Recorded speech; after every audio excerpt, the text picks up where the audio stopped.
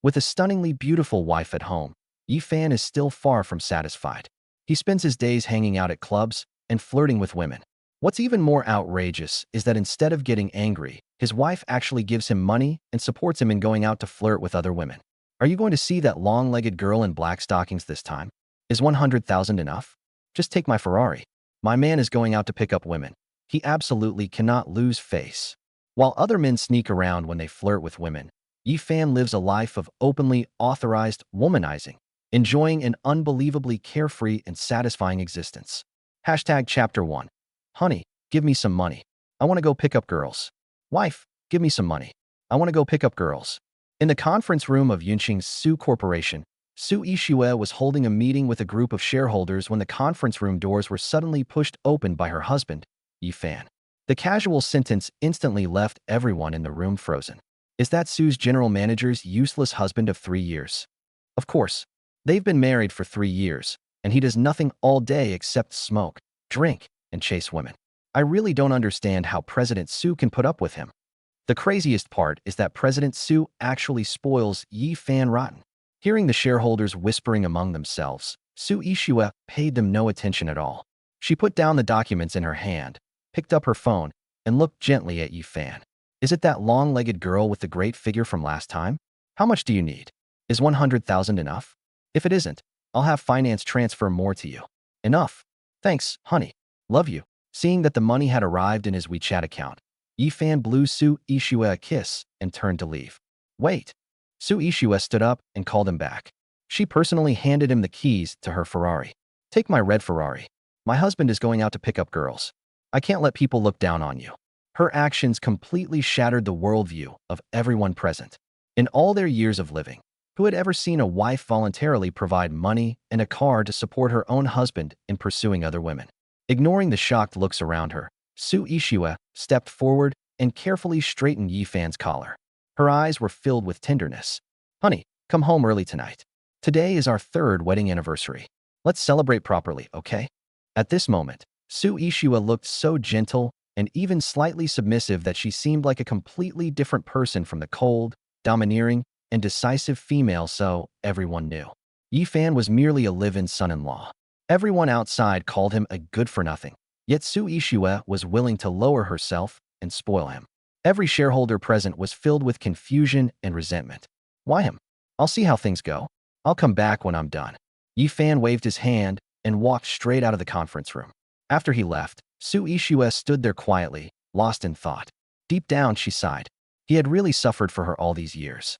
The secretary beside her, Tang Qian, could no longer hold back and stepped forward to advise her. President Su, you can't keep spoiling Yi Fan like this.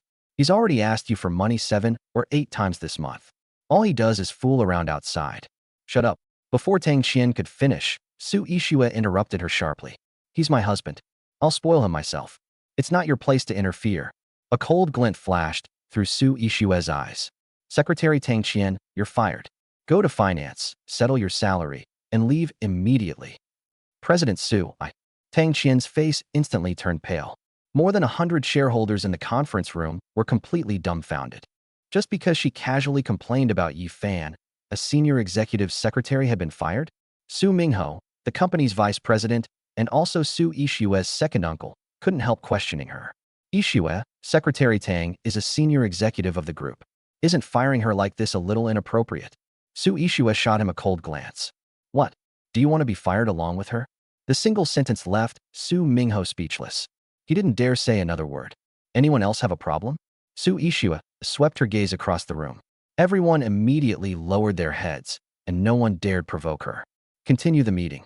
Let's discuss how to solve the 300 million yuan funding gap in the Su family. I'm listening. After returning to her seat at the head of the table, Su Yixue listened as everyone below passionately discussed business matters. But her thoughts had already followed Yi Fan far away. They had been married for exactly 3 years. Yet this man had never touched her. The most intimate thing they had ever done was simply hug. Every time she carefully prepared herself, took a shower, lay in bed, and tried to get closer to him, Yi Fan would always say that he was only interested in money. Did he really only love money? Then why did he spend every day hanging around clubs? Was she not sexy enough? Was she not proactive enough? The more Su Yixue thought about it, the more unwilling she became. She had even secretly ordered several embarrassing outfits online, the kind of outfits men supposedly loved. Tonight, she was determined to take the initiative and win Yi Fan over. After leaving Su Corporation, Yi Fan got into Su Ishue's eye-catching red Ferrari and drove straight to Yunqing's most prestigious club, Heaven on Earth. A fat man wearing overalls had been waiting outside the club for quite some time. The moment he saw Yi Fan, he immediately put on a flattering smile. "Young Master Yi, we haven't seen you for a few days, and you look even more handsome and impressive. Even the sun pales in comparison when it's in front of you." The fat man was Wang Fugue, the young master of Yunqing's Wang family, one of the city's wealthy families. He followed Yi Fan around every day, thoroughly impressed by him and willingly acting as his sidekick. Enough with that old routine. Is everything arranged inside? Yi Fan couldn't be bothered to listen to his flattery and walked inside. "Don't worry, young Master Yi. I've called over every girl in the club. I even brought in the cleaning ladies. There are all kinds of choices, so there's definitely something you'll like. And if you're not interested in girls, I can arrange some muscular guys too. Get lost." Yi Fan lightly kicked him in the butt. Inside Heaven on Earth's most luxurious imperial suite, a row of scantily dressed women bowed together. "Hello, young Master Yi. Welcome." High-slit Chong Sams and thin clothing outlined their alluring curves, while their fair skin was particularly eye-catching. Yi Fan felt a surge of heat in his heart. But only Yi Fan himself knew the truth. It wasn't that he wasn't tempted.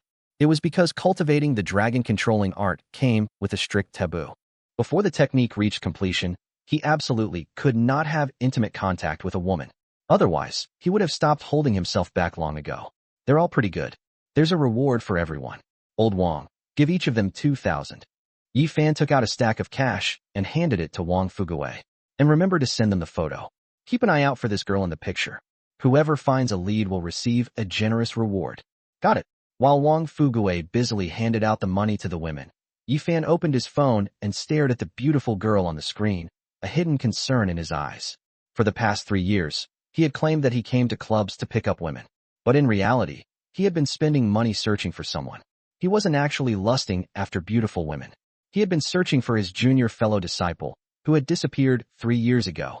Someone had previously claimed to have seen her among Yunqing's club scene, which was why Yi Fan had been visiting clubs one after another to investigate. Next batch. After meeting every woman at Heaven on Earth and still finding no clues, Yi Fan didn't stay any longer. After leaving the club, he went to a major pharmacy in Yunqing to purchase a batch of medicinal herbs, then drove toward the western outskirts of the city. Outside a quiet villa in the western suburbs, a young woman had been waiting for him. The moment she saw Yi Fan, her face lit up with a brilliant smile. "Brother Fan, you're finally here. I thought you weren't coming." The girl wore a white camisole that accentuated her full curves, paired with khaki-colored short shorts that revealed her long, shapely legs. As soon as Yi Fan got out of the car, the girl jumped forward and wrapped both arms around his neck, practically hanging from him. Her body pressed tightly against his chest, and her warm, soft presence came close to him. She looked petite and innocent, yet her figure was surprisingly curvaceous. "Come on, let's go inside and check on your father first." Yi Fan gently set the girl down and walked into the villa. The girl was Li Yao, the daughter of Yunqing's Li family, one of the city's major wealthy families. Yi Fan had come here to finish treating Li Yao's father, Li Feng. A few days earlier, Li Feng had suddenly fallen unconscious. Despite searching everywhere for famous doctors, no one could determine the cause. It wasn't until they encountered Yi Fan that he used the legendary Ghost Valley 13 needles to bring Li Feng back to consciousness on the spot. "Divine Dr. Yi, you're here. Please have a seat." Inside the living room, Li Feng was already able to get up and personally came forward to welcome Yi Fan.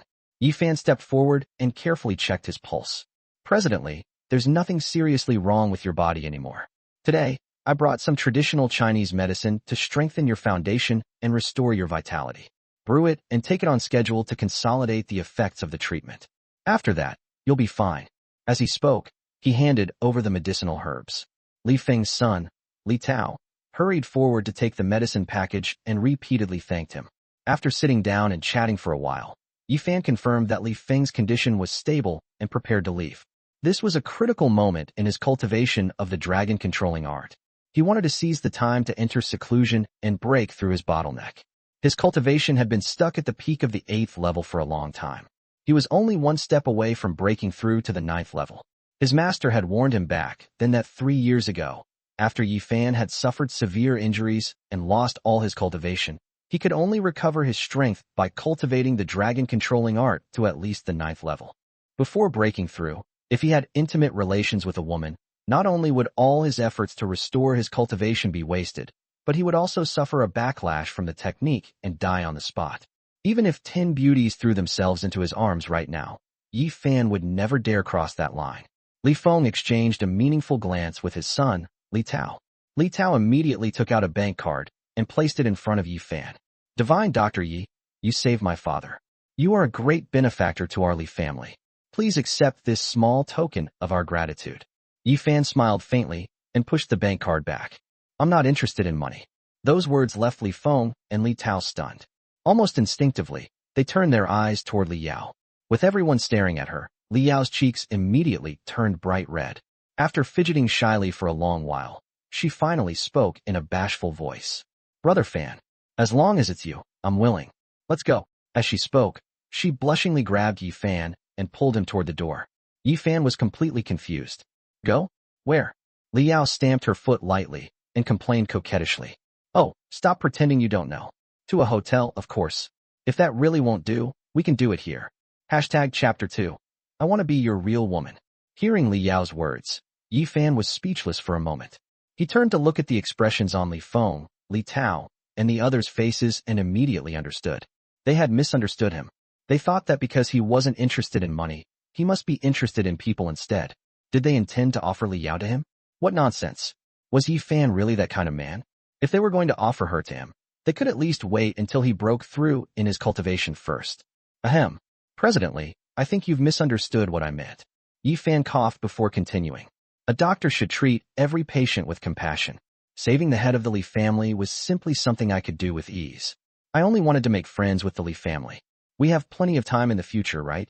Yi Fan deliberately emphasized the words, plenty of time in the future, and intentionally glanced at Li Yao as he spoke.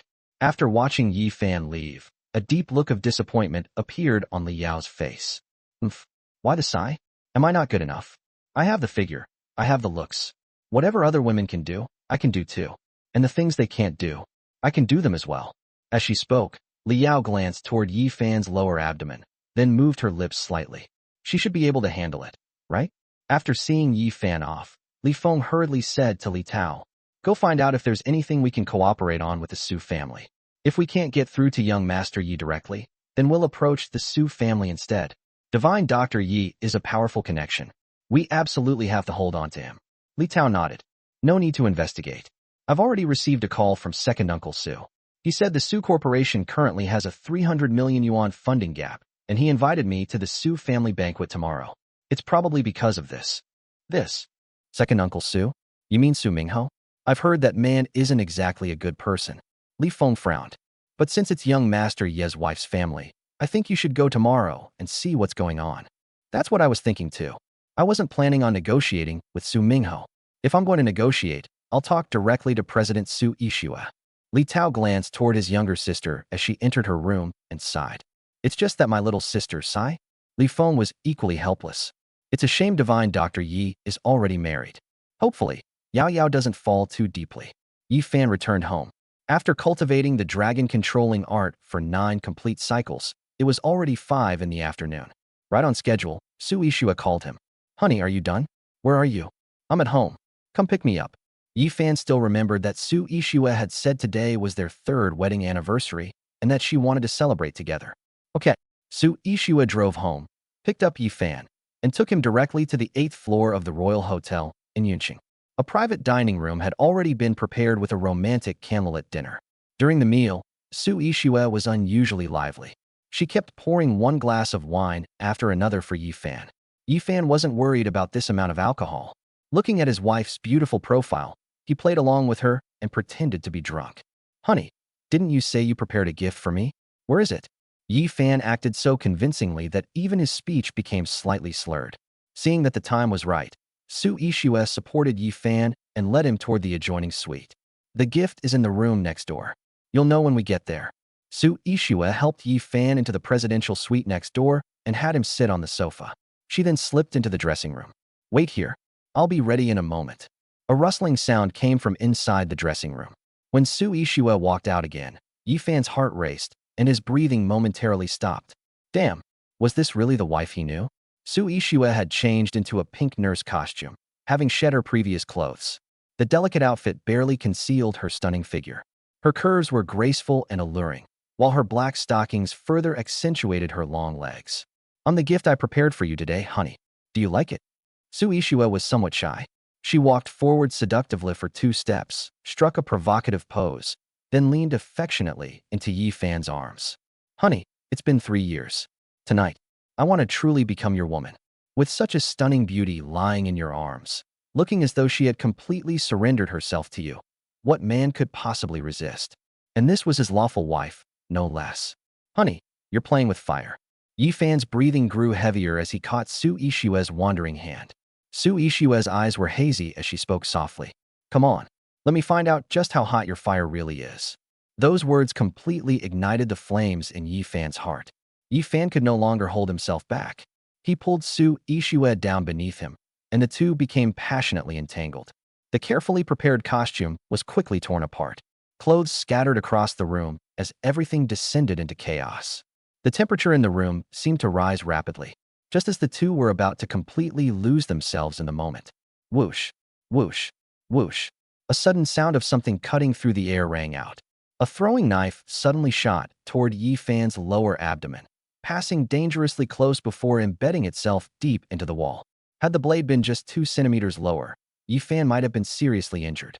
Young master, you must not let all your efforts go to waste. You still carry an enormous responsibility on your shoulders. Take care of yourself. A dark figure flashed past the window, accompanied by a cold voice from outside. Yi Fan looked down at Su Ishua beneath him. She had already been struck by 2 small projectiles that had rendered her unconscious, and she was now sound asleep. Manhua, are you trying to get yourself killed? You almost crippled me, and you had to interrupt me at a time like this. Haven't you ever heard the saying that dying beneath a peony is still worth becoming a romantic ghost? Yi Fan cursed loudly toward the window, but after he had yelled for quite some time, there was no response from outside. 3 years ago, after Yi Fan lost his martial arts cultivation, his master had sent Manhua, the sect's #1 assassin, to secretly protect Yi Fan. Manhua was a man of few words and ruthless when necessary, but whenever action was required, he never hesitated. After Manhua's interruption, Yi Fan gradually calmed down. Thinking about the consequences if he broke the taboo, Yi Fan broke into a cold sweat. 23 years ago, when Yi Fan had just turned 1, he was sent to the sect to learn martial arts. 3 years ago, when Yi Fan was preparing to return to his family, the sect suffered a devastating attack. His 2 martial arts aunts were killed in battle, his master was severely wounded, his second martial uncle was brutally killed, and his 3 junior sisters disappeared without a trace. Yi Fan was also seriously injured by a mysterious expert and lost all of his martial arts cultivation, becoming a cripple. Yi Fan and his master were forced to retreat from the sect headquarters. To disperse their enemies' attention, his master arranged for Yi Fan to marry into the Su family as a live-in son-in-law. At the same time, the Yi family in Yunqing was also attacked. His grandfather was seriously wounded while fighting the enemy, his parents disappeared, and several of his uncles were killed in battle. The Yi family suffered a devastating blow, and its position as the #1 family in Great Xia was already in serious jeopardy. The Yi family's businesses were gradually dismantled by their rivals. Although his grandfather was still gritting his teeth and holding on, his deterrent power was steadily declining. After learning what had happened, Yi Fan immediately wanted to return home, but his master stopped him. The sect and the Yi family were attacked at the same time. This absolutely cannot be a coincidence. Yi Fan's master, Gu Feng, sensed a sinister conspiracy behind everything. Clearly, someone doesn't want you to return. So until your cultivation is completely restored, you must not openly set foot in the Yi family compound. From then on, almost all of the sect's resources and medicinal pills were given to Yi Fan. Yi Fan was the hope of the entire sect's revival. He was also the key to restoring the Yi family to its former glory. If he broke the taboo and died, that alone would not matter. But if he failed the hopes placed upon him by the sect, the guilt would be unbearable. Yi Fan had been raised by his martial arts aunt from childhood. Without avenging her, how could he ever find peace? His junior sister had grown up alongside him, and their bond ran deep. He hadn't even found her yet. How could he die? What right did he have to die? And those bastards who had nearly annihilated the Yi family. How could Yi Fan possibly let them go? He had hidden himself within the Su family for 3 years. Fortunately, nothing unexpected had happened during that time. Thinking of all this, Yi Fan let out a long sigh. He bent down, picked up Su Ishua, and carried her to the bed. He gently pulled the blanket over her. Honey, don't rush. 3 days at most. Just 3 days. Once my dragon-controlling art breaks through to the 9th level, I'll let you truly become my wife. Looking at the woman who had always cared for and spoiled him, Yi Fan's eyes were filled with affection. He lowered his head and gently kissed Su Ishua's neck, leaving behind a deep red love mark. Chapter 3. You're just lusting after my beauty. After settling his wife, Su Ishua, down, Yi Fan sat cross-legged in the room and began seriously circulating the dragon-controlling art.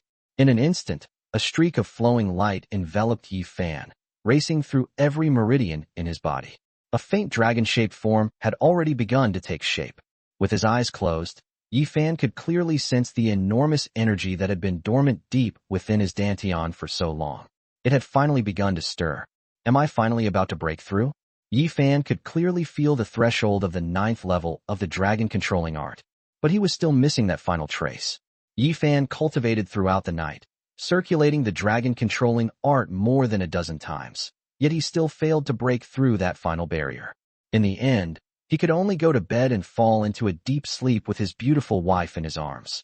The next morning, Su Ishua woke up feeling sore all over, as though her entire body was about to fall apart. Seeing herself lying naked in Yi Fan's arms, Su Ishua's face flushed crimson. Had Yi Fan really been that passionate last night? Would she be able to handle him in the future? If she really couldn't, should she ask her best friend, Qing Ruolin, to help her? The moment this mischievous thought appeared in her mind, Su Ishua herself was startled. Bah! Su Ishua, you can spoil your husband all you want. But how could you have such a wicked thought? After moving around a little in bed, Su Ishua soon realized something was wrong. This wicked man, he didn't even touch me? Although she had no experience, Su Ishua still knew that despite lying naked beside Yi Fan, he had done nothing substantial other than leave a mark on her neck. Honey, wake up. Why didn't you do that with me last night? I was already like that. I'm your wife. What more do you want me to do? Su Ishua shook Yi Fan awake, her eyes turning red as she spoke. Who was Su Ishua? She was the #1 beauty in Yunqing, a cold and aloof CEO, pure and immaculate. In front of outsiders, she was always decisive and commanding. But for Yi Fan, she had lowered herself, bought all those outfits, and even taken the initiative to pose seductively in front of him. That was already the absolute limit for Su Ishua. She was about to break down. Oh, that. Yi Fan turned over and reached out to smooth her messy hair. I'm not available these next few days. Huh. Hearing Yi Fan's words, Su Ishua froze on the spot. Not available? Do men get their periods too? Su Ishua angrily punched Yi Fan in the chest. This wicked man. If he was going to make an excuse, couldn't he at least come up with a decent one? No. I calculated it carefully. The stars are unfavorable these 2 days, and they clash with my destiny. It's not a good time for us to be intimate. He paused before adding. Next time, when the time, place, and circumstances are right, I definitely won't let you off. Uffed. Hearing Yi Fan's explanation, Su Ishua couldn't help bursting into laughter. What kind of ridiculous excuse is that? Did even this kind of thing have to depend on the right time, place, and circumstances? But when she looked at the kiss mark on her neck in the mirror, Su Ishua was already quite happy. Last night, aside from taking that final step, the two of them had kissed and embraced each other. In 3 years, this was the first time they had been so intimate. That was already pretty good. Things needed to happen gradually. Yi Fan was her husband. Sooner or later, he would be hers. It wasn't as if he could run away. Fine. I'll listen to you. Let's get up quickly. Grandpa arranged a family banquet today. Grandma has been looking forward to seeing you for a long time. She's waiting for you to come home for dinner. Su Ishua shyly got out of bed and began getting dressed as she reminded Yi Fan. Although Yi Fan had married into the Su family, he was different from most live-in sons-in-law. Aside from second uncle Su Mingho's family, everyone else in the Su family treated Yi Fan like a treasure. It wouldn't be an exaggeration to say that he was the family's favorite. Okay, Xiao Fan is here. Come, sit beside Grandma. How have you been lately? Look at you, you've lost weight. Ishu hasn't been taking good care of you, has she? The moment Yi Fan and Su Ishua entered the main hall of the Su family residence, Grandma Songmei immediately called Yi Fan over to sit beside her. Su Yixue was even a little jealous. Grandma, come on. Look how close you are with Yi Fan. I'm your actual granddaughter. Songmei laughed heartily. Looking at Su Yixue's radiant complexion, a glimmer appeared in her eyes. Yixue, have you two already? As someone who had been through it herself, Songmei immediately noticed that something about Su Yixue was different. Su Yixue's face flushed. Grandma, yesterday was our 3rd wedding anniversary. We had a little wine and stayed at a hotel. Good. Good. Huh. Xiaofan, you need to work harder. We're all waiting to hold our great-grandchild. Grandpa Su Guohua smiled as he stroked his beard and teased Yi Fan. Yi Fan glanced at Su Yixue. Don't worry. I'll definitely work hard. I'll try to give Yixue a whole football team. The harmonious atmosphere of the Su family was something Yi Fan truly enjoyed. Although this wasn't his martial arts sect, after living here for 3 years, he could still feel the warmth of a family. Humph. I'm not a sow. How could I possibly give birth to that many? Although Su Yixue complained coyly, her eyes were filled with happiness. Grandpa and Grandma had barely exchanged a few words that morning, but after seeing Yi Fan and Su Yixue, their faces were practically glowing with smiles. Sitting below them, second uncle Su Mingho and his son, Su Dong, were looking increasingly displeased. He's just a live-in son-in-law. What's he so proud of? He's nothing more than a useless freeloader. What an embarrassment. What did you say? Although Su Dong's voice was very quiet, Grandpa Su Guohua still vaguely heard him. His expression immediately darkened. Su Dong, no one will mistake you for a mute if you don't speak. If I hear you muttering again, get out. Out. Su Dong's face was filled with embarrassment, but even more so with resentment. Before Yi Fan married into the Su family, Su Dong had been the apple of his grandparents' eyes. But after Yi Fan arrived, Su Dong felt like an unwanted outsider. Why? Su Dong wanted to argue, but his father, Su Mingho, stopped him. At that moment, a loud voice rang out from the entrance. Young Master Li Tao of the Li family is here to pay a visit. Li Tao, the eldest son of the Li family, appeared at the entrance of the hall carrying several large bags of gifts. This is a family banquet for the Su family. What is the eldest son of the Li family doing here? Grandpa Su Guohua frowned and glanced around at everyone. Su Mingho hurriedly stood up. Dad, young Master Li was invited by me. Isn't our Su family currently facing a funding shortage? Young Master Li is interested in investing, so I thought I'd take this opportunity to discuss it with him. Whether it succeeds or not, it's still better than certain useless freeloaders. Su Mingho quickly stepped forward and extended his hand toward Li Tao. Young Master Li, please come in. Having managed to invite the eldest son of one of Yunqing's for major wealthy families, Su Mingho felt as though he had accomplished something extraordinary. He even walked with his chest puffed out. Smack! Before Li Tao could even take a step forward, a teacup suddenly flew through the air and crashed to the ground right in front of him. Young Master Li, this is a family banquet for the Su family. Please leave. Chapter 4. I'm here because of young Master Ye's wife. The one who spoke was none other than the old master of the Su family, Su Guohua. Originally, the old master had nothing against Li Tao, but because Su Mingho had insulted Yi Fan, the old man instantly lost his temper. Li Tao stopped in his tracks and sneered at Su Mingho. He didn't even bother looking at the hand Su Mingho had extended. Who are you? Do I know you? Huh. Su Mingho's hand froze awkwardly in midair, and he was completely stunned. Young Master Li, didn't I call you yesterday? During yesterday's shareholders' meeting, when they had discussed the company's funding shortage, Su Mingho had stepped forward and claimed that he had a solution. He had immediately contacted young Master Li, hoping to persuade him to invest. Li Tao had always refused before, but yesterday, for some reason, he had unexpectedly agreed to come and take a look. But today, young Master Li had indeed shown up, only to claim that he didn't know him at all. Who was he? What exactly was going on? Su Mingho's head was filled with question marks. When Li Tao turned around and looked at Su Guohua and the others, his face immediately returned to a warm smile. Old Master, you've misunderstood. I came today because of young Master Ye's wife. No. I came to see young Master Yi. I owe young Master Yi a huge favor. As he spoke, Li Tao quickly walked toward Yi Fan and extended both hands to shake his. Young Master Yi, we meet again. Li Tao even winked at Yi Fan. Yi Fan naturally understood that Li Tao was trying to repay his favor by helping him. Li Tao's actions left everyone present stunned. Su Mingho, Su Dong, third uncle, grandpa, grandma, all of them were dumbfounded. Yi Fan actually knew the eldest son of one of Yunqing's for major wealthy families so well, and young Master Li had come specifically because of Yi Fan? A sharp glint flashed through Grandpa Su Guohua's eyes. Thinking about the power of the mysterious sect behind Yi Fan, he immediately understood. There was nothing strange about Yi Fan knowing young Master Li.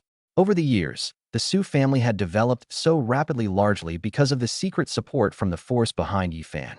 Old Master Su had always believed that the best decision he had ever made in his life was marrying Yishua to Yi Fan. Ah, so young Master Li is Xiao Fan's friend?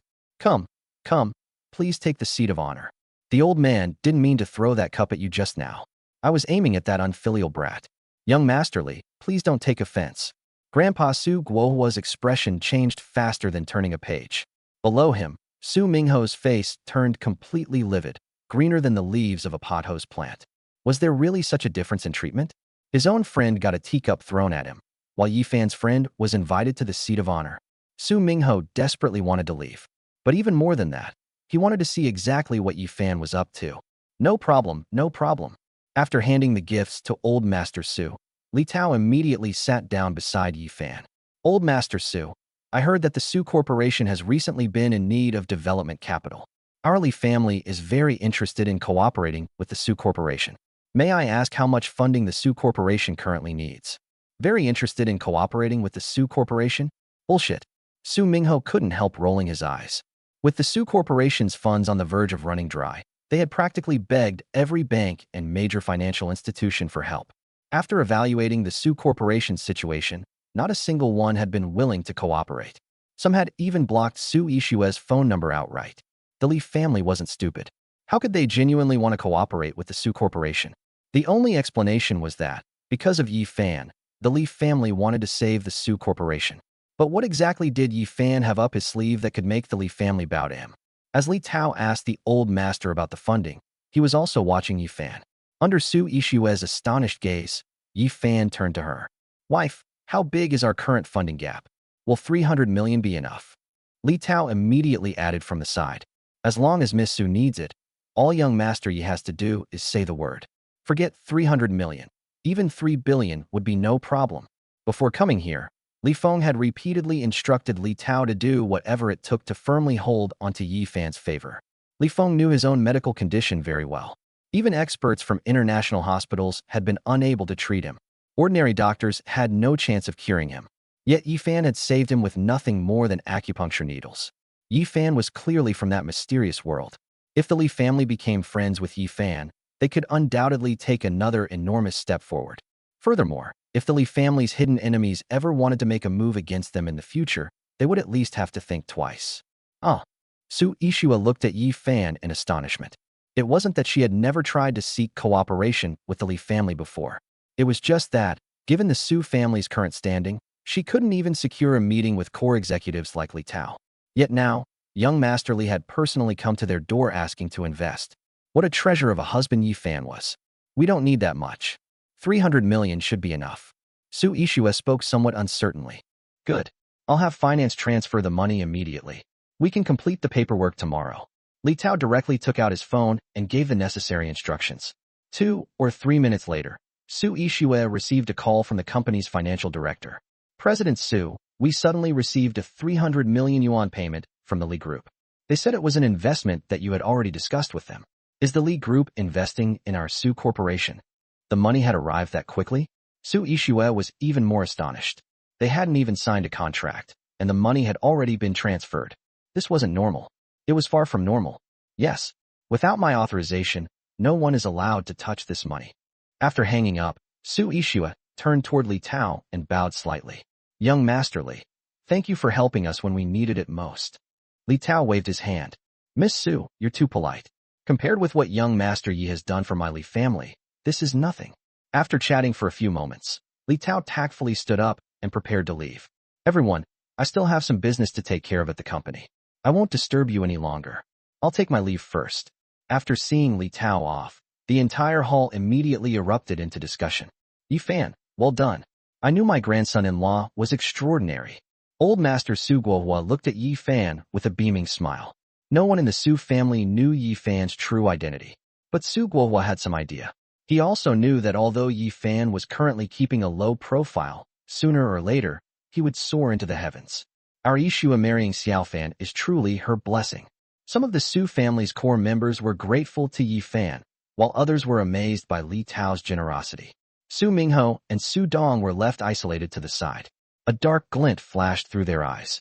This Yi Fan is absolutely infuriating. We have to find a way to drive him out of the Su family. Otherwise, father and son will never have a chance to rise again. Dad, do you remember Yun Feiyong from the provincial capital? He was Su Ishua's college classmate. He came looking for Ishua last time. Why don't we ask him for help? Su Dong's eyes shifted as a sudden idea came to him. Let's do it. After the family banquet ended, one of the young women Yi Fan had previously gotten acquainted with suddenly called him. Young Master Yi, I recently changed jobs. I think I saw the person you asked me to keep an eye out for at my new workplace. Why don't you come over and take a look?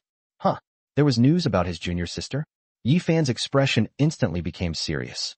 He quickly got ready, took Su Ishua's Ferrari, and headed straight for Yunqing's Royal No. 1 Club.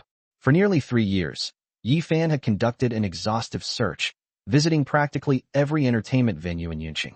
Royal No. 1 was one of the last few places he had yet to check. Xiaofeng, looks like you filled out a little here.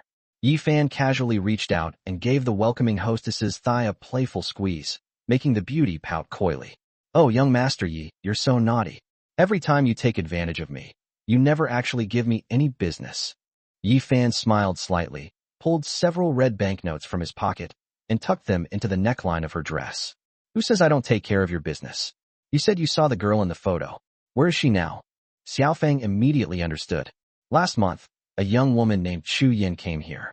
She looked a lot like the girl in the photo, but I can't be sure she's the person you're looking for.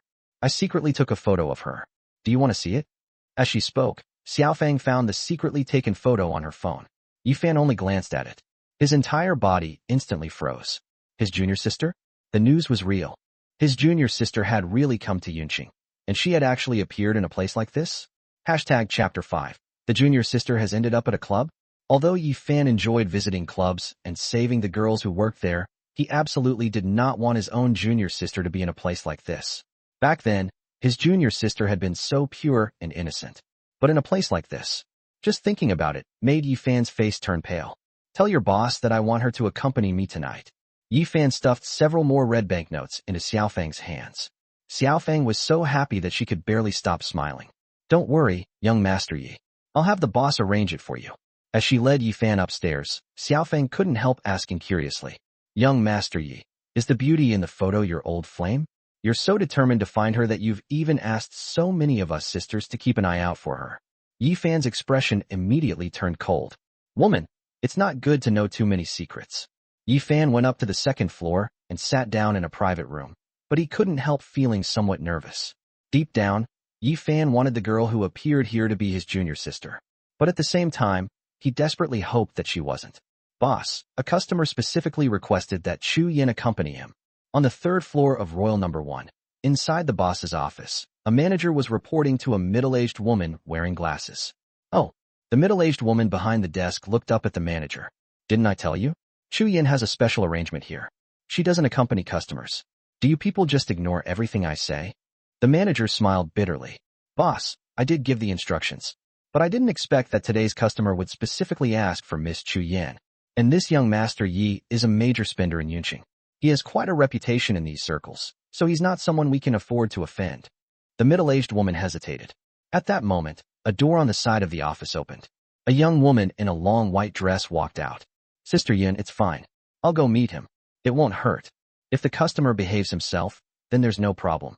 But if he tries anything, you know what I'm capable of. The young woman in white was none other than Chu Yin, the newest girl to join Royal No. 1. Sister Yin frowned slightly before finally speaking helplessly. Fine, but be careful. If anything happens, call us immediately. I'll arrange for 2 bodyguards to stand outside the door. Watching the manager leave with Chu Yin, Su Yun's eyes flashed with a complicated expression. I wonder how much longer we can keep this up.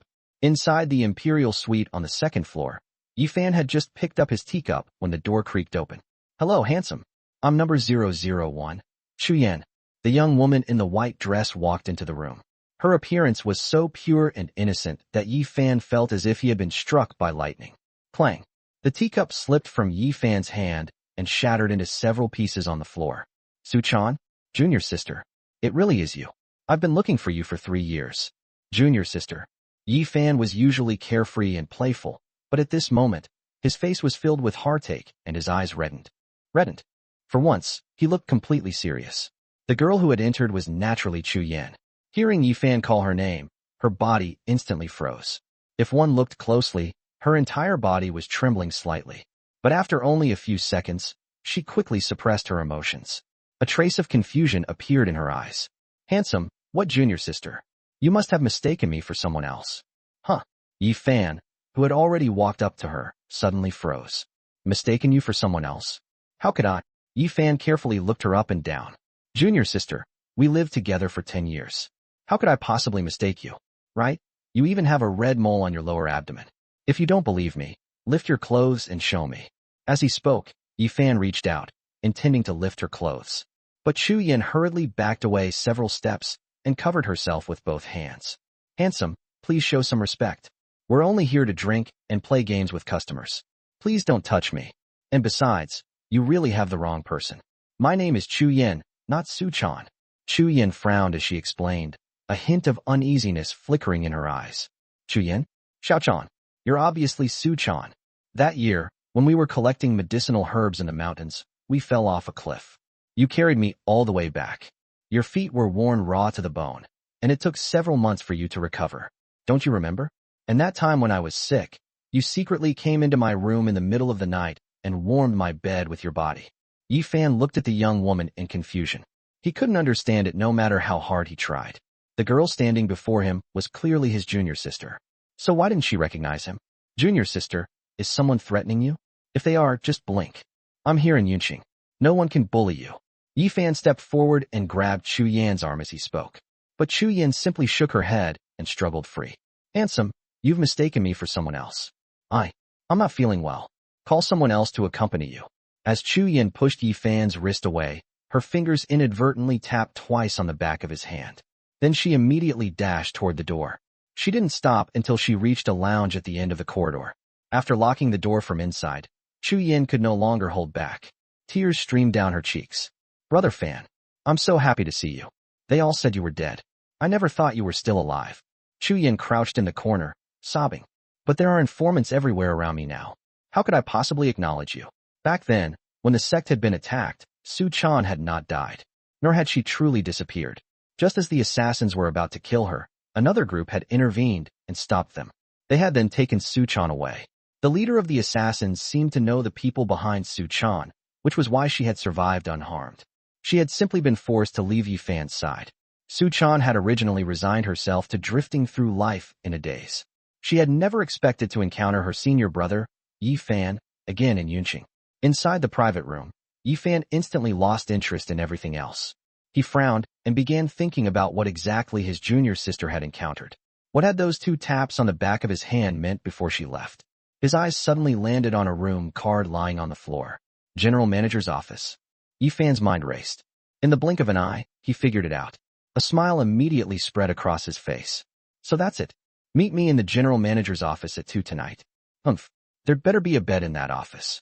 After being separated for 3 years, his junior sister must have missed him terribly. Whatever they hadn't been able to do before, they could make up for tonight. He would make sure she could never bear to leave him again. Yi Fan left the club. Before leaving, he looked back at Royal Number 1 and finally breathed a sigh of relief.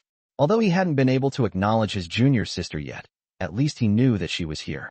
No matter what problems she was facing, he could find a way to solve them now. Inside the boss's office at Royal Number 1, Su-yun had previously been sitting in the boss's chair. But at this moment, the person sitting there was none other than the Chu Yan, who had just met Yi Fan in the private room. Besides Su-yun, a large group of the club's senior executives were also standing in the office. Pass down the order. Not a single word about Yi Fan coming here today is allowed to get out. If anyone leaks the news, I won't let her off.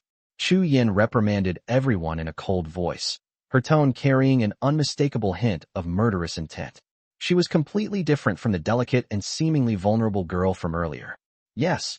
So, the real boss of Royal Number 1 wasn't Su-yun. It was Chu Yan. After everyone had left, Su-yun closed the door. She looked at Chu Yan with a complicated expression. Xiao-chan, That man just now is the senior brother you've always talked about, isn't he? He finally found you. Why didn't you acknowledge him? Hashtag chapter 6. That was my first kiss. Suchan shook her head. Sister Yun, you know my situation very well. I can barely protect myself right now.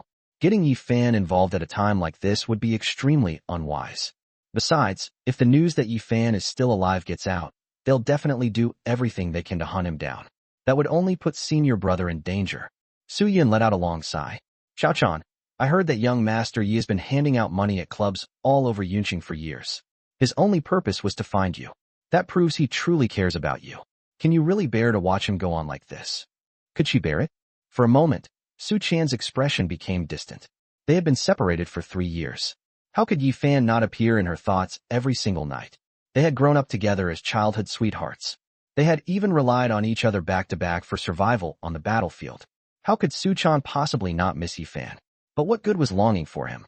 Back then, members of the Su family in the capital had rescued her from that attack. But after her grandfather became seriously ill, she had once again been treated as a discarded pawn. Her elder and second brothers had already forced her to the brink of life and death. If they discovered Yi Fan's identity, they would definitely pass the information to the people responsible for the attack back then. How could those people possibly let her senior brother live? She absolutely could not drag him into this. Sister Yun, the martial arts experts my elder brother sent will arrive in Yunqing tomorrow. If we don't hand over the last bit of our remaining assets, they definitely won't show us any mercy. Su Chan gritted her teeth and made a difficult decision. By the way, I have to go to the provincial capital tonight. There are some important things in the safe in my room. Stay in my room tonight. As the true owner of Royal Number 1, Su Chan had her own private room there. Okay, Yi Fan had just gotten into his car when Su Yishua called. Honey, thank you so much. With the investment you secured from the Li family, our Su Corporation can finally get through this crisis. You're my wife. Why are you thanking me? If you really want to thank me, just learn a few more tricks later. Yi Fan was quite satisfied with his beautiful wife. He had married into the Su family 3 years ago. At first, Su Yishua had been somewhat distant from him, but as they gradually spent more time together, she had genuinely come to adore him. Otherwise, she wouldn't have been willing to give him money to go out and flirt with other women. Oh, you're so naughty. But you didn't touch me last night. So when exactly will the time be right? Inside the Su Corporation, Su Yishua held her phone with a flushed face as she asked Yi Fan, anticipation evident in her expression. After 3 years together, Su Yishua had never truly been able to see through Yi Fan. From the few things her grandfather had said, she knew that Yi Fan was like a hidden dragon destined to soar into the heavens sooner or later. Now Su Yishua was somewhat worried. She was afraid that once Yi Fan truly rose to prominence, he might leave her behind. That was why she kept thinking about becoming his woman as soon as possible. Very soon. Really soon. 3 days at most. Yi Fan was also getting restless from Su Yishua's teasing. During his cultivation the previous night, the energy inside his body had faintly begun to take the shape of a dragon. Okay, there's a business banquet tonight. Can you come with me? There are a few flies who keep pestering me. With you around, they probably won't dare go too far. Sure. A ruthless glint flashed through Yi Fan's eyes. Over the years, because he had lost his cultivation, Yi Fan had deliberately kept a low profile. He had largely ignored the trash who kept pestering his wife, Su Yishua, which had earned him a reputation in the outside world as a useless coward. Now it was time to tear that label off. After hanging up with his wife, Yi Fan started the car and planned to return home to continue cultivating. Thinking about how his junior sister might currently be under someone's control, as well as the tragedies that had happened to his sect and the Yi family, made his chest feel heavy. Especially the Yi family. Yi Fan had heard that another powerful family had already openly declared war against them. His grandfather was getting old, his great-grandfather was seriously injured, and if Yi Fan still refused to step forward, he didn't even know whether they could hold out. Screech. Just as the car entered an abandoned demolition zone, a young woman in a long white dress suddenly stepped in front of Yi Fan's vehicle. Big brother. Quick, save me. The girl looked no older than 20. Her skin was rosy and delicate, while her graceful figure was faintly visible beneath the long dress. Her curves were particularly striking, making her exceptionally attractive.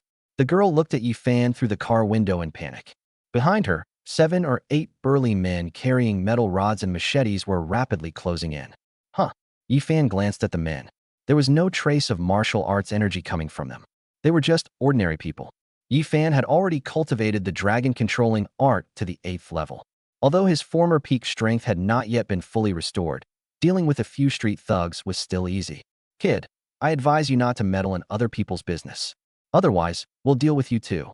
The scar-faced leader viciously waved his machete at Yi Fan and reached out to grab the girl in white. Yi Fan frowned. He quickly stepped out of the car and threw a powerful punch directly at the man's machete. Crack! Crack! Powerful energy surged through Yi Fan's fist. In an instant, the machete in the man's hand shattered into pieces and fell to the ground. What the hell?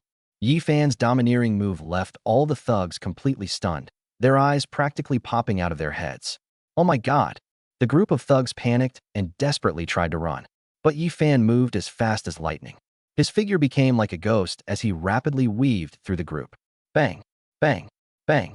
Within just a few seconds, all the thugs were lying on the ground, groaning in pain. Come on, I'll get you out of here first. Yi Fan glanced at the fallen thugs, feeling somewhat frustrated. His strength still hadn't fully recovered. Back when he had been at his peak, dealing with these thugs would have taken only a single punch. Now he had actually needed this much time. If the enemies who had destroyed his family and sect back then came looking for him, what would he do? Okay. The girl obediently followed Yi Fan into the car, her eyes filled with delight as she looked at him. After leaving the demolition zone and reaching a bustling commercial district, the girl finally spoke. Handsome, thank you for saving me just now. The people who came to pick me up are already here. You can just drop me off by the roadside. Yi Fan stopped the car by the roadside. Before getting out, the girl suddenly removed the necklace around her neck. Handsome, I can never repay you for saving my life. This necklace was left to me by my mother. I'll give it to you. You're a cultivator, so this necklace should definitely be useful to you. You don't have to. Yi Fan was still hesitating when the girl suddenly stuffed the necklace into his hand. Then she wrapped her arms around his neck and kissed him lightly on the lips. Smack. That was my first kiss. Future husband, you have to work hard, okay? I'll be waiting for you to come marry me. You have to become stronger as soon as possible. This is about all I can do to help you. Huh. Feeling the lingering fragrance on his lips, Yi Fan was completely bewildered. What was going on? He had just saved a beautiful woman. She had given him a necklace, claimed that she would wait for him to marry her, and then disappeared? Yi Fan wanted to say something, but the girl had already gotten out of the car and vanished into the crowd. Yi Fan held the necklace in his hand and sensed its energy. His expression instantly became serious. A 4th-grade essence chi pill. Yi Fan stared intently at the necklace. Inside the black pendant hanging from it, he could sense the aura of a 4th-grade essence chi pill. Wasn't this exactly the perfect pill to assist him in breaking through? Could it be that the stunning beauty who had claimed to be his future wife had specifically come to deliver this pill to him? And even thrown in a beautiful wife as a bonus? Hashtag Chapter 7. Back to the top of the world. Scum tremble. Although Yi Fan had countless questions in his mind, he knew that now was not the time to investigate them. Without the slightest hesitation, Yi Fan started the car and sped home. His top priority right now was to restore his strength as quickly as possible. Only then would he have the confidence to rescue his junior sister and deal with the enemies who had hunted down his family and sect all those years ago. After Yi Fan's car disappeared, the girl in the long dress stepped out from behind the crowd and gazed intently in the direction Yi Fan had left. Hubby, don't disappoint me. Beside her, another beautiful woman in jeans spoke up. Miss, are we really going to place all our bets on him? Is he really that powerful? The girl nodded. Of course. Don't forget. He is the first monstrous genius in 500 years of the Bailuo sect to cultivate the dragon-controlling art beyond the 7th level. Once he completely breaks through the 9th level of the dragon-controlling art, he will definitely become the strongest man standing at the pinnacle of this world. When that time comes, everyone will have no choice but to kneel at his feet and tremble. The woman in jeans pursed her lips. I hope so. Miss, you gave him the only essence chi pill you had. Uncle Fu is going to lecture you again when we get back. The girl in white, however, didn't seem bothered at all. The husband I chose for myself will definitely be the hope of my family's revival. Why don't we make a bet? If I win, you'll marry him together with me. How about that? Oh, miss, you're teasing me again. Junlan Tianxia was the residential community where Yi Fan and Su Ishua's villa was located. After returning home, Yi Fan immediately locked the courtyard gate and the front door. He then rushed upstairs to the bedroom, sat cross-legged on the floor, and crushed the pendant beneath the necklace with one punch. Inside the shattered pendant was a milky white pill. The pill was only about the size of a fingertip, but the moment the pendant broke, an intense fragrance filled the entire room. Just one sniff made Yi Fan feel refreshed and invigorated. The powerful energy and ancient aura emanating from the pill made Yi Fan extremely excited. A fourth-grade pill. Even throughout the entire martial arts world, such a treasure was extremely rare and could only be encountered by chance. For an ordinary martial artist, possessing a single pill like this could be enough to help them break through to the Grandmaster realm. After reaching the Grandmaster realm, it could also provide enormous assistance in advancing to the Martial Venerable realm, and even from Martial Venerable to Martial Saint. That mysterious beauty had done him an enormous favor today. Without the slightest hesitation, Yi Fan swallowed the pill. The moment it entered his mouth, it dissolved into a warm current that flowed into his body. In an instant, an immense force surged wildly through every meridian in Yi Fan's body, making him feel as though his body were about to explode. Yi Fan didn't dare to be careless.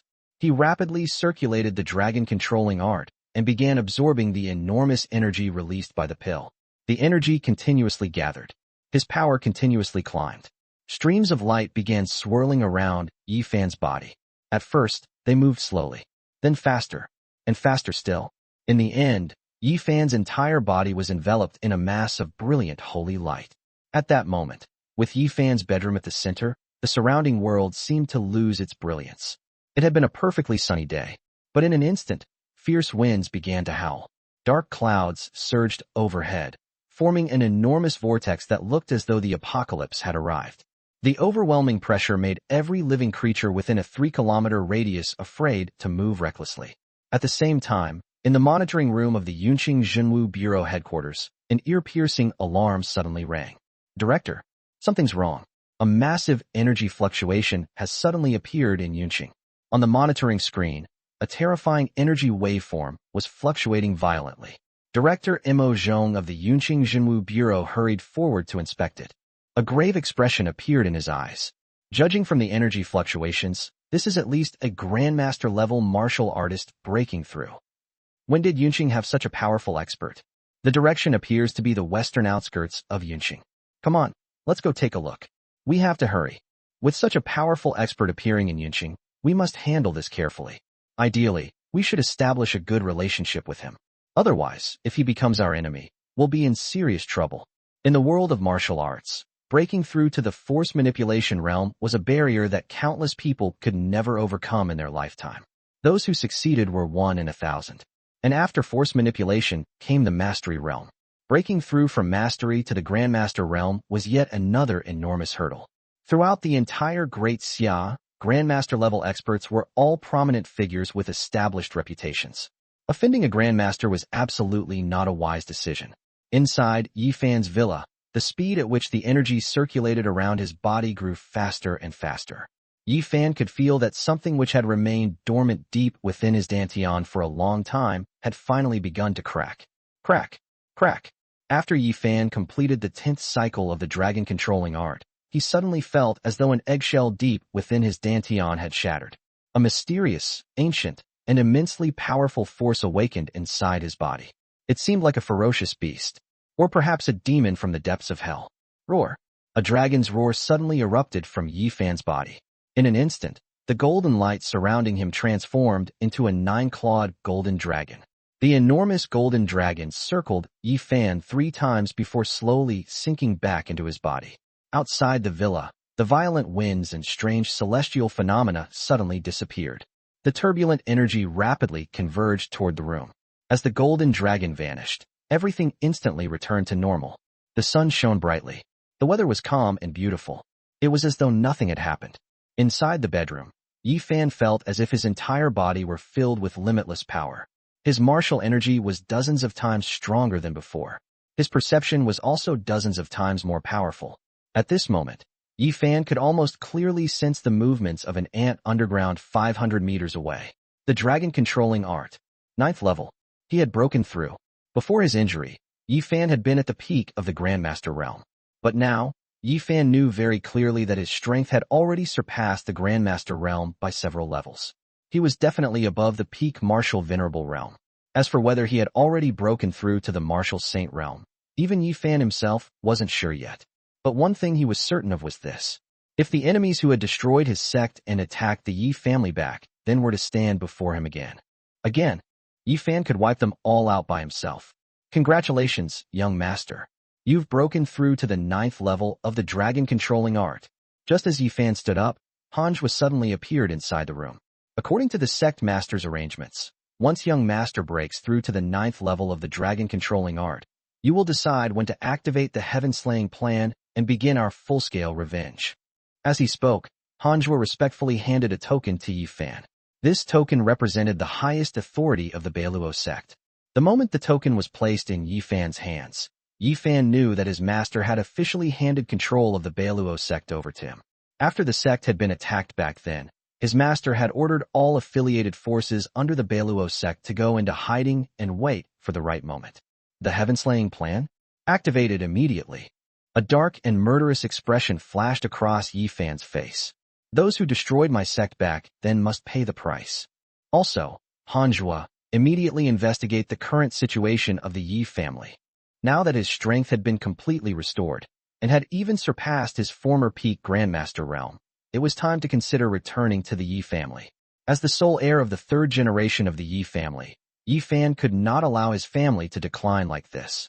The #1 family in Great Xia had to continue its glory. Chapter 8. Breaking off the engagement? Then I'll divorce her first. Yes.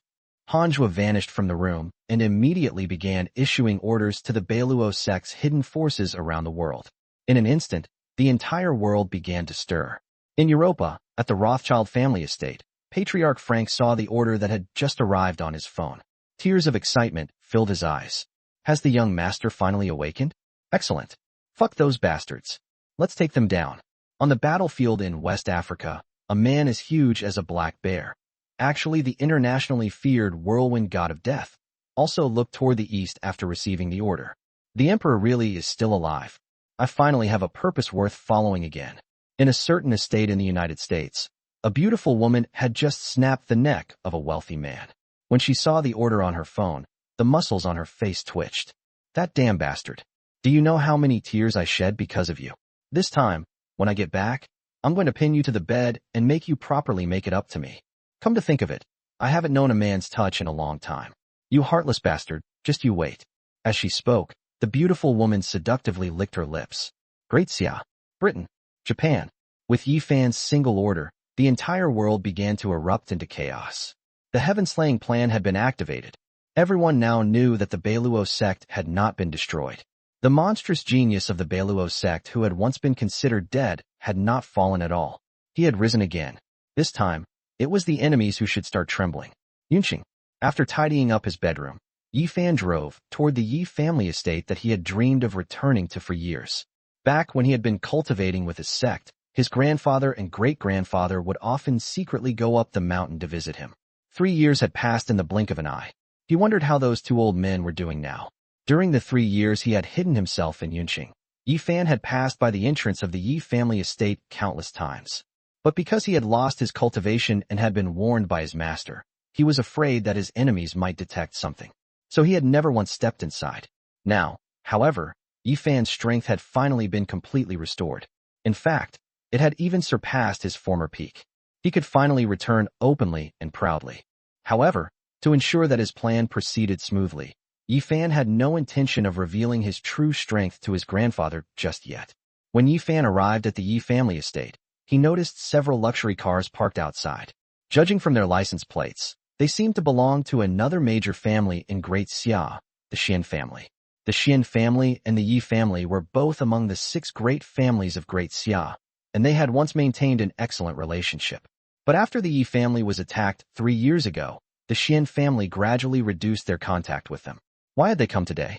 Yi Fan parked his car and walked up to the security guards at the gate. Could you guys move aside? The eldest young master of the Yi family, Yi Fan, has returned. Yi Fan assumed the guards would be thrilled to welcome him, but to his surprise, they remained completely calm. Kid, you've got perfectly good hands and feet. Why are you trying to scam people? Let me tell you, you're already the 13th group this month trying to impersonate our young master. Get lost. Don't make us use force. Huh. Yi Fan was instantly stunned. There were actually people pretending to be him? He immediately understood. He had left his family to cultivate from the age of 1, and had been away for more than 20 years.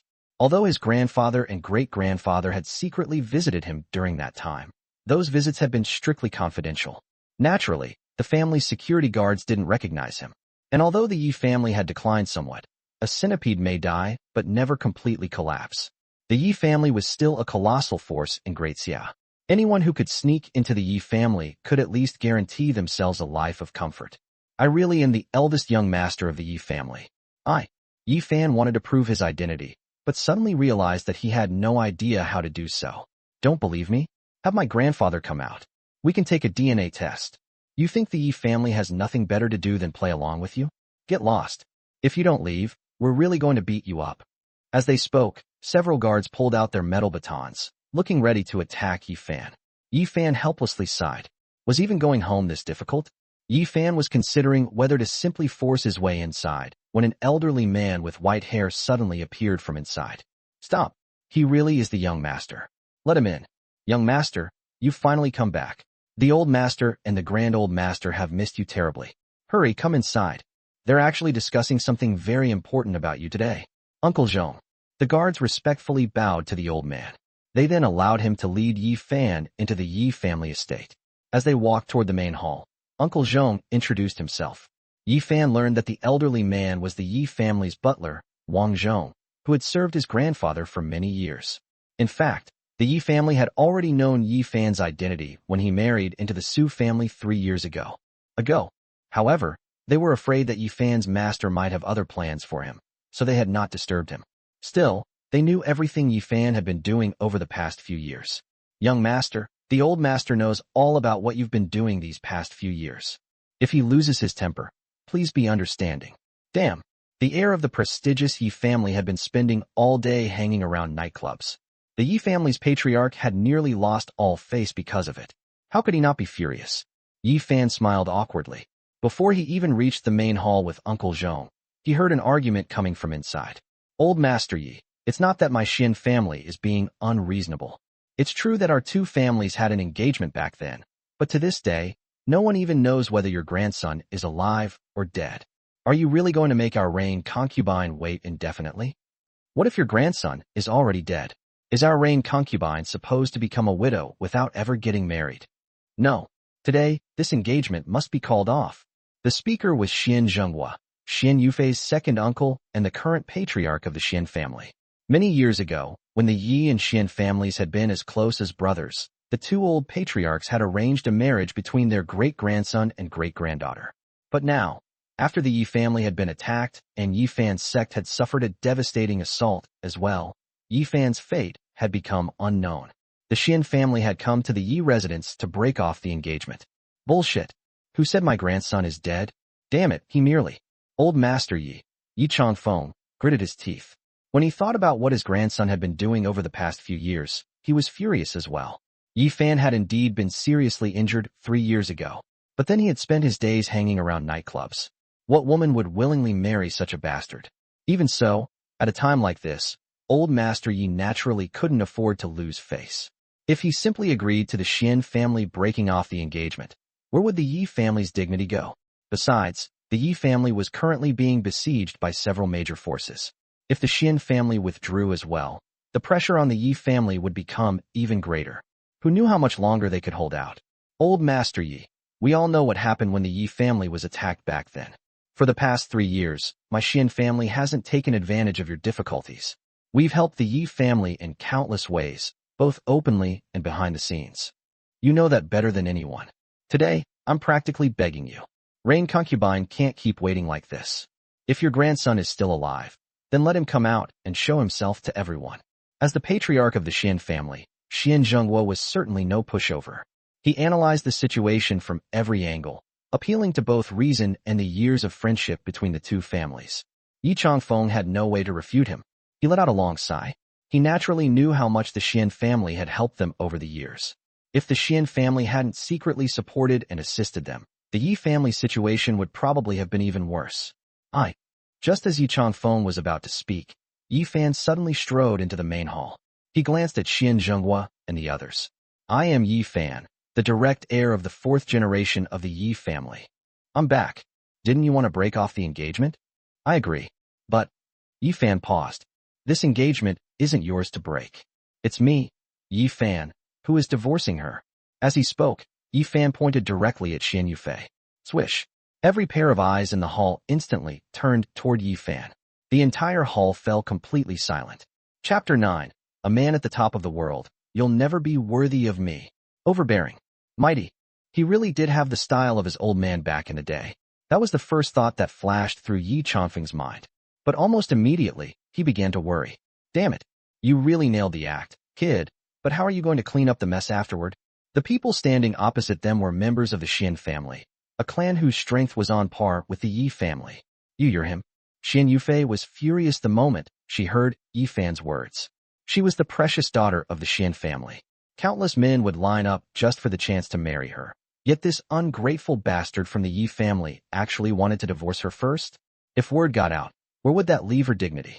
But when Xian Yufei got a clear look at Yi Fan's face, her anger intensified even further. Wasn't this the notorious regular at the entertainment clubs in Yunqing? Every time he went to one, he would call over a dozen girls. Rumor had it that many of those girls could barely walk straight afterward. Was this Yi Fan really that capable? Yufei, you know him? Xian Zhengguo was the head of the family. Although he was furious as well, he could still control his emotions. He turned to Xian Yufei in confusion. Who in Yunqing doesn't know him? For the past 3 years, young Master Yi has either been at an entertainment club or on his way to one. He practically treats every club in Yunqing like his own home. Someone like him, I, Xian Yufei, would rather die than marry him. Xian Yufei spoke with extreme indignation, as if Yi Fan had personally offended her. Yi Fan rubbed his nose. He was clearly just rescuing countless young women. It was a noble deed that benefited humanity. Why was Xian Yufei so disgusted by him? You really don't want to marry me? Don't regret it later. Yi Fan looked straight at Xian Yufei with a faint, teasing smile. Let me tell you something. I'm going to become a man you'll never be worthy of. Now that Yi Fan had broken through to the 9th level of the dragon controlling art, he truly stood at the pinnacle of the world. He wasn't exaggerating at all. Xian Yufei was speechless. Before she could respond, another young man beside her hurriedly spoke up. Regret my ass. Who do you think you are?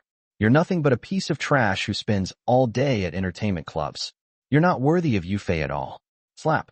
Before the young man could finish, Yi Fan stepped forward and viciously slapped him across the face. Damn it. Did I even talk to you? Keep running your mouth, and I'll chop you into pieces and feed you to the dogs. Believe me, Yi Fan showed no mercy whatsoever. He had already noticed something wrong with the way the young man was looking at Xian Yufei. While everyone was talking, the young man's eyes had been shamelessly roaming all over Xian Yufei, as if he wanted to strip her with his gaze. Damn it. She was his fiancée. Even if he didn't want her, how could this guy stare at her like that? I'm from the Lin family. How dare you hit me? What gives you the right? The young man covered his swollen cheek and jumped up angrily. Because I'm the eldest young master of the Yi family. So what? You want to hit me? Do you dare? Dare. Yi Fan leaned his face right in front of the young man, perfectly portraying the image of an arrogant young master. Come on, hit me if you've got the guts. Whoever backs down is the loser. The young man glanced at Yi Changfeng, who was sitting above them with a gloomy expression. Yet deep down, the old man was practically laughing his head off. The young man muttered a few words under his breath, but didn't dare make a move. This was the Yi family residence, and Yi Changfeng was notorious for protecting his own. If he really attacked Yi Fan, then even as the young master of the Lin family, he might have a hard time leaving here in one piece. All right, young Master Lin. Stop talking.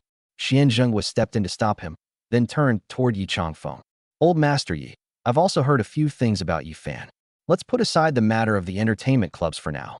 But he is already the live-in son-in-law of the Su family. He's married. How can he possibly marry Yufei as well? That wouldn't be appropriate, would it? What's inappropriate about it? Who among martial arts masters cares about these outdated rules?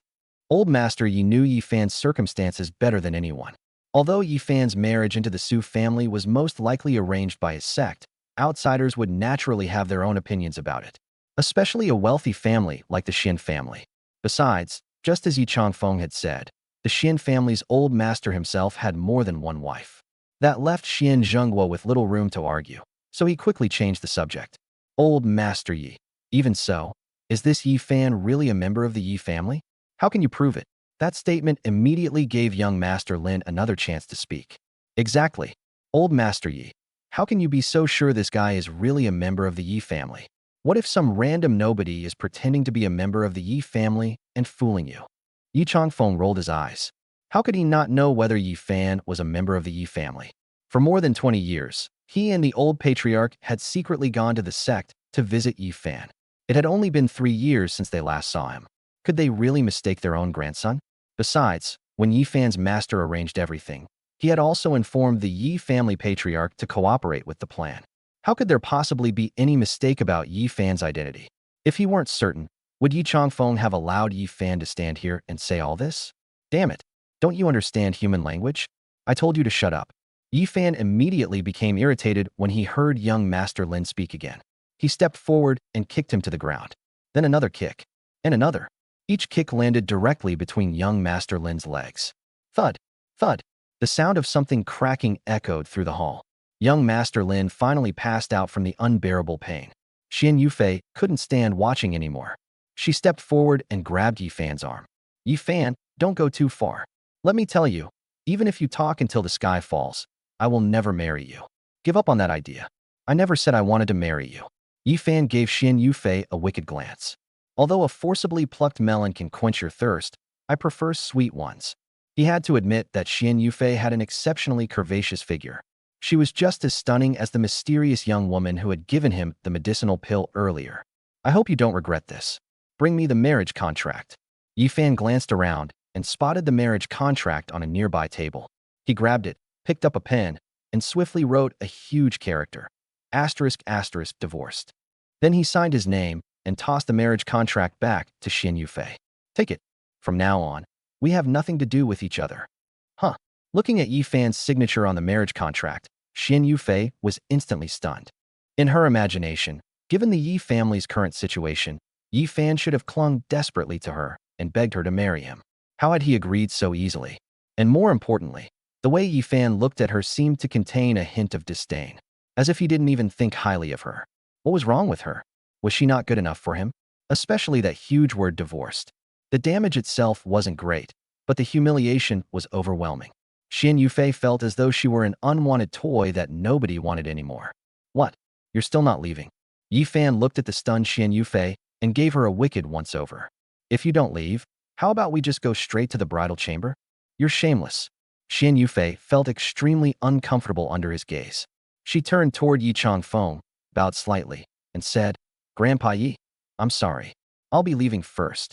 Having achieved their objective, Xian Zhenghua also said his farewells and left with her. After leaving the Yi family residence, just as they were about to get into the car, Xian Yufei suddenly stopped. Uncle, was what we did today really the right thing? She frowned slightly. I just feel like things today were different from what I imagined. That Yi Fan, I can't figure him out. Xian Zhenghua wasn't a fool. From the way Yi Fan had dealt with young Master Lin just now, he had also noticed something unusual. You mean Yi Fan was hiding his true abilities? That incident 3 years ago didn't really affect him? Xian Yufei shook her head. I can't explain it either. But the moment Yi Fan signed the marriage contract, I suddenly felt as if something was slipping farther and farther away from me. Don't overthink it. Xian Zhenghua glanced at her. Even if Yi Fan has returned, and what happened back then didn't affect him much, the crisis facing the Yi family is still extremely difficult to overcome. A peak Grandmaster-level expert is coming after them. The Yi family's old patriarch is still seriously injured, and there are hardly any capable descendants left. Who could possibly stop them? I hope they can make it through. Xian Zhenghua glanced back at the Yi family residence before getting into the car and quickly driving away.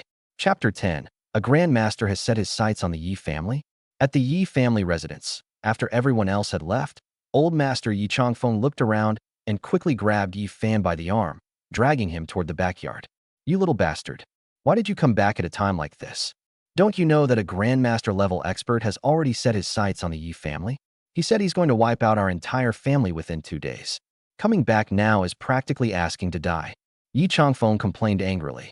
Go see your great-grandfather, and I'll immediately arrange a plane to send both of you abroad. Otherwise, the Yi family is really going to become extinct. Go abroad? Why should I go abroad? Isn't great-grandpa still here? He's a Grandmaster-level martial artist too. Are we really afraid of someone coming here to provoke us?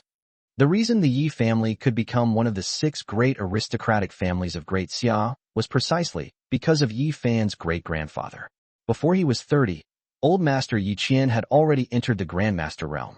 He personally founded the Tianlong army and spent 50 years guarding Great Xia's southwestern frontier with an army of 800,000 soldiers. Ever since the 9 Tianlong armies began guarding the southwestern border, there had not been a single major war there.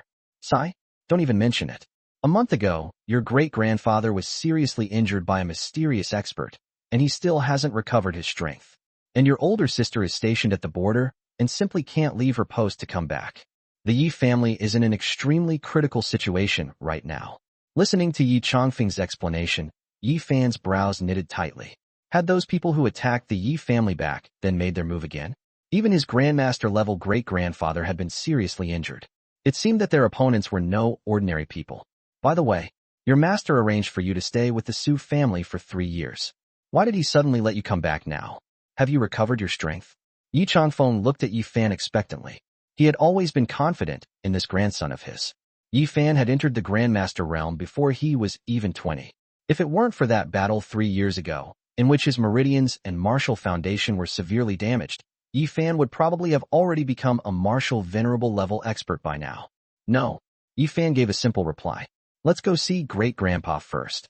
Sai? I guess this is fate. Yi Chongfeng sighed. Those damn bastards all want to see our Yi family fall. But what they don't understand is that if the Yi family really falls, do they think they'll have an easy time either? As Yi Fan walked toward the backyard with his grandfather, he suddenly turned his head. By the way, Grandpa, do you know who is trying to deal with our Yi family? Yi Chongfeng shook his head. We've investigated for years, but we haven't found any concrete evidence. However, there's one thing I'm absolutely certain of. This matter definitely has something to do with the Lin family.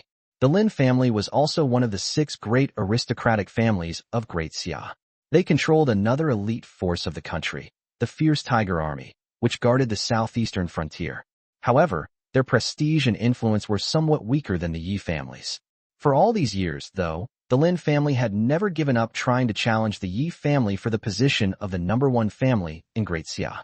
We don't need evidence. As long as we know the Lin family is involved, that's enough. A ruthless glint flashed through Yi Fan's eyes. If necessary, we can just wipe them out. Yi Fan knew exactly how terrifying the power of the Northern Dipper sect was. If those mysterious experts hadn't suddenly launched their attack back then, no one would have been capable of shaking the Northern Dipper sect. Yi Chongfeng was stunned. His eldest grandson seemed different from before. Well, he had always been arrogant. But after spending 3 years as a live-in son-in-law of the Su family, he seemed to have become even more arrogant. Had the poor kid been holding everything in for too long? My poor grandson. When they reached the backyard, Yi Fan saw the condition of his great-grandfather, Yi Qingquan. His first instinct was to step forward and treat him personally, but remembering that he couldn't reveal his true strength yet, he forcibly held himself back. Great-grandpa, don't worry. I'll definitely find a doctor who can cure you. Since he couldn't personally treat him, he would simply find an amazing doctor and have that person do it instead. Ding! Yi Fan's phone suddenly received a message from Manhua. Young master, we found him. Recently, a grandmaster-level expert named Tian Kuei threatened to wipe out the entire Yi family. He has no sect affiliation and frequently appears in Yunqing's underground black market. Looking at the message, the corners of Yi Fan's lips curled upward. Tian Kuei, you dare to target my Yi family? Then I'll start with you. It'll also give me a chance to see exactly how powerful I've become. Beside him, Yi Chongfeng saw Yi Fan's expression and became as anxious as an ant on a hot pan. Yi Fan, what do you mean? You're not planning to leave? Leave? Why would I? Yi Fan smiled calmly. Grandpa, don't worry. It's just one grandmaster-level expert. I can kill him easily. Yi Fan had spoken without thinking and accidentally revealed what was truly on his mind. After breaking through to the 9th level of the dragon-controlling art, his strength had already surpassed the martial venerable realm. For a moment, Yi Fan couldn't even think of anyone who could possibly be his opponent. Perhaps the powerhouses from the 4 great sacred lands might be capable of fighting him? Stop fooling around. Yi Chongfeng was about to continue persuading him, but Yi Qingquan interrupted him directly. What kind of ability is running away? So what if we die? At worst, we die standing. Look at Yi Fan. That's what a true son of the Yi family should be like. Don't think that just because I'm injured now, I'm useless. If they dare come here, even if they're grandmasters, I'll still tear a piece of flesh off them. Although Yi Qingquan was lying in bed, the domineering aura in his words infected even Yi Fan. This was the bloodline of the Yi family. This was what it meant to be a true member of the Yi family. Seeing that he couldn't persuade either the old man or the young man, Yi Changfeng could only sigh helplessly. Sigh?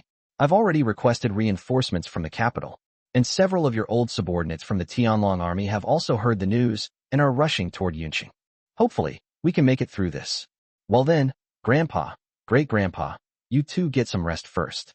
I have something to take care of. I'll come back and see you later. Now that he knew Tian Kuei was planning to attack the Yi family, the best solution was to kill Tian Kuei before he could make his move. After leaving the Yi family residence, Yi Fan followed the address Manhua had given him and headed straight for Yunqing's underground black market. At the Lin family residence, Lin Dong sat slumped in a chair with gauze wrapped around his crotch and his legs spread apart. Almost all of the Lin family's senior members were gathered there, and everyone wore solemn expressions. Lin Dong, are you saying that the Yi family's bastard isn't dead? He's back. The speaker was Lin Hua, the head of the Lin family, and also the governor of Tianan province. He held immense power and influence. Yes, second uncle. I saw him with my own eyes. And we all know what Yi Fan looks like. He's the Su family's live-in son-in-law and has lived in Yunqing for 3 years. Yet somehow, we never realized it. Lin Hua's face darkened. He was playing right under our noses. For 3 years, that bastard from the Yi family was alive and living right under our eyes, yet none of us noticed. But what I really don't understand is why he suddenly chose to come back now. Exactly. The Yi family is already on the verge of destruction. Why would Yi Fan come back at a time like this? Isn't that just asking to die? The members of the Lin family began talking over one another, each offering their own theories. If he dares to come back, he must have some kind of trump card.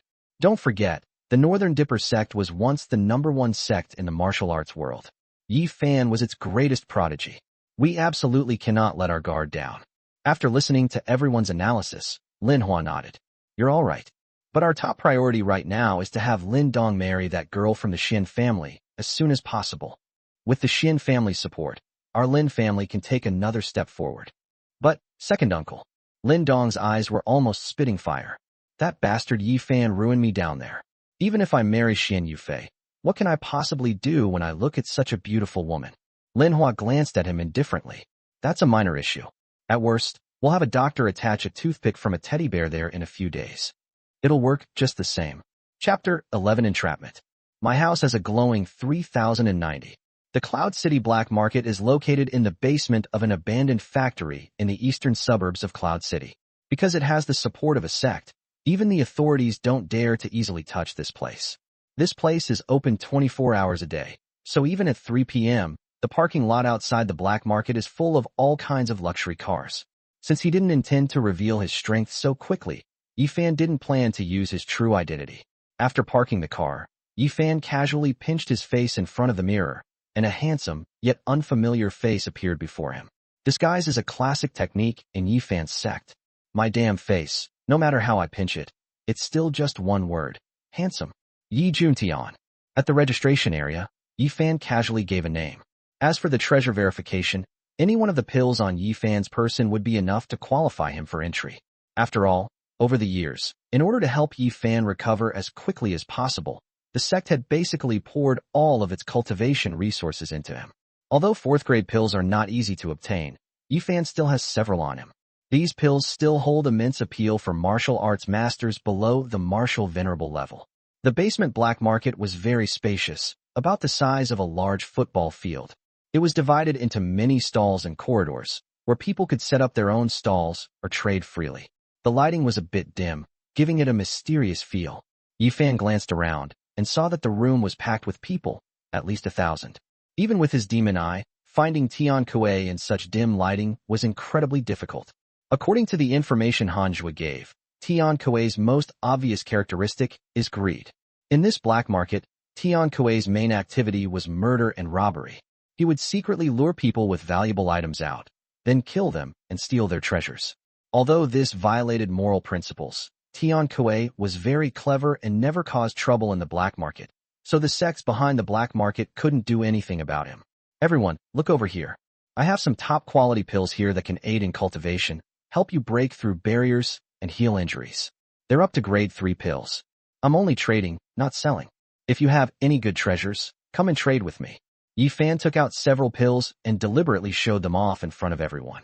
According to experience in the underworld, it's best not to flaunt your wealth, especially in black markets like this. But Yi Fan did this on purpose, wanting to lure Tian Kuei out of his hole. A grade 3 pill? That's a real treasure. It must cost at least 10 million per pill on the market, right? It really is. The aroma is so rich. Brother, let me warn you. You shouldn't have brought out so many good things all at once. It's fine in the black market, but once you leave, if you don't sell them, you'll be in trouble. People kept gathering around, some expressing surprise, others offering well-intentioned advice to Yi Fan. But Yi Fan just smiled slightly. Rob? With my current strength, who dares to try and take this from me? If they dare to try and rob me, I'll skin them alive. Several people tried to exchange their cultivation techniques, martial arts skills, and some medicinal herbs with Yi Fan, but they were not the people Yi Fan was looking for, so Yi Fan naturally ignored them. Yi Fan walked and called out as he went. After circling around for a while, an old man in a Tang suit walked towards Yi Fan with a smile. Upon seeing the pills in Yi Fan's hand, the old man made no attempt to conceal the greed in his eyes. He's here. The information Manhua provided was very complete, including a photo of Tian Kuei, who was indeed the old man in front of them. Brother, are you planning to exchange all these pills? Tian Kuei stepped forward and carefully examined the pills in Yi Fan's hand. They were indeed third-grade pills. Recently, Tian Kuei felt that he had encountered a bottleneck in his cultivation. He had been stuck at the Grandmaster level for many years, but his strength could not be broken through. If I had these grade 3 pills to help me, I might be able to break through to the martial venerable realm in one fell swoop.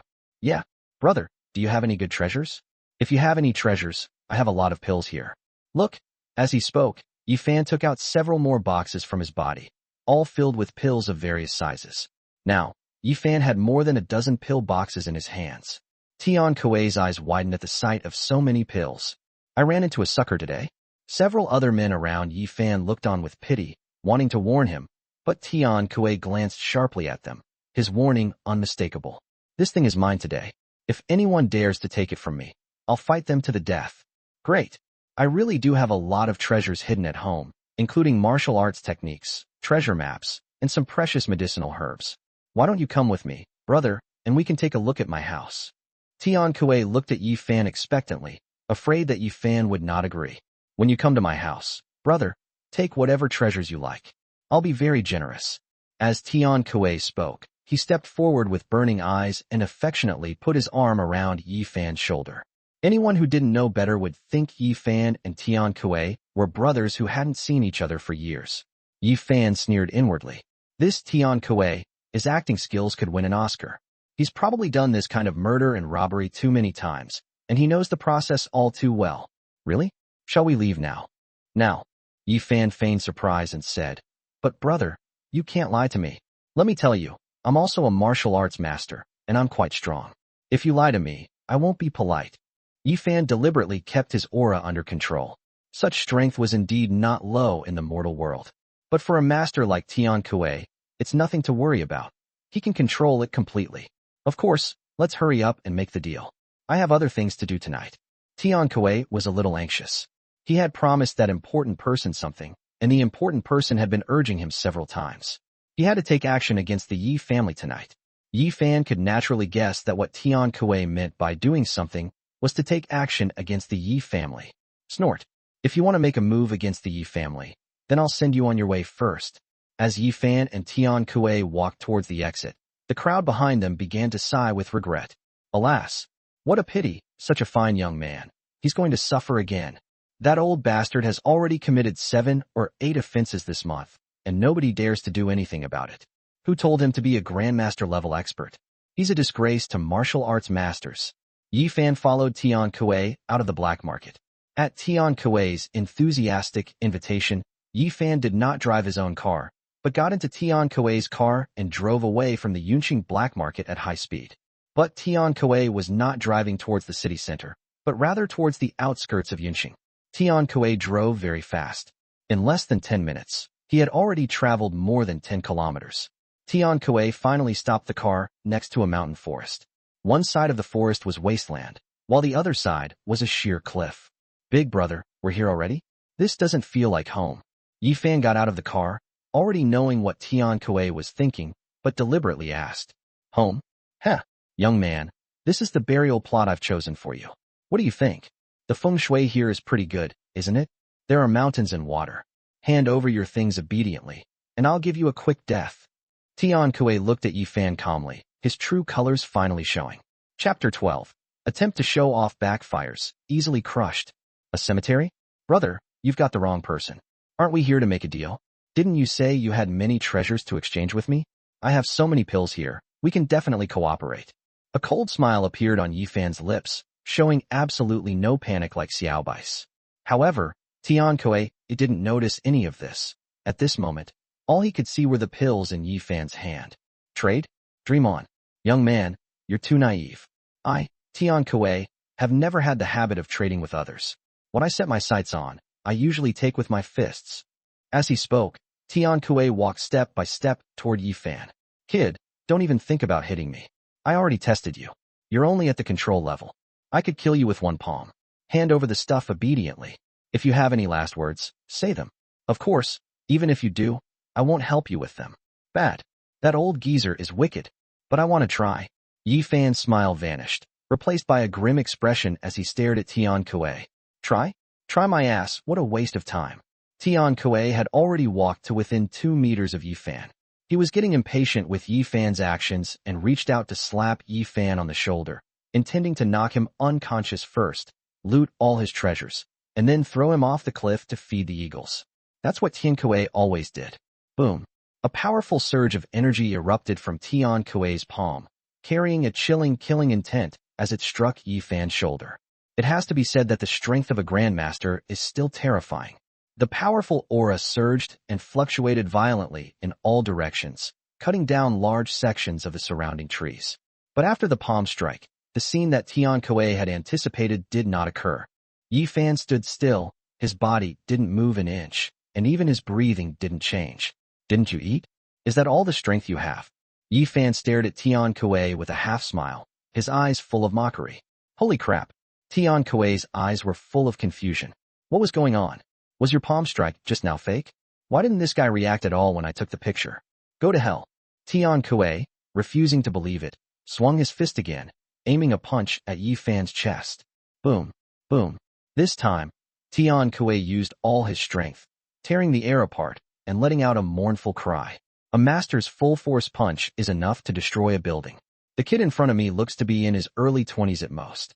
No matter how strong he is, he shouldn't be able to reach the level of a grandmaster, right? I refuse to believe that I can't kill him with one punch. But the truth is, after Tian Kuei threw a punch, he watched helplessly as his fist stopped 3 inches from Yi Fan's chest. A visible energy blast appeared around Yi Fan's body, like a wall, blocking his fist. No matter how hard Tian Kuei tried to exert his power, he could not advance even an inch. Gangqi, you actually cultivated Gangqi. This is impossible. At this moment, Tian Kuei finally realized that something was wrong. The Yi Fan before me, how could he possibly be in a state of mastery? It is said that only those at the peak of martial venerable or even martial saint level can form such a powerful protective aura. But Yi Fan is only in his early 20s. How could he possibly have such formidable strength? Impossible. You just haven't seen it before. Yi Fan glanced at Tian Kuei indifferently. Now it's my turn to make a move. Whoosh. Without any hesitation, Yi Fan slapped Tian Kuei on the head. Uffed. Yi Fan controlled his strength very well. The blow hit Tian Kuei's head without causing Tian Kuei's head to explode, but the force went through Tian Kuei's body and was like a pile driver, forcibly slamming Tian Kuei halfway into the soil. Click, click. Yi Fan struck again, destroying Tian Kuei's dantian with 2 punches, breaking his arm and thigh. Tian Kuei collapsed to the ground, looking at Yi Fan with a terrified expression. Big boss, spare my life. I was wrong. I didn't recognize your greatness. Please spare my dog's life. Tian Kuei's voice was trembling as he spoke. From Yi Fan's actions just now, Tian Kuei could tell that Yi Fan's strength was definitely more than 1 level above his own, completely overwhelming him. Ironically, he was still jumping around in front of Yi Fan, showing off endlessly. Isn't this just asking for trouble? Yi Fan ignored Tian Kuei, found a stone nearby, squatted down next to Tian Kuei, and coldly looked at him, saying, I'll ask you a few questions. If you answer them to my satisfaction, I'll give you a quick death. If not, I'll knock out a tooth for every wrong answer. Huh? Boss, why? I can give you money, and I can give you lots of treasures. Even if I want to steal your things, you can spare my life. Shut up. Am I asking you, or are you asking me?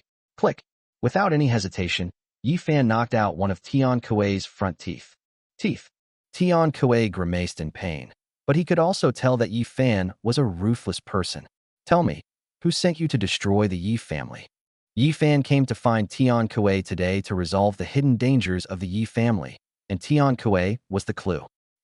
You're an accomplice hired by the Yi family? Who exactly are you? Tian Kuei started to say, but suddenly realized that he seemed to have made a mistake again, that he shouldn't have asked. Click. Sure enough, Yi Fan knocked out another tooth. Will you talk to me on your own, or should I keep knocking your teeth? If you still don't talk after I knock your teeth out, I can consider sticking toothpicks into your fingers, or the tiger bench, or burning you alive. There are at least 100 ways to make you wish you were dead. Hearing Yi Fan's words, Tian Kuei knew that Yi Fan truly meant what he said. I'll talk. It was a big shot from the provincial capital who ordered me to do it, but we only communicate by phone, and I've never met him in person, but I've heard that he was also commissioned by the Lin family. Snort. The Lin family. Is it the Lin family again? Yi Fan now suspects that the Lin family may have been directly involved when they attacked and besieged the Yi family back then. Yi Fan asked a few more questions, but Tian Kuei didn't provide any useful information. Boss, I've told you everything I know. I'll give you all my wealth and treasures. Please spare my life, okay? Tian Kuei writhed on the ground, pleading with Yi Fan in a humble manner. Yi Fan's lips twitched. Transfer your money to me first, and I'll see if it's enough to buy your life. Yi Fan gave Tian Kuei his card number, then took out Tian Kuei's phone and used facial recognition to transfer the money. Yi Fan discovered that this guy actually had several billion in cash. In addition, Tian Kuei also kept diamonds, cultivation techniques, and elixirs in the safe. Tian Kuei obediently handed over all his treasures to Yi Fan, including the combination lock to the safe and the key to his villa. After telling Yi Fan the combination, he looked at Yi Fan expectantly and asked, Boss, is that enough? We can set off now. Yi Fan sneered and stepped on Tian Kuei's neck. Click. Tian Kuei's neck broke, and he died on the spot, going to meet the king of hell. How could Yi Fan possibly keep such scum around? However, there are so many treasures hidden in Tian Kuei Villa. It seems I must make time to go and retrieve them. After quickly tidying up the scene, Yi Fan drove Tian Kuei's car and sped back to the city.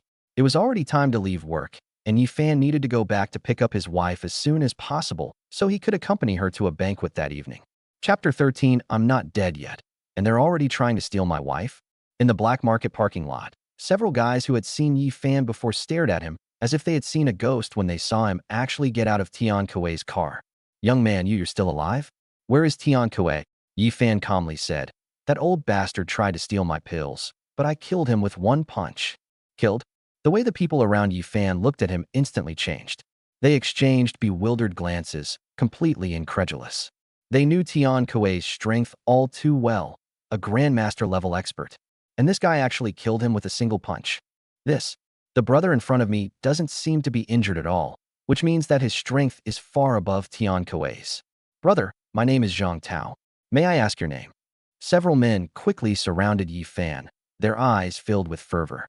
Yi Fan's actions this time can be considered as eliminating a scourge for the people. The key is that if we can latch on as such a powerful figure, wouldn't we have an extra support in the future? Yi Juntian. Yi Fan replied coldly, then got into another car and dialed Wang Fugui's number. There's a car in the black market parking lot. Come and drive it away, then take care of it. After hanging up the phone, Yi Fan drove towards the Su Group. Meanwhile, downstairs at the Su Group building, a young man wearing gold-rimmed glasses stood at the entrance, holding a bouquet of flowers and beaming with joy, seemingly waiting for someone. This guy was none other than Yun Feiyang from the provincial capital, who was also Su Yishue's college classmate. He had been pursuing Su Yishue for 4 or 5 years, and even after Su Yishue got married, he continued to harass her. Seeing Su Yishue come out of the office building, Yun Feiyang quickly stepped forward, smiling as he handed the flowers to her, saying, Yishue, you're finally off work? I've been waiting for you here for ages. These are for you. Do you like them? Su Yishue frowned. Yun Feiyang, what are you doing here? I've told you many times not to send me these things. I'm already married and have a husband. I have no interest in you. In fact, Su Yixue was always very decisive and direct in rejecting Yun Feiyang. But for some reason, Yun Feiyang was like a piece of chewing gum, clinging to Su Yixue and no matter what and refusing to let go. Heh, I know. Isn't he that good-for-nothing son-in-law?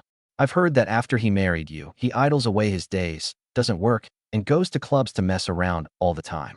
You're going to be with that kind of trash? Yixue, you're really wasting your life.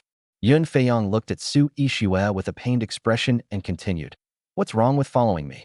My Yun family is a powerful clan that dominates the Southwest, and my feelings for you are genuine, Yixue. My husband is my own husband. I'll take care of him myself. Yun Feiyang, if you talk about my husband like that again, don't blame me for being impolite. Su Yixue walked past Yun Feiyang, looking into the distance, waiting for Yi Fan to come and pick her up. Yun Feiyang stopped Su Yixue, a dark glint flashing between his brows. Yixue, think about it. As you know, the raw materials for your Su Group's jewelry business are supplied by my Yun family. If we join forces, the Su family will surely continue to prosper. As he spoke, Yun Feiyang forcefully shoved the flowers into Su Yixue's hands, his words clearly carrying a hint of threat. What are you thinking about? Suddenly, a large hand reached out and snatched the flowers from Yun Feiyang's hand, slamming them to the ground. Damn it, I'm not even dead yet, and you're already trying to steal my own wife? Are you looking for death? Hearing that familiar voice, Su Yixue's heart, which had been clenched with anxiety, instantly relaxed. Husband, you're here. Su Yixue smiled and took Yi Fan's arm, looking very affectionate. This guy has been bothering me for so long. He's so annoying. So you're that trashy live-in son-in-law Yi Fan? What's so great about a gigolo who lives off a woman? Yun Feiyang looked Yi Fan up and down, and had to admit that Yi Fan was much more handsome than him. Snap! Yi Fan showed no mercy to Yun Feiyang, raising his hand and slapping Yun Feiyang hard across the face. You keep calling me trash. Is that how you behave? If your parents don't teach you, then Dad will teach you a lesson. Oh, holy crap. Ouch. Yun Feiyang uttered 3 different interjections in quick succession, his eyes seeing stars from the slap. He spun around several times before barely managing to steady himself, and half of his face instantly swelled up. You actually dared to hit me? Do you know who I am? As the eldest son of the Yun family, Yun Feiyang was born with a silver spoon in his mouth. No one has ever dared to speak harshly to him, let alone be beaten. Damn it. I don't care who you are. If you dare to steal my wife, I'll beat you every time I see you. Yi Fan was never one to keep a low profile before, but he had been lying low for 3 years because his sect was attacked. Now that his power has been restored, he has returned to his family. With the support of the Beiluoshimen and the Yi family, the #1 family in the Great Xia dynasty, why would Yi Fan keep a low profile? I'm indifferent to life and death. If you're not convinced, then fight. You're so vulgar. Yun Feiyang covered his swollen face, glaring at Yi Fan with resentment. How could trash like you be worthy of Yixue? You never go to work. See my imported BMW? It's worth $1 million. You could work as a security guard and never earn that much in your entire life. And this watch I'm wearing, it's worth $3 million. Have you ever seen it? Since Yun Feiyang didn't dare to fight Yi Fan physically, he wanted to crush Yi Fan with his wealth. Su Yixue smiled faintly beside Yi Fan, secretly sighing in her heart. This Yun Feiyang has really made a fool of himself. Who is Yi Fan? He is the eldest son of the Li family, one of the 4 great families in Yunqing. Li Tao personally came to Yi Fan to curry favor, and was willing to invest 3 billion yuan in the Su Group. Although Su Yixue didn't know much about Yi Fan's true background, she knew that Yi Fan was definitely not an ordinary person. Honey, if you like luxury cars, I'll take you to buy one tomorrow, okay? Su Yixue had taken her husband-pampering strategy to the extreme. Anything her husband needed was right. Yun Feiyang watched from the side with a livid face. Yi Fan ignored him but doted on this pretty boy. What was so good about Yi Fan? Boom. Before Yi Fan could speak, a black Hummer suddenly accelerated and crashed directly into Yun Feiyang's BMW. The modified Hummer is as strong as a tank. With such an impact, it instantly dented Yun Feiyang's BMW, deforming the entire car. Idiot. If your car can still run, I'll change my name. Wang Fuguwei jumped out of the car arrogantly and strode towards Yi Fan. Brother, I've had my eye on this idiot for a long time. Well done. Yi Fan couldn't help but give Wang Fuguwei a thumbs up. Chapter 14. 2 boils together make an even bigger boil. Already. My car. Holy crap. Yun Feiyong screamed in anguish as he rushed towards his newly bought car, which was almost totaled. He ran his hands over the vehicle, stroking its surface. You bunch of robbers. Looking at Yi Fan and Wang Fuguei, Yun Feiyong immediately understood that the two were in cahoots. My car is worth millions. You're not leaving here until you give me an explanation. Yun Feiyong coldly rebuked Wang Fuguei and Yi Fan. At the same time, he waved to a black minivan behind him, and 6 bodyguards in black suits quickly got out and surrounded Yi Fan and Su Yixue. Either pay me back, or, Yixue, have dinner with me tonight, and I won't ask them to pay for the car. Snap. What kind of class do you think you are? You actually want to have dinner with your sister-in-law? You're dreaming. Before Yi Fan could even make a move, Wang Fuguei struck first, slapping Yun Feiyong away, and then continuing to kick him repeatedly. The other bodyguards wanted to attack Wang Fuguei, but although Wang Fuguei was fat, he was exceptionally agile. With his fists as big as palm leaves, he knocked the bodyguards to the ground in just a few punches. Seeing this, Yi Fan's eyes flashed with a sharp light. Fatty, you actually know Kung Fu? How come I didn't know that before? Wang Fuguei grinned slyly. Big brother, I never expected this. Your grandfather and my grandfather were actually old friends. Big brother is actually that mysterious young master of the Yi family. If I had known, I should have come to fawn over you much earlier. Wang Fuguei's smug grin left Yi Fan feeling helpless. Get lost. I'm going to a banquet with Yixue tonight. You take care of things here. Okay. As Yi Fan left with Su Yixue, Wang Fuguei's arrogant voice could still be heard behind them. Do you know who my older brother is? He's the eldest son of the Yi family, the #1 family in Great Xia. How dare you provoke my older brother? I'll cripple you. Don't forget, this is Yun City. In the car, Su Yixue looked at Wang Fuguei's figure in the rearview mirror and said with some worry, Honey, is this really a good idea? The Yun family has considerable influence in the southwest region. What if they retaliate if this happens? Revenge? With his current strength, is Yi Fan afraid of retaliation from a small family like the Yun family?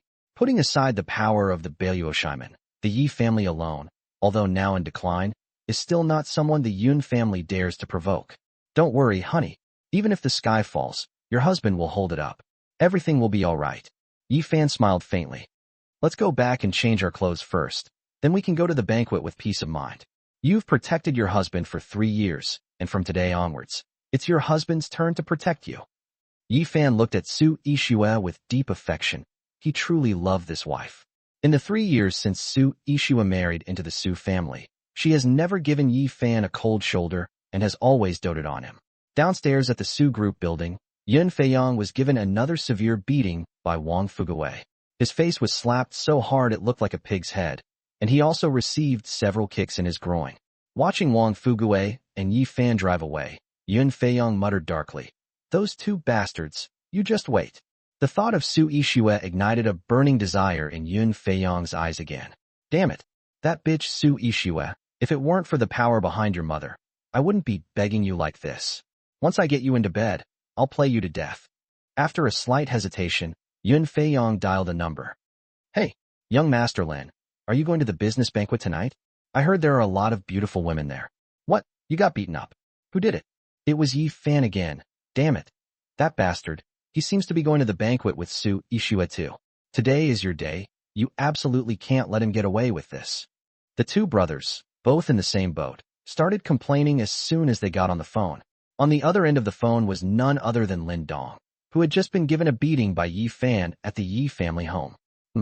This Yi Fan, isn't he just relying on the Yi family? Anyway, the Yi family is going to be finished tonight, and you still dare to come to the banquet? Well then, I'll make sure you don't leave here alive. Alive. This business banquet was initiated by the Lin family of Yunqing, with the theme of uniting business leaders in southwest China to jointly create a favorable business environment in the region. But it's really just mutual flattery in business, and it's just a platform for big shots to connect with each other. At 7 p.m., Yi Fan and Su Yixue appeared together at the entrance of the Lin family banquet hall on time. As soon as they entered, they saw Lin Dong, Yun Feiyong, and several other young masters waiting at the entrance. Hee, isn't this the eldest young master of the Yi family? The Yi family is almost all dead. Is young master Yi preparing to come back so that everyone can go together on their way? It was Lin Dong who spoke. Yi Fan had destroyed his manhood at the Yi family, and now Lin Dong felt almost nothing when he saw Xian Yufei. The thought of his second uncle planning to use Teddy's toothpick to reattach, it made Lin Dong feel as uncomfortable as if he had swallowed a fly. Damn it. After Teddy comes along, will my son be the dog's or my own? Seeing Lin Dong and Yun Feiyang's pig-headed faces, Yi Fan couldn't help but smirk. What? Didn't you get beaten up enough before? You think two pustules together are bigger than two pustules? In my opinion, the two of you together are just one bigger pustules. Yi Fan's martial arts aura fluctuated slightly, causing Lin Dong and Yun Feiyang to tremble and involuntarily take 2 steps back. Now Yun Feiyang also knows Yi Fan's identity. He didn't expect Yi Fan to be the eldest son of the Yi family, the #1 family in the Great Xia dynasty. This is a bit difficult to deal with. All right, young Master Lin, let's hold off for now, we still have plans. Yun Feiyang advised Lin Dong, who then forced himself to suppress his anger, let Yi Fan in, and then turned around to take 2 glasses of champagne from the waiter behind him, handing one to Yi Fan. Then, taking a deep breath, he smiled as much as possible and said to Yi Fan, Young Master Yi, I acted impulsively at the Yi family before, which caused some misunderstandings. This glass of wine is my apology to you. Can you drink it, young Master Yi? Yi Fan took the wine glass, glanced at it indifferently, and couldn't help but sneer inwardly. You bunch of trash, trying to play this game with me? Yi Fan was born with demonic eyes, which allow him to see many things that ordinary people cannot. There was something wrong with the glass of wine that Lin Dong handed to Yi Fan. Yi Fan had just examined it, and found that there was at least 5 people's phlegm in a glass of champagne. Lin Dong lost face at the Yi family's house, and he actually wants to regain it in this way. Yi Fan glanced at Lin Dong, and an idea immediately formed in his mind. But at that moment, a beautiful figure quickly flashed over and shouted at Yi Fan. Yi Fan, you can't drink that glass of wine.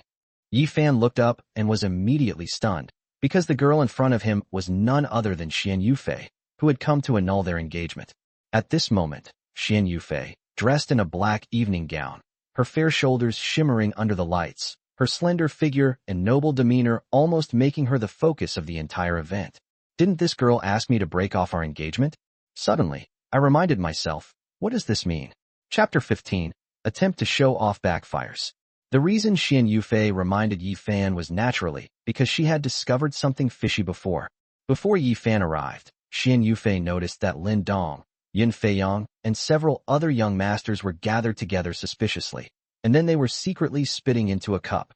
At the time, Xian Yufei didn't know what Lin Dong wanted to do, but when she found out that Lin Dong was going to invite Yi Fan for drinks, she finally understood. Lin Dong is taking revenge on Yi Fan by making Yi Fan drink the glass of wine that contained their thick phlegm. It's not very harmful, but it's extremely insulting. Xian Yufei didn't know why, but when she saw Lin Dong trying to frame Yi Fan, she took the initiative to step forward and try to warn Yi Fan. Logically speaking, since Yi Fan divorced her, Xian Yufei should have hated him intensely. However, Xian Yufei found that she couldn't hate him at all. Instead, she was quite curious about Yi Fan. Xian Yufei even regretted going with her second uncle to annul the engagement. Yufei, what are you doing? Lin Dong looked flustered and puzzled when he saw Xian Yufei suddenly stand up. Because of the arrangements made by the Xian and Lin families, in addition to the normal business banquet, there is an important event tonight, the engagement ceremony between the Lin and Xian families. In other words, from tonight onwards, Xian Yufei will be Lin Dong's fiancée. Even if Xian Yufei discovered something, shouldn't she be on my side? What I do is none of your business. Xian Yufei didn't have a good impression of Lin Dong to begin with. The only reason she agreed to break off the engagement with the Yi family was because she didn't want her fate to be predetermined. Xian Yufei knew that she had no say in the marriage arrangements within the large family. That's why she reluctantly agreed to attend today's banquet under the family's arrangement. Xian Yufei's previously calmed emotions began to stir again the moment she saw Yi Fan. Anyway, this glass of wine is not drinkable. As she spoke, Xian Yufei reached out to take the glass from Yi Fan's hand and pour out the champagne inside. However, when Xian Yufei took the glass, Yi Fan held onto it without letting go and looked at Xian Yufei with interest, saying, "My ex-wife, it seems you're quite interesting." Yi Fan looked Xian Yufei up and down. If you weren't in such a hurry to break off the engagement, this story might be quite sweet. Yi Fan winked at Xian Yufei, then whispered in her ear, "I appreciate your kindness, but don't worry, I know my limits." A breath of hot air blew near Xian Yufei's ear, making her feel hot and flushed. Does this guy know? While Xian Yufei was still wondering, Yi Fan had already begun to act. Yi Fan stepped forward with his wine glass in hand, put his arm around Lin Dong's neck, and said, "Young Master Lin is indeed magnanimous. Even after I kicked his balls and crushed them, he is still so understanding and willing to make peace with me. For this kind of chivalry, we must have a drink." Yi Fan's words were like thorns in Lin Dong's side, but Lin Dong was still happy to hear Yi Fan's last sentence. No matter what, as long as Yi Fan drinks this glass of wine, Lin Dong's hatred will be reduced by 80%. Yes, yes, yes. Lin Dong held up his wine glass, clinked it with Yi Fan's, and looked at Yi Fan expectantly. Once Yi Fan drinks this glass of champagne, Lin Dong will reveal the truth. But to Lin Dong's utter surprise, the moment he opened his mouth, Yi Fan suddenly picked up his wine glass and raised his hand. He then poured the glass of champagne in Yi Fan's hand into Lin Dong's mouth. Lin Dong's mouth was wide open. And he hadn't even realized what was going on when Yi Fan considerately patted Lin Dong's chest to make it easier for the glass of champagne to slide down into Lin Dong's stomach. "Young Master Lin, cheers. Let's call it even," Yi Fan said as he downed the glass of wine in Lin Dong's hand, then deliberately turned the glass upside down to show it off. Holy crap. 2 seconds later, Lin Dong finally realized what was happening. What did I just do? That bastard Yi Fan actually fed himself that glass of champagne with thick phlegm. The glass of champagne I just drank contained phlegm that I, Yin Fei Yang, and several other young masters had spat out. Damn it. No wonder I tasted spiciness, garlic, and chives in my drink earlier. Yin Fei Yang said he had hot pot for lunch. Vomit. Lin Dong felt like he was about to explode. You son of a bitch. Ugh. Lin Dong was going crazy. He covered his mouth and rushed frantically towards the bathroom. In my bathroom, Lin Dong vomited violently, almost bringing up everything he had eaten 3 days ago. In the end, it all turned into black, stringy substances, which should have come out from another opening. Lin Dong was so disgusted that he wished he could turn his stomach inside out and wash it with a high-pressure water jet. Yi Fan, you bastard, I'm not finished with you. Lin Dong finally realized that Yi Fan had actually noticed the clues in the wine glass long ago. All his compliance was just a prelude, and at the crucial moment, Yi Fan tricked him. Inside the banquet hall, watching Lin Dong leave in such a disheveled state, a faint smile appeared on Xian Yufei's lips. This Yi Fan is too wicked. So you knew all along, and you made me worry so much. Humph. Xian Yufei rarely spoke coquettishly in front of Yi Fan, and she looked like a little girlfriend acting coquettishly in front of her boyfriend. Yi Fan's heart skipped a beat. This Xian Yufei had already broken off her engagement with him. Could it be that she had fallen in love with him? I guess I need to really control my damn charm. The crucial point is that his real wife, Su Yixue, was right there beside him. Yi Fan glanced to the side and saw Su Yixue in a purple dress, equally elegant and noble, with an extraordinary temperament, tall and slender figure. Both of them are 100-point beauties, though not the absolute best, and they are the most dazzling presence in the room. It's hard to say who is better. Hello, I'm Su Yixue, Yi Fan's wife. Su Yixue spoke first, elegantly extending her hand to Xian Yufei. Upon hearing Su Yixue's introduction, Xian Yufei felt a sudden pang of pain in her heart. Yi Fan's wife? If I don't act up, then I'll be Yi Fan's wife, right? Hello?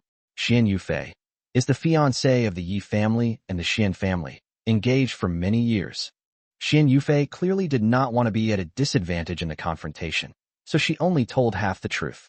She was indeed the fiancée chosen by the Yi and Xian families, but the problem is you definitely called off the engagement this afternoon. Miss Xian, Yi Fan wanted to explain, as he didn't want his wife, Su Yixue, to misunderstand. But Xian Yufei didn't give Yi Fan a chance to explain at all. Miss Su, I'd like to invite young Master Yi to dance with me later. Miss Su won't mind, right? Holy crap. Yi Fan could smell the strong gunpowder in the air. So, the war has begun? Chapter 16 Husband, you're so naughty. Of course I don't mind. Men, it's okay to change things up sometimes. I support that. Anyway, it's not my husband who's going to suffer. Su Yixue still had a smile on her face, but the provocation in her words was just as strong. Yi Fan thought to himself, holy crap, wife, you have to refuse her. This Xian Yufei, she had already broken off her engagement with me, but now she suddenly invited me to dance. She must have taken a fancy to my good looks. Hee. Miss Su, you really know how to joke. But I understand the order of arrival, so see you later. As she spoke, Xian Yufei gave Yi Fan a flirtatious wink, then gracefully turned and left. First come, first served. Yi Fan naturally understood the meaning behind those words. This was meant to remind Su Yixue that, in terms of her relationship with Yi Fan, Xian Yufei was the one who came first. It was because Xian Yufei and Yi Fan didn't end up together that Su Yixue had a chance. Yi Fan is now a man standing at the pinnacle of the world, yet he suddenly finds himself facing two women more difficult than when facing a martial venerable. This is not like my style, young Master Yi. Snort. It seems that if these girls act like this in front of me again, I'll have to give them a spanking. Wife, this Xian Yufei was an arranged marriage by our family, but because I haven't been back for many years, we called off the engagement. Yi Fan wanted to explain, but Su Yixue tilted her head back and kissed him on the lips. Honey, you don't need to explain to me.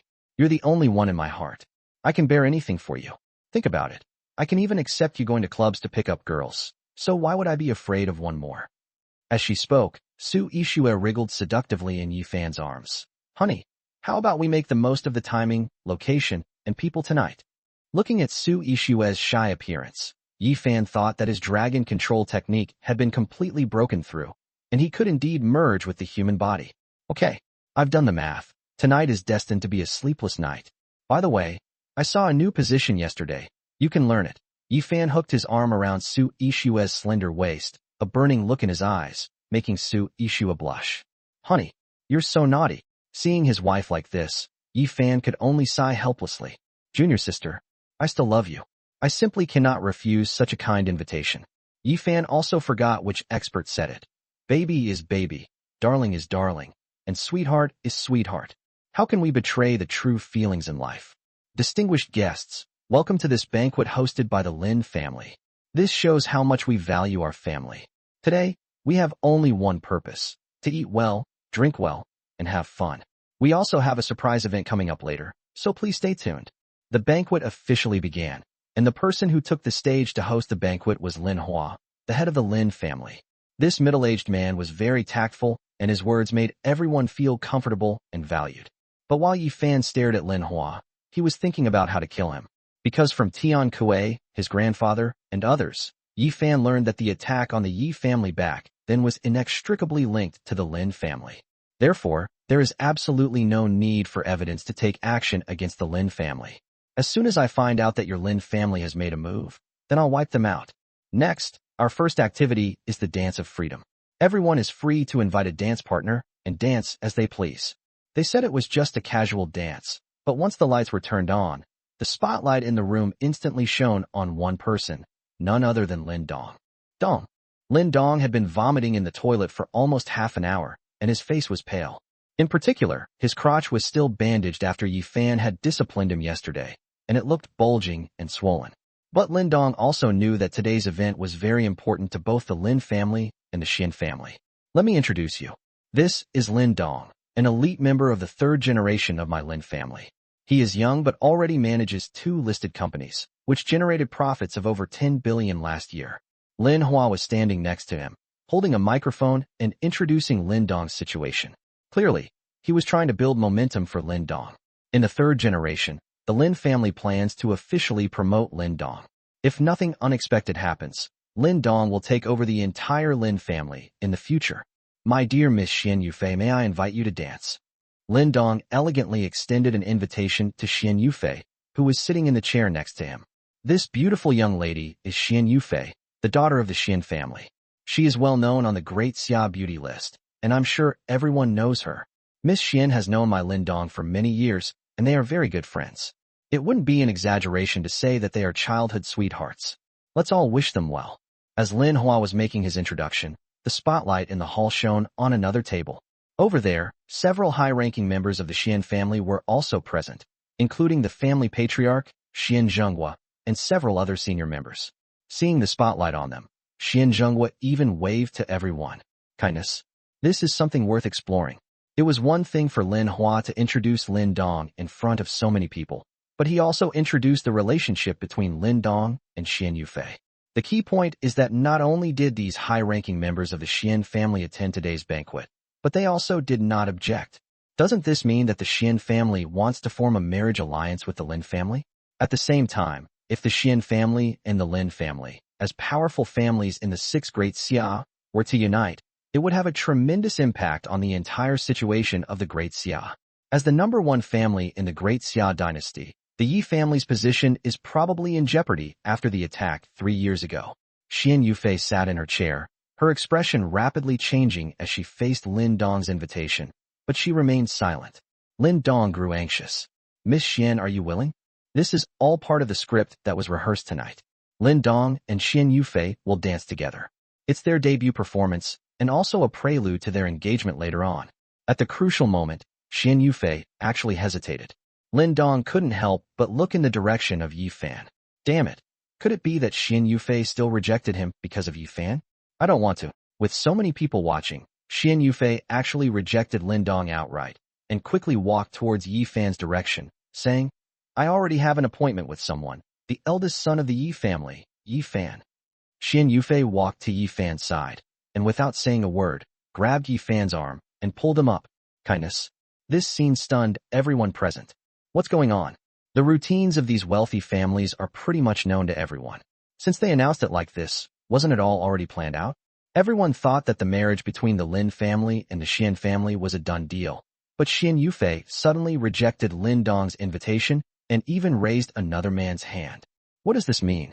That's a slap in the face. This is a blatant slap in the face. Chapter 17. The Yi family is about to produce a dragon. Whoosh. All eyes were on Xian Yufei, while also glancing at Lin Hua and Lin Dong. They were all curious about how Lin Dong and Lin Hua would handle this matter next. Lin Hua's face instantly darkened. Holding the microphone, he wanted to speak several times, but he didn't know what to say. What was he supposed to say? The engagement ceremony for the two young people, which had been arranged to be held tonight, turned out to be a girl who ran off with another man, a member of the Yi family who had a blood feud with the Lin family. Xian Yufei, what are you doing? Didn't we agree? Why did you suddenly look for this trash? Look for him. Lin Dong strode towards where Yi Fan and Xian Yufei were, instinctively wanting to curse Yi Fan, but remembering Yi Fan's arrogant methods, he obediently swallowed back the rest of his words. Who said anything to you? It's always been your Lin family talking. Did I, Xian Yufei, agree to it? Even my second uncle didn't completely agree to your Lin family's plan, did he? Humph. Xian Yufei, arm in arm with Yi Fan, continued to say to Lin Dong. Besides, Yi Fan and I already have a prior engagement. Please move aside and don't block our dancing. Yi Fan smiled faintly. Originally, Yi Fan did not want to pay attention to Xian Yufei's invitation, but as long as it displeased the Lin family, Yi Fan would be very interested. Yufei is right. Even if I don't want Yufei as my wife, it's none of your business to fawn over her. Get lost. Without any hesitation, Yi Fan kicked Lin Dong away. Yi Fan's voice wasn't loud, but unfortunately, the scene was completely silent at the moment, and most people could hear Yi Fan's words clearly. What? The Xian family and the Yi family already had a marriage agreement. That's right. It's just that the eldest young master of the Yi family has been training martial arts outside and hasn't returned. Now, could this Yi Fan be the eldest young master of the Yi family? It seems most likely so. The attack by the Yi family back then caused great damage to the Yi family. Now that the eldest son of the Yi family has returned, does it mean he is going to rise again? But I heard that this Yi Fan has already married into the Su family, and now he also has Xian Yufei. That's quite interesting. The crowd started talking all at once, creating a somewhat strange atmosphere. Lin Hua looked at the reactions of the guests below and turned his gaze to Xian Zhenghua, wanting to see Xian Zhenghua's attitude. But at this moment, Xian Zhenghua was watching the confrontation between Yi Fan and Lin Dong with great interest. Actually, when Xian Zhenghua broke off the engagement with the Yi family earlier today and discovered that the eldest son of the Yi family was hiding in Yunqing, he realized that something was wrong. The Yi family should have fallen from its position as the number one family after being attacked 3 years ago, but they have persevered for so long. Recently, another Grandmaster-level expert wanted to take action against the Yi family, and Yi Fan made a high-profile return at this time. Yi Fan definitely has his own trump card. During their previous conversation with Xian Yufei, the two of them were considering whether their decision to annul the engagement today was the right one. 1. Patriarch. We have news from the Yi family. According to the people in the black market, the Grandmaster who was preparing to attack the Yi family has been killed by a young man named Yi Juntian. Kindness. The Grandmaster was killed? Xian Zhenghua's eyebrows twitched twice. Everyone was actually very clear about which grandmasters and experts were in Yunqing. To kill a grandmaster without making a sound, one's strength must completely surpass that of the grandmaster. A young man killed Tian Kuei at this crucial moment. And his surname is Yi? Xianjingwa's expression towards Yi Fan became somewhat complicated. If this kid from the Yi family is really you, then the Yi family is about to produce a dragon. Did my Xian family make a mistake this time? I hope we're not too far off the mark. Upon learning this news, Xian Zhenghua ignored the look Lin Hua gave him, making it clear that he had no intention of stopping Xian Yufei's actions. The Lin family will have to bear the blame for your shameful actions. Haha, it's normal for young people to have their own ideas. Come on, everyone jump up. Our surprise activity later is still going to continue. As Lin Hua spoke, his eyes involuntarily turned towards Xian Zhenghua. The marriage alliance between the Lin and Xian families was the result of joint discussions between the leaders of both sides. It couldn't possibly be cancelled just because of a dance, could it? On the dance floor, Yi Fan had his arm around Xian Yufei's slender waist, and they had already started dancing to the rhythm of the music. Ex-wife, what's wrong with you? Wasn't tonight an event you two had planned? Why did you suddenly change your mind and not want to marry that idiot anymore? Yi Fan looked at Xian Yufei with a half-smile. Xian Yufei's expression dimmed, and her eyes filled with confusion as she looked at Yi Fan. Yi Fan, do you think I'm fickle? I don't actually like Lin Dong. I just didn't want to follow my family's arrangements and marry a man I'd never met. But after meeting you, I realized, what if you find out I'm too handsome? And then you fall deeply in love with me and can't extricate yourself? And then you want to repay me with your body? Even if it means offending the Lin family. Yi Fan looked at Xian Yufei in front of him, and the corners of his mouth curled up slightly. These daughters of wealthy families are not only beautiful, but their intelligence is also unmatched by ordinary people. Xian Yufei must have made this decision after careful consideration, and the fact that the Xian family's higher-ups did not step in to stop her speaks volumes. This indicates that the attitude of the Xian family's higher-ups is subtle. They have not completely sided with the Lin family. It was precisely because of this that Yi Fan felt slightly better about Xian Yufei. Shameless, Xian Yufei said coquettishly, squirming in Yi Fan's arms. When she looked at Yi Fan again, she found that he was actually very handsome. He had a pair of naturally beautiful peach blossom eyes, and there seemed to be a hook in his eyes that could steal a person's soul. Did she really fall in love with Yi Fan? Xian Yufei was startled by this thought in her mind. How could that be? I went to him in person to break off the engagement, and that guy even wrote a big breakup sign on his hand. There is no longer any connection between me and Yi Fan, and it is basically impossible for us to be together again. As the two danced to the music, Lin Hua, sitting among the guests, angrily approached Xian Zhenghua. Brother Xian, what's going on? How were things arranged? That girl Xian Yufei suddenly changed her mind. Isn't this a slap in the face to the Lin family? On the surface, it was Xian Yufei who refused, but in reality, it represented the attitude of the Xian family. As the head of such a large family, Xian Zhenghua was naturally no pushover. He spoke evasively. Patriarch Lin, there's something you might not know. The Grandmaster who planned to massacre the Yi family tonight has been killed. What? Upon hearing this news, Lin Hua's reaction was unusually strong. That Grandmaster is dead? How come I didn't know? Lin Hua greeted Xian Zhenghua, then quickly left the hall without continuing the conversation. He returned to his backstage room and made a phone call. After getting the information, Lin Hua frowned. Yi Juntian, where did this bastard come from? The Yi family has once again narrowly escaped disaster. Things are getting a bit complicated. That old fox, Xian Zhenghua. Humph. Now that you're here, getting off the ship won't be so easy. Chapter 18. A dragon and two phoenixes danced together, stunning the audience. In the hall, Yi Fan and Xian Yufei were dancing. When Yi Fan saw Su Yixue sitting on a chair with a disappointed expression on her face, he suddenly felt a little sorry for her. But releasing Xian Yufei at this time seems inappropriate. Thinking of this, Yi Fan said to Xian Yufei beside him, Miss Xian, I suddenly have an idea. How about we do a three-person dance? Huh. Before Xian Yufei could react, Yi Fan had already darted to Su Yixue's side with Xian Yufei in his arms. My dear wife, may I invite you to dance with me?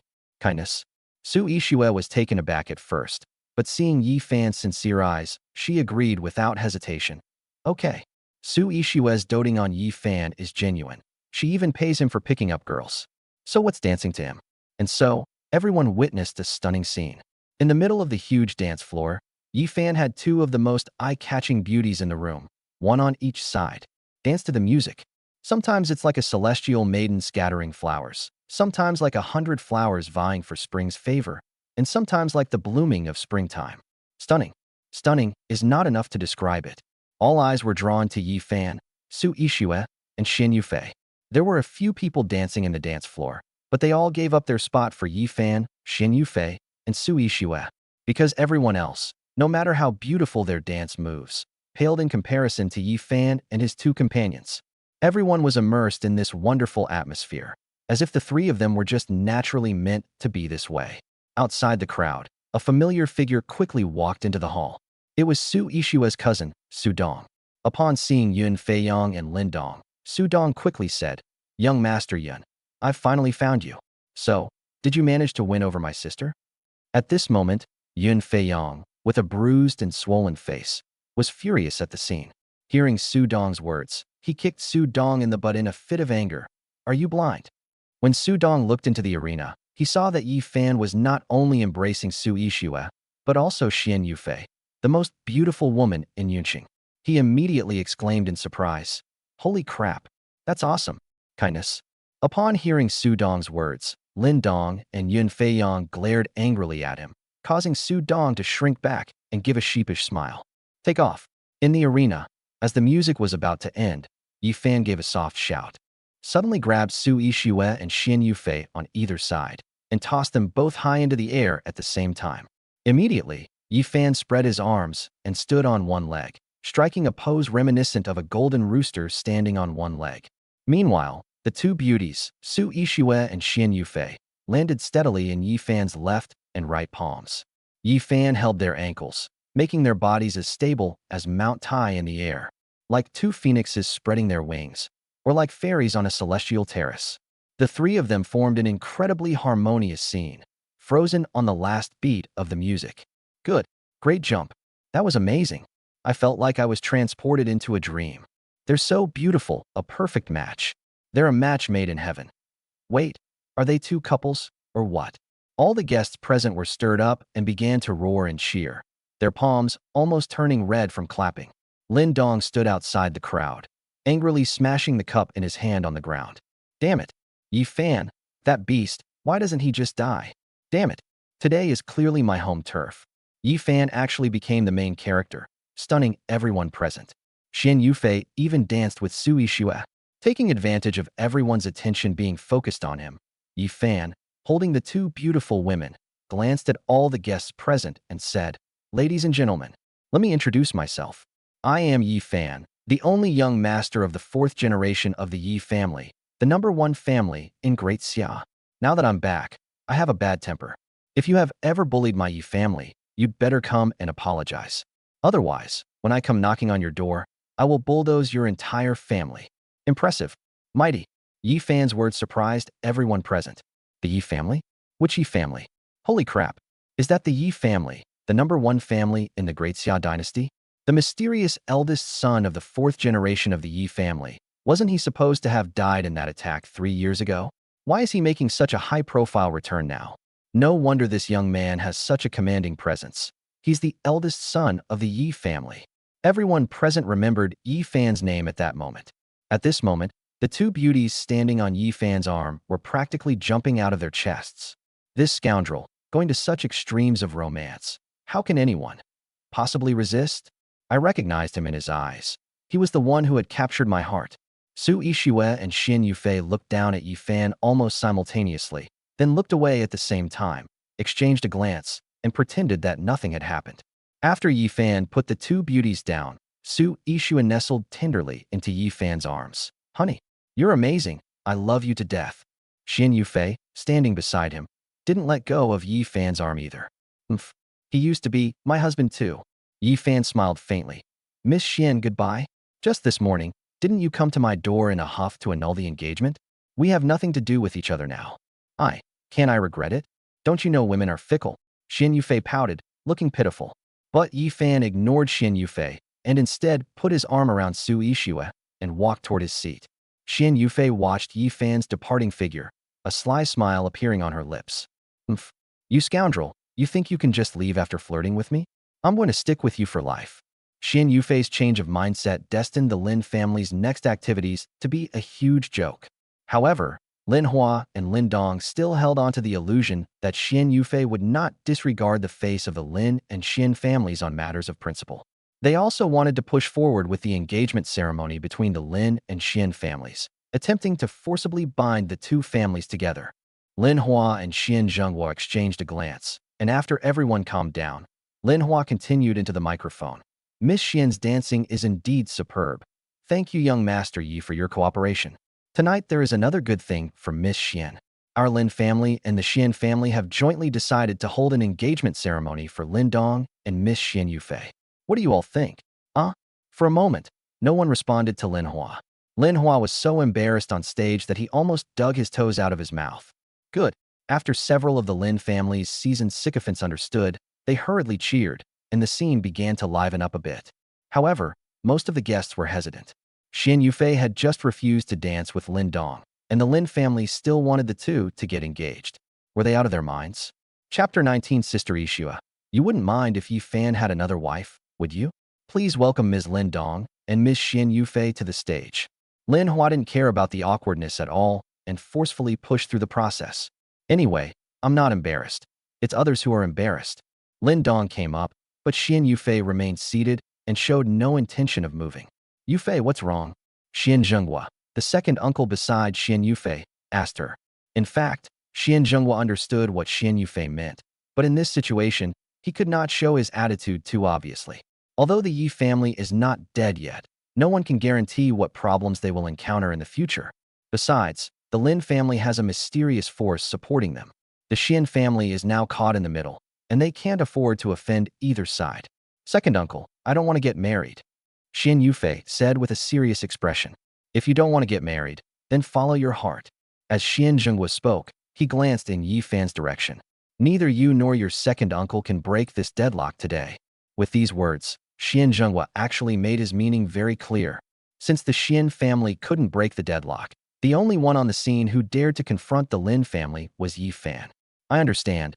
Thank you, second uncle. Xian Yufei smiled and walked quickly towards Yi Fan.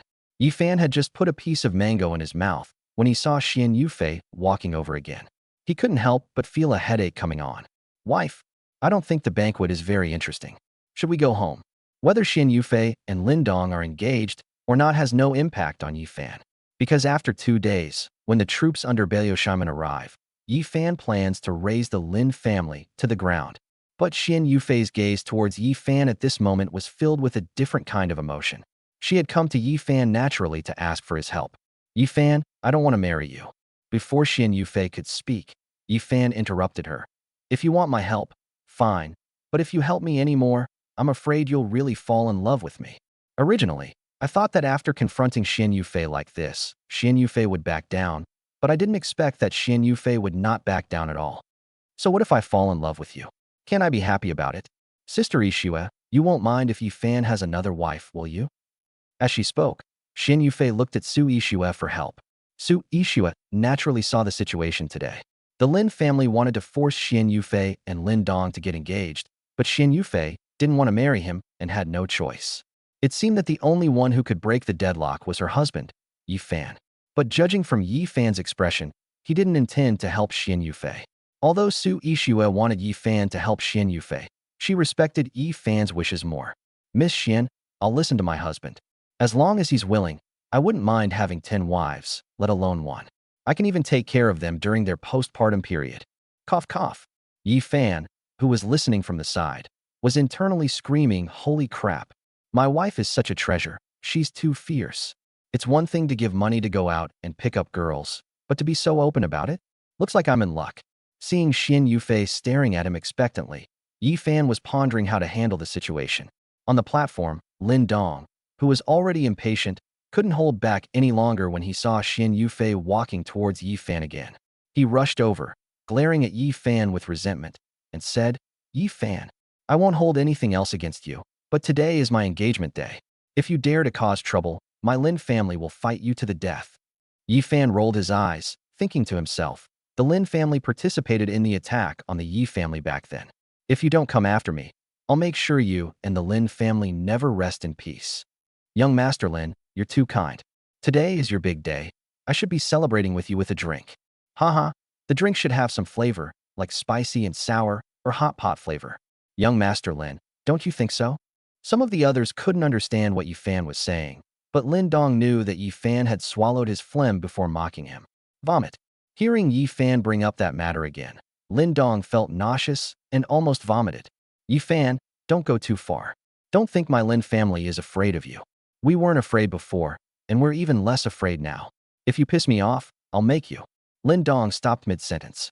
Lin Dong was smart and knew that getting entangled with Yi Fan at this time was not a wise choice. So he turned his gaze to Xian Zhenghua, who was sitting not far away. Second uncle, you see, I've already come down to invite Yufei.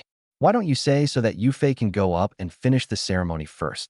Lin Dong is using this situation to his advantage. He is using the Lin family's influence to pressure Xian Zhenghua, and then using Xian Zhenghua's influence to pressure Xian Yufei.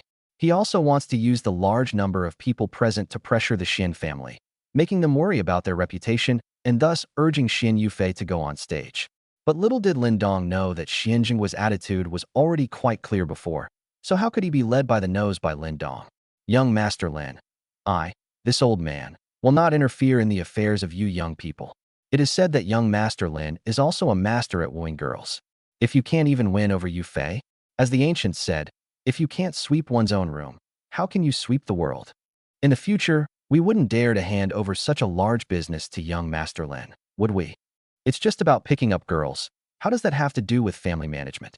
Lin Dong's face turned pale. This old man, Xian Zhenghua, was putting him on the hot seat. It was as if he was worthless if he couldn't win over Xian Yufei today. It's all because of Yi Fan. If Yi Fan weren't here, wouldn't Xian Yufei have been completely at his mercy? Thinking of this, Lin Dong even planned to have his bodyguards come and kick Yi Fan out. But before Lin Dong could make a move, Xian Zhenghua spoke up again. However, I do have a suggestion. It's okay to argue and make a scene, but it seems rather unseemly to resort to violence in front of so many people. Lin Dong was speechless. Was this old man deliberately targeting him? But Lin Dong didn't notice that when Xian Zhenghua said this, his eyes were fixed on Yi Fan. Yi Fan hadn't originally planned to get involved in Xian Yufei's affairs, but seeing Lin Dong's smug expression, he decided to make things difficult for him. For Yi Fan, his fighting prowess was practically unmatched. One punch would send Lin Dong flying, easily resolving the problem. But clearly, this is not the best solution. Seeing the way Xian Zhenghua looked at him and hearing what he said, Yi Fan looked up at the huge chandelier above him and instantly had an idea. The Xian family cannot stop the engagement from taking place at present. Guangshuan Yufei will not agree, and the outcome cannot be changed.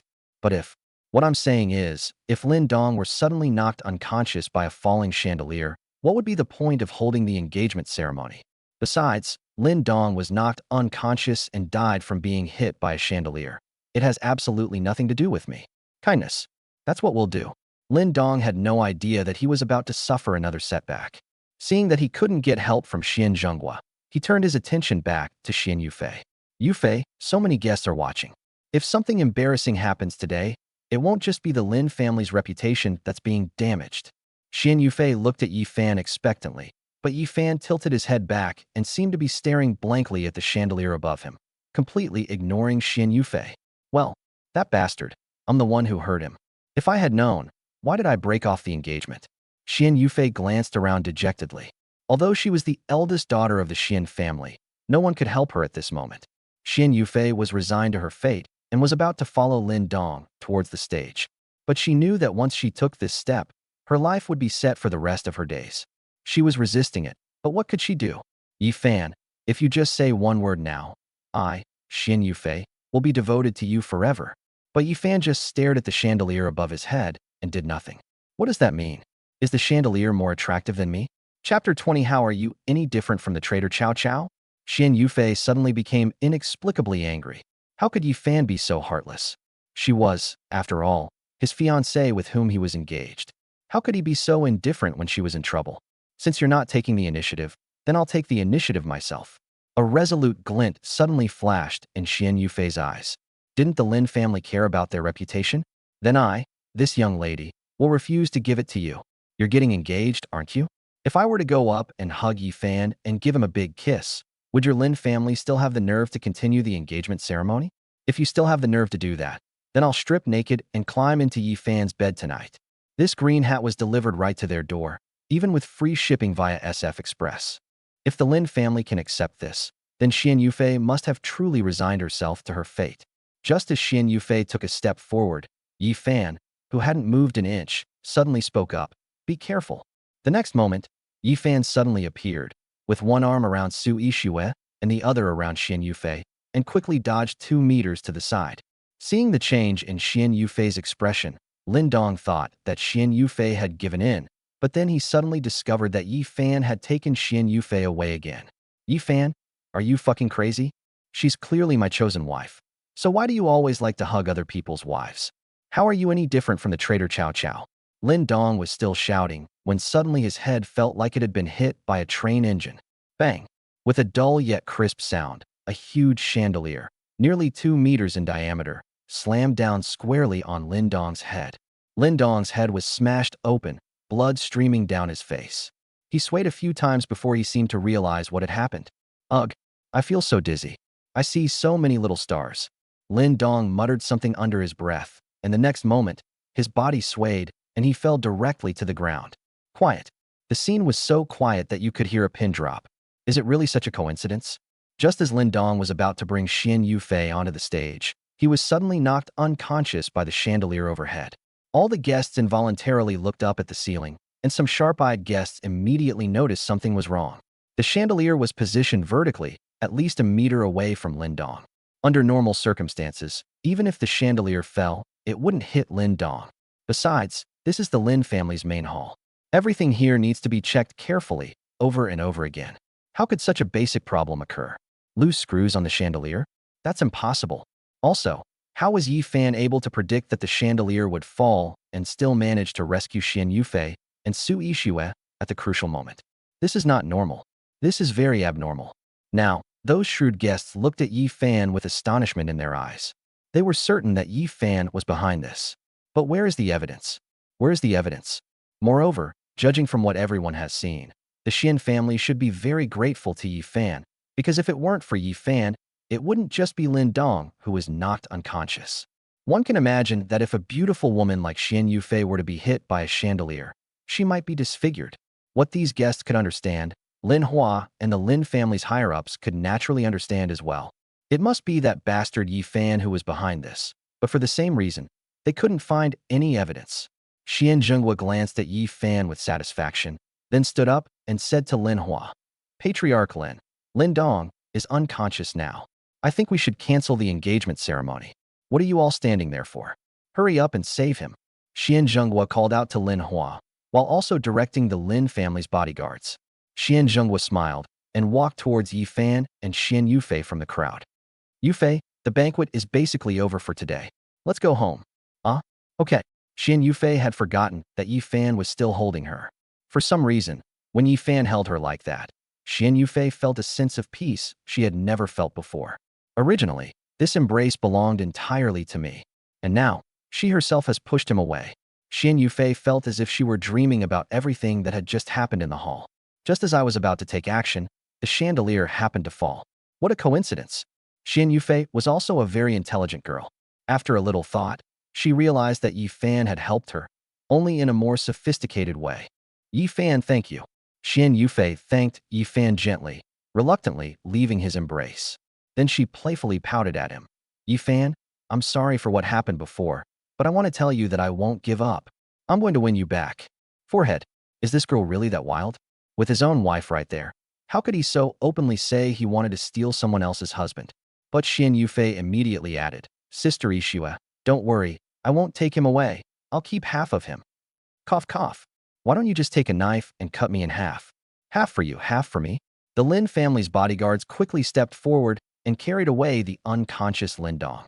The engagement ceremony was so rushed that even the couple themselves fainted, so it was naturally canceled. As for whether there would be any further opportunities, anyone with half a brain could see that the Lin family had no chance. Although Yi Fan did nothing today, he is the absolute winner. Xian Yufei was happy, and Yi Fan was also in a good mood. But Lin Hua, the head of the Lin family, was so frustrated that he was about to go crazy. He's just a kid from the Yi family, yet he managed to outmaneuver the Lin family. Seeing that Yi Fan had not left, Lin Hua hesitated for a moment, then decided to go and meet Yi Fan. If necessary, Lin Hua decided to make eliminating Yi Fan the highest priority target for the Lin family. Yi Fan, you've been living away from home since you were little, and your parents died early. You were born, but not raised by your mother. I'm very unhappy with what you did at the Lin family's event today. Such arrogance. You'd better watch out for a short life. Lin Hua's words were incredibly vicious. He was deliberately trying to provoke Yi Fan into making a move, so that he would have a reason to do the same to Yi Fan. Lin Hua was very confident that even if he couldn't kill Yi Fan on the spot, he could at least cripple him. Snap! Without any hesitation, Yi Fan swung his hand and slapped Lin Hua hard across the face. Why is your mouth so foul? Did you eat feces in the toilet just now? Or did you chew on my stinky socks that I haven't washed for 7 days? Lin Hua was so stunned by the slap that he saw stars and was completely dumbfounded. Yi Fan actually slapped himself? Lin Hua originally went there with the intention of testing Yi Fan, but he ended up getting beaten by Yi Fan without even feeling it? He didn't even see how Yi Fan acted. Have all my years of self-cultivation gone to waste? Yi Fan slapped Lin Hua so hard that he spun around several times, leaving all the guests present stunned. Impressive. Mighty. This young man is indeed impetuous. If you're not spirited, are you even a young person? Yi Fan saw Lin Hua's wife walking over with a teddy bear in her arms. He then shot out a burst of energy from his hand, which struck the teddy bear's pressure point. You scoundrel. Yi Fan, you ill-mannered brat. How dare you hit an old man? Didn't your parents teach you to respect your elders? Do you think your Yi family is still the same Yi family it was 3 years ago? Humph. I'm warning you. You better behave yourself, or you'll be meeting your parents soon. The meaning of this threat was quite clear, but it also confirmed one thing for Yi Fan. The Lin family must be among those who attacked the Yi family 3 years ago. Woof woof. Everyone looked at Yi Fan, waiting for his reaction. Suddenly, the teddy bear in Lin Hua's wife's arms started barking wildly. Then, it leaped out of its owner's arms and pounced on Lin Hua, biting down hard on his lips. Holy crap. See, I told you your mouth was full of shit. Look, even your dog can smell it. Chapter 21. We are all born of the same root. Why are we so eager to harm each other? Yi Fan's deliberately exaggerated shouts once again drew everyone's attention. The guests who had already reached the door were all drawn to look this way by Yi Fan's words. Everyone was very curious and surprised to see that Lin Hua's own dog actually pounced on him and bit his mouth. It's already rare for a pet to attack its owner, and this one specifically targeted Lin Hua's mouth to bite? Could it be, as Yi Fan said, that Lin Hua really ate shit? That's unlikely. You beast, you're asking for death. Lin Hua also knew Kung Fu. Enraged by being bitten by Teddy, he grabbed Teddy, crushed it on the spot, and slammed it to the ground. Although Lin Hua reacted quickly, Teddy still managed to bite a cut more than an inch long on his lip, and a piece of flesh was torn off, making it look like a cleft lip. This injury is really nothing to Lin Hua, but the key point is that it's not very harmful, but extremely insulting. After being bitten by a dog, Lin Hua felt as if he could taste that excrement in his mouth, just thinking about Yi Fan saying that dogs eat excrement. Damn it, that damn bastard. When Lin Hua looked at Yi Fan was looking at the teddy who had been smashed to death on the ground with a regretful expression. He said, alas, Patriarch Lin, we are all of the same origin. Why are you so eager to kill each other? Don't you feel any remorse for killing him like this? Before Lin Hua could even speak, his wife chimed in with a dramatic, almost comical, my son, how could you have fallen and killed him? Lin Hua, you bastard, how could you treat my son like this? You're his father too. Uffed. This comical scene made some of the guests burst out laughing. Forgive me for laughing, it was really unkind of me. Some owners are indeed very fond of their pets, and it's perfectly fine for them to call their dog's son or their cat's daughter in private. But at this moment, in this setting, it seems quite fitting that Lin Hua's wife calls their dog son and says that Lin Hua is its father. Everyone couldn't help but recall Yi Fan's words from earlier. We are all born of the same root. Why are we so eager to harm each other? This phrase, in particular, started looping in Lin Hua's mind. Damn Yi Fan, I'll teach you a lesson today, or I'll be betraying my conscience. Lin Hua's entire body radiated murderous intent as he approached Yi Fan step by step, intending to attack him. But suddenly, Xian Zhenghua stepped in front of him, saying, Old Lin, forget it, forget it.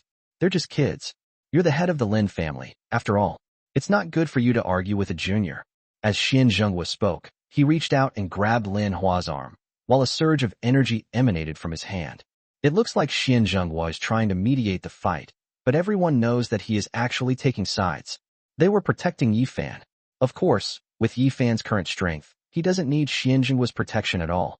If Lin Hua dares to lay a hand on Yifan, Yifan guarantees he will beat Lin Hua until he shits himself. Yifan, you just wait. With Xian Zhenghua already involved and so many people present, Lin Hua naturally couldn't make a move directly. The Yi family hadn't fallen yet. If he really did something to Yifan in front of so many people, those two old geezers from the Yi family might actually hack him to death with their knives. The banquet could not continue. Yifan and Su Yixue came out of the Lin family mansion. Yifan glanced coldly at the Lin family mansion behind him. Damn it.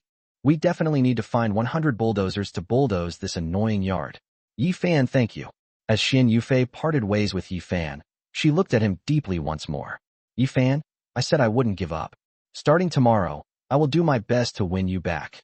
Yifan rubbed his nose. Miss Xian, I know I'm handsome, but as the saying goes, a good horse doesn't turn back to eat the grass it already grazed. Why are you doing this? Yifan looked at Xian Zhenghua beside him. The key point was that Xian Zhenghua's attitude today as the head of the Xian family had already explained the problem. The Xian family doesn't necessarily have to side with the Lin family, so why make a scene about annulmenting the engagement? After Xian Yufei left, Yifan drove Su Yixue away from the Lin family mansion, but they did not go to Junlan Tianxia's residence. Husband, where are we going? Yifan had given Su Yixue too many shocks today. Yifan was actually the eldest son of the Yi family, the #1 family in Daxia, and he was also engaged to the Xian family. The key issue is that Yifan acted so arrogantly against the Lin family.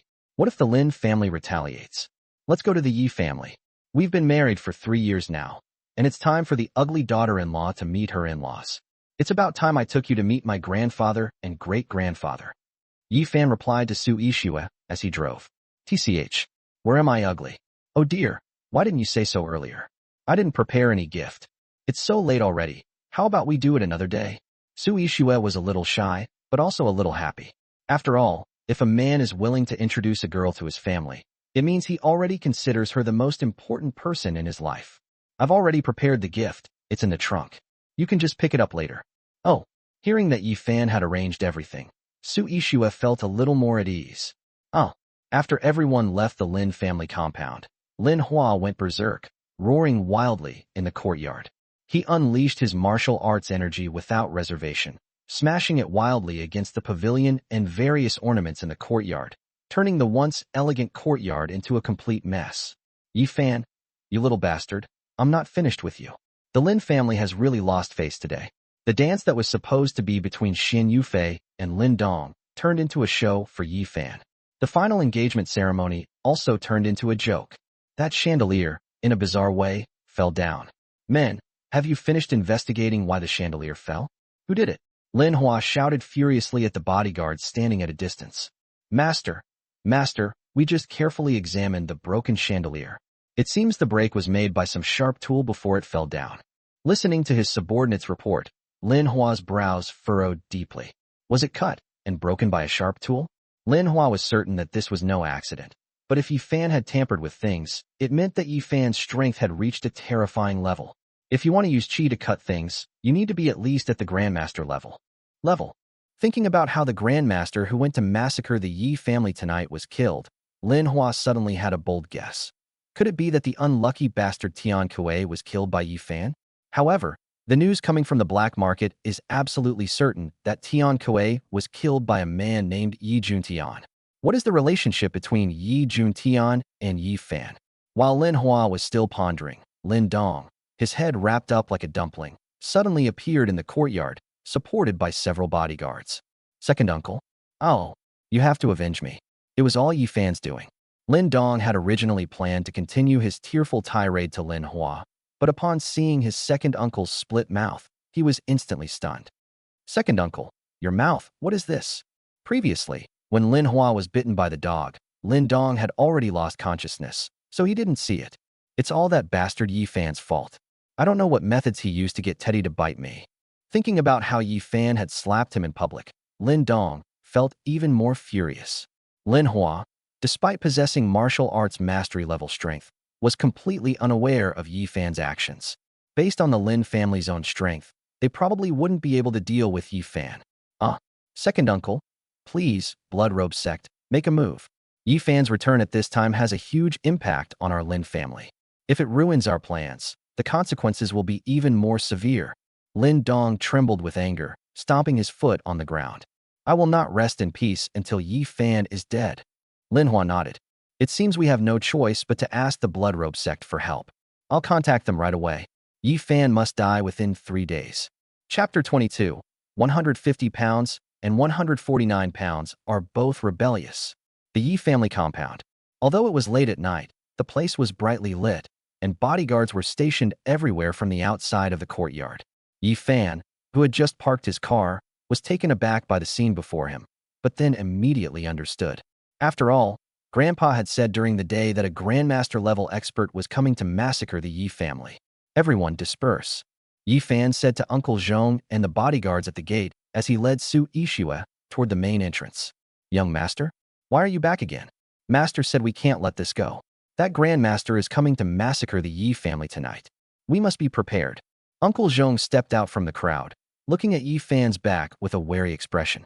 Today, the Yi family has mobilized almost all the resources it can. Don't you know yet? That Grandmaster-level expert was reportedly killed in the Yunqing black market. Yi Fan said calmly, because he himself had killed Tian Kuei, so the news was definitely true. Killed. Uncle Zhong was still wondering when several bodyguards suddenly rushed over and gave him a report. Uncle Zhong immediately became excited. That Grandmaster was really killed? What a coincidence. That's great. That's great. Everyone in the Yi family breathed a sigh of relief. In the hall, Yi Changfeng, the patriarch of the Yi family, sighed. If we have the chance, we must thank Yi Juntian properly. No, I must find an opportunity to go to the black market tomorrow to express my gratitude properly. To be able to kill a Grandmaster-level expert, his strength must be at least above the Grandmaster level, and perhaps even at the Martial Venerable level. In the mortal world, reaching the level of a Martial Venerable is already an extremely terrifying existence. Grandpa, let's forget about it. They might have their own things to do. How can they keep showing up at the black market? Yi Fan advised his grandfather somewhat guiltily. If his grandfather really went to the black market to find Yi Juntian, wouldn't he have to go and play a supporting role? What should I do if my grandfather suddenly decides to become sworn brothers with me? Calling your own grandfather elder brother? This is ridiculous. How can that be? He has done our Yi family such a great favor. It would be unreasonable for our Yi family not to show our appreciation. Yi Changfeng had his own ideas. I will do everything I can to find that Mr. Yi. Seeing his grandfather's insistence, Yi Fan had no choice but to make a cameo appearance. However, his grandfather's words also gave Yi Fan a new idea. The Yi family currently has no direct reason to take action against the Lin family. But Yi Juntian is capable. Damn it. Yi Fan felt angry when he saw the faces of Lin Hua and his gang. Once Hanjua's investigation is complete, Yi Fan must raise the Lin family to the ground as soon as possible. The Yi family was attacked again by a Grandmaster-level expert. All the wealthy families in Yunqing avoided the attack, but there was one family that did not flee. That was the Wang family of Yunqing. The patriarch of the Wang family, who was also Wang Fugui's grandfather, personally led a group to oversee the Yi family. Old Wang, you see, everything's all right now? Why don't you go back first? Yi Changfeng stood up and greeted old Master Wang, seeing him off. The old man of the Wang family looked Yi Fan up and down, nodding with satisfaction.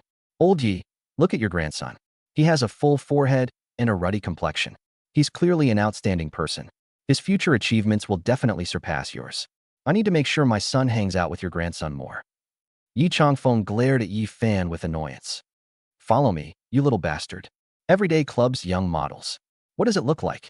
After seeing off old Master Wang, Yi Changfeng turned his gaze to Su Yixue beside Yi Fan and said, This must be my granddaughter-in-law, Miss Yixue?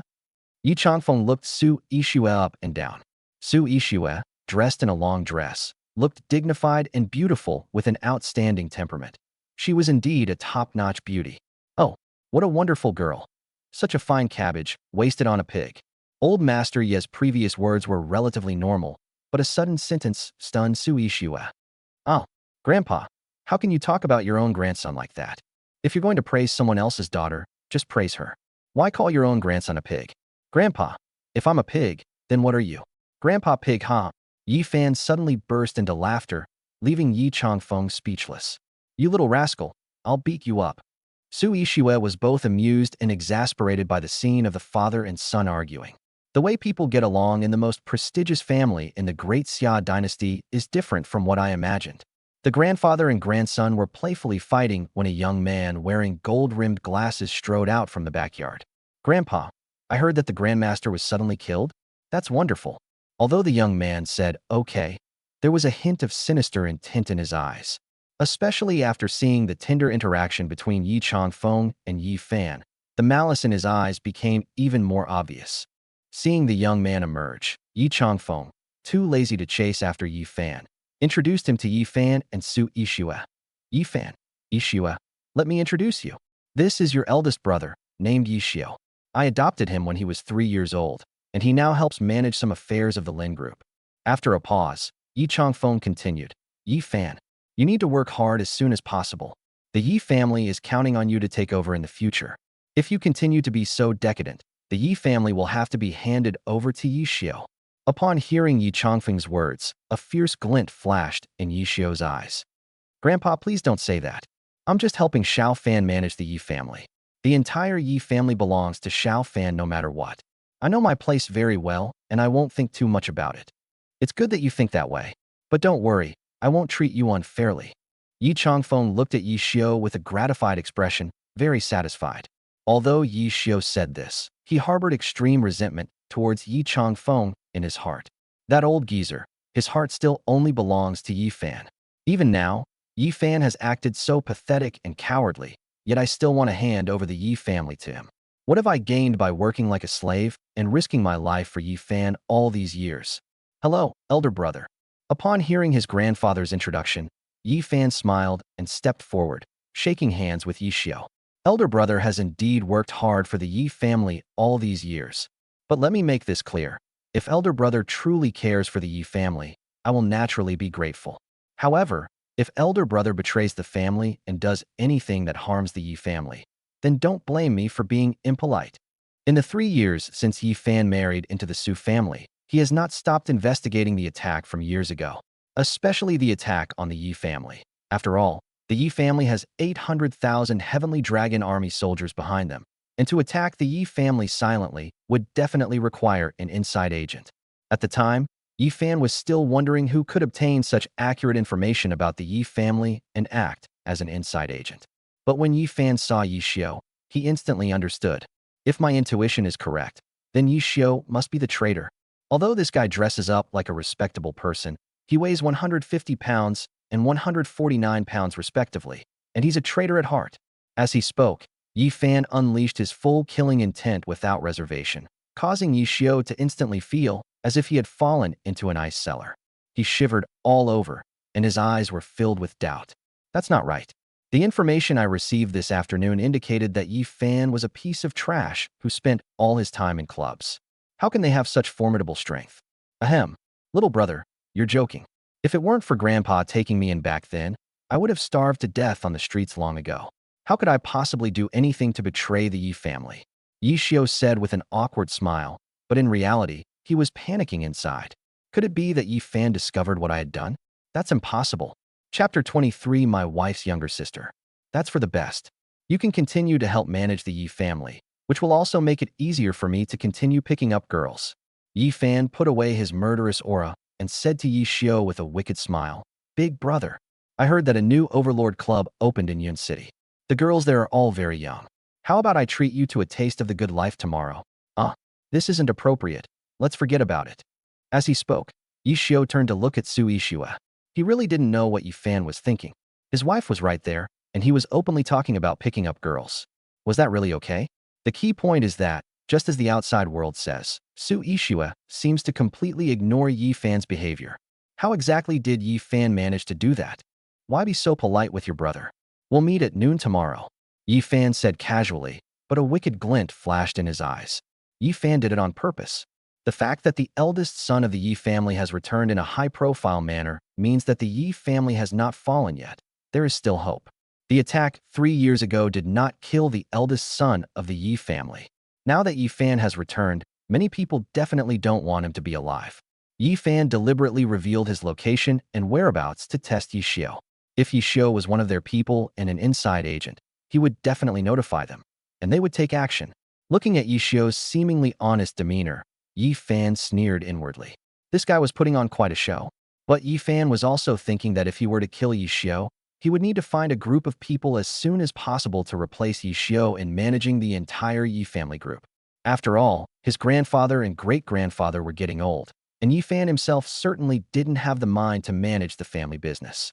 As everyone chatted and were considering whether to get some late-night snacks, Su Ishua suddenly received a call from the company. What? Our supply has been cut off? I understand. I'll come to the company right away. Su Ishua hung up the phone and said anxiously to Yi Changfeng, Yi Fan, and the others, Grandpa, husband, something's come up at the company that I need to take care of. I'm sorry, I have to go now. Yi Fan asked with concern. Do you need my help? Su Ishua shook her head. No need. I can go by myself. You should spend more time with Grandpa. Yi Fan did indeed have some things to discuss with his grandfather, things he hadn't had a chance to talk about before. Now was the perfect opportunity to have a detailed chat. All right then, be careful on the road. After Su Ishua left, Yi Xiao also tactfully took his leave. When only Yi Changfeng and Yi Fan remained in the room, Yi Fan became unusually serious. Grandpa, how much do you know about the specifics of the attack on the Yi family that night? Yi Changfeng shook his head. The attack happened too suddenly. Your second and third uncles were killed in battle, your parents went missing, and the Bailiushiman clan was also attacked. Rumors circulated that you had perished. At that time, all the male members of the Yi family, except for me and your great-grandfather, were dead. Afterwards, a heavy rain wiped out all the clues. I've been investigating for years, but I've gotten basically no useful information. Yi Changfeng sighed as he recalled the events of that year. Looking at Yi Fan with a meaningful expression, my Yi family is dwindling in numbers, and all our hopes are pinned on you. Grandpa won't say anything more. Go ahead and chase girls, as long as you have plenty of children for the Yi family. Yi Fan was speechless after hearing his grandfather's words. What's going on? Judging from what Grandpa said, it seems he has no hope for himself anymore. So he wants to make him a stud and produce more offspring? Is he pinning his hopes on the next generation? Yi Fan really wanted to tell his grandfather that he was actually invincible now, but he knew that hiding his strength was the best option for him. If he appeared too powerful, those enemies who had previously attacked the Yi family would probably not dare to show their faces again. However, one thing is certain. The Lin family definitely had a part in it. And I suspect that the Dragon Lord was more or less involved in the plan back then. The 800,000 Heavenly Dragon Army on the southwestern border have all been labeled as the Yi family army. This will keep many people up at night. Sigh, if your strength can be restored and the Yi family flag doesn't fall, who will dare to despise my Yi family? After listening to his grandfather's analysis, Yi Fan had a general idea in his mind. Don't worry, the Yi family will not fall in my hands. Yi Fan. After saying goodbye to his grandfather, Yi Fan had just stepped out of the house when he saw dozens of black Autos parked in a row on the road next to the Yi family's house. Upon seeing Yi Fan, a middle-aged man in a shirt immediately knelt down respectfully and said, You're a subordinate. Li Hu. Greets instructor. Instructor, you're still alive? That's wonderful. Please forgive me for only finding out now. Yi Fan glanced at Li Hu in front of him. It's not your fault. I deliberately concealed my identity before, and I've been doing quite well these past few years. Li Hu, one of the four godfathers of Yunqing's underground, started from scratch 8 years ago and gradually built his own power and industry, wielding considerable influence in Yunqing. In fact, when Li Hu was in the overseas mercenary team, it was Yi Fan who served as their instructor and trained them. So, upon learning that Yi Fan had returned to Yunqing, Li Hu immediately came to visit him. Instructor, you flatter me. Everything I have is a gift from you. If you have any needs, I am ready to serve you at any time. Li Hu came today to show his loyalty. Others might not know, but Li Hu was well aware of just how terrifying the instructor's strength was. Everyone said that the instructor died in that attack 3 years ago and lost all his skills, but Li Hu firmly believed that the instructor would not have perished so easily. All right, I'll contact you if I need anything. Let the brothers retreat. Yi Fan waved his hand casually, not refusing Li Hu's offer. Although Yi Fan had the power of Hanzhua and Bei Luo Shermin under his command, there were some things that Bei Luo Shermin might not be able to handle in every aspect. It wouldn't be a bad thing for Li Hu to provide some assistance. Because of the delay at the Yi family's residence, it was already an hour before Yi Fan returned to the Junlan Tianxia villa.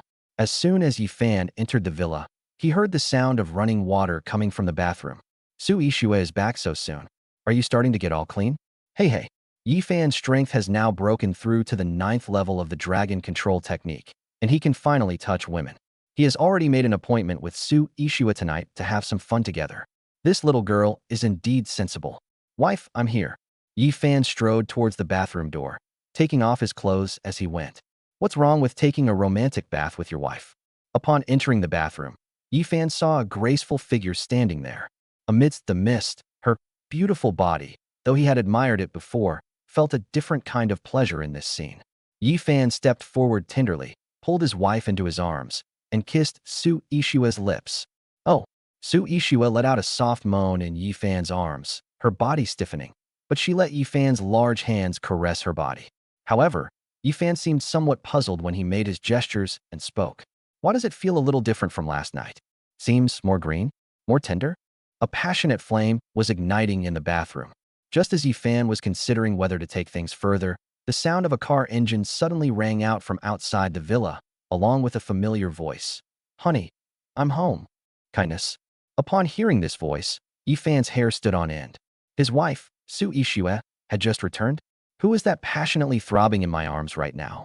Yi Fan quickly pushed the person in his arms away, but the beauty in his arms gave him a sly smile. Hee. Brother-in-law, now I'm yours too. Su Qingru. Su Yixue's younger sister, from the same mother? Although the two sisters are 3 or 4 years apart, they look almost identical. Did I just kiss my sister-in-law? Damn it. The key point is that Su Qingru didn't resist at all. Chapter 24. Come on. Call me daddy. You. Although Yi Fan was usually unrestrained, he was somewhat bewildered at this moment. What does my sister-in-law mean by this? This is a secret between my brother-in-law and me. Su Qingru gave Yi Fan a wicked smile, wrapped herself in a bathrobe, and quickly left the bathroom, heading towards the bedroom on the 2nd floor. At this moment, Yi Fan suddenly heard what sounded like an argument outside, so he quickly put on his clothes and went out.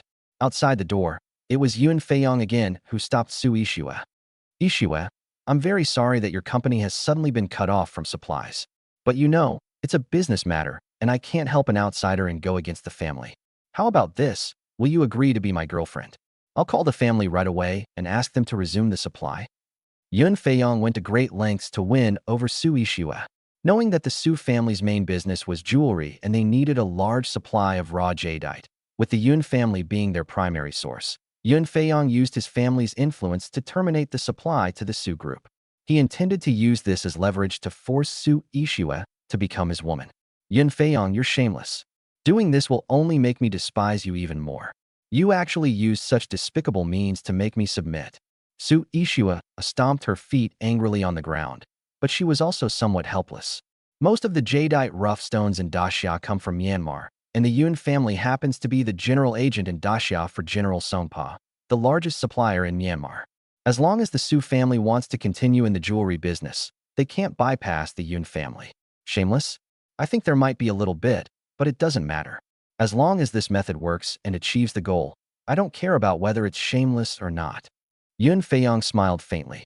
Yixue, you only have 1 day to consider. After 1 day, if you still don't agree, the Yun family will not only cut off the supply, but also block the Su group in Tianjin province. Think about whether you can withstand it. Yun Feiyong looked like he had Su Yixue completely under his thumb. On the contrary, as long as you agree to be my girlfriend, my Yun family will definitely give our full support to Su group to become the jewelry overlord of Tianjin province and even the entire southwest. So, what should you choose, Yixue?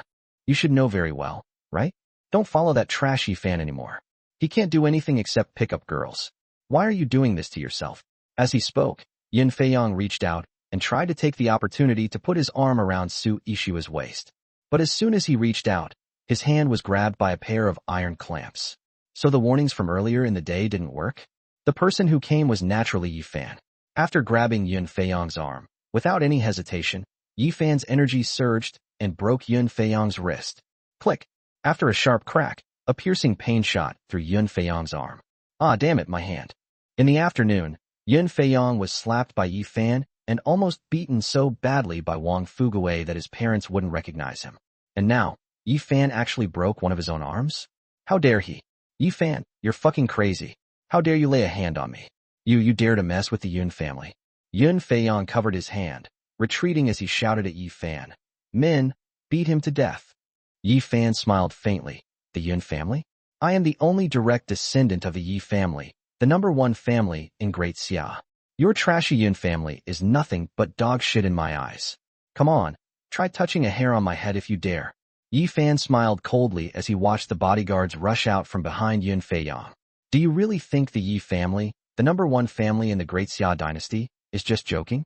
Although the Yi family has declined, the influence of the family patriarch and the great-grandfather in Daxia remains.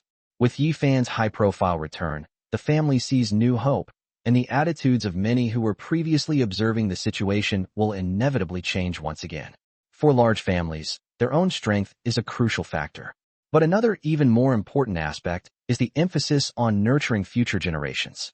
A family, no matter how prosperous, will eventually decline if it has no descendants to continue its development. This is also why many families have distanced themselves from the Yi family after the attacks they suffered in the past 3 years. Because at that time, everyone received the news that Yi Fan had already died. Yun Feiyong's bodyguards all stopped what they were doing and looked at Yun Feiyong. Yun Feiyong also remembered that at the Lin family banquet, Yi Fan had already announced his identity as the eldest son of the Yi family. Now that the Yi family has not yet fallen, Yun Feiyong really doesn't dare to do anything to Yi Fan. Yi Fan, is all you can do is use your fists? Our business with the Su family is a commercial matter. Even if you beat me to death, it won't change the current situation. Do you think the Yi family is still the same Yi family as before? Although Yun Feiyong was displeased, he did not order his bodyguards to continue attacking. Yi Fan, you are too greedy. You already have Xin Yufei. Why do you still want to compete with me for Su Yixue? Before Yi Fan could speak, Su Yixue spoke first. Is it any of your business? My husband has personal charm, and Miss Xian is willing to be with him. What's it to you? Su Yixue's doting on Yi Fan truly reached the point of being unconditional. Yi Fan looked at Su Yixue and felt a little embarrassed when he thought about what he had done to Su Qingru in the bathroom earlier. Seeing Yun Feiyong's expression, Yi Fan sneered. Isn't this a business transaction? Fine. Then let's settle it with a business transaction. The reason your Yun family is so arrogant is because General Songpa gave your Yun family the agency rights, right? One phone call from me and your Yun family will immediately lose the agency rights. As Yi Fan spoke, he took out his phone, ready to make a call. Upon hearing Yi Fan's words, Yun Feiyong couldn't help but laugh out loud. A phone call? Haha. Yi Fan, you're too arrogant. The Yi family is on the verge of collapse, and you think you can mobilize General Songpa with just one phone call? Do you think he'll even give you a second glance? Come on, make the call, call me right now. If you can get General Songpa to immediately remove the Yun family's agency rights, I'll call you daddy. The Yun family and General Songpa have been cooperating for many years, and the Yun family patriarch has a very good relationship with General Songpa. In terms of profit distribution, the Yun family made significant concessions to maintain their exclusive agency rights. In the entire Xia dynasty, it's estimated that no other family would offer such substantial benefits to General Songpa.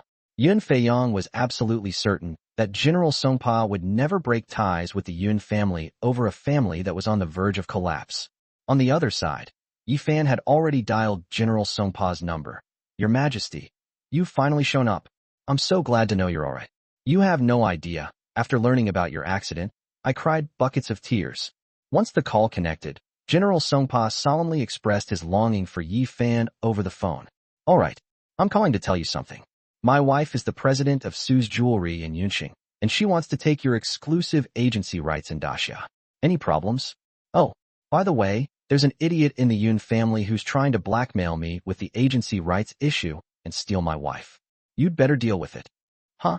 The Yun family dares to steal the emperor's wife? I know. I'll immediately terminate all cooperation with them. Tomorrow morning, no, I'll fly to Yun City, and I'll definitely deliver the contract to Miss Su's desk on time tomorrow morning. Songpa said respectfully on the phone. Back then, Songpa was almost killed, but Yi Fan came to his rescue at the critical moment, taught him kung fu, and helped him rise to prominence in Myanmar. Without Yi Fan, there would be no General Songpa today. How could General Songpa refuse any request Yi Fan might have? Less than a minute after Yi Fan hung up, Yun Feiyang's phone rang. It was his father, Yun Batian, calling. General Songpa suddenly announced that he was severing all cooperation with our Yun family, saying that you have offended someone you shouldn't have. Huh? Yun Feiyang was instantly dumbfounded, looking at Yi Fan with disbelief. Wasn't the Yi family in decline? How can they still remotely control General Songpa in Myanmar? Have they really severed their cooperation with the Yun family? Yi Fan smirked, looking at Yun Feiyang with a wicked smile, and said, "Come on, call me daddy." Chapter 25 Sister? Brother-in-law, can I borrow you tomorrow? You. Yun Feiyang looked at Yi Fan in astonishment, recalling what Yi Fan had done at the Lin family banquet. Yi Fan dared to take down Lin Dong, and in the end, he even beat up Lin Hua, the head of the Lin family, in front of so many people. So arrogant. Does Yi Fan really have some tricks up his sleeve? But according to my investigation, Yi Fan has been picking up girls at the Yunxing Club for the past 3 years, hasn't he? Yi Fan was indeed a genius and prodigy disciple of the Bailuo sect before, but when the Bailuo sect was attacked, Yi Fan's Cultivation Foundation was said to have been damaged, and one of his kidneys was also removed. How come Yi Fan is completely fine now? No matter what, I'm determined to get Su Yixue because of her special physique. Yi Fan, you just wait. You won't be able to gloat for more than 2 days, humph. Yun Feiyang snorted coldly at Yi Fan and scrambled away from the Junlan Tianxiao Villa compound. Yi Fan watched Yun Feiyang flee in a disheveled state and coldly said, "Yun Feiyang, enough is enough. This is the last time I'm warning you. If you dare to harass my wife again, I will bulldoze your entire Yun family. I mean what I say." A ruthless glint flashed in Yi Fan's eyes. "I've already declared Su Yixue to be my wife, yet there are still these scumbags coming to cause trouble. If we don't make an example of them, this will never end." Honey, was that General Songpa you just contacted? Is he planning to give our Su group the agency rights for Burmese jadeite rough? Su Yixue asked Yi Fan in disbelief. In just one day, Su Yixue discovered that her husband seemed to be a little different from before and had given her too many surprises.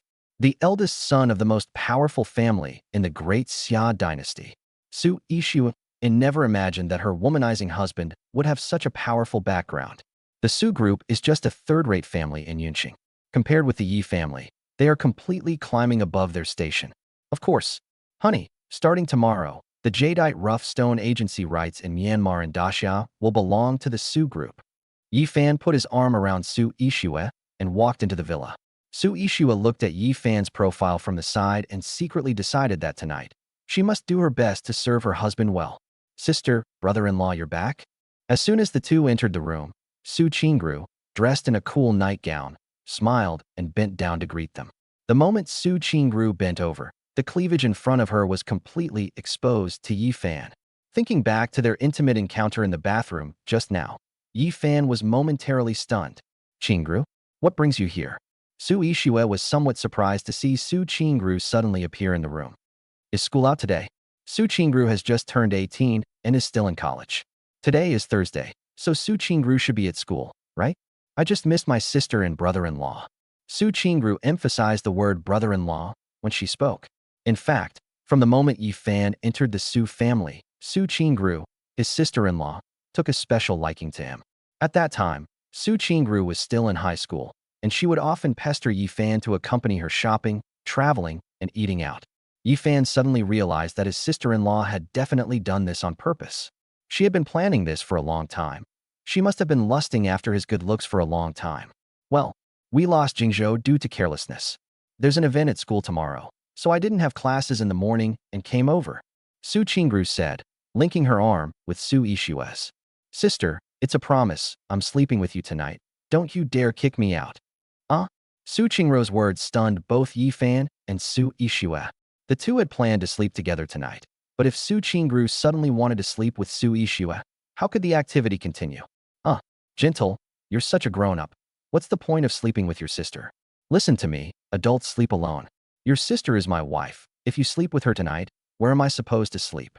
Yi Fan righteously asserted his rights, but Su Qingru just stuck out her tongue and said, "Hee. If brother-in-law is scared, we can all come together." "Tch. Qingru, what nonsense are you talking about? That's your brother-in-law. How could he?" Su Yixue quickly reached out and tapped Su Qingru on the head twice. But little did she know that something unspeakable had already happened between the two of them. Su Ishua looked at Yi Fan apologetically. I'll make up your brother-in-law's bed downstairs later. Su Qingru was just saying that. After everyone finished washing up, while eating fruit on the sofa, Su Qingru took Su Ishua's arm and said, Sister, actually, I came back today to borrow my brother-in-law's. No way. Before Su Ishua could speak, Yi Fan directly refused. This girl is definitely up to no good. This guy? If I were to lend myself out for an hour, what should I do? Beast?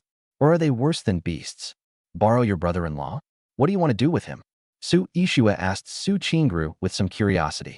There's a dance at school tomorrow afternoon, and the teacher wants me to attend, but I need a dance partner. I'd like to ask my brother-in-law to come with me. Su Qingru looked at Yi Fan with a dreamy expression, her eyes almost brimming with tears. Kindness. Let your brother-in-law dance with you? Your brother-in-law is quite good at that. Su Ishua couldn't help but think of the scene a few hours ago at the Lin family, where she and Xin Yufei danced with Yi Fan at the same time. That was absolutely stunning. Honey, if you're free tomorrow, why don't you go with Qingru? Su Ishua said to Yi Fan, though she had her own agenda. Yi Fan could dance with Xin Yufei yesterday, so why couldn't her own sister? We should keep the good stuff within the family. Even if Yi Fan gained some advantage, he's still family. It's much better than those other stinky men taking advantage of him. Su Ishua had already spoken up, and Yi Fan found it hard to refuse his wife who had always been so good to him. Please, brother-in-law, just say yes. Su Qingru stepped forward, took Yi Fan's arm, and shook it vigorously. The loose nightgown was almost slipping off Su Qingru's shoulders, but Su Qingru didn't care at all about her exposed body and looked on with anticipation. Fine. I'll go, okay. Yi Fan sighed helplessly. He had been in the Su family for so many years, and the two Su sisters had actually treated him quite well. Back then, Su Qingru, that little girl, would even bring a banana with her when she ate one. Like Su Ishua, she never complained about not doing anything and just being a freeloader. At midnight, after Su Ishua and Su Qingru had fallen asleep, Yi Fan got out of bed, got dressed, and quietly left Junlan Tianxia, heading towards Royal No. 1 Club. This time, Yi Fan wasn't going to pick up girls, but to keep a date. When Yi Fan tracked down the girl Chu Yin during the day, although Chu Yin did not admit that she was the junior sister, she tapped Yi Fan's hand twice and left the room key to the general manager's office. Didn't we agree to meet at 2 a.m.? Meanwhile, in the general manager's office of Royal No. 1, Su Yin also took off her clothes, wearing a revealing nightgown, and lay down on the bed. Chapter 26. Kissed the wrong person again. Royal No. 1 has basically ceased operations. Apart from the security guard's booth at the entrance, the building was completely dark, and the main door was locked. The normal way to get in was to call for security. However, this floor height was naturally no problem for Yi Fan. Yi Fan found a secluded spot behind the building, pushed off the ground with his ankles, and leaped several times to the window of the general manager's office on the 8th floor. As Yi Fan rolled into the room, he noticed someone lying on the bed. Yi Fan smiled inwardly. Is my junior sister still going to try to be romantic with me? Yi Fan quietly approached the bedside, reached out, and pulled the person on the bed into his arms, his large hands beginning to climb to the top, while his mouth moved to kiss the beauty on the bed. Junior sister, you still wouldn't admit it during the day. Just wait until tonight. Your senior brother will make it a done deal. Yi Fan was already convinced that the person in front of him was his junior sister, Su Chan. If it weren't for Su Chan, why would my junior sister ask me to come find her at 2 a.m.? Return the room key to the general manager's office? The beautiful woman on the bed let out a soft moan, and her lips responded. But upon hearing that voice, Yi Fan instantly bristled. Isn't that my junior sister's voice? Yi Fan quickly jumped off the bed, feeling a sense of surprise. No way. I've mistaken someone for someone else twice today. Who? What do you want? The beautiful woman on the bed had already sensed something was wrong, and quickly rolled over and turned on the bedside lamp. The beautiful woman on the bed was none other than Su Yun, the public face of Royal No. 1. Yi Fan had torn off most of Su Yun's nightgown, revealing her ample bosom to him in full view. Seeing a man suddenly appear in the room, and with Yi Fan's saliva still on her lips, Su Yun instantly understood what had just happened. You pervert. Help! Su Yun screamed instantly, reached out to cover herself with the blanket, and retreated back with a wary look on her face. Beautiful lady, don't yell. I didn't mean to. Yi Fan really didn't mean to. He came to see his junior sister, but little did he expect that the person lying on the bed wasn't his junior sister at all. Seeing that Su Yun was still screaming, Yi Fan had no choice but to rush over, pin Su Yun down, and cover her mouth. I really didn't mean to. I came to find my junior sister. She gave me a room key, but who knew she wasn't in the room? As he spoke, Yi Fan took out the room key to the general manager's office and waved it in front of Su Yun. At this moment, Su Yun calmed down and took a closer look at Yi Fan. She immediately recognized him. Wasn't this the senior brother that Su Chan had mentioned? He had even come to see Su Chan during the day? Su Yun was puzzled. Since Su Chan had left a room key for Yi Fan, why didn't she wait for him? Instead, she was made to sleep in the office. Now look what happened. Her innocence was ruined by Yi Fan. That was his first kiss. Woo! Su Yun nodded, indicating that she would not make any more noises. Yi Fan breathed a sigh of relief and was about to release Su Yun when his expression suddenly turned serious. Someone's coming. Don't make a sound. As he spoke, Yi Fan turned off the room lights and then stared at the door. Why would someone come to the general manager's office so late? If it were just one person, that would be one thing, but 5 people actually came, 2 of whom were martial arts masters at the transformation realm. In the darkness, Su Yun was pinned down by Yi Fan. Feeling his masculine scent, her face flushed red, and she whispered, "You're hurting me." Su Yun twisted her body, trying to avoid Yi Fan's legs. Only then did Yi Fan realize that his posture was really inappropriate. The key point was that a grown man naturally had certain reactions when facing such a beautiful woman. Yi Fan quickly got off Su Yun, rolled over, and hid in the corner of the bed, concealing his presence. Click! The door suddenly opened, and several men quickly entered the room. "Young Master Zhou, shall we just make our move?" One of the men pulled out a gleaming dagger and brandished it by the bed. "Wouldn't that be a bad idea? If we kill that bitch, won't the higher-ups come after us?" "What are you afraid of? Young Master has made it clear that we must kill her and find what's on her. The old man must have given that thing to this bitch." The leader, Zhou Xiao, urged his men impatiently. "Hurry up and do it, lest things get complicated. If we don't kill him tonight, we'll have to waste more time arguing tomorrow." "Yes." The man with the dagger strode towards Su Yun. At this moment, Su Yun was lying on the bed, extremely nervous. She never imagined that those people above would be so impatient that they would dare to storm into the office and kill someone. What to do? Su Yun knew that Su Chan's senior brother must know Kung Fu, but could he be a match for all of them by himself? Whoosh! Seeing the assassin brandishing his dagger, Su Yun was almost about to scream. Yi Fan then sprang out from the corner, grabbed the assassin's wrist, shattered the dagger in the assassin's hand, and snapped the assassin's wrist in one fell swoop. "You're asking for death." Yi Fan snorted coldly, swung the assassin around like a wooden stick, and slammed him hard onto the ground. The room lights were turned on, and Yi Fan and Su Yun got out of bed. Looking at the man leading the group, Su Yun was shocked and furious. "Zhou Tao, you've gone too far. How dare you, from a vassal family, kill Miss? Aren't you afraid your family will take your life?" Zhou Tao was slightly surprised to see that it wasn't Su Chan who got off the bed, but Su Yun. The family wants my life? That depends on who's in charge now." "Heh, the old man is in a coma, so isn't the eldest young master the one who calls the shots? That bitch wasn't even here. She narrowly escaped death, but do you think she can hide for more than a few days?" Zhou Tao is a smart man.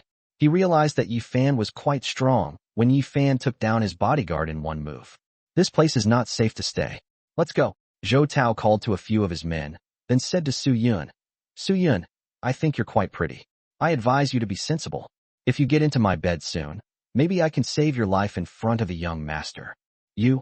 Looking at Zhou Tao's arrogant face, Su Yun's chest trembled with anger. But what could she do, a girl all alone, in the dead of night? Just as Zhou Tao was about to leave, Yi Fan suddenly spoke in a deep voice. "Stop.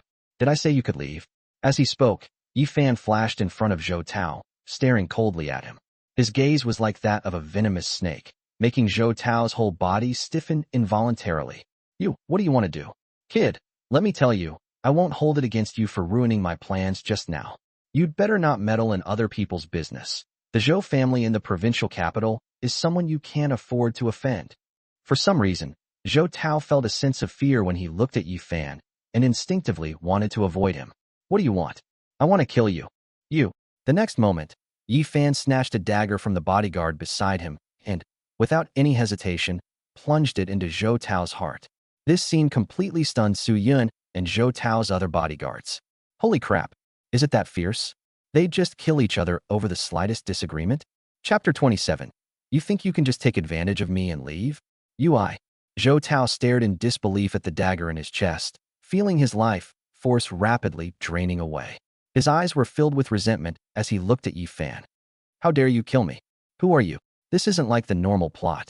In a normal storyline, shouldn't the two of them have a verbal sparring match, exchange threats, and at most beat up Zhou Tao before killing him next time? If we kill him now, how will the plot develop? I am Yi Fan, the eldest son of the Yi family, Su Chan's senior brother. Yi Fan kicked Zhou Tao to the ground and said coldly, since you want to kill my junior sister, then I have no choice but to send you on your way first. You're Yi Fan? How is that possible? According to the information Zhou Tao received, Yi Fan had indeed returned, but he frequented clubs and was exhausted by women. How could he possibly have such powerful strength? But whether Zhou Tao believed it or not, Yi Fan has now made a move and killed Zhou Tao. The other assassins Zhou Tao brought tried to slip away from the scene, but Yi Fan's body turned into a phantom on the spot, and then all the assassins fell to the ground, lifeless. Su Yun was stunned as she watched Yi Fan's actions. You killed them all. Su Yun had heard Su Chan mention Yi Fan before and knew that this senior brother must be extraordinary. But Su Chan also said that in that battle, Yi Fan's bones were destroyed and he lost all his strength. It was said that his kidneys were even removed. How could he be so powerful now? They deserve to die. Yi Fan glanced indifferently at the corpses of Zhou Tao and the others, then stared intently at Su Yun and asked, and who are you? Where is junior sister? Why are you here? Just now, Zhou Tao and the others suddenly appeared, interrupting Yi Fan's train of thought. Only now did Yi Fan have time to think things through. According to the room card his junior sister gave him and the 2 pats on the back of his hand, wasn't she supposed to meet him at 2 a.m.? But why isn't she the junior colleague appearing in the office now? Why am I here? This is my office. I'm the owner of Royal No. 1 Club. Why can't I be here? Su Yin snapped out of her shock and responded to Yi Fan with a hint of annoyance. Wait a minute. Didn't we agree to meet tonight, junior sister? Could I have misunderstood? Yi Fan frowned, but when he saw junior sister during the day, both her appearance and aura were unmistakably her. Miss Su, since you're here, tell me in detail, what exactly is the background of this Miss Chu Yen here? Yi Fan stared at Su Yun, trying to glean some clues from her face. Su Yun already knew Su Chan's meaning and dared not reveal her relationship with Yi Fan, so she acted very naturally and said, I remember now, young Master Yi arranged for Miss Chu Yen to accompany you during the day, right? I'm sorry. I may have to disappoint young Master Yi. Miss Chu Yen is just an ordinary girl who grew up with her grandmother. She came here to earn money for her grandmother's medical treatment. Hearing Su Yun's explanation, Yi Fan felt a sudden emptiness in his heart. Could it be that I really admitted my mistake? But what I saw back then was clearly my junior sister. Could it be that junior sister has some hidden troubles? It seems that once all the experts from the Northern Luoshi sect have gathered, I will have to thoroughly investigate Royal No. 1. If I really find out that Chu Yen is my junior sister, then Yi Fan will definitely eliminate all those who threaten her. Since she wasn't his junior sister, Yi Fan saw no need to stay and turned to leave the room. But Su Yin reached out and stopped Yi Fan. What? You think you can just leave after you've had your fill? Su Yin blushed with embarrassment when she thought of Yi Fan's indecent advances towards her in bed earlier. Although it's true that Su Yin manages this club, she has always maintained a clean reputation. She's still a virgin, and yet Yi Fan inexplicably stole her first kiss and even touched her there. Yi Fan stopped in his tracks, turned around, and looked at Su Yun with a wicked smile. What? Boss Su, do you want me to take responsibility for you? Taking responsibility isn't impossible, but we'll need to have a deeper conversation before I'll acknowledge it. Yi Fan stared intently at Su Yun, his gaze roaming over her body without restraint. It has to be said that Su Yun has a voluptuous figure with curves, and Yi Fan especially felt the amazing elasticity just now. She is indeed top-notch. If Su Yun is willing, Yi Fan wouldn't mind. Looking into Yi Fan's alluring gaze, Su Yun felt her whole body go weak. What do you want to do? Let me tell you, don't do anything rash. Su Yun's feelings were complicated. Yi Fan was very handsome, with sword-like eyebrows and bright eyes, a tall and slender figure, and a well-defined face. He was exceptionally masculine, and the way he kissed her almost made Su Yun's heart flutter uncontrollably. No woman wouldn't like a man like that. But Su Yun also knew that Yi Fan was Su Chan's ideal man. So what would it mean if she were to get involved with him? What I was trying to say was, isn't Miss Chu Yin your junior sister? Would you be willing to do us a favor? Su Yun suddenly blurted out this question, causing Yi Fan to freeze in surprise. If you help us protect Royal Number One, I'm willing to do as you wish. Kindness. Not the junior sister? Are you still willing to follow your own wishes? Yi Fan tilted his head and looked at Su Yun. This boss Su is quite interesting. Yi Fan's mind raced, feeling that some crucial information was missing. He couldn't connect many pieces of information at once, but Yi Fan was certain of one thing. There was something wrong with Royal Number One Club, and that girl Chu Yin was suspicious. Although he didn't see his junior sister tonight, Yi Fan's intuition still confirmed that Chu Yin was his junior sister. Since it was his junior sister's club that was in trouble, Yi Fan certainly wouldn't refuse to help. Oh, this offer is very tempting. Tell me, what trouble is Royal Number One Club currently facing? Yi Fan stopped in his tracks and looked at Su Yun with a serious expression. It's the Zhou family again.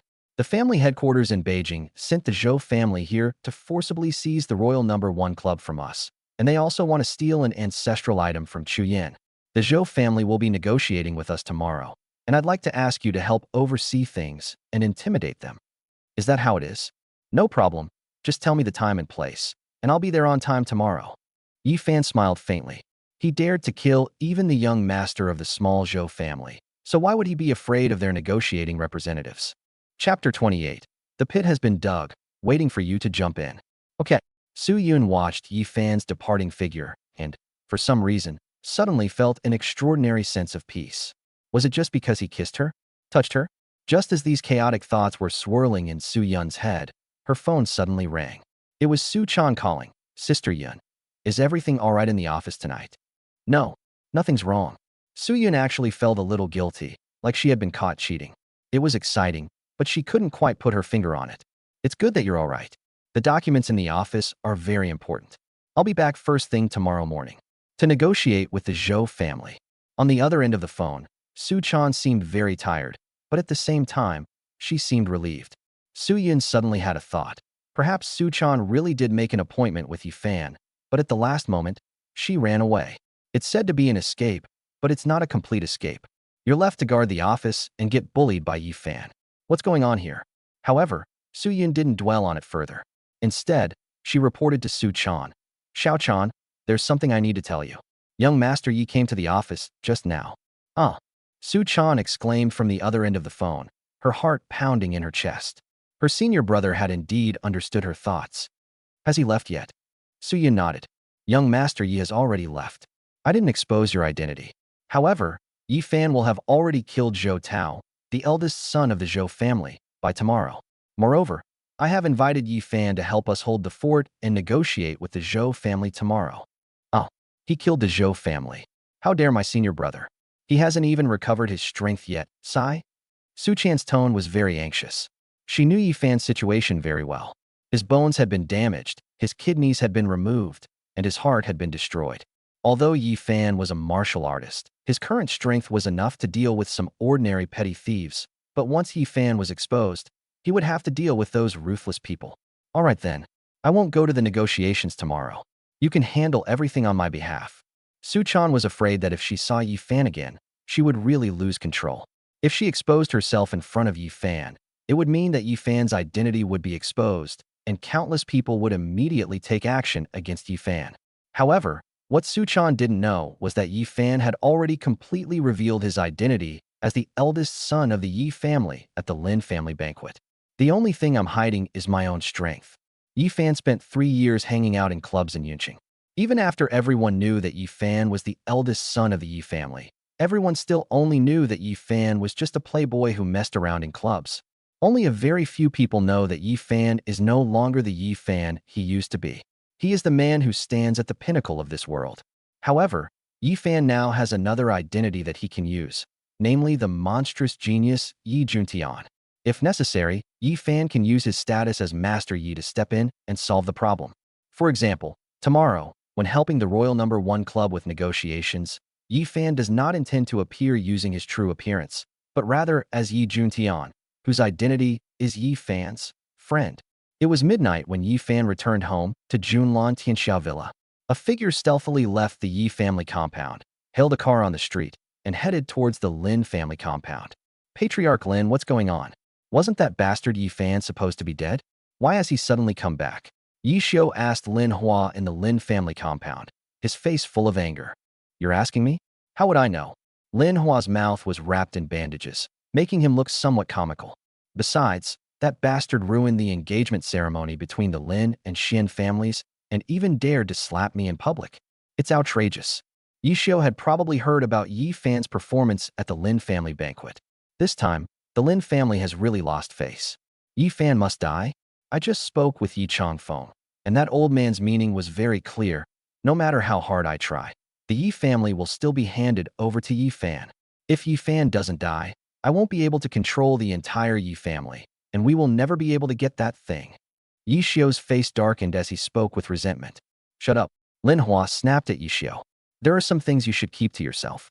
Don't talk nonsense. If you ruin the boss's plans, neither of us will be in trouble. Yi Xiu knew he had said something he shouldn't have. Patriarch Lin, there's an opportunity. Yi Fan invited me to the Overlord Club tomorrow for some fun, and I agreed. Tomorrow I'll lure him there, and Patriarch Lin, please have someone kill him there to avoid any unforeseen complications. Lin Hua nodded. It is indeed a good opportunity. The Blood Robe sect will arrive first thing tomorrow morning. I will make the arrangements. After you have booked the room, give me a message. Lin Hua slammed his fist on the table. Last night, after learning that the Grandmaster who attacked the Yi family had been killed, Lin Hua had a very bad feeling. Because the death of that Grandmaster was too coincidental. Just when Yi Fan returned. Just when the Lin family was about to form a marriage alliance with the Xian family. Lin Hua paid a heavy price to get the Xian family to soften their stance, agree to annul the engagement with the Yi family, and agree to join forces with the Lin family. But Yi Fan sabotaged everything last night, making the chances of success even slimmer. Snort. Regardless of whether Yi Juntian, who killed the Grandmaster, is Yi Fan or not, the Blood Robe sect will make a move tomorrow, and Yi Fan will not have a good ending, whether he lives or dies. Bloodstained Closed Gate is an assassin organization that has emerged in the last decade. Among the many experts in the world, the most important thing is that they will strictly follow the instructions and requirements of their employers, even to the death. As long as the Blood Robe sect agrees to this mission, then unless the Blood Robe sect is destroyed, the Blood Robe sect will spare no effort to hunt down the target, even if it means chasing them to the ends of the earth. However, neither Lin Hua nor Yi Xiu knew that this was a trap Yi Fan had set for them, waiting for them to jump in. Yi Fan's return was like a pebble thrown into a calm lake, causing a series of ripples. The key point is that Yi Fan's actions of stirring up trouble have never stopped. For example, the Zhou family's delegation that came to negotiate with Su Yun and Su Chan this time, although Zhou Tao, as the eldest son of the Zhou family, came along, was actually mainly in charge of the Zhou family steward, Ling Tian. It's already past midnight. Why isn't young Master Zhou back yet? At the Zhou family delegation's lodging, Ling Tian stood by the window, wearing a coat, looking at the lights of countless homes outside, and frowned as he spoke to his assistant. Manager Ling, our information is that young Master Zhou went to the club, probably took a fancy to one of the girls there, and stayed overnight, right? Young Master Zhou is ultimately unreliable. This negotiation will mainly rely on you to handle it. The assistant took the opportunity to flatter Ling Tian. But Ling Tian didn't seem to care. Shut up. Young Master Zhou is the future successor of the Zhou family. Anyone who dares to disrespect young Master Zhou, don't blame me for being impolite. Little did Ling Tian know, Zhou Tao had already met his maker. Chapter 29 General Songpa, who grovels before Yi Fan. Although Su Yixuan knew the news last night that General Songpa would come in person to sign the general agency contract with the Su Group, she was still very excited when she received a call from General Songpa himself early the next morning. Honey, General Songpa said he's arrived in Yunqing and wants to come to the villa to sign the contract with us. I don't think it's really appropriate to stay at home, so we've arranged to meet at the company. Shall we hurry? Yi Fan was still taking a nap when Su Yixue picked him up from the bed. After kissing her 3 times and being taken advantage of by Yi Fan, who had made her clothes messy, Yi Fan finally got up and drove with Su Yixue to the Su Group company. In the Su Group office, General Songpa sat on the sofa, his eyes constantly glancing towards the door. He kept saying to his adjutant, "Sai, I should have gone to the villa myself to wait for the emperor." This was so impolite, so disrespectful to the emperor. Before Songpa's subordinates could speak, Yun Batian and Yun Feiyang, standing respectfully beside him, said politely, "General Songpa, are you really not going to reconsider continuing your cooperation with the Yun family? Our Yun family has the most comprehensive sales channels in Great Xia. Or, we can offer even greater concessions, as long as General Songpa is willing to continue cooperating with our Yun family. Our Yun family only needs 10% of the profits. After receiving news from General Songpa in the provincial capital yesterday that the cooperation was to be terminated, Yun Batian inquired about General Songpa's schedule overnight, and then came to the Su group in Yunqing to make a final effort to persuade General Songpa to cooperate. 10% profit? That's right. How come I didn't think of that? Luckily I thought of that. I wanted 30% profit before. That was just too greedy. Songpa continued from Yun Boshan's words, and Yun Boshan's eyes lit up when he heard General Songpa's words. General Songpa, have you agreed? Yun Batian felt a pang of heartache. The previous agreement with General Songpa stipulated that the Yun family would receive 30% of the profits, but now they only want 10%. That means a loss of at least hundreds of billions a year. Even with only a 10% profit margin, as long as we continue to cooperate with General Songpa, the future benefits will be enormous. At worst, we can just squeeze more money out of the distributors. Agree? Agree to what? Why aren't you all getting out of here? I'm talking about my cooperation with the Su group. I only want 10% of the profits. What's it to you? General Songpa frowned and looked at Yun Batian, saying, I've made myself clear to you. Our cooperation has ended, and there was less than a month left anyway. It's just a 100 million yuan penalty, right? I'll have someone transfer it to you immediately. Yun Batian thought he had misheard General Songpa's words. General Songpa only wants 10% of the profits from his cooperation with the Su group? It's worth noting that General Songpa previously demanded 70% of the profits from his cooperation with the Yun family. Why would he only want 10% from the Su group? It seems like that's excessive. How incredibly humble this is. Aren't you going to get out of here? Kuntai, throw them all out. Otherwise, the emperor will be very annoyed when he sees them. General Songpa was extremely disgusted with Yun Batian and Yun Feiyang, and directly ordered his men to push and shove them out. General Songpa, Yun Batian and Yun Feiyang called out, but they were not at all willing to accept it. Dad, it must be Yi Fan.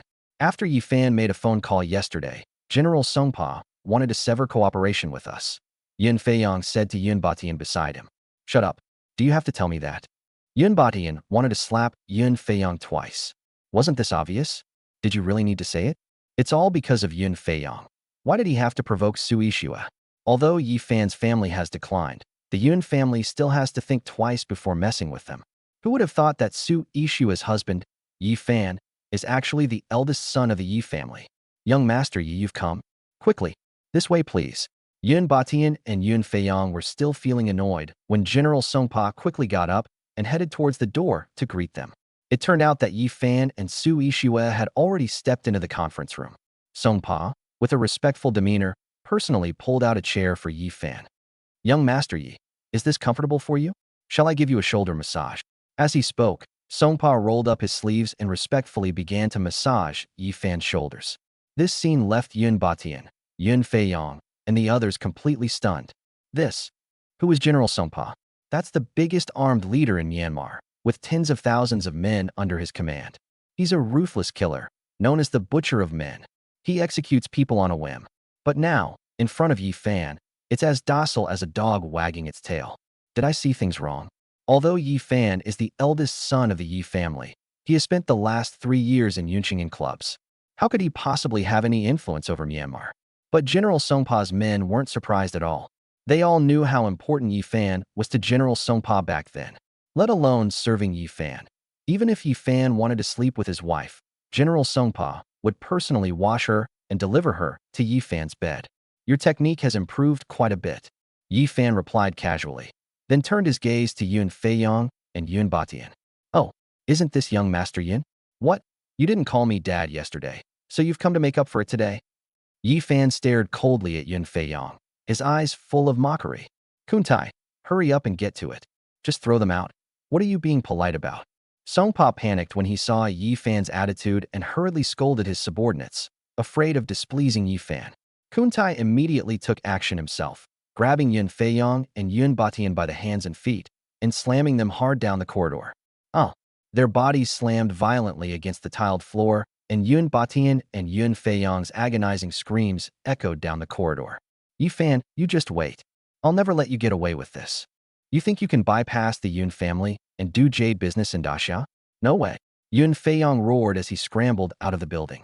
Songpa frowned and said to Yi Fan, Your Majesty, should I take action and wipe out the Yun family? Yi Fan waved his hand lightly. No need. This is great, Xia. If you take action, it will cause some trouble. I warned them that if they dare to harass my wife again, I will raise the entire Yun family to the ground. After a pause, Yi Fan said to Songpa and Su Yixue, You two should start preparing to sign the contract. Upon hearing this, Songpa immediately had his subordinates bring out the contract and personally handed it to Su Yixue, saying, Miss Su, this is what I'm thinking. It would be a great honor for our Jade Group to cooperate with the Su Group. Therefore, we've decided that we only want 10% of the profits. Is that acceptable to you? As he spoke, General Songpa watched Yi Fan's changing expression with great caution. 1/10. Su Yixue exclaimed in surprise upon hearing General Songpa's words. General Songpa was startled by Su Yixue's reaction. Miss Su, isn't 10% too much? How about 0.5% is also acceptable? No. How could I think of making a profit when I'm serving the emperor? I deserve to die. As he spoke, Songpa slapped himself hard across the cheek. Chapter 30. Ordering 10 girls in one go. General Songpa, stop. You've misunderstood. That's not what I meant. Su Yixue glanced at Yi Fan, who was calmly drinking tea beside her, and felt an overwhelming sense of admiration for her precious husband. Su Yixue knew, of course, that the reason General Songpa was so respectful to her was because of Yi Fan. Su Yixue didn't know that even when the Yun family in the provincial capital cooperated with General Songpa only took 70% of the profits. Compared with the Yun family, the scale and influence of the Su group were far inferior, yet General Songpa directly gave her 60% of the profits. This is hardly business. He's a total money-giving boy. I mean, you've given us too much profit. We're really embarrassed. Su Yixue quickly explained, which reassured General Songpa a little. She then turned to Yi Fan and asked, Young Master Yi, do you think this arrangement is reasonable? Yi Fan's lips curled up. Songpa, I know you mean well, but in business, everyone should make money together. How about this? You can't be too disadvantaged. Let's split the profits 50/50ths. In a year, I guarantee your income will be at least 3 times higher than when you cooperated with the Yun family. Yi Fan spoke casually, but he was very confident. Previously, Yi Fan had to lie low because his martial arts skills hadn't fully recovered. Even if he wanted to help the Su family, he could only do so secretly. But now that Yi Fan's strength has recovered and surpassed his peak, the Su group will inevitably rise in status as well. Yi Fan believed that if he could restore the Yi family to its former glory as the #1 family, then the Su group would be second best. Thank you, Your Majesty. Songpa secretly breathed a sigh of relief and bowed respectfully to Yi Fan. Yi Fan nodded. You guys can discuss the specific contract details. I'm going to go pick up some girls. Yi Fan said goodbye to Su Yixue and drove away from the Su group. Yi Fan and Yi Xiu made a date to go to the Overlord Club today to have some fun. If Yi Fan didn't go, how would Yi Xiu have had a chance to attack him? When Yi Fan arrived at the entrance of the Overlord Club, Yi Xiu, wearing a hat and sunglasses, also arrived at the same time. Brother, you're just here to pick up a girl, right? You're dressed like you're doing something clandestine. Is it really necessary? Yi Fan couldn't help but feel a little disdainful when he saw Yi Xiu's attire. Yi Xiu looked embarrassed. Brother Fan, it's better to be careful. I'm different from you, Brother Fan. I also have to attend some business banquets. It wouldn't be good if people saw me going to such places. In truth, Yi Xiu really wanted to come to a place like this, but he was too concerned about his reputation and was afraid that he would not perform well and lose face in front of the Yi family patriarch, so he had to keep a straight face. Pack. It's all an act. Seeing Yi Xiu's appearance, Yi Fan deliberately introduced him loudly at the front desk. This is my older brother Yi Xiu. I'll definitely arrange 2 beautiful ladies for him today. Yi Fan's words drew the attention of many people around them, making Yi Xiu feel even more uncomfortable. After checking into their rooms, Yi Fan and Yi Xiu went to their respective rooms. When Yi Xiu saw that Yi Fan had ordered 10 more girls, he was so frustrated that he went crazy. You bastard, ordering so many girls at once. How come you don't work yourself to death? Snort. Today is your last day of revelry. After entering his room, Yi Xiu immediately took out his phone and dialed a number. Patriarch Lin, we have arrived at the Overlord Club. Yi Fan is in room 308. Tell them to begin their operation. On the other end of the phone was Lin Hua, the head of the Lin family. Alright, but Yi Xiao, you'd better destroy the SIM card immediately and not let anyone know we've been in contact. It's better to be careful. Ever since that Grandmaster was killed, Lin Hua has become increasingly cautious. At the Overlord Club, Yi Fan lay on a round sofa in his room, surrounded by 10 beautiful women who were doing their best to feed him grapes and peel bananas. Yi Fan was thoroughly enjoying himself. Suddenly, a chilling killing intent emanated from outside the room. Yi Fan's lips curled into a smile. So they've finally arrived? Ladies, you should all get some sleep. Yi Fan waved his hand, and a burst of energy surged out, instantly sealing the acupoints on the 10 beauties' bodies, causing them to faint. Otherwise, if they see or hear certain things, there is only one outcome. They will die. Click. The door opened, and a man wearing a baseball cap stepped in, a gleaming dagger flashing in his hand under the light. Let me introduce myself, Black Dragon, the assassin of the Black-clad sect. Kid, someone wants to kill you. Don't blame me. The man shouted as he rushed towards Yi Fan, his dagger aimed straight for Yi Fan's heart. Without any unnecessary movements, and with the martial arts aura emanating from him, it was clear that this man had reached the realm of mastery, making him a top expert in the ordinary world. This man was none other than Black Dragon, the number 13 assassin within the Blood Robe sect. He is ruthless, swift, and never hesitates in his actions. Black Dragon thrust his dagger forward, but when it was still 3 inches away from Yi Fan, he found that his dagger could not go any further. Is the blade stuck in the bone? Heilong pushed harder, but found he still couldn't move. Looking down, he saw Yi Fan easily holding the blade between 2 fingers, calmly looking at him. Speak. Who wants to kill me? Just tell me who's behind this, and I'll spare your life. Yi Fan came to the Overlord Club today specifically to fish. With Yi Fan's current strength, there are very few people who can rival him. Black Dragon was a smart man. Seeing Yi Fan's skillful technique, able to catch his full force attack with just 2 fingers, he knew he had met his match. Without hesitation, he kicked off the ground and tried to escape towards the door. Black Dragon moved quickly, but Yi Fan moved even faster. The moment the Black Dragon stood up, Yi Fan had already thrown a punch. Boom. Black Dragon was smashed to the ground by Yi Fan's violent punch. A large chunk of his chest caved in, blood spilling from his mouth. He stared at Yi Fan in disbelief. You were hiding your strength? Before taking action, the Blood-clad sect always conducts a thorough investigation of the target's situation. They had naturally investigated Yi Fan's background thoroughly. They knew Yi Fan was the eldest son of the Yi family, but they also knew that 3 years ago, someone had destroyed his cultivation foundation and even removed his heart and kidneys. Although they didn't know how he survived and hid in Yun City, playing a game of hiding in the dark, but all the intelligence indicated that Yi Fan was a good-for-nothing, a spoiled brat who lived off his wife and spent his days in clubs.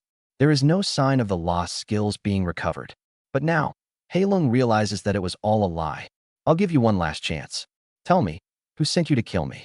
Yi Fan stepped on the Black Dragon's face, looking down at it. No comment. Click. Before the Black Dragon could finish speaking, Yi Fan stomped on its neck and broke it. If you don't mention the employer behind you, then you have no reason to live. It's enough to know that the ones who did it were from the Blood-clad sect.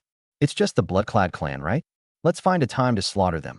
That would be doing a service to the people. Looking at the Black Dragon lying on the ground, a wicked smile appeared on Yi Fan's lips.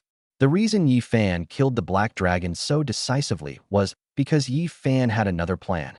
Yi Fan turned the Black Dragon's face over, examined it carefully, and then quickly rubbed his own face. In the next moment, Yi Fan's appearance had undergone a dramatic change. At this moment, Yi Fan and the Black Dragon were not just similar, they were practically identical. If you put a baseball cap on yourself, even Heilong's parents would probably be confused. Chapter 31. I'll just quietly watch your clumsy performance. Yi Fan quickly tumbled around on the Black Dragon's body, finding nothing but a simple communication phone. Yi Fan only found a small bottle containing some powder. Yi Fan held it to his nose and smelled it. Corpse-dissolving powder? Yi Fan was just thinking about how to dispose of the Black Dragon's corpse when he found out that the corpse-dissolving powder was just what he needed. Yi Fan gently poured a little corpse-dissolving powder onto the Black Dragon's corpse. The next moment, under the corrosive effect of the corpse-dissolving powder, the Black Dragon's corpse instantly turned into a pool of water. Yi Fan quickly tidied up the room with a mop, put on a baseball cap, climbed out of the window, and headed towards Yi Xiao's room next door. In the next room, Yi Xiao was like a mad beast, relentlessly tormenting the two girls who were with him. He chained the girl to a dog leash and whipped her from behind, making her bark like a dog and crawl on the ground, as if he wanted to vent all the pent-up frustration he had accumulated over the years. The girl's body was covered in bloody welts from the whipping. "Big brother, please stop." The two girls originally thought they had struck gold today. They figured they could get a hefty tip by serving the big brother well. Little did they know, Yi Xiao was such a pervert who enjoyed playing these kinds of games. "Don't stop. Keep climbing. I paid for this."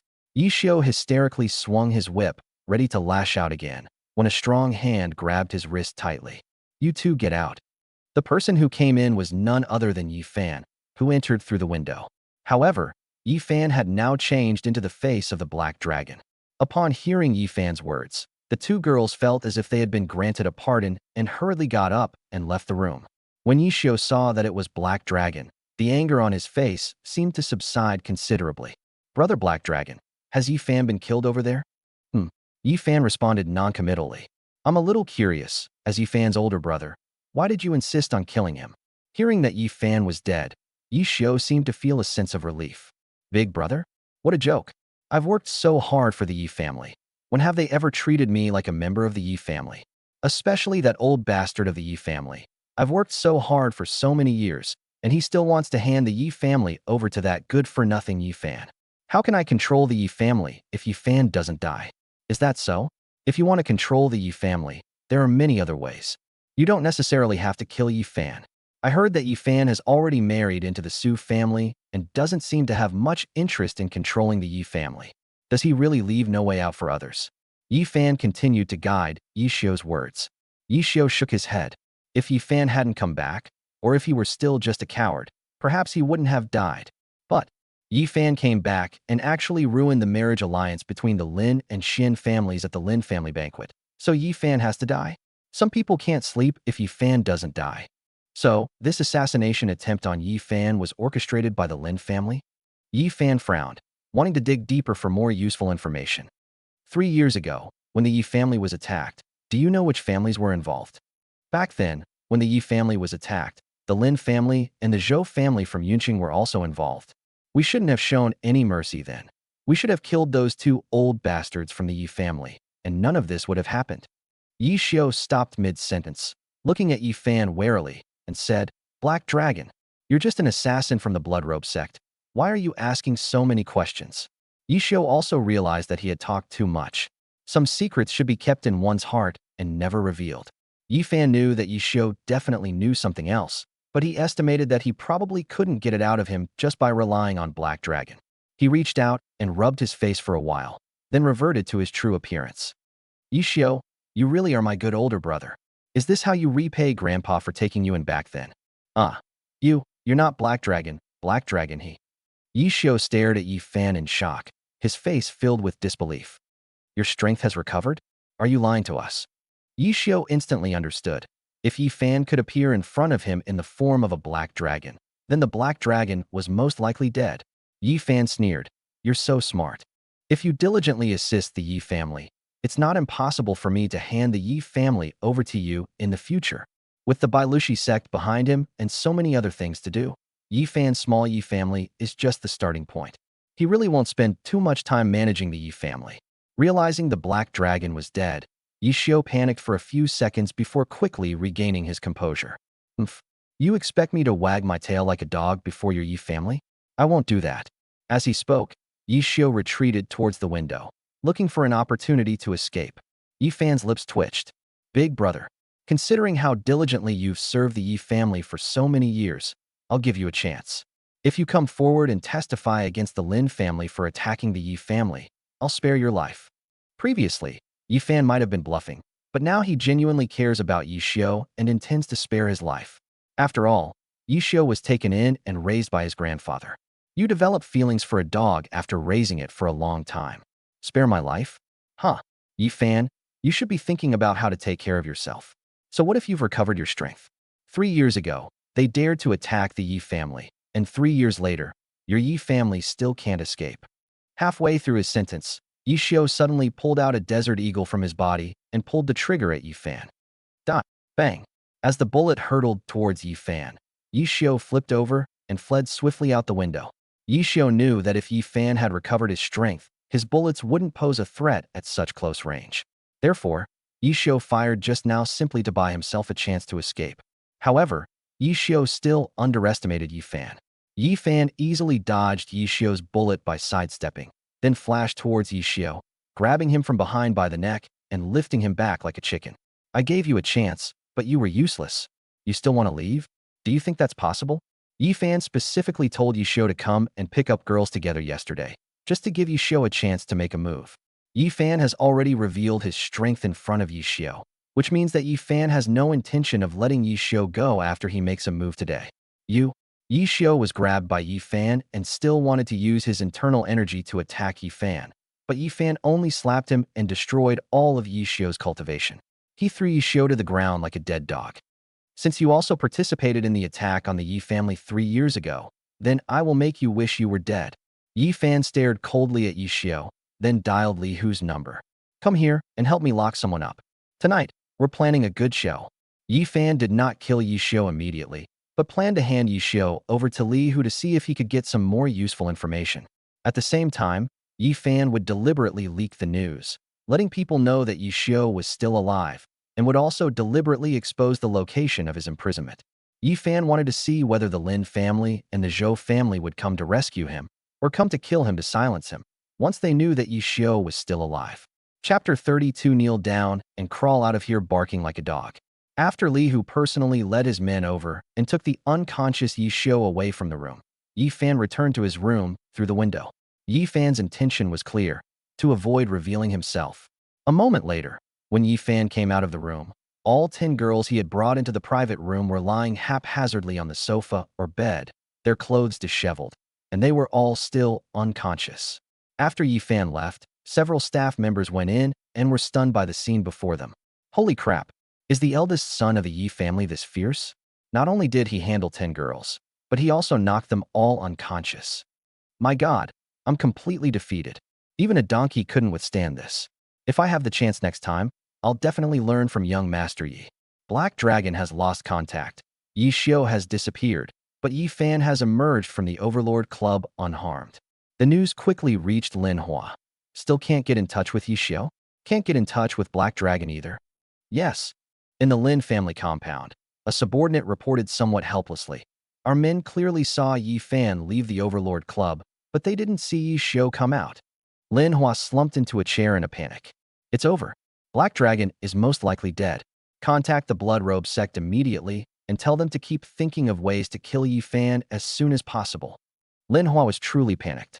At the Lin family banquet, Yi Fan suddenly slapped him across the face. At that time, Lin Hua only suspected that Yi Fan's strength had recovered. But now that Black Dragon of the Blood Robe sect has made a move, Yi Fan has survived, which can only mean that Yi Fan's strength is at least above Black Dragon's. Lin Hua rubbed his forehead, still not quite recovered, when his subordinate reported again. Patriarch, the latest news we just received is that Yi Xiao is not dead, but has been captured by Yi Fan and is being interrogated. It is said that they want to investigate the attack on the Yi family back then. Huh. Lin Hua had another headache. Yi Xiao was indeed an important inside man who attacked the Yi family back then. Although Yi Xiao didn't know much about the big plans, he knew for certain that the Lin family had indeed made a move. If Yi Xiao were alive and testified against the Lin family, the Yi family would definitely go all out to deal with them. Although the higher-ups are arranging to continue targeting the Yi family is fully capable of wiping out the Lin family before being destroyed. Quick, mobilize all forces immediately to investigate where Yi Xiao is being held. We must rescue him before he speaks. If we can't rescue him, then we must prevent him from speaking. As Lin Hua spoke, he gestured a throat-slitting motion to his subordinates. Beside Lin Hua, Lin Dong nodded. Second uncle, I'll take responsibility for this. My men just reported that they saw Yi Xiao being taken away by Li Hu. They should know his location soon, and I'll make sure he can't talk about it. Kindness.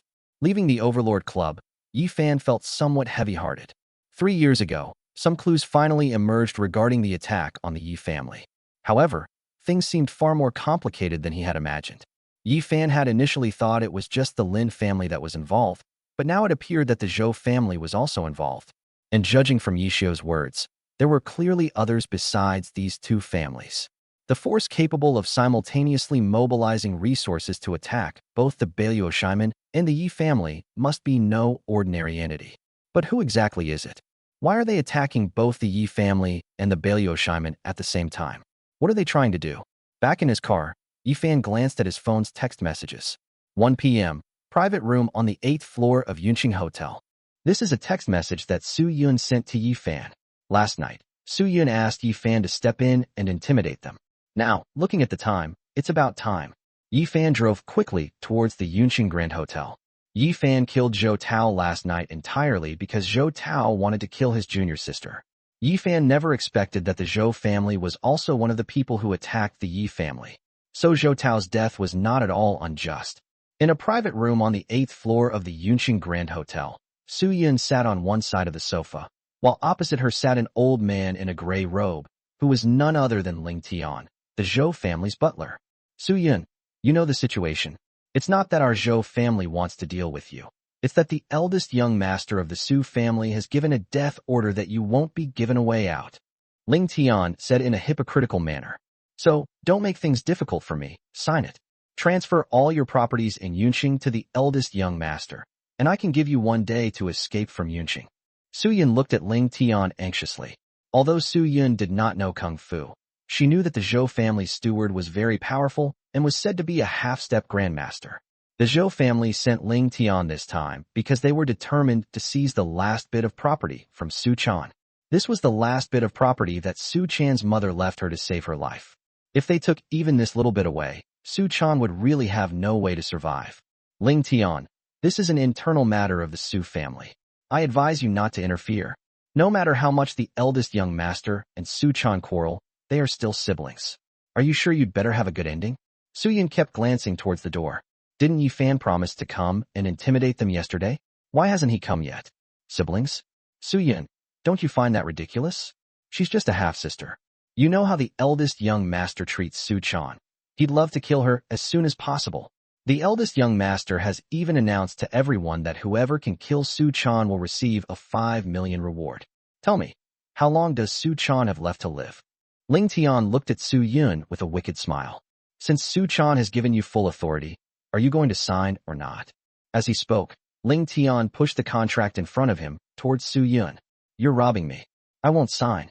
Su Yun was furious as she looked at the amount on the contract. 250 yuan. Su Yun couldn't understand why the young master insisted on killing everyone. Su Yun, you're refusing a toast only to be forced to drink a forfeit. Men, help Miss Su Yun out. Ling Tian shouted at his men, and several burly men immediately stepped forward, grabbed Su Yun, and prepared to press her onto the table and force her to sign. The Zhou family's trip to Yunqing was merely a formality.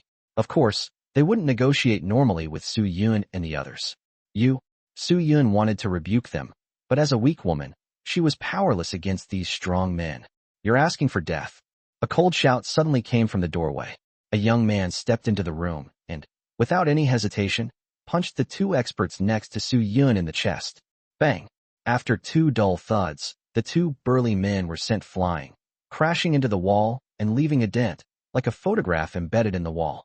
The 2 burly men spat out 2 mouthfuls of blood, and then slowly slid down the wall to the ground. The person who arrived was none other than Yifan. At this moment, Yifan had already changed his appearance to resemble Yi Juntian from the black market. When Yifan helped Su Yun up, Su Yun looked puzzled and asked, You? Who are you? Yifan smiled faintly. Let me introduce myself. I am Yi Juntian, and I am Yifan's friend. Yifan asked me to come and help today. As he spoke, Yifan's eyes brazenly scanned Ling Tian in front of him. A piece of trash whose only half a master is showing off here. You are Yi Juntian? Upon hearing Yi Juntian's name, a hint of wariness appeared on Ling Tian's face. The news that Yi Juntian killed Grandmaster Tian Kuei in the Yunqing black market has already spread throughout Yunqing. Moreover, and most importantly, Ling Tian was very clear that the reason Tian Kuei attacked the Yi family was because the Lin family was behind it, and of course the Zhou family was also involved. While the Lin and Zhou families were still fully investigating who Yi Juntian was, Ling Tian never expected that Yi Juntian had already stood in front of him. So you already recognize me? That makes things much easier. Yifan stared at Ling Tian with a wicked grin. I'll protect Su Yun and Royal Number 1. You. Kneel down and crawl out of here barking like a dog. You, how dare you? Ling Tian's expression changed drastically, and he stared at Yi Fan with a solemn look. Boy, I've heard that you killed Grandmaster Tian Kuei, but you should know that this is no longer an era of one-on-one combat. No matter how good you are, can you defeat 10 or 100 of them? Do you think I dared to come to Yin City today without any preparation? Slap, slap. Ling Tian clapped his hands towards the door. Splash. The next moment, countless burly men suddenly rushed in from outside the door, each carrying an enhanced steel crossbow, with the arrows locked firmly against Yi Fan. Kid, you've never experienced the feeling of being pierced by 1,000 arrows, have you? Now, if you make even the slightest movement, I guarantee you won't be able to leave here standing up. Ling Tian stared at Yi Fan with a smug look on his face. These enhanced crossbows have been modified by experts. Although it is ineffective against experts above the martial venerable level, it still poses a deadly threat to even grandmasters before they have cultivated their own chi. One crossbow bolt could be dodged, 2 or 4 or 5 wouldn't be a big problem, but with hundreds of crossbow bolts firing at the same time, it's unlikely that Yi Juntian could withstand it. Ling Tian is gambling, just like Yin Shuangying is gambling that your gun has no bullets. Ling Tian was betting that Yi Fan, at such a young age, already possessed monstrous strength at the Grandmaster level, making it completely impossible for him to advance beyond martial venerable. Chapter 33 Children Make Choices. Now you have 2 choices. Ling Tian stepped forward and slapped Yi Fan's cheek. First, continue to be with Su Yun's group. Then I will immediately order you to be riddled with arrows. At that time, Royal Number 1 will still be ours. Secondly, young man, you're so young yet your strength is so terrifying. Why not join us? I'll definitely recommend you to the higher-ups and give you a position that you'll be very satisfied with. You'll also get very generous cultivation resources to help you advance your cultivation speed even further. What do you say? Yi Fan raised an eyebrow. From Ling Tian's words, Yi Fan heard a key word. Above. So, there are people above the Zhou family. Oh, Butler Ling, are you referring to the Su family in the capital? Ling Tian sneered. The Su family? The Su family may be powerful, but they're not qualified to command a powerful family like my Zhou family or the Lin family. The family I'm talking about is 100 times more powerful than them. So, young Master Yi, how about it? Seeing that Yi Fan seemed interested, Ling Tian's eyes flashed with excitement. If he could recruit such a genius, he would definitely receive a generous reward from above.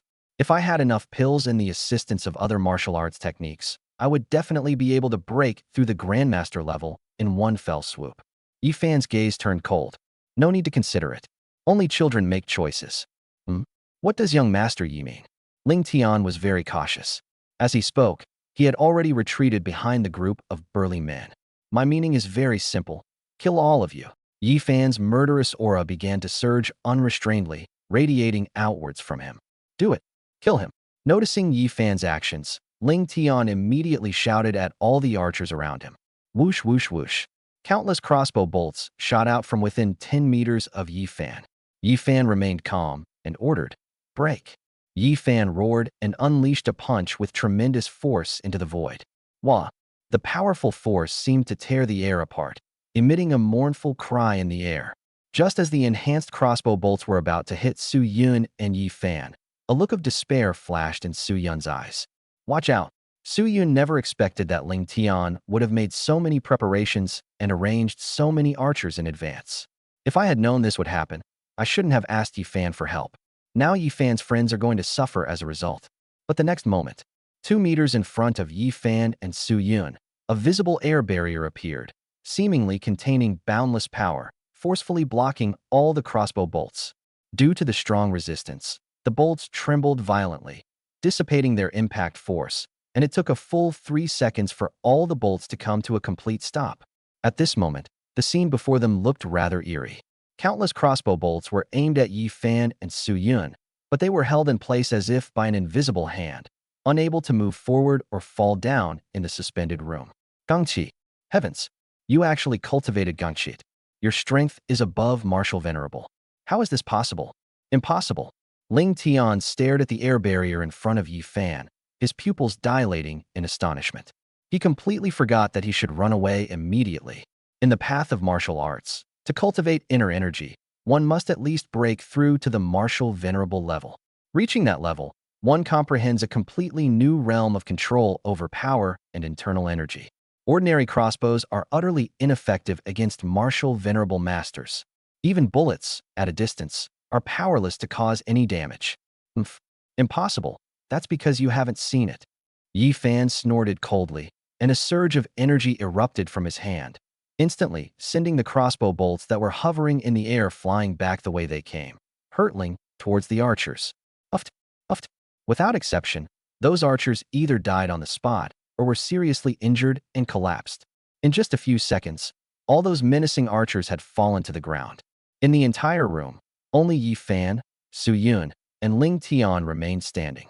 Su Yun covered her mouth, looking at Yi Fan with a look of astonishment. Was Yi Fan's friend, Yi Jun Tian, really that powerful? Not only did he defeat so many people single-handedly, but it seems he didn't even use his full strength? Ling Tian felt his legs trembling. If Yi Jun Tian were only at the Grandmaster level or above, Ling Tian believed he would still have a fighting chance. But now that Yi Fan had displayed power exceeding that of a martial venerable, Ling Tian didn't even have the thought of running away. Escape? With strength that even a Grandmaster hadn't reached, there was no way he could escape from a martial venerable expert. Boss, I was wrong. Poof. Without any hesitation, Ling Tian knelt down directly in front of Yi Fan.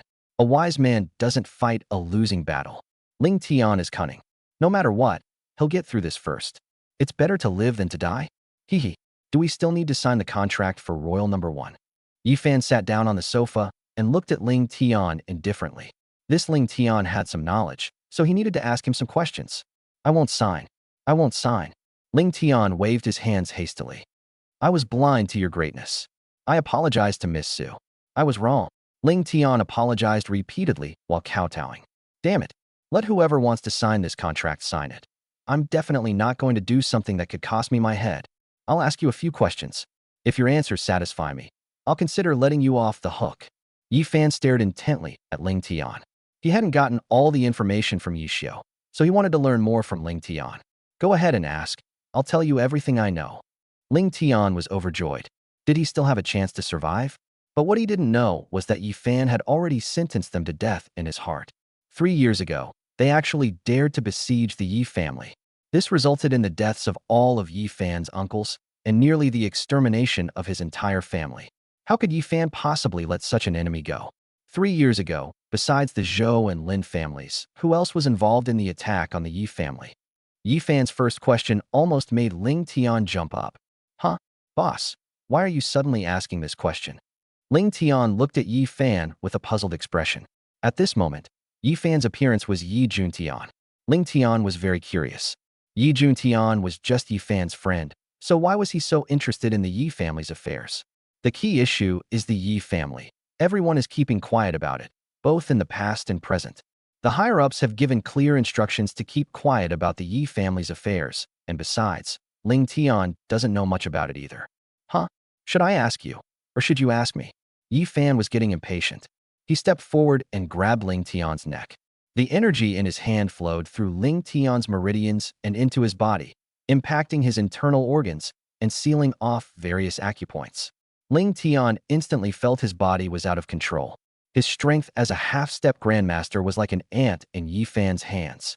It's estimated that if Yi Fan just flicked his finger, Ling Tian would die on the spot. Is the strength of a martial venerable really that terrifying? Please spare me, boss. I'll talk. Chapter 34, Spare Your Life? When did I ever say that? 3 years ago, our Zhou family, including the Lin family, were all suddenly informed of the attack. We were contacted by members of the royal family. We were all masked. And apart from the Lin family, I knew nothing about the others. Ling Tian was genuinely terrified and told Yi Fan everything he knew. Although it didn't sound like any useful information, Yi Fan was certain of one thing. The royal family has also taken action against the Yi family. After all, the Yi family's 800,000 heavenly dragon army only recognized the Yi banner, and the royal family did not trust the Yi family. At that time, Yi Fan was learning martial arts at the Beiliu-Shimen. If he were to return, Yi Fan would be highly skilled in martial arts and have the Beiliu-Shimen behind him. With the combined power of the Yi family and the Beiliu-Shimen, their influence would inevitably reach another level. So the royal family took action. Besides the royal family, who are the people you mentioned above? Yi Fan gleaned information from Yi Xiao, Ling Tian, and others, concluding that the great Xia royal family was not the ultimate mastermind behind everything. Boss, I really don't know much about this. They are very mysterious, appearing and disappearing without a trace, and it is said that they are all unkillable. We call them divine messengers, and our families are responsible for carrying out their orders. A divine messenger? And he can't be killed? Hee. Yi Fan certainly didn't believe in ghosts or gods. But the so-called divine messengers should have already touched on the truth of the matter. Why are they so ruthless in dealing with the Yi family? Judging from Ling Tian's words, the Lin family, the Zhou family, and those families that attacked 3 years ago seem to be planning to attack the Yi family again.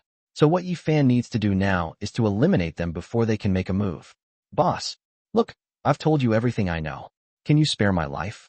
Ling Tian looked at Yi Fan with a fawning expression, desperately hoping that Yi Fan would let him go. Crawl out like a dog, Yi Fan said coldly. Ling Tian was immediately relieved and used both hands and feet to crawl quickly towards the door. Just as they were about to reach the door, Yi Fan felt a surge of energy in his ankle, and a crossbow bolt shot out, piercing Ling Tian's heart and pinning him to the ground. Ling Tian turned around with difficulty, unable to believe his eyes, and looked at Yi Fan, saying, "You, boss, didn't you say you'd spare my life? How come? Did I say that? When did I say that?" Yi Fan sneered, instantly making Ling Qi vomit blood and die on the spot. Su Yun was still in a daze in the room when Yi Fan reached out and patted her on the shoulder, saying, "All right, the matter has been handled. Can you manage this remaining situation?" Sure, you can handle it." Su Yun responded with a sound of agreement. Then, coming back to her senses, said, "Thank you, boss." A year ago, Su Yun followed Su Chan from the capital to Yunqing to escape pursuit, and then settled down there. She wasn't as weak as she appeared. She certainly had some skills to keep Royal No. 1 afloat. Although Yi Fan currently appears as Yi Juntian, Su Yun always felt a familiar aura about this handsome man when she got close to him. Yi Fan ignored Su Yun and strode away from the Yunqing Grand Hotel. After what happened today, Yi Fan was certain that Shu Yin was definitely his junior sister. Actually, whether junior sister admits it or not is no longer important, because the people behind junior sister are also involved in the attacks on Bailuo Shimen and Yi family back then. Whether it's for junior sister or for Yi family, Yi Fan will kill them all. Perhaps, by then, without any reservations, my junior sister will meet me without any worries. Yi Fan drove away from the Royal No. 1 club and happened to pass by the Yi Group building. Yi Fan suddenly realized a problem. Now that Yi Xiao had been captured by him, the Yi Group, such a huge corporation, suddenly faced a very serious issue. So, after Yi Xiao is taken down, who will continue to manage the Yi Group?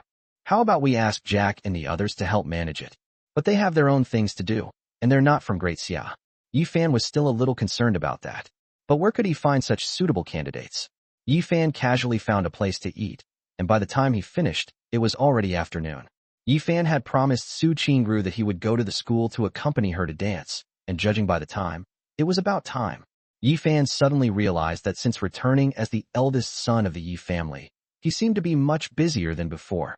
I still miss the days when I spent every day at the club. Yi Fan drove towards Yunqing University. The news of the murder of Steward Ling Tian reached the Zhou family in the provincial capital immediately. What? Su Yun and that little vixen Su Chan actually hired someone to kill Steward Ling Tian? Steward Ling Tian was a master who was about to break through to the Grandmaster level. In the Zhou family compound in the provincial capital, the patriarch Zhou Ming looked at the news his subordinates had sent back with a shocked expression, almost jumping out of his chair. In the Zhou family, the chief steward Ling Tian is a master second only to the Zhou family patriarch. With 2 Grandmaster-level experts about to emerge from the Zhou family, they will be able to secure their position as the number 1 family in the southwest. But now, at this crucial moment, Ling Tian has actually been killed? According to the information relayed from below, the one who killed Chief Steward Ling Tian was that young man named Yi Juntian. Why is it that plague god again?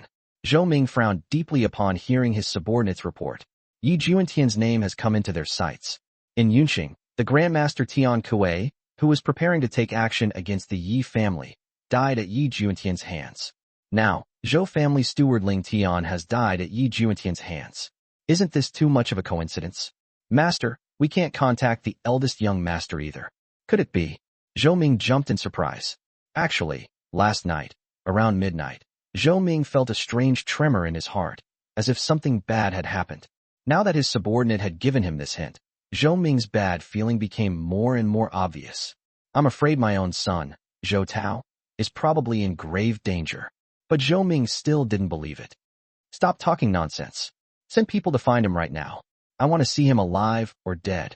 After reprimanding his subordinates, Zhou Ming paced back and forth in the room, finally deciding to report the situation to the Su family in Beijing. Although the eldest young master would definitely punish them, the current situation was beyond the Zhou family's ability to handle. Young master, something has happened in Yunqing. Our Zhou family's head steward was killed by Su Yun, and that little wench Su Chan, and my son also, failed to complete the task assigned by you, young master. Please punish him. Zhou Ming suppressed his anger and respectfully reported to the other end of the phone. Meanwhile, at the Su family in Beijing, the eldest son, Su Hao, calmly listened to the phone call. Oh, my sister actually has such powerful methods. Su Hao showed no concern for the deaths in the Zhou family. I know the situation. You didn't get back what I wanted. It seems I can't count on you. Don't worry about Yunqing anymore. Cooperate with the Gu sect. I'll arrange someone else to handle Yunqing. If necessary, I'll go there myself.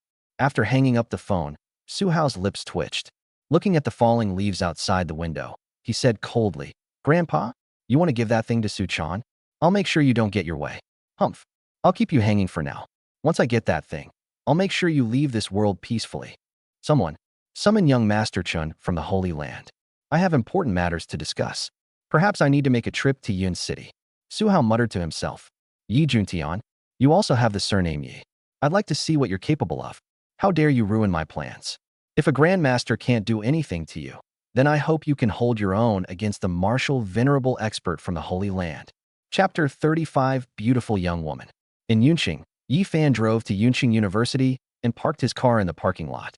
Suddenly, a beautiful woman carrying a child was seen rushing towards the parking lot.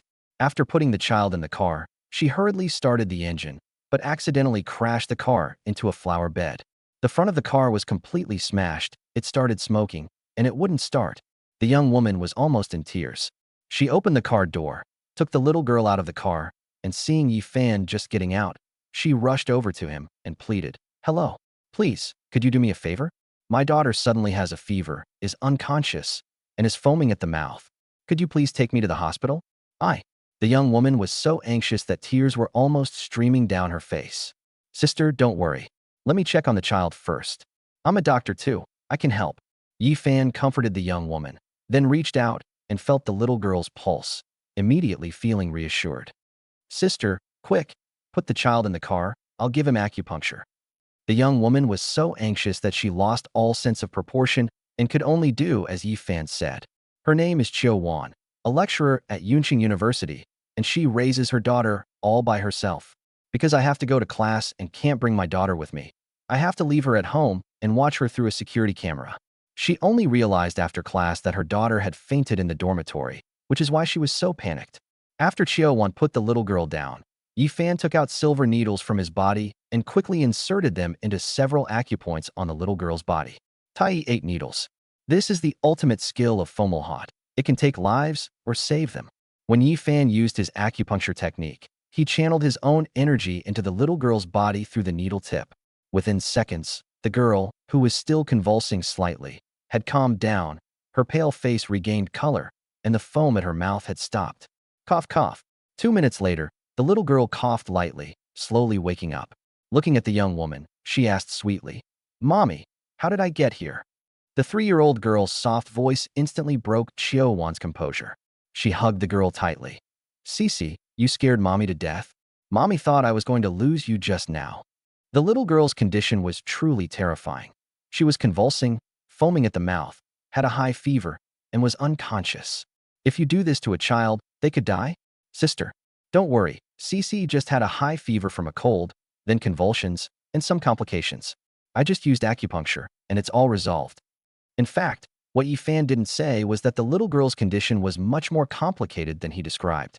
She showed signs of food poisoning, and, as Yi Fan had just examined her, she seemed to have some congenital illnesses. If it weren't for Yi Fan's presence earlier, and the fact that Yi Fan knew the Tai 8 needles technique, I'm afraid, even if she had been taken to the hospital, this little girl wouldn't have survived. Thank you. Thank you.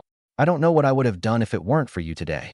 Xiaowan hugged the little girl, her body staggering slightly, partly because she was too tired from running, and partly because she was too scared to move.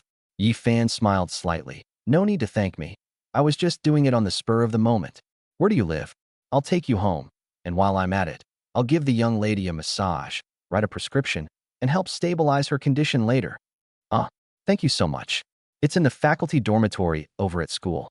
I'm so sorry to trouble you like this. Xiaowan wanted to refuse, but her body was really too weak. Besides, Yi Fan said he would also give Cici a massage and write a prescription, so Xiaowan had even less reason to refuse. As Yi Fan carried Cici and walked towards the dormitory with Xiaowan, they introduced themselves. Yi Fan also learned that Xiaowan taught business administration at the school and had previously worked for a large company. Sister Wan, you said you used to be the vice president of Anaba Group? Yi Fan looked at Xiaowan with surprise. Then why didn't you continue working there? Why did you become a teacher instead? Don't we lack talent ourselves? So that's how it happened? Yes, after I graduated with my master's degree. I was lucky enough to meet a senior colleague who mentored me and helped me get to such a high position. It's just a pity that I met that scumbag later, and then I got pregnant. By the time I went back, it was too late. When I went to other companies, they all refused me as soon as they heard I had a child. I had no choice but to come to school to teach. Yi Fan stared at Xiaowan's narration, but from Xiaowan's eyes, Yi Fan could see that Xiaowan was actually not willing to accept it. Sister Wan, if I invite you to work in my company and help me with management, would you be willing? Yi Fan asked Xiaowan in a serious tone. Xiaowan stopped in her tracks and looked Yi Fan up and down.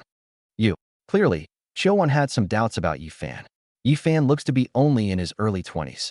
At such a young age, it's already quite remarkable that he possesses such exceptional medical skills, and he also owns his own conglomerate? Plus, he's so handsome. Heaven is so unfair. What? You don't believe me? Yi Fan turned to look at Xiaowan. I really do own a company. My general manager was sick yesterday, and I'm currently struggling to find a suitable replacement. Sister Wan, look, I can allow you to bring your child to work. All other conditions are negotiable. Seeing that Yi Fan looked serious and didn't seem to be lying, Xiaowan was particularly tempted by Yi Fan's statement that she could bring her child. Cici is still a bit young and won't be able to start kindergarten until September. Xiaowan can't keep Cici alone at home for the next few months. I'll think about it first. After what happened today, Xiaowan clearly didn't want Cici to stay home alone like this, but she was still a little uneasy. One reason was that Yi Fan was so young. Was it just a passing fancy? Another issue is that Xiaowan has been away from her post for so long that she's not sure if she can still keep up with the times. Yi Fan wasn't in a hurry, but from Xiaowan's words, he could tell that she was a capable and reliable woman. This is the kind of talent we need. I'll win her over sooner or later. When we returned home with Xiaowan, it was a simple staff dormitory, a one-bedroom apartment. The room wasn't big, but it was very clean and bright, and there were several potted plants on the balcony. With just one glance, Yi Fan became even more certain that the woman in front of him, Sister Wan, was the person he was looking for. After placing Cici on the bed, Yi Fan gave her a massage. Cici's complexion improved significantly, and Yi Fan was also using his own energy to soothe her meridians. If nothing unexpected happened, Cici should be all right. After a massage, Cici fell asleep right there on the bed. Yi Fan and Xiaowan came out of the bedroom and gently closed the door behind them. Do you have paper and pen? Yi Fan asked Xiaowan.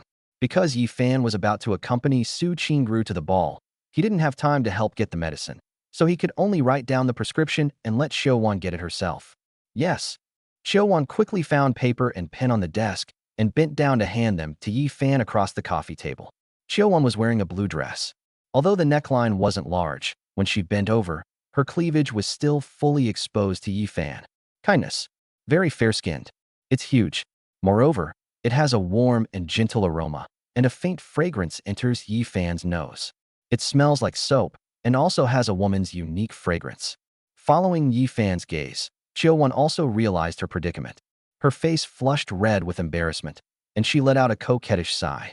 She hurriedly covered her chest with her hands and turned around somewhat flusteredly, saying, Yi Fan, are you thirsty? Let me get you a glass of water. Chapter 36 Beating Up My Ex-Husband. Am I thirsty? Yi Fan was taken aback. It wasn't that I was thirsty, it was that you thought I was thirsty. Yi Fan quickly wrote a prescription on the paper with a flourish. Ranunculus 3 Qian, Realgar, 2 Qian. Just as Yi Fan finished writing a prescription, Qiu Wan brought over a glass of water and handed it to him. Although Qiu Wan had just straightened her clothes, her assets were simply too substantial, and with a slight bend, she was able to jump out again. This made Qiu Wan blush bright red again. However, considering that Yi Fan had just saved his daughter's life, it didn't seem like a big deal to let him take a look at her. Thinking of this, Qiu Wan blushed, but she didn't reach out to cover her beautiful chest. Such a coy and welcoming attitude created a somewhat alluring atmosphere in the room. If Yi Fan continues to stay like this, something bad might happen to him. The unique charm of a young woman is truly captivating. Knock, knock, knock. Just then, there was a knock on the door. Hearing the urgent knocking, Qiu Wan's face turned pale instantly, seemingly very nervous. She looked at Yi Fan, hesitated for a few moments, and finally said, Yi Fan, I'm sorry. Could you hide for a moment? Kindness. Should we hide? Yi Fan was completely dumbfounded. He hadn't done anything, so why should he hide? I know this is wrong, but it's my ex-husband who came. Even though we're divorced, he always comes to ask me for money. If he sees you here, he might even hit you. Qiu Wan spoke to Yi Fan with a look of despair, her eyes filled with pain. Seeing Qiu Wan, who was originally so happy and loved life, being tormented by it, Yi Fan felt a pang of heartache for no reason. Sister Wan, it's okay. I'm here, don't be afraid. Yi Fan reached out and hugged Qiu Wan, patting her back twice. For a moment, Qiu Wan was lost in thought, feeling Yi Fan's warm and broad embrace, and smelling his captivating scent. She felt her long-dormant heart stir once again. But Qiu Wan quickly came to her senses and wondered what she was thinking. Yi Fan is 6 or 7 years older than me. He might even be a student at Yunqing University. He's still just a little puppy. How could I have such evil thoughts? In the brief moment Qiu Wan was distracted, Yi Fan had already walked to the door and reached out to open it. No. Qiu Wan tried to stop him, but it was too late. Yi Fan had already opened the door. The moment the door opened, a tattooed man reeking of alcohol nearly stumbled in. Seeing Yi Fan, he paused for a moment, then burst into a tirade. So, Qiu Wan, you shameless bitch. I knew why you hadn't opened the door for so long. You were secretly keeping a gigolo at home. Have you no shame? You wouldn't even let me sleep with you. What are you pretending to be innocent for? The man was completely unreasonable and started smearing Qiu Wan as soon as he opened his mouth. Snap. Yi Fan didn't tolerate the man's behavior. He raised his hand and slapped the man across the face, causing him to stagger and hit his head against the wall with a thud, immediately raising a large bump. Damn it. You hit me? Kid, you actually dared to hit me. The man waved his fist, wanting to attack Yi Fan, but seeing Yi Fan's sharp eyes, he became somewhat intimidated, so he could only continue to lash out at Qiu Wan. You bitch, you say I'm a womanizer? Look at you, you're not much better. Your daughter's home, and you can't even resist in broad daylight. Qiu Wan walked to Yi Fan's side, her face pale, and hurriedly explained to the man. No, Zhao Hong, please let me explain, we're not. Qiu Wan wanted to continue speaking, but Yi Fan interrupted her directly. What do you mean not? You guessed right, Wang Jia and I are now boyfriend and girlfriend. You two are already divorced. It's none of your business if Qiu Wan dates someone. Oh, with Yi Fan holding her slender waist again, Qiu Wan felt her whole body burning up, and her entire body almost went limp in Yi Fan's arms. Yi Fan's embrace was like magic. Although she had only been hugged twice, Qiu Wan had become hopelessly infatuated with it. Zhao Hong jumped up from the ground like a cat, whose tail had been stepped on. What? Qiu Wan, you actually dare to have a boyfriend? You dare to have a boyfriend without my permission? Zhao Hong looked as if her beloved toy had been snatched away. She glanced around, grabbed a chair from the side, and threw it at Yi Fan, yelling, You brat, how dare you steal my wife? I'll fight you to the death. Careful, don't. Qiu Wan's eyes showed a hint of fear, but seeing that Yi Fan was about to get hurt, she still wanted to step forward to stop him without hesitation. For many years, even though the two had been divorced for several years, Zhao Hong would come to Qiu Wan for money whenever she got drunk, and she would even hit her. Qiu Wan was terrified of being beaten. It'll be all right, Yi Fan said calmly to Qiu Wan, then pulled Qiu Wan aside and moved 2 feet away. Then, Yi Fan delivered a whip kick, sweeping across Zhao Hong's stomach. Bang! Zhao Hong had no chance to dodge. She was sent flying and crashed hard into the door frame before falling to the ground. She struggled several times but couldn't get up. Yi Fan stepped forward, stomped on Zhao Hong's face, and said coldly, This is the first and last time I'm warning you. Remember this, from today onwards, Sister Wan is my woman. If you dare to harass her again, I'll break your legs. Yi Fan's displayed strength was already enough to intimidate Zhao Hong. But seeing Qiu Wan being snatched away like that, Zhao Hong was still unwilling to give up. Kid, I advise you to be sensible. Do you know who I'm with? My big brother is Tiger. If you dare to mess with me, Tiger will make sure you don't see the sun tomorrow.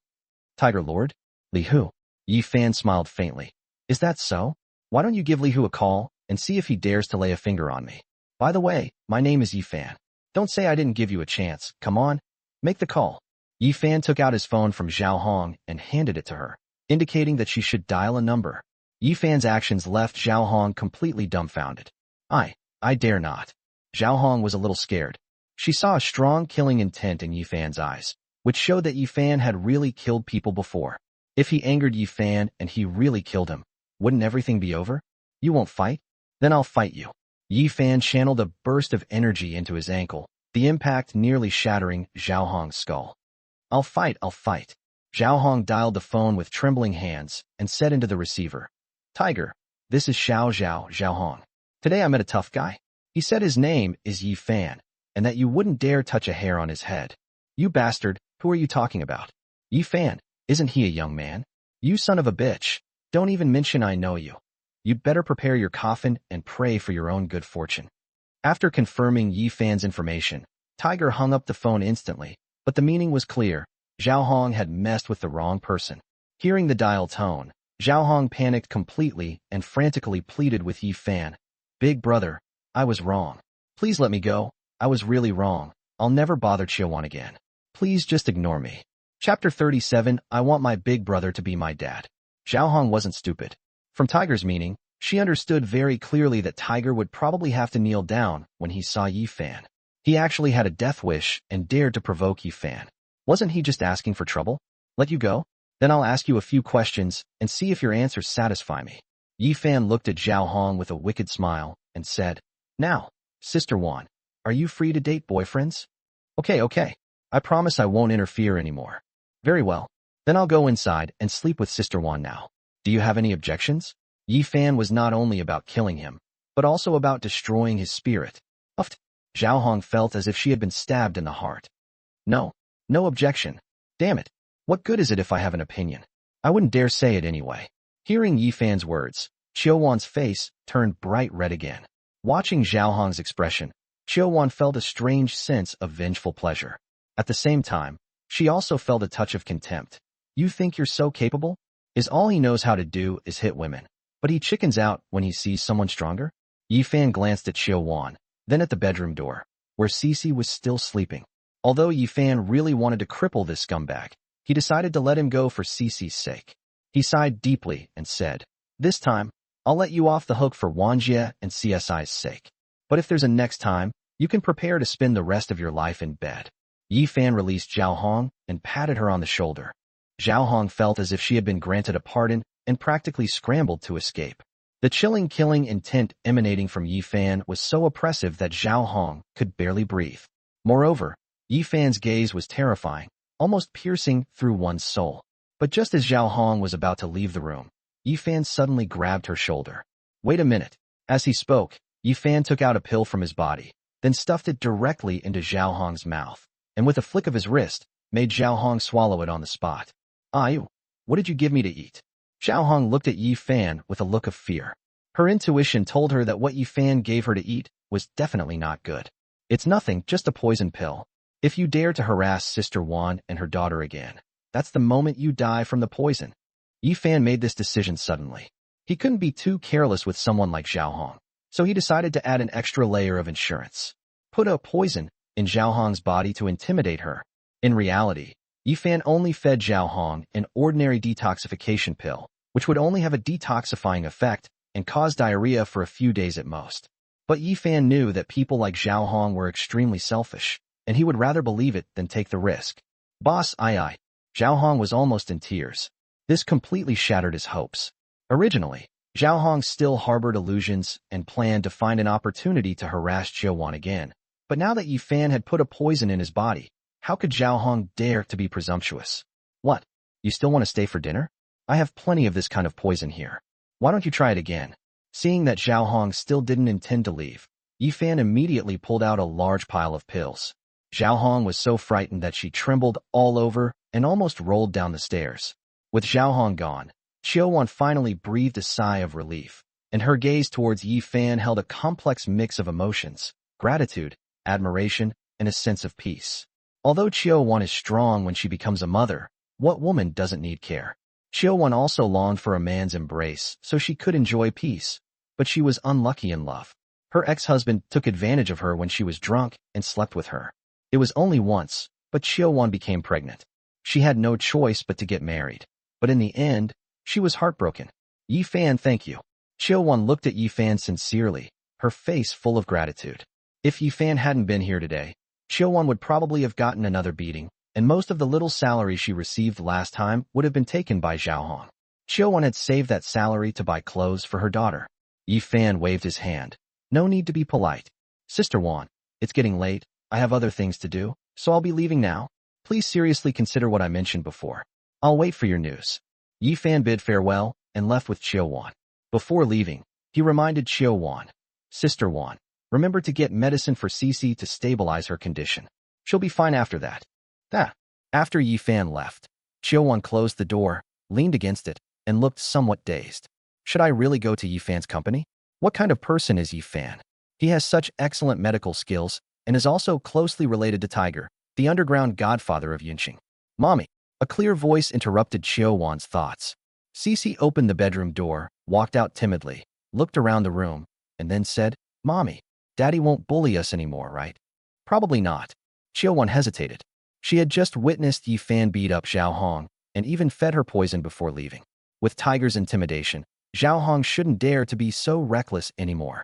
Cici, you were already awake? Xiaowan suddenly thought of a question. Did Cici see everything just now? As an intellectual, Xiaowan never deliberately spoke ill of Zhao Hong in front of Cici, even though Zhao Hong was a scoundrel. She still tried her best to maintain the image of Zhao Hong's father. Yes, I saw the big brother protect you just now. The big brother is really amazing, so cool. Cici smiled and innocently continued. Mom, I don't want that bad guy to be my dad. Can I have that big brother be my dad instead? Xiaowan's heart skipped a beat when she heard Cici's words. Cici, don't talk nonsense. Mom and big brother just met once. How could you? Xiaowan felt as if some secret of hers had been discovered, and she tried to explain to Cici in a flustered manner, but she stopped abruptly after only saying half of it. Yi Fan looks so young. He has medical skills, and he owns his own company, while I am already a withered woman. How could I be worthy of Yi Fan? And why would Yi Fan even look at me? All right, Cici, let me ask you a question. If I were to work at your older brother's company, would you be willing? Xiaowan squatted down, hugged Cici, and asked her seriously. Yes, of course I'm willing. That way, Cici can see her big brother every day. Cici clapped her hands happily, her face full of longing. Are you willing? Xiaowan sighed deeply, looked out the window, and seemed to have made a decision in her heart. This wasn't my own idea to go. It was Cici who agreed. Kindness. That's it. Chapter 38. We slept together last night. Cici, Mom will take you downstairs to buy some delicious food. But you have to promise Mom that you will take your medicine obediently after we go to Dean Hua's to get the medicine. Xiaowan tidied up a bit, and then prepared to take Cici to Dean Hua's at the medical school to get some traditional Chinese medicine. Previously, when Dean Hua met Cici, he mentioned that Cici had health problems and asked Xiaowan to bring Cici for a checkup as soon as possible. However, on the one hand, Xiaowan didn't have time, but more importantly, Xiaowan didn't have money. But Xiaowan was certain of one thing. Dean Hua's medical skills were definitely exceptional. Yi Fan saved Cici's life today, and Xiaowan also wanted to take Cici over so that Dean Hua could check if Cici would have any after effects. Okay, Mom. The medical school of Yunqing University is a national-level medical center that collaborates with Yunqing Hospital. Hua Ximiao, as the dean here, also serves as the dean of Yunqing Hospital. His medical skills are renowned throughout the Southwest and even the entire Great Xia, earning him the title of King of Medicine in the Southwest. When Xiaowan showed the prescription to Hua Ximiao only glanced at it before her brows furrowed instantly. Realgar, Buttercup, isn't this ridiculous? These are all highly poisonous substances. How can they be used in medicine? Xiaowan was a little confused. Was Yi Fan lying to her? But Xiaowan witnessed Yi Fan pull her daughter back from the brink of death. Cici, come here. Grandpa will take a look at you. Hua Ximiao knew about Xiaowan and Cici's situation before and had been paying attention to them. So when he saw Cici come, he wanted to take her pulse to see if her condition had worsened.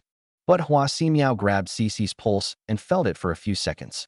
A look of astonishment appeared on his face. Huh? Something's not right.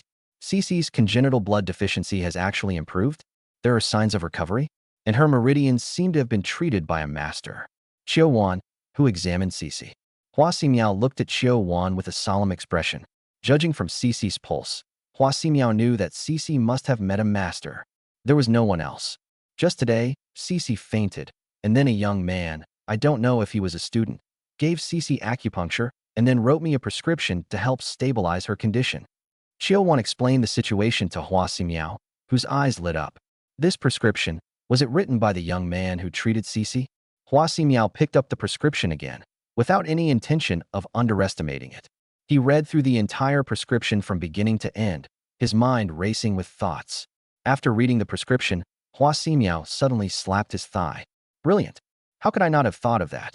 Although these herbs are indeed highly poisonous individually, when combined and in specific proportions, they make the best nourishing remedy. Brilliant! Absolutely brilliant! Hua Ximiao held up the prescription, gesturing wildly and laughing heartily. After examining Cici's clothes from behind for a while, his face became even more fervent. Tai 8 needles, it's the Tai 8 needles method. Haha, to actually witness the supreme technique from Shenong's medical classic appear in this world in my lifetime, I haven't lived in vain. While Hua Ximiao was overjoyed, she looked at Xiaowan with burning eyes and asked, did that young man say what his name is? Xiaowan nodded. His name is Yi Fan. He said he also has his own company and invited me to work there to manage it. Yi Fan? Could it be that guy? As a member of a powerful and wealthy family in Yunqing, Hua Ximiao had naturally heard of Yi Fan's name. 3 years ago, when Yi Fan was just a son-in-law of the Su family, he became famous for picking up girls.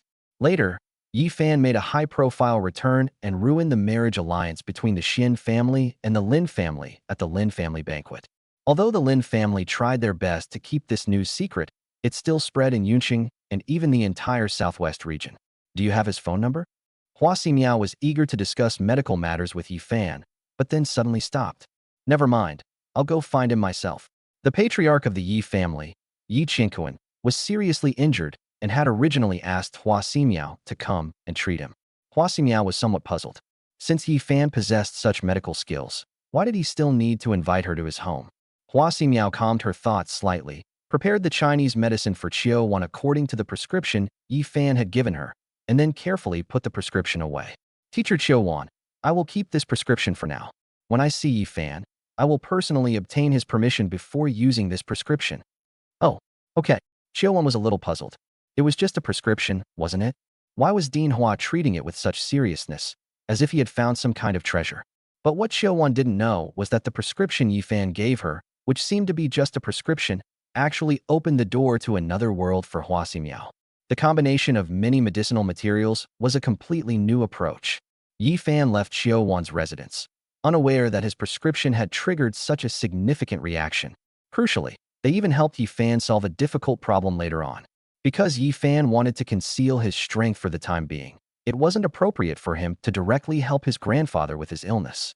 However, after Hua Ximiao came to his door, Yi Fan could use Hua Ximiao's help to treat his grandfather. When Yi Fan found Su Qingru in logistics class 4, Su Qingru was looking around. When she saw Yi Fan appear at the classroom door, her worried face immediately lit up. Brother-in-law, you're finally here? I thought you weren't coming. Su Qingru ran out happily, affectionately linking her arm with Yi Fan's, and said to him with a sly look, Brother-in-law, how was it? Did it feel pretty good yesterday? Want to try again? As she spoke, Su Qingru nestled closer to Yi Fan in a coquettish manner, as if she wanted to meld herself into his embrace. Thinking about the embarrassing scene in the bathroom yesterday, Yi Fan was speechless. You still say that? Yesterday, you knew I mistook you for someone else. Why didn't you say so? You even did that on purpose. Yi Fan tried to pull his arm out of Su Qingru's embrace, but Su Qingru held on tightly, showing no intention of letting go. Brother-in-law, pretend to be my boyfriend. That annoying guy is going to bother me again. As she spoke, Su Qingru glanced towards the classroom door. Over there, a young man in sportswear strode towards the classroom door. Seeing Su Qingru so intimately holding Yi Fan's arm, he frowned slightly and extended his hand to Yi Fan, saying, "Hello. I'm Qingru's boyfriend, Zhonghua. This doesn't seem quite right. Please let her go." This boy named Zhonghua seemed very confident, and he came up with an arrogant attitude from the start. Yi Fan snorted coldly. "You're her boyfriend? How come I didn't know? We slept together last night, so what am I to her?" When it comes to acting, Yi Fan is number one, and absolutely no one dares to say they're number two. The mere mention of sleeping together last night immediately caused an uproar among the surrounding crowd. Chapter 39, Even a Chihuahua Dares to Bare its Teeth at a Tiger? Yi Fan went all out right from the start. Even Su Qingru couldn't stand it, and her face flushed slightly. Su Qingru knew that her brother-in-law was no pushover, but she had no idea that Yi Fan was so wild. "Zhonghua, this is my boyfriend. Please stop bothering me. I don't like you, and I have no interest in you whatsoever. There is no future, and there is no future for us to be together." Su Qingru said her thoughts in a fit of anger, and immediately felt much better. This Zhonghua is a campus heartthrob at Yunqing University. He's handsome and comes from a wealthy family.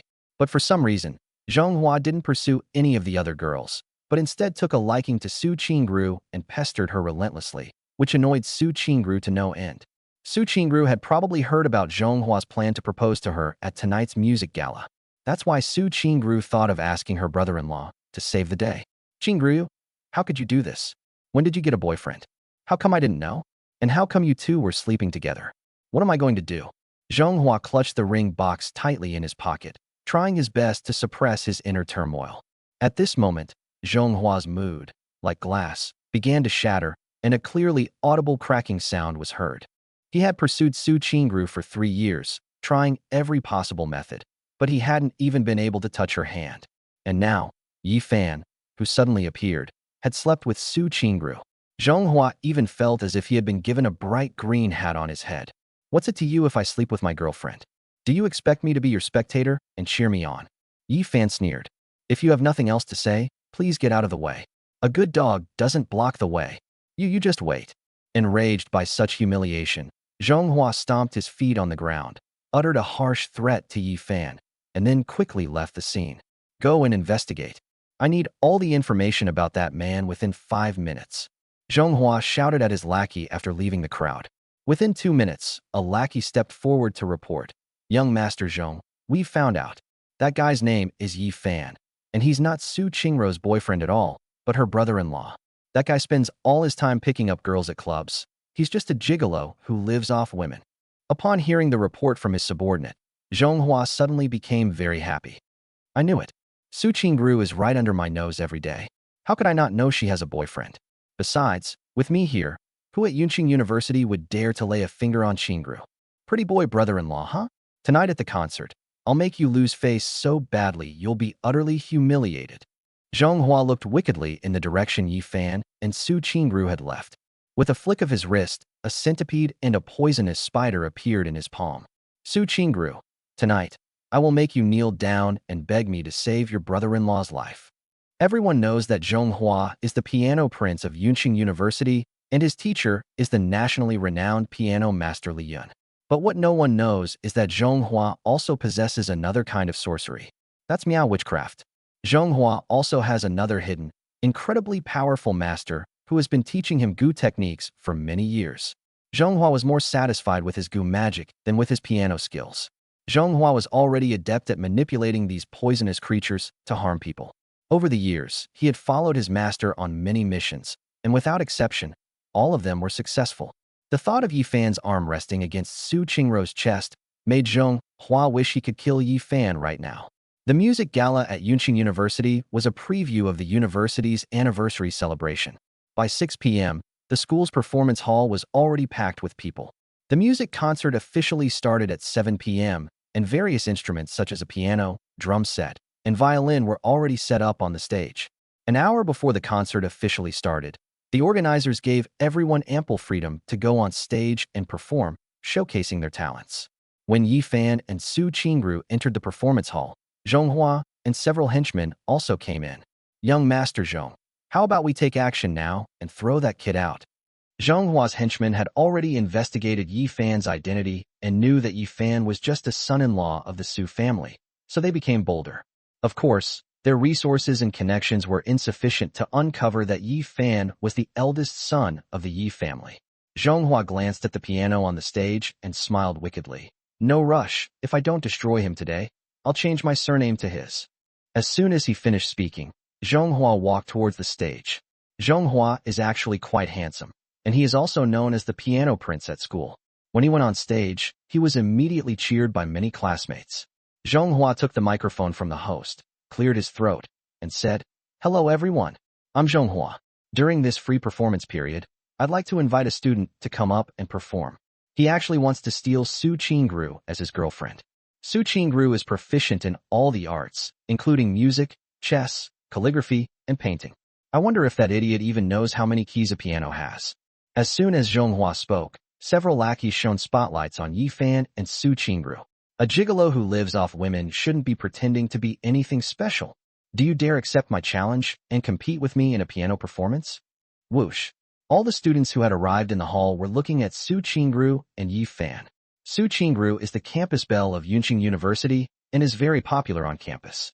The topic of Su Qingru's boyfriend has always been the hottest topic among her classmates. Everyone is surprised that Zhonghua, the piano prodigy, has been pursuing Su Qingru, but now Su Qingru is sitting so intimately with another boy. This is getting interesting. It was obvious that Zhonghua was openly provoking the man next to Su Qingru. That bastard Zhonghua. Su Qingru realized what Zhonghua meant and immediately understood that he wanted to publicly humiliate Yi Fan. Brother-in-law, ignore him. Yi Fan never knew the meaning of the word low-key before. Yi Fan is here today to support Su Qingru. If he backs down under these circumstances, he will not only lose face for himself, but also for Su Qingru. A challenge? Heh, Zhonghua. Originally, trash like you wasn't qualified to challenge me, Yi Fan said calmly. Although he wasn't using a microphone, his loud voice rang out in the hall and clearly reached all the students' ears. However, to make you give up, I'll reluctantly accept your challenge. You can choose any instrument on the stage. That's right. How dare this chihuahua bare its teeth at a tiger? I wonder if Miss Liang gave you the courage. Yi Fan had barely finished speaking when a familiar voice rang out from the other side of the audience. Our young master Yi is an idol that even international piano masters admire. Zhonghua, I advise you not to humiliate yourself. Chapter 40 How Can a Man Say No? Wang Fuguei. Yi Fan followed the gaze of the voice and saw that the speaker was none other than Wang Fuguei. This guy just happened to say a lot of things that Yi Fan couldn't say. Yi Fan secretly gave Wang Fuguei a thumbs up, and Wang Fuguei responded with an OK sign. Yi Fan, what are you pretending for? If you can play a complete piano piece today, I'll kneel down and call you father right here. Zhonghua was going all out to save face. However, if your piano playing isn't as good as mine, then please stay away from Qingru. She's not a woman you can touch. All right, you go first. Otherwise you won't have a chance to make a move later. Snort. Zhonghua was too lazy to argue with Yi Fan. He sat down in front of the piano, and his 10 fingers began to dance rapidly. He played a Mozart serenade, adding several variations to the original piece. The melody was melodious and emotionally engaging. All the students in the hall nodded in admiration, praising Zhonghua's superb technique. Beside the stage, piano master Li Yun and several friends sat together. After listening to Zhonghua's performance, his friends all looked at Li Yun with envy, saying, "Old Li, you found a good talent. You'll have someone to carry on your legacy in the future." Yes, Zhonghua's art is the best I've seen in recent years. Given time, his skill on the piano will definitely surpass yours. Lao Li. Li Yun was overjoyed by his peers' praise. Oh, not at all. He still needs to improve, but... Li Yun paused for a moment, then suddenly recalled the performance of that young man he had seen at the banquet in the British Imperial Palace 3 years ago. A look of longing instantly appeared in his eyes. Speaking of talent, I once saw a young man whose skills were truly unparalleled. That rendition of 9 Chapters of Destiny was a melody that was not of this world. Master Li Yun is one of the top piano masters in the Great Xia dynasty. The melody and genius that he praised so highly must be extraordinary. Moreover, Li Yun's companions had all heard the version of 9 Chapters of Destiny circulating online. Not only is the melody elegant, but the key is the subtle changes in rhythm, which are so ingenious that even masters like them might not be able to play it completely according to the score. Moreover, in Daxiao, netizens have posted many amazing video clips. These are the rhythms of the 9 chapters of destiny, which seem to possess spiritual power, connecting with all things in nature. Whenever the melody of the 9 chapters of destiny is played, the birds, beasts, all seem to become much calmer. Yes, that melody is simply heavenly music. If I could hear it again, I would have no regrets in this life.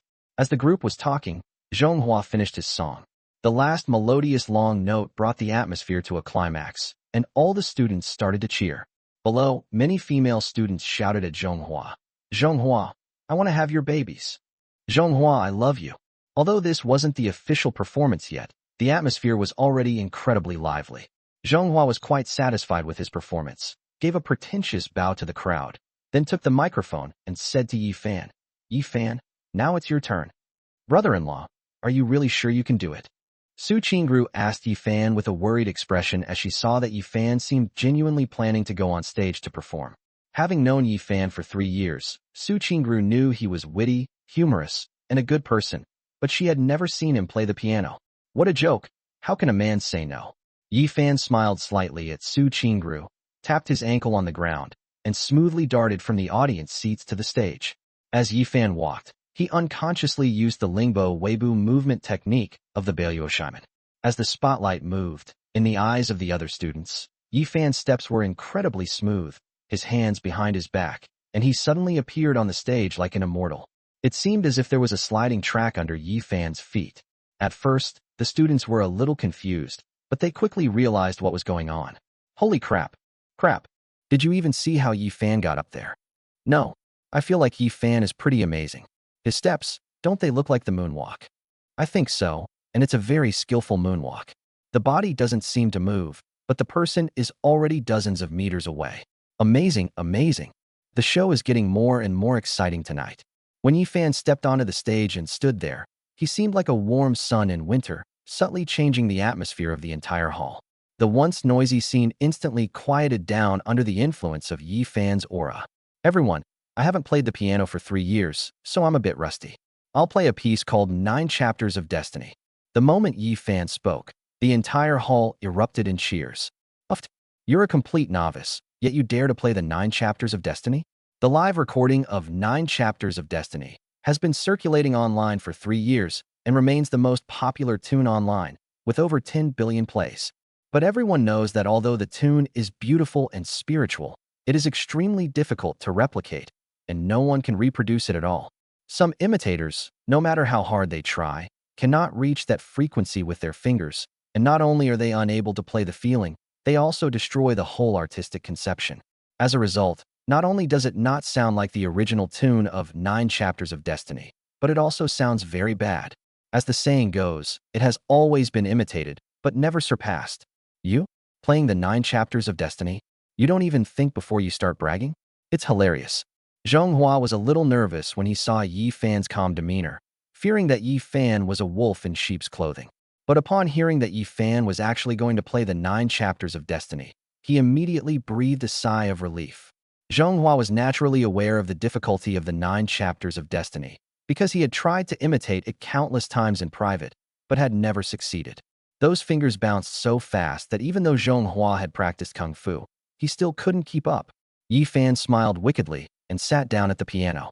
He casually played a few notes to feel the strength of the keys. His fair fingers danced across the piano keys, and the photographers on site gave him several close-up shots, projecting them onto the screen in the hall. His handsome profile, slender figure, and captivating eyes instantly stunned all the students. Girl, I found out I'm in love again. Me too. I suddenly realized that Yi-Fan is much better looking than Zhonghua. His eyes are more expressive and captivating. Forget it, don't even think about it. He's Su Qingru's sweetheart. Didn't you see how much Su Qingru's eyes practically popped out of her head? Everyone looked at Su Qingru, who was staring intently at Yi-Fan on the stage. Especially when she saw Yi-Fan press a few keys on the piano. His dashing movements made her heart nearly leap out of her chest. Handsome. My brother-in-law is so handsome. Moreover, Su Qingru had a feeling that her brother-in-law's piano-playing skills must be extremely superb. Yi-Fan's arrogant attitude greatly disappointed Li Yun and the others watching from the sidelines, and they were all ready to leave. But the moment Yi-Fan sat down, Li Yun suddenly saw Yi-Fan's profile.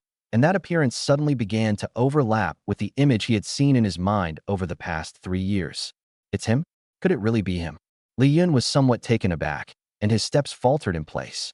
3 years ago, Li Yun wasn't as famous as he is now. When he attended the British royal banquet, he could only sit in a corner.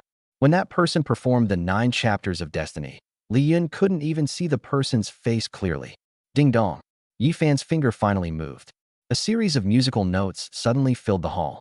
Chapter 41, A Celestial Melody. 100 birds paying homage to the phoenix. Shakes the 4 seas. It's as if water is dripping from a high mountain, flowing slowly along mountain streams, crossing mountains and rivers, and rushing into the sea. Like a raging storm, surging and roaring. It was like a thunderclap from the heavens, shaking the earth and clouds. It's like the clear moon shining through the woods, casting dappled shadows on the ground. The notes and melodies, sometimes stirring and sometimes melodious, seemed to depict a scene of prosperity for all living things in the world, and a utopian world of harmony between man and nature appeared before everyone's eyes. Such an ethereal melody, cleansing the soul and penetrating to the depths of the spirit, left everyone present speechless. Some students were about to go to the toilet, but their raised feet froze in midair. Some students were drinking water with their heads tilted back, but the water flowed down their necks and all over their bodies without them even realizing it. Even more miraculously, as the notes played under Yi Fan's fingers continued to resonate, a flock of magpies flew in through the hall's windows and began to dance gracefully in front of the stage, along with butterflies and fireflies. 100 birds paying homage to the phoenix. Li Yun stared blankly at the scene before him, his eyes burning with fervor. It's him, it's him. So the true author of the 9 chapters of destiny is in our great Xia.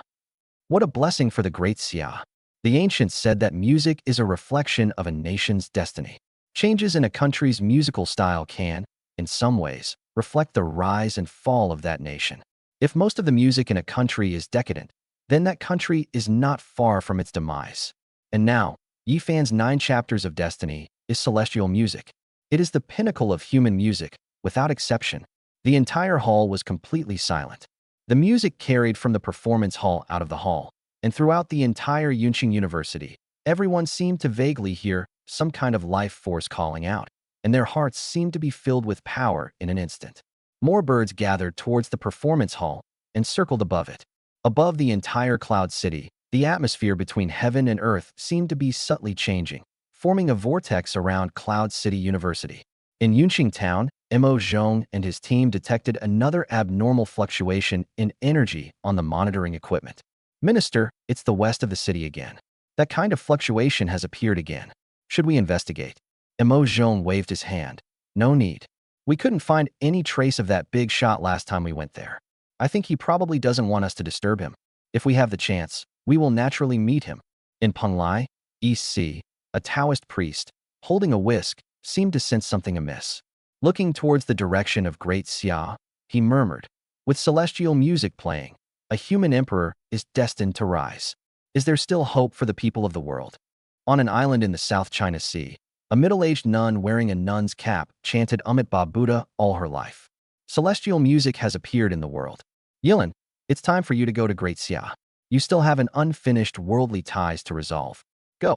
Yi Fan's rendition of the 9 chapters of destiny has unknowingly stirred up the winds and clouds of heaven and earth, causing shock to all sides. And at Yunqing University, in the performance hall, Yi Fan was immersed in the melody played on the piano. He had composed it on the spot when invited by the princess in Britain, but he never expected it to become an eternal classic. When Yi Fan performed this tune on the spot, he felt as if he had entered a very wonderful state, able to perceive all things and feel the breath of all living beings.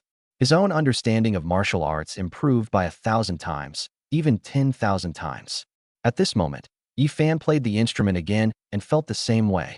As Yi Fan played the instrument, he also cherished the opportunity to comprehend some of the constraints he had encountered in martial arts, and at the same time, he reflected on some of the problems that had troubled him for the past 3 years.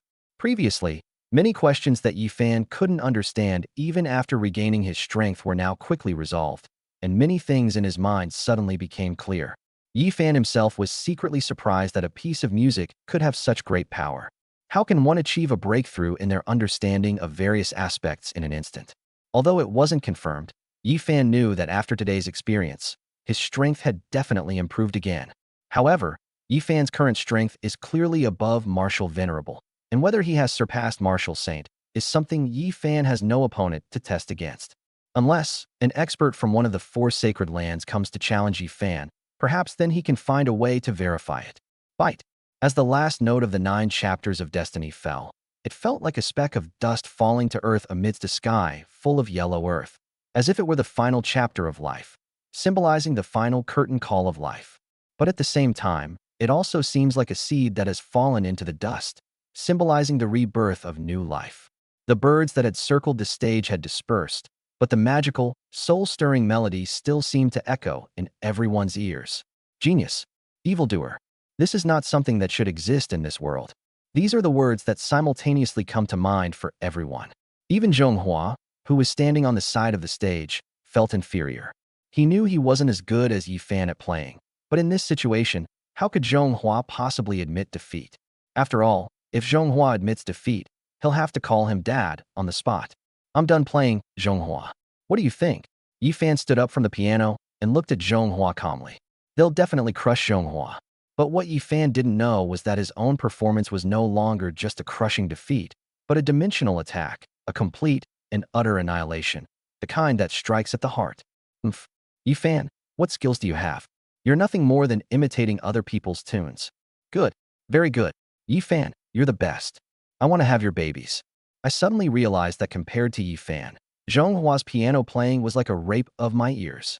Before Yi Fan could even speak, the students below erupted in cheers and shouts of encouragement for him.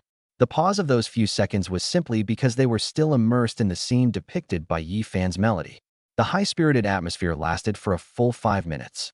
Many students rushed up to take photos with Yi Fan. If it weren't for the security personnel maintaining order, several people would probably have been trampled to death. You've seen the situation, so stop being stubborn. Don't provoke Su Qingru anymore. No matter if I'm her boyfriend or her brother-in-law, you have no chance. Yi Fan shrugged and advised Zhonghua one last time. He was just a young man trying to steal Yi Fan's girlfriend. A warning would suffice, and Yi Fan had no intention of arguing with him. But Zhonghua wasn't going to give in. Yi Fan, I'm not convinced. You're just trying to take advantage of me. If you're so capable, make my teacher submit too, and then I'll let go. Before Zhonghua could finish speaking, Li Yun and a group of domestic piano masters practically tumbled and crawled onto the stage. Teacher, you've come at the perfect time. Why don't you play a piece? You'll definitely play better than him. When Zhonghua saw Li Yun, he thought Li Yun had come to support him and tried to stop Li Yun. But Li Yun swung his arm, throwing Zhonghua aside, and quickly ran towards Yi Fan. From a distance, he stretched out his hands and tightly grasped Yi Fan's hands. Boss, it's so good to see you again. I was amazed by your performance at the British Royal Banquet 3 years ago. I never expected to see you perform again. Young Master Yi. Having you is a blessing for our great Xia. Chapter 42. Call me Daddy. I'm waiting to hear it. Kindness. I saw my outstretched hand reach out, but found nothing. Zhonghua was stunned, especially when he saw Li Yun so humbly and obsequiously shaking hands with Yi Fan. Zhonghua was both shocked and furious. You should know that before Yi Fan, Li Yun treated his disciple like a precious gem, being incredibly obedient and loving. And now, on a stage with so many people, Zhonghua has been neglected? Teacher? You haven't mistaken me for someone else, have you? Zhonghua quickly stepped forward to remind Li Yun. Zhonghua had heard Li Yun mention that 3 years ago, at a royal banquet in Britain, his teacher had encountered a divine being who played the 9 chapters of Destiny. Could that divine being be Yi Fan right before our eyes? How could it be such a coincidence? Shut up. Do you know what Mr. Yi Fan's celestial music means?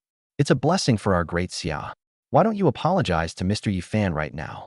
Li Yun and his ilk are all experts in music, and in some respects, they have already glimpsed the secrets of heaven. Judging from Yi Fan's musical talent, it is clear that he will achieve extraordinary things in the future. Moreover, at the royal banquet in Britain, it was the royal princess who personally accompanied Yi Fan. How could Yi Fan's identity be simple? Unfortunately, his foolish disciple actually thought Yi Fan was just an ordinary son-in-law. Even if he's a live-in son-in-law, do you think any of the sons-in-law in the Great Xia dynasty were simple? They are all highly skilled. Huh? Apologize. Teacher, why should I? Zhonghua couldn't believe his ears. His teacher not only ignored him, but also made him apologize to Yi Fan in front of so many people. If I actually apologize, where will I put my face? If I pursue Su Qingru in the future, won't I have no chance at all? How dare you insult Mr. Yi Fan in front of so many people? Li Yun shouted at Zhonghua, while whispering in Zhonghua's ear, Zhonghua, I'm saving you. Otherwise, you'll regret it. Li Yun genuinely cares about Zhonghua. Perhaps if he apologizes, Yi Fan can just laugh it off and the matter will be over. But what Li Yun didn't know was that Zhonghua was not as simple as he seemed. In addition to being a piano prodigy, Zhonghua also had a powerful Gu master. The Gu master promised that after Zhonghua graduated, he would give him a position that would allow him to command the entire Tianan region. I'll be a great person someday, so why should I apologize to some gigolo? Teacher, I won't apologize. You? Li Yun was furious, her face cold as she said, Zhonghua, I just heard you make a bet with Mr. Yi Fan, right? You said if Mr. Yi Fan could play a complete piece, you would call him Dad. Now, Mr. Yi Fan not only played a complete piece, but it was 100 times better than yours. You'd better do what you want, either apologize or call me Daddy. Call me Daddy. When Zhonghua and Yi Fan made their bet, they were speaking into a microphone, and thousands of students present heard it clearly. They are the best witnesses. At this moment, everyone joined in the commotion. Zhonghua was completely stunned, looking at Li Yun with resentment. Did his teacher have to watch him make a fool of himself in public like this? Zhonghua then turned his gaze to Yi Fan, hoping that Yi Fan would let him off the hook. Yi Fan had indeed intended to let him go, but seeing Zhonghua's irritating look, how could he possibly tolerate it? Yi Fan took the microphone from the host next to him and said with a smile, Considering that you and Qingru are classmates, I'll let you kneel down. I'll let you call me Dad. This. Zhonghua was stared at by so many classmates and had to call Yi Fan Dad in public. He was so embarrassed that he wanted to crawl into a hole. If things continue like this, how am I supposed to stay at Yunqing University? How could he possibly have the face to pursue Su Qingru? It's all Yi Fan's fault, you bastard, you ruined my plans. You just wait, I'll definitely unleash a centipede to bite you to death. What are you dawdling for? Li Yun was increasingly disappointed in his apprentice. Lately, Zhonghua had been spending less and less time practicing the piano, instead focusing on unnecessary commercial activities, and now he was so cowardly in his actions. Dad, under pressure from the teacher and so many classmates, Zhonghua helplessly called out to Yi Fan. Why? Before Yi Fan could even agree, thousands of boys at the scene responded in unison, followed by a burst of loud laughter. Nobody took it seriously, they just laughed it off. It's so good to be young. But Zhonghua felt like he was going to die. He was in a terrible state.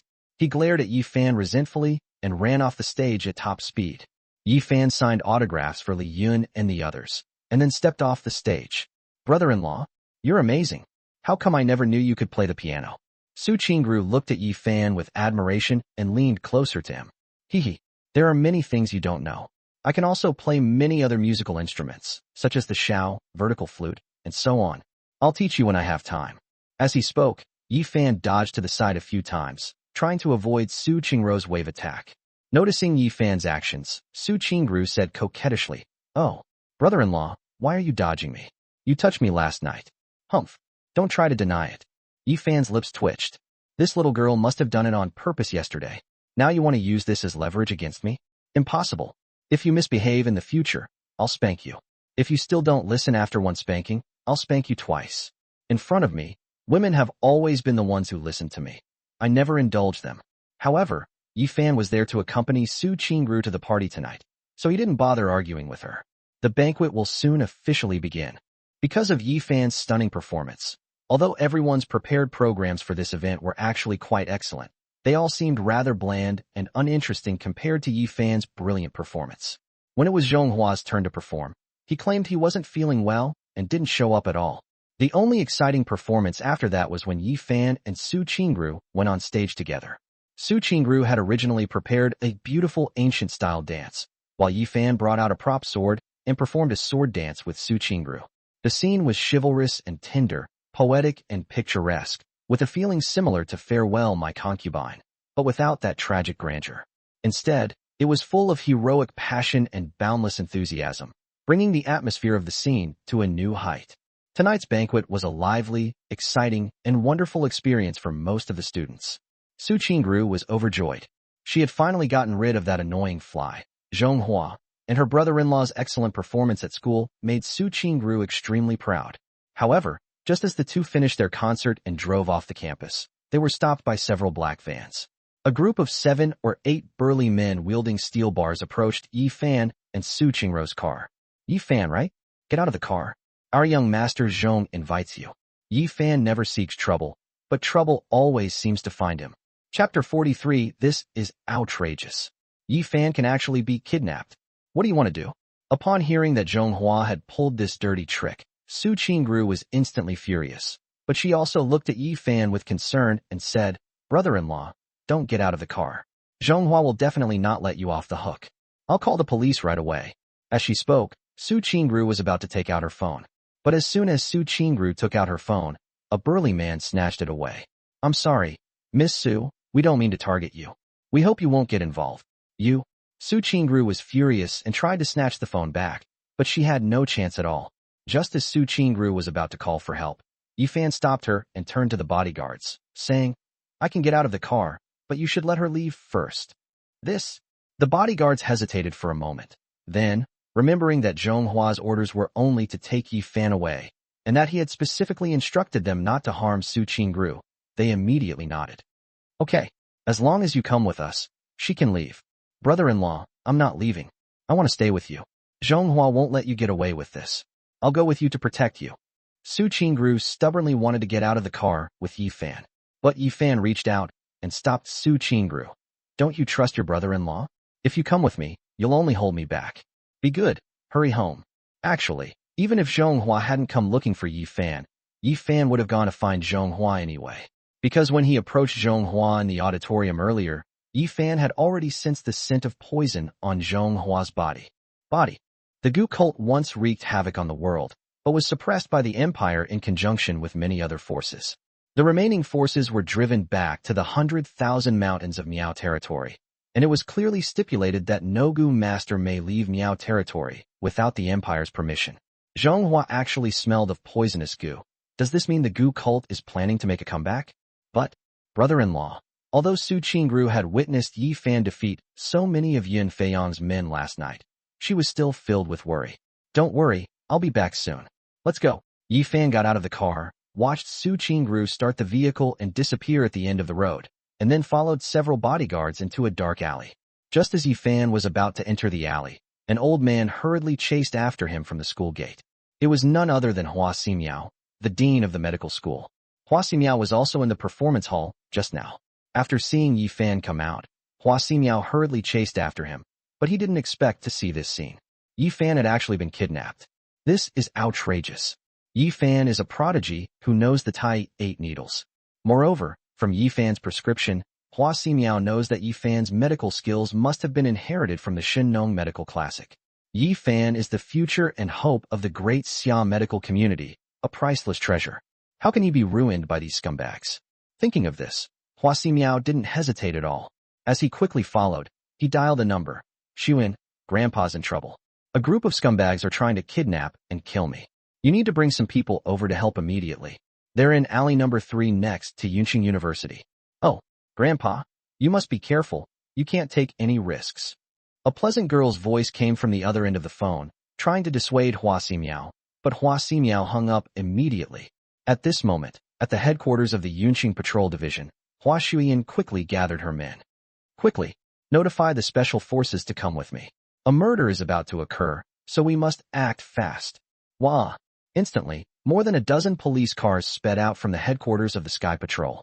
At the street corner, Su Qingru drove the car 10 meters away, still feeling uneasy. "No, I can't just leave like this. If something happens to my brother-in-law, I'll regret it for the rest of my life. Yes, I need to find help right away. But who should I ask?" Su Qingru was just a student, and her social circle was very simple. She didn't come into contact with any other people. While Su Qingru was getting anxious, she suddenly noticed that Yi Fan had left his phone on his seat. She quickly turned on Yi Fan's phone and found the person who had been contacted the most, Wang Fuguwei. Su Qingru knew this person. He was someone who often went to clubs with her brother-in-law and was also a rich second generation in Yunqing. It seemed that he had even spoken up for her brother-in-law in the lobby. "That's him." Su Qingru dialed Wang Fuguwei's number, and Wang Fuguwei's voice immediately came through the receiver. Young Master Yi, what brings you to call me on such a beautiful day? Did you run into some amazing girl again? Wang Fugui, this is Su Qingru. Something terrible has happened. My brother-in-law has been kidnapped by Zhonghua's men. Can you do anything to save him?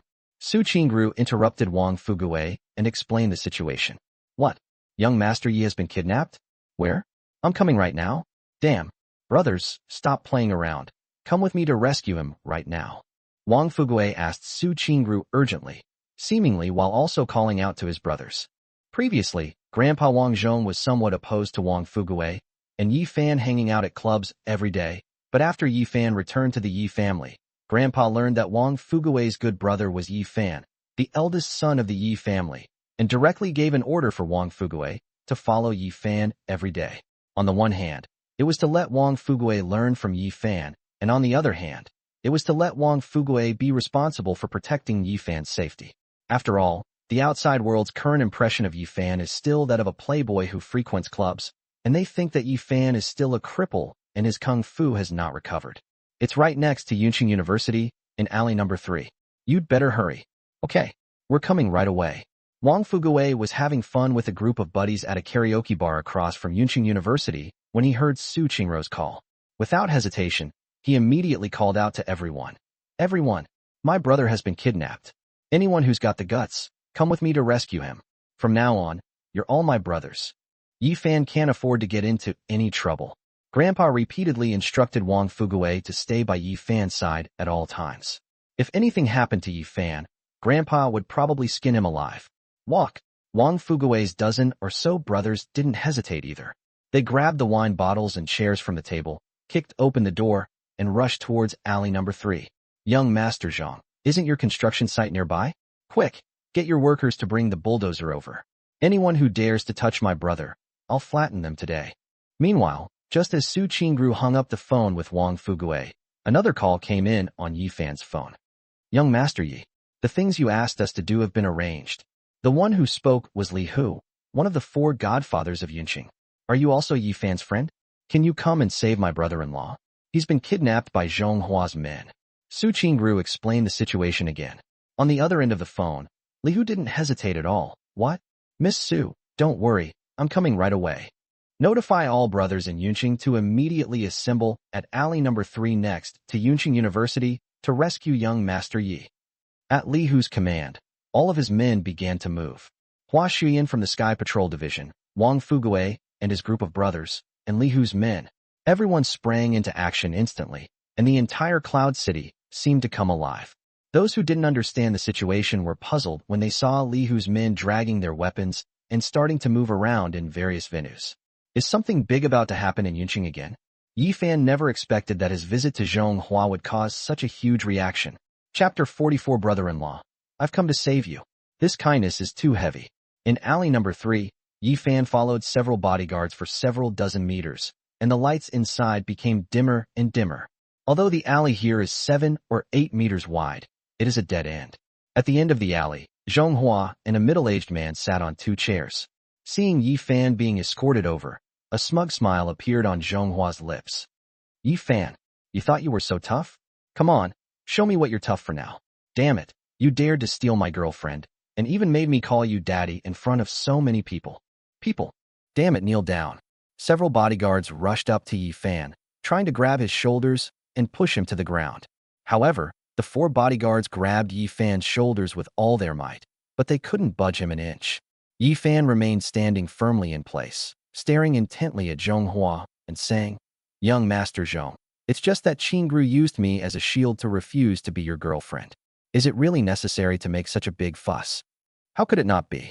Damn it, if it weren't for you, I would have won over Su Qingru today. Zhonghua was even angrier when he saw Yi Fan's calm demeanor. You actually dared to play the 9 chapters of destiny to slap me in the face.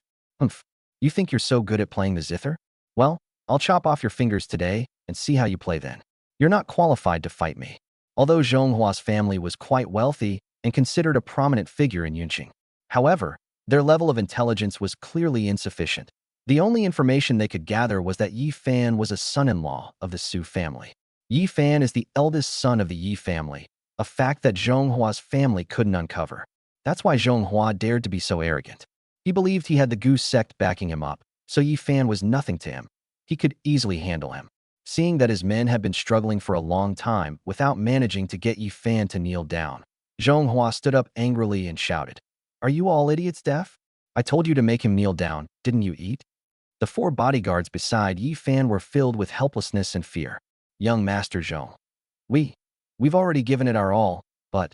The lead bodyguard's face turned red, and he was panting heavily, feeling a sense of foreboding.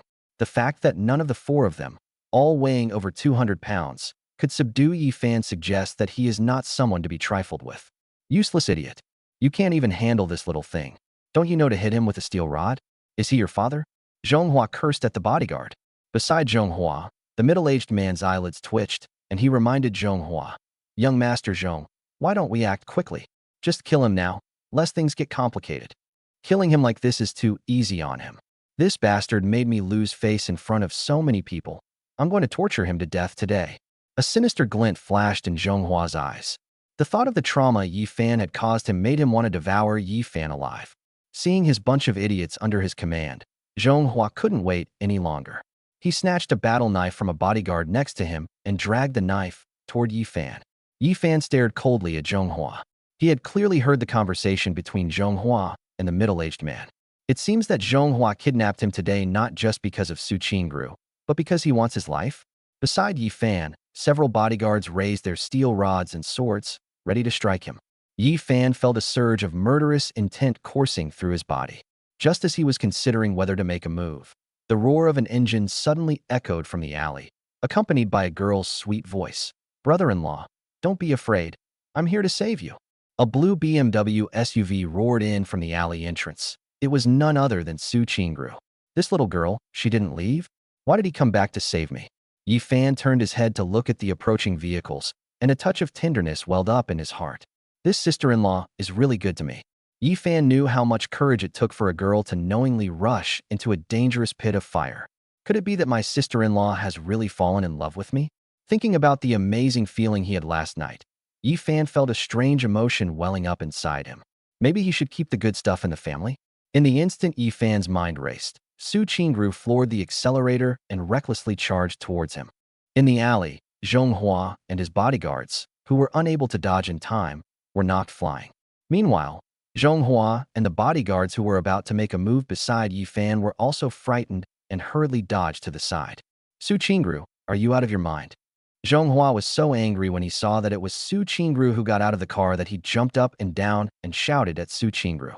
Su Qingru completely ignored Zhonghua and threw herself into Yi Fan's arms, hugging him tightly. "Brother-in-law, are you all right? Brother-in-law, I can't let you go. Brother-in-law, I love you." Su Qingru threw herself into Yi Fan's arms, her body trembling slightly. From the moment she mustered the courage to drive to the rescue, to the moment she saw that Yi Fan was all right and breathed a sigh of relief, to now, as she held Yi Fan tightly in her arms, the intense peace, reluctance, and the wild trembling in her heart made her want to crush Yi Fan into her own chest. Su Qingru's emotions erupted completely at this moment. The emotions that had been suppressed in her heart for many years could no longer be controlled and burst out in full force, like a flood that had burst its banks. Su Qingru hugged Yi Fan tightly and tilted her head back to kiss Yi Fan's lips. They say true friendship is revealed in times of trouble. At this moment, Su Qingru finally understood what was going on in her heart. Morals and rules didn't matter to her anymore. She just wanted to live this moment as if it were her last day and be with the person she loved. Looking at the tears on the cheeks of the beauty in his arms, Yi Fan sighed helplessly. He knew in his heart that if last night was somewhat of a coincidence and a half-hearted act, then now it should be a complete outpouring of true feelings. Such feelings are so profound and so rare. Yi Fan couldn't bear to refuse, nor did he have a reason to. Therefore, Yi Fan did not avoid the kiss, but responded with the same tenderness. As for being a jerk, let others talk. The air seemed to freeze for a moment, filled with a strong, sweet smell. If it weren't for the numerous bodyguards wielding swords and steel rods around them, everyone would have thought this was a scene from a romance film. Seeing this scene of public displays of affection, Zhonghua's eyes reddened, and she was almost crying with anger. "Ugh, you bunch of idiots. Were you all raised on shit? What are you all standing there for? Are you going to wait until they've already had their baby? Ugh, I'm so angry." Chapter 45, I just want to kill someone? Can you please not interrupt me? At this moment, Zhonghua felt as if his heart was being pricked by needles. He was so uncomfortable that he wished he could tear open his chest, take out his heart, and rub it with a steel wool ball. Earlier, when they were in the teaching building, Yifan said he slept with Su Qingru last night, and Zhonghua thought it was just something he said in anger. But now, the two of them were hugging and kissing so intimately on the spot. This was blatant provocation, rubbing salt into his wounds, stabbing him in the back. Quickly, charge up there. After being reminded by Zhonghua, the bodyguards finally reacted and rushed towards Yifan and Su Qingru, dragging their swords. Zhonghua, still not satisfied with their speed, kicked one of them in the rear. Meanwhile, on the other side, the middle-aged man received a phone call. What? Zhou Tao might also have been killed by Yifan. I understand. I'll make sure he doesn't get away with this. This man was none other than Zhou Tao's second uncle, and Zhou Hong, the younger brother of Zhou Ming, the head of the Zhou family. Zhou Hong came to Yunqing for two reasons: to investigate Zhou Tao's movements and to cooperate with Zhonghua in killing Yifan. Just now, Zhou Hong received news that Zhou Tao was also very likely dead at Yifan's hands. Zhou Hong immediately became anxious. Young Master Zhong, don't kill Yifan all at once. I still have questions for him. If Zhou Tao died at Yifan's hands, then Yifan's current strength is probably different from that of the outside world. This matter must be treated with utmost care. There are some details in the process that need to be thoroughly investigated. Yifan and Su Qingru embraced, sensing the bodyguards attacking from all around. They skillfully moved their feet a few times, easily dodging the attacks of several bodyguards. From a distance, it looked as if Yifan was embracing Su Qingru while dancing. However, Zhou Hong quickly realized something was wrong. Young Master Zhong, something's not right. Yifan couldn't possibly be that lucky. I suspect he knows Kung Fu and is deliberately toying with us. Let's all attack him together and subdue him quickly. Before Zhonghua could speak, a loud, robust old man's voice rang out from the alley entrance. Zhonghua, how dare you? In broad daylight, you actually dare to commit kidnapping? Do you have no respect for the law? The visitor was none other than Hua Ximiao, the dean of the medical school, who had rushed over at great speed. Upon seeing Hua Ximiao arrive, Zhonghua frowned slightly. Hua Ximiao, as the medicine king of the Southwest, enjoys extremely high prestige throughout the Southwest and even the Great Xia dynasty. Zhonghua could truly kill Yifan, because according to his investigation, Yifan was merely a son-in-law of the Su family, but Zhonghua dared not easily touch Hua Ximiao. If he were to harm Hua Ximiao, not only would Hua Ximiao's family cause trouble for Zhonghua, but even Zhonghua's superiors might punish him. This is because many people have received favors from Hua Ximiao. Of course, if Zhonghua knew Yifan's true identity, even if Zhonghua had the Goose sect backing him up, he probably wouldn't dare to easily take action against Yifan. After Hua Ximiao finished her reprimand, she finally noticed Yifan in the center of the arena. He was embracing Su Qingru and kissing her. The scene was beautiful and full of love. This doesn't seem like a kidnapping scene at all. Zhonghua was so kind as to organize a party and invite Yifan and Su Qingru to dance. Dean Hua, you are a highly respected person, and I cannot afford to offend you, but I advise you not to interfere in today's matter. Zhonghua was still relatively polite to Hua Ximiao. Someone, take Dean Hua home. Two bodyguards immediately stepped forward, trying to grab Hua Ximiao. I am the director of Yunqing People's Hospital. Even the Grand Secretary of the capital has sought my treatment. Let's see who dares to touch me. Hua Ximiao shouted, immediately freezing the bodyguards in place. They dared not move and turned their gazes to Zhonghua. Although most of these bodyguards had never met Hua Ximiao, they had heard of his name. Although Hua Ximiao himself doesn't know Kung Fu, the connections he has are terrifying. If you anger Hua Ximiao, the consequences are no joke. What are you afraid of? We're not asking you to beat up Dean Hua. We're just sending him home. Zhonghua snapped at his subordinates, somewhat annoyed. Move out of here immediately. I'll take responsibility if anything goes wrong. After hearing Zhonghua's words, the two bodyguards continued their actions, grabbing Hua Ximiao on either side and trying to drag her out of the alley. Although Hua Ximiao was in good physical condition, she was still just an ordinary person and no match for the two strong men. She was being held by two bodyguards and was about to be taken away. Hua Ximiao was still yelling, Zhonghua, you can't do this. It's not too late for you to turn back. Protect my brother. Brothers, charge. The two bodyguards supporting Hua Ximiao had only taken 2 steps when they saw another group of people rushing in from the alley entrance. led by Wang Fugui. Two bulldozers accompanied Wang Fugui, roaring and rushing into the alley. Seeing this scene, the two bodyguards were terrified and hurriedly dropped Hua Ximiao, dodging to the side. Why are there so many tiger-like creatures today? Su Qingru drove her car straight into them, and then a bulldozer came up behind her. Were there going to be cannons coming in too? Zhonghua was extremely frustrated. All I did was capture Yifan. Do you really have to be like this? Is this ever going to end? I only wanted to kill Yifan, and you all want to die, huh? Who else? Anyone else who wants to die, come at me. Zhonghua's eyes were bloodshot, and he was starting to go berserk. All I want to do is kill Yifan. From Su Qingru causing trouble at the beginning, to Hua Ximiao causing trouble, and now Wang Fugui has brought so many people here. What exactly are they trying to do? And me? Zhonghua, you dare to lay a finger on young Master Yi? I'll make your entire Zhong family pay with their lives. At the alley entrance, another loud voice rang out, and Li Hu led a large group of people who rushed in quickly.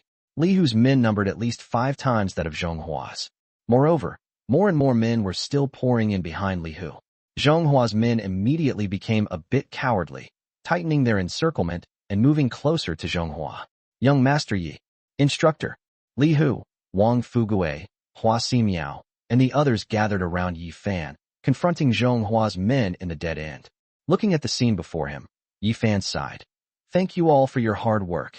Yifan glanced at Su Qingru in his arms, knowing that these people were probably notified by this little girl. Actually, no matter how many men Zhonghua had, Yifan could handle them all by himself. But after all, Su Qingru meant well. Tiger, so you're going to back up Yifan too? Very well. Everyone's here, right? Then let's all go together, so you'll have company on your journey to the underworld. Zhonghua remained calm in the face of Li Hu's overwhelming numbers. Yifan, do you think having more people guarantees victory? Today, I'll show you my power. As he spoke, Zhonghua made a strange sound, and the next moment, countless black insects crawled all over Zhonghua's arms from inside his black robe. It looked like a dense swarm of bees surrounding a hive. Anyone with trypophobia would probably get goosebumps just looking at it. Bloodthirsty goo? Yifan recognized it at a glance. It was the bloodthirsty goo, one of the 10 forbidden goo of the goo cult. Chapter 46. Son, you're making your father kneel? That's unfilial. Back then, it was jointly banned by the Great Xia and the goo cult. Now, Zhonghua can actually control the bloodthirsty goo, one of the 10 forbidden goo? Yifan's expression also became serious. It seemed that the goo cult had indeed begun to rise again, and the problem was quite serious. Zhonghua waved his arm, and the swarm of black insects rushed towards a stray dog wandering nearby. Sizzle. After a chilling sound, a stray dog vanished from sight, leaving behind only a pile of dog hair and a strong smell of blood in the air. Hiss. Li Hu, Wang Fugui, Hua Ximiao, and the others present gasped in shock at what they saw. Big brother, you and your sister-in-law go first. I'll cover the rear. Without saying a word, Wang Fugui stepped forward, blocking Yifan's path, and waved the beer bottle in his hand, signaling Yifan and Su Qingru to go first. Li Hu, along with several of his close associates, stepped forward to block Yifan's path. Instructor, you go first. My brothers and I will hold him off. These poisonous insects are too bizarre. They can devour a wild dog in an instant. If they were to attach themselves to a human body, how could the person possibly survive? Count me in. Hua Ximiao stepped forward as well. Young Master Yi, remember to carry forward the medical skills of the great Xia dynasty. Seeing these people, even in the face of such a life-or-death crisis, still stepping forward to cover his retreat, Yifan couldn't help but feel a little moved. His mind drifted back to 3 years ago when his sect was attacked. His fellow disciples, uncles, and senior uncles had all used their own flesh and blood to protect him as he escaped, allowing him to survive for so many years. Those despicable attackers, I will make you pay for your crimes and blood. Haha, wanna leave? None of you are leaving today. You all talk about brotherhood, right? Then let's all go together, no matter what. I said, not even Jesus can change my mind. Zhonghua looked at everyone with a smug expression, controlling the swarm of ferocious goo worms to sweep towards Yifan and the others.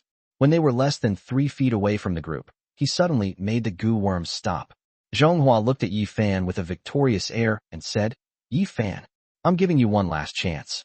Kneel down and apologize to me. Call me Dad. I might release your companions. How about it? Instructor, don't worry about us. Just get out of here. Even if you kneel down, he won't let you go. Before Yifan could speak, Li Hu anxiously urged him on.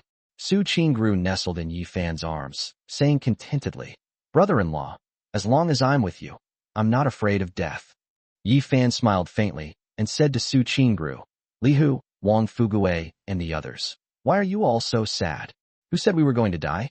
None of us will die today, don't worry." Yi Fan then turned to Zhonghua and said, "Zhonghua, you are unfilial. Since ancient times, what son has ever made his father kneel? Have you forgotten? In the auditorium, you personally called me dad. What you are doing now is patricide." Yi Fan's words instantly made Zhonghua furious. "Yi Fan, you're asking for death." Zhonghua cared most about his reputation. Being forced to call Yi Fan dad in front of so many people was an utter disgrace. At Zhonghua's command, the swarm of poisonous insects roared and pounced on Yi Fan. A ferocious look appeared on Zhonghua's face. "Die? Yi Fan, after you're dead, I'll definitely cherish your wife, Su Yixue." Hara! The atmosphere at the scene instantly became tense. Li Hu, Wang Fugue, Hua Ximiao and others stared at the poisonous goo that were rushing towards them with solemn expressions. Wang Fugue even took off his clothes, intending to wave them to intercept the poisonous insects, shouting, "You little beasts, come at your grandpa Wang. Useless. Haha, the bloodthirsty goo, one of the 10 forbidden goo, who among you can stop it?" Zhonghua laughed triumphantly, but he suddenly stopped halfway through his sentence. Zhonghua discovered that all the poisonous insects stopped moving completely once they got within a foot of Yi Fan. Moreover, not only did they remain still, they even started trembling, as if they had encountered something terrifying. The next moment, all the poisonous goo were beyond Zhonghua's control. They all fell to the ground and lay prostrate, as if worshipping something. A golden beetle appeared in Yi Fan's hand, flapped its wings at the poisonous insects on the ground, and made a squeaking sound. Instantly, as if receiving a supreme command, all the poisonous insects went mad and flew in the opposite direction. Several burly bodyguards who couldn't get out of the way were instantly devoured by the bloodthirsty goo, turning into a pile of withered bones. The goo worms continued to rush towards Zhonghua's bodyguards. In the blink of an eye, all the bodyguards that Zhonghua had brought disappeared, leaving only Zhonghua and Zhou Hong standing. "Young Master Zhong, what's going on? Isn't your poison goo very powerful? Why is it out of your control?" Zhou Hong's face was pale, and she didn't know what to do when she saw the scene in front of her. How would I know?" Zhonghua replied to Zhou Hong as he backed away, his gaze suddenly falling on the golden beetle in Yi Fan's hand, instantly reminding him of something his master had mentioned. "The Goo Emperor? You. How come you have the Goo Emperor on you?" Zhonghua's pupils dilated, his eyes filled with shock. "My master once said that the Goo cult has a sacred object called the Myriad Goo Cauldron, which is the origin and ancestor of all goo worms in the world. The most powerful feature of the Myriad Goo Cauldron is that it contains a Goo Emperor. Whoever obtains the Myriad Goo Cauldron can control the Goo Emperor and thus command all the poisonous goo. No matter how vicious and venomous your poisonous goo are, as long as you encounter the Myriad Goo Cauldron, it will all be in vain. You must obey the orders of the Goo Emperor within the Myriad Goo Cauldron." Now that the Goo Emperor is in Yi Fan's hands, it means that the Myriad Goo Cauldron must also be in Yi Fan's possession. It should be noted that the current leader of the Goo cult has exhausted all his connections and resources, yet he has still not obtained the Myriad Goo Cauldron. His position in the Goo cult has always been illegitimate, because the Myriad Goo Cauldron is only passed down to successive leaders. If I were to obtain the Myriad Goo Cauldron, wouldn't I be able to control the entire Goo cult? Thinking of all this, a hint of greed even appeared in Zhonghua's eyes, completely unaware that Yi Fan had already sentenced him to death. "Phew, Zhonghua, I didn't originally intend to kill you, but since you cultivate the forbidden goo of the 10 evils and even attempted to kill people with it, I can't let you live." Yi Fan controlled the bloodthirsty goo and frantically pounced on Zhonghua. "Hua! No, no, young Master Yi, spare me. I'll kneel down for you." Without any hesitation, Zhonghua knelt down before Yi Fan, saying, "Young Master Yi, I was wrong. I was blind to your worth. I'll never compete with you for Su Qingru again. I'll stay far away from her. I was blind to your greatness. If you're still not satisfied, you can gouge my eyes out." Zhonghua knelt on the ground and kept kowtowing to Yi Fan. What kind of integrity is that? Bottom line, is that stuff edible? Or could it save a life? At this moment, Zhonghua couldn't care less about anything else.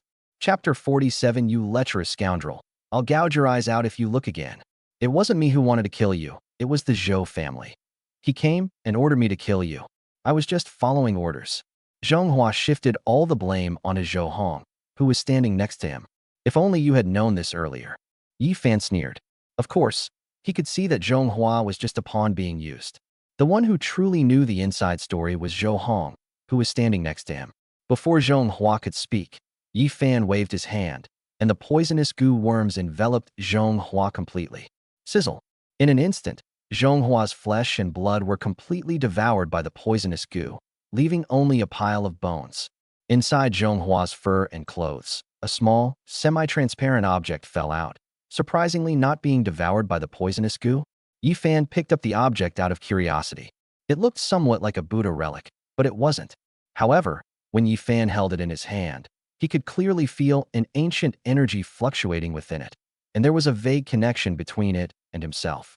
But this was clearly not the time to study it, so Yi Fan put the things away. Zhonghua is dead. The alley, which was just moments ago incredibly noisy, has instantly become quiet. Li Hu, Wang Fugue, Hua Ximiao, and the others, who were standing still and ready for battle, were all stunned by what they saw. When Wang Fugue and the others saw Zhonghua's terrifying methods, they all thought they were doomed. But then, a sudden reversal occurred. Yi Fan escaped from the brink of death because he possessed the Goo Emperor, and he managed to kill Zhonghua and his group. Big Brother is awesome. I knew it. My big brother is so heroic and imposing, so tall and mighty, so handsome that flowers bloom for him. Cars get flat tires when they see him. Even the king of hell wouldn't take him. How could he just die like that? After realizing what had happened, Wang Fugue didn't hold back his praise and just kept extolling him. Grandpa told Wang Fugue everything about Yi Fan. Wang Fugue now understood that Yi Fan was, after all, a prodigy from the Bailushi sect. He hadn't recovered his martial arts skills, but he hadn't lost his other abilities. Just take this goo worm control technique, for example. It won't be so easy for those people to kill Yi Fan, right? A genius, Hua Ximiao exclaimed in amazement. Since ancient times, medicine and goo have been inseparable. Yi Fan actually knows the mysterious goo techniques of the goo cult. He's amazing. If it were my own granddaughter, Sai. After dealing with Zhonghua, Yi Fan controlled the goo worms to surge around Zhou Hong and looked at Zhou Hong calmly, saying, "The Zhou family? I killed Zhou Tao. What else do you have to say?" Zhou Hong herself knew a little martial arts, but with so many people like Zhonghua dead at the scene and Yi Fan surrounded by so many helpers, Zhou Hong didn't even have the courage to resist. "It really was you." "Oh, no, I mean, good riddance. Zhou Tao deserved to die? Young Master Yi, spare my life." Killing young Master Yi today was entirely Zhonghua's idea. It had nothing to do with me. I just came to watch the show. Even at this point, Zhou Hong still wouldn't tell the truth. Yi Fan smiled coldly, controlling the goo worm to move forward and instantly bite off one of Zhou Hong's legs. "I'll give you one last chance. Who wants to kill me?"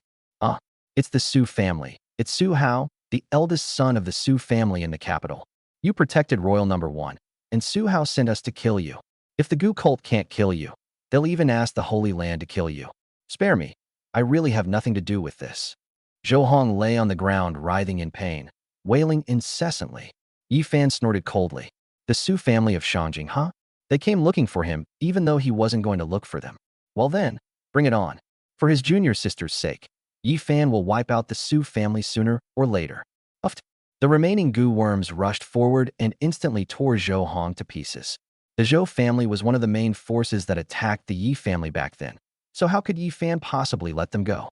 The scene was completely devoured by those poisonous insects. Apart from the lingering smell of blood in the air and the 2 chairs that Zhonghua and Zhou Hong had sat on in the alley, nothing else was left. If no one had seen it with their own eyes, they would not have believed it to be true. So the methods of the goo cult are really that terrifying? A swarm of insects can kill without a trace. Wah! The scene had just been cleaned up when a sudden alarm blared at the alley entrance. Hua Shuyan led a group of special police officers in and rushed in. "Everyone, don't move. Who's orchestrating this kidnapping?" Hua Shuyan, who was leading the group, was wearing a uniform, but the considerable cleavage was almost bursting out of her shirt, revealing fair skin and a slender waist that could be encircled with one hand.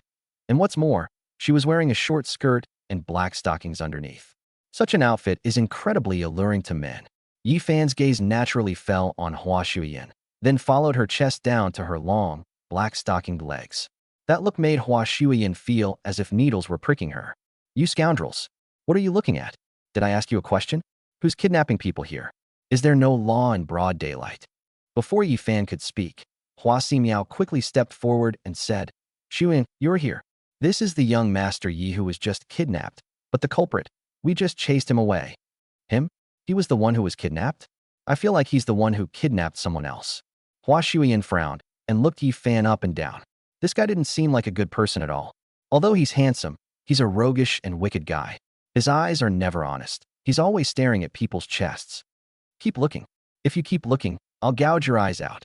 Yi Fan could tell from Hua Simiao's expression and actions that this beautiful woman was probably a savior that Dean Hua had brought in. Beautiful lady, it's your scenery that jumped into my eyes on its own, so you can't blame me, can you? How about we cut off your beautiful scenery? You? Hua Shuiyin was speechless after Yi Fan's words and stomped her feet angrily on the ground. Shuiyin, don't be rude. This young Master Yi is a divine physician of our time, with unparalleled medical skills.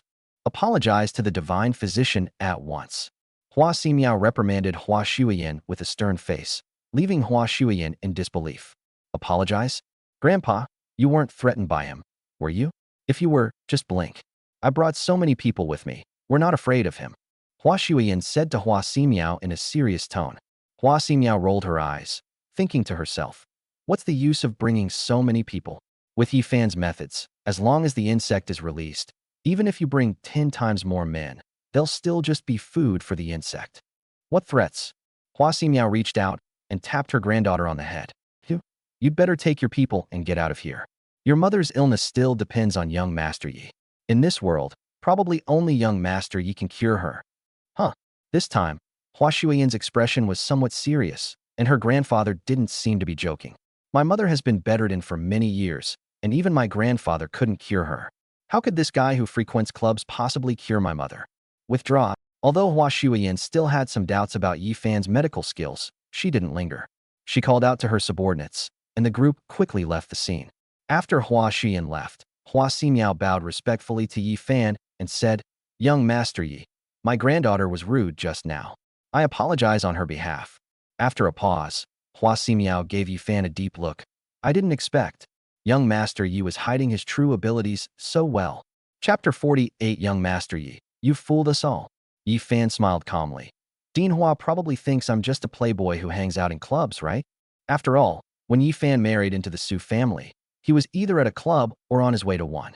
The public's perception of Yi Fan was that of a complete playboy. There was indeed some misunderstanding before. I came here today to ask young Master Yi about that prescription. As he spoke, Hua Simiao took out the prescription that Yi Fan had given to Chiu Wan.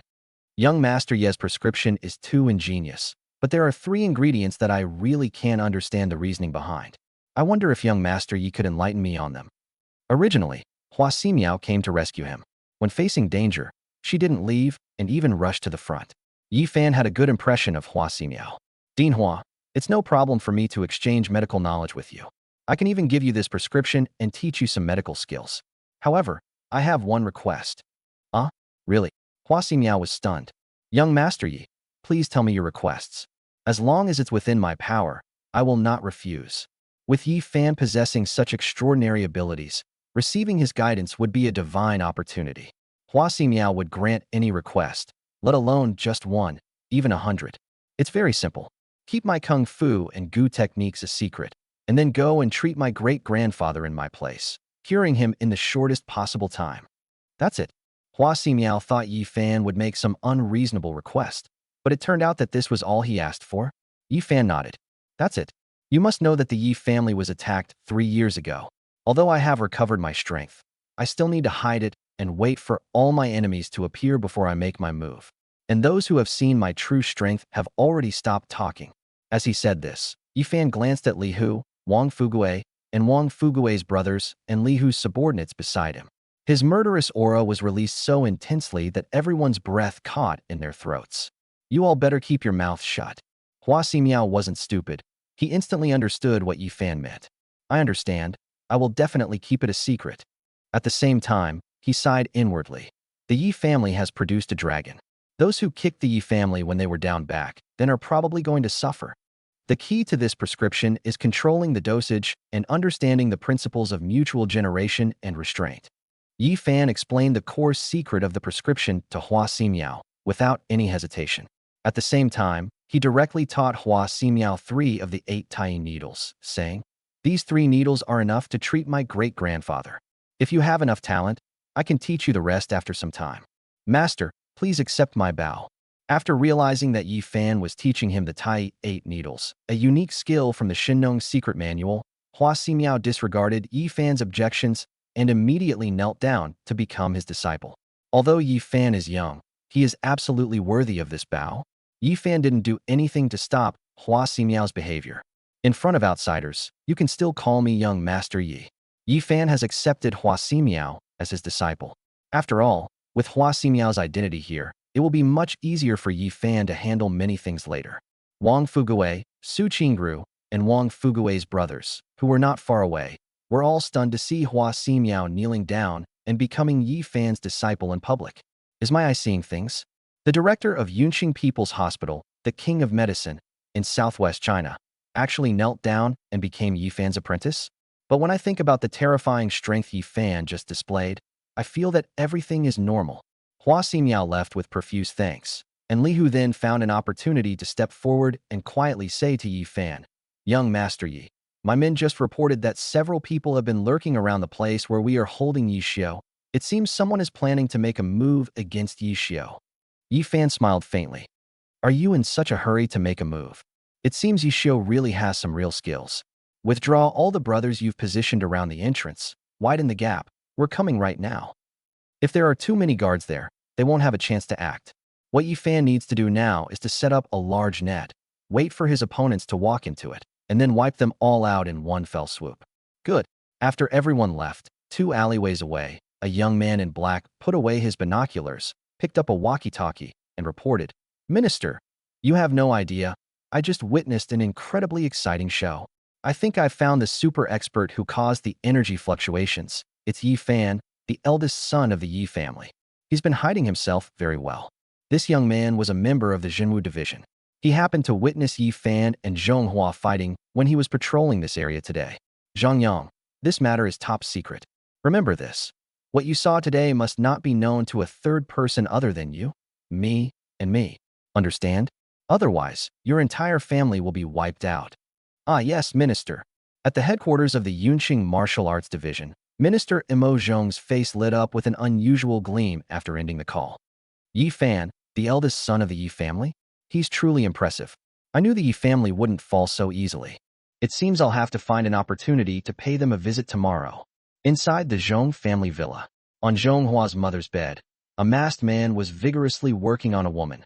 The woman was none other than Zhonghua's mother, Xie Fang. Beside her on the floor, a man curled up like a dead pig slept soundly. This was Zhonghua's father. The masked man was Zhonghua's Gu cult master, named Long Zhong, the 3rd elder of the Gu cult, who had been active in Yun City for the past few years. "Along, this is still not good. That deadbeat is still sleeping next to us, and you're just like this. Oh, what's wrong with that? The son isn't even his. Humph, if it weren't for the fact that my identity is hard to expose and I need his help to cover for me, he would be dead long ago. Humph, last month, you gave him sex several times. Just thinking about it makes me sick. Oh dear, I had no choice. After all, we're only husband and wife in name only. If I didn't agree, I was afraid he'd get suspicious. Hee, be gentle." Therefore, Zhonghua's so-called father is not a father at all, but someone similar to Wu Dalong. After the two had made love in bed and had just lain down to rest, Long Zhong suddenly felt a sharp pain in his heart. Oh no, something's happened to Zhonghua. Uffed. The next moment, Long Zhong actually spat out a mouthful of blood. Zhonghua never knew until his death that he was not actually the son of his father, Zhong Yiming, but rather the illegitimate son of his Gu cult master, Long Zhong, and his mother, who were having an affair. The reason why Long Zhong devoted himself so much to teaching Zhonghua the art of Gu poison was naturally because he was his son. Moreover, to help Zhonghua grow quickly, Long Zhong copied his own natal Gu and placed it on Zhonghua, so that he could immediately sense if Zhonghua was in any danger. But just now, Long Zhong discovered that the copy of his natal Gu had died instantly. Something happened? What happened? The woman's voice trembled as she asked. Zhonghua is dead.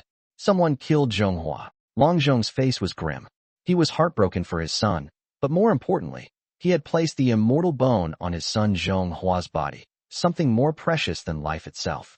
The functions that have now been discovered include that the undying bone can provide a continuous source of martial arts energy, which can help increase the speed of cultivation by hundreds or thousands of times. Moreover, it is said that the undying bone can also grant immortality, making it a priceless treasure. Who is it? Who killed Zhonghua? Long Zhong quickly dressed, greeted Xie Feng, and swiftly slipped out of the room, saying, "I'm going out for a bit." The thing on Zhonghua's body was something Long Zhong had risked his life to get.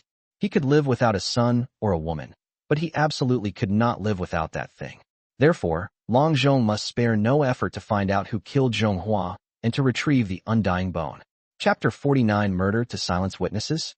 Or are they just here to deliver themselves to their deaths? In a warehouse on the western outskirts of Yunqing, this is where Li Hu is holding Yi Xiu captive.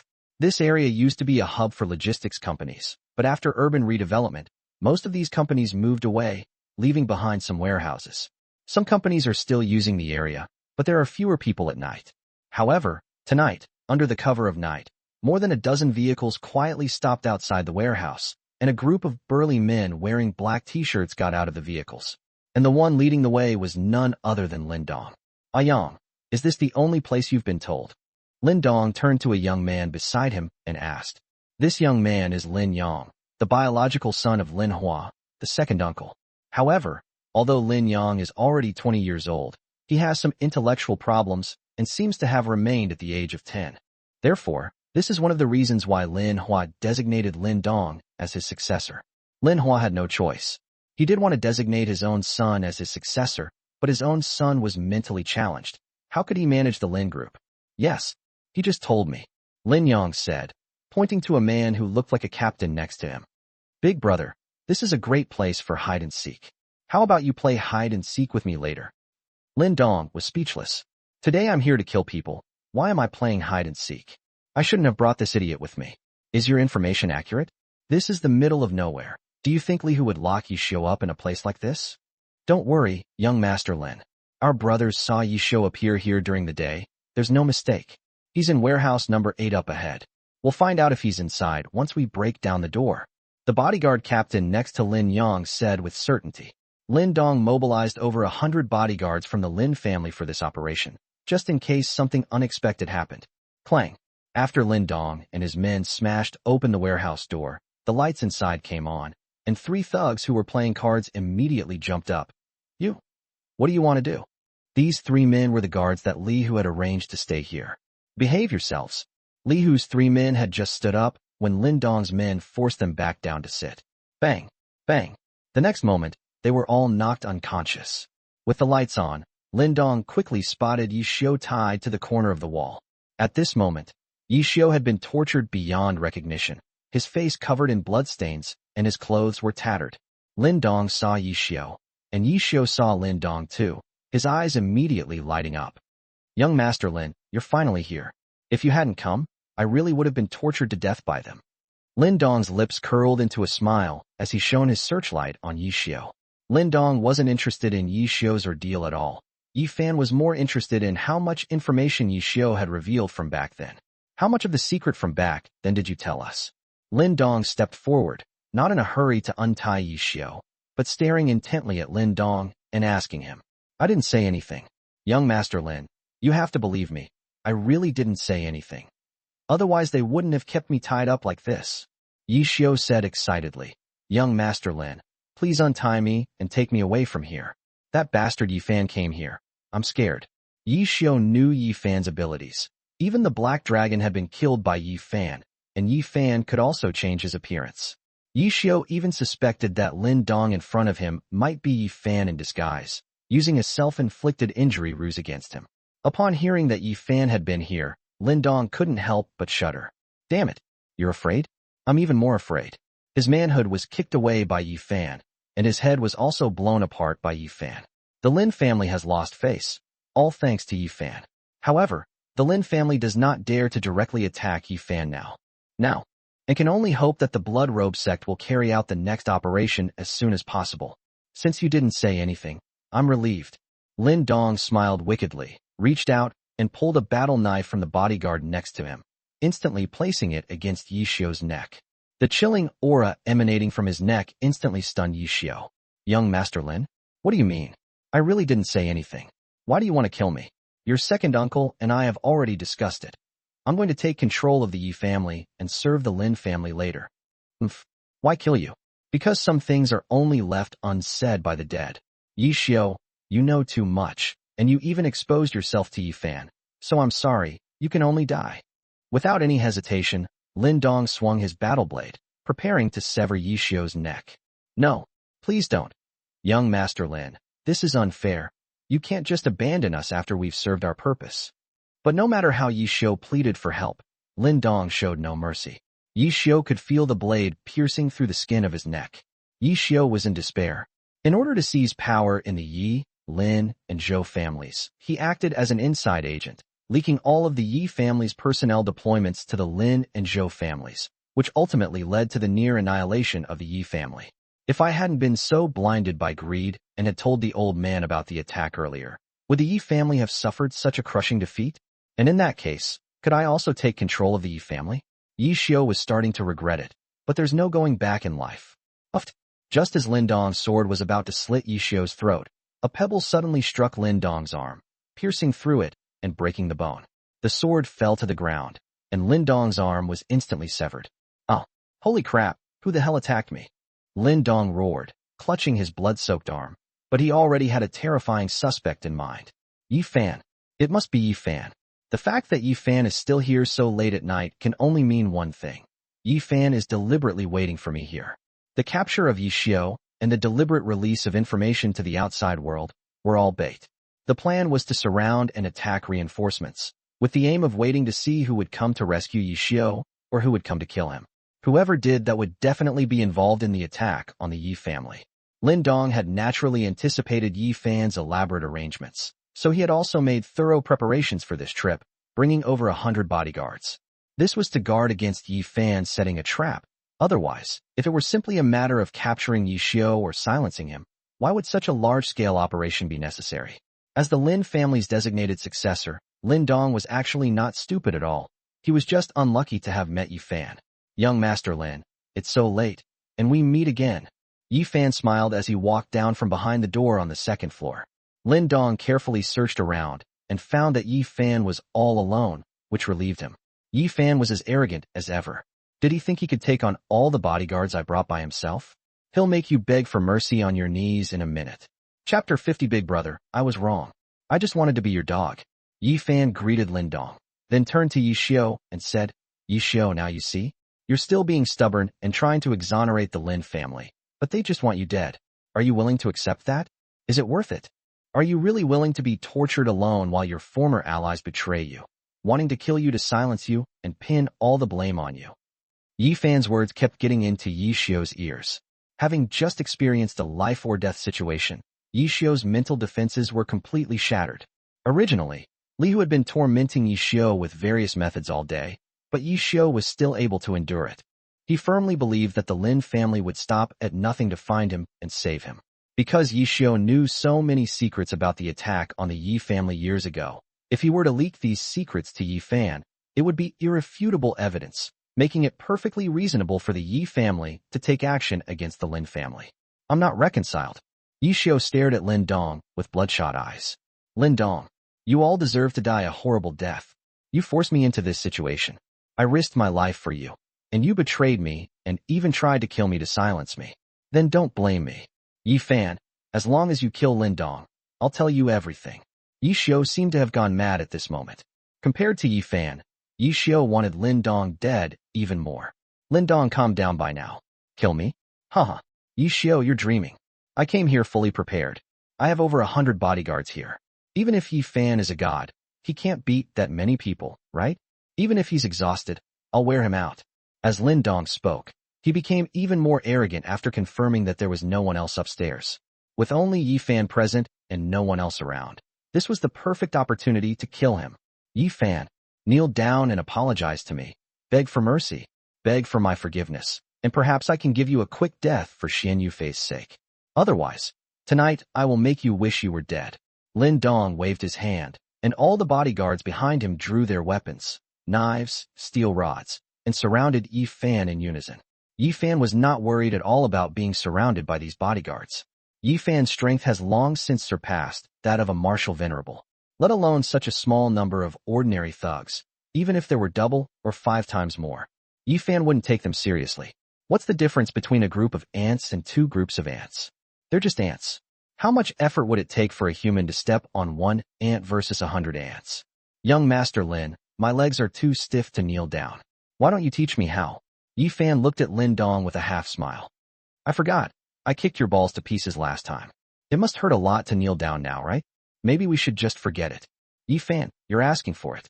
I'll **** your ancestors. Mentioning his testicles, Lin Dong wished he could tear Yi Fan's flesh apart.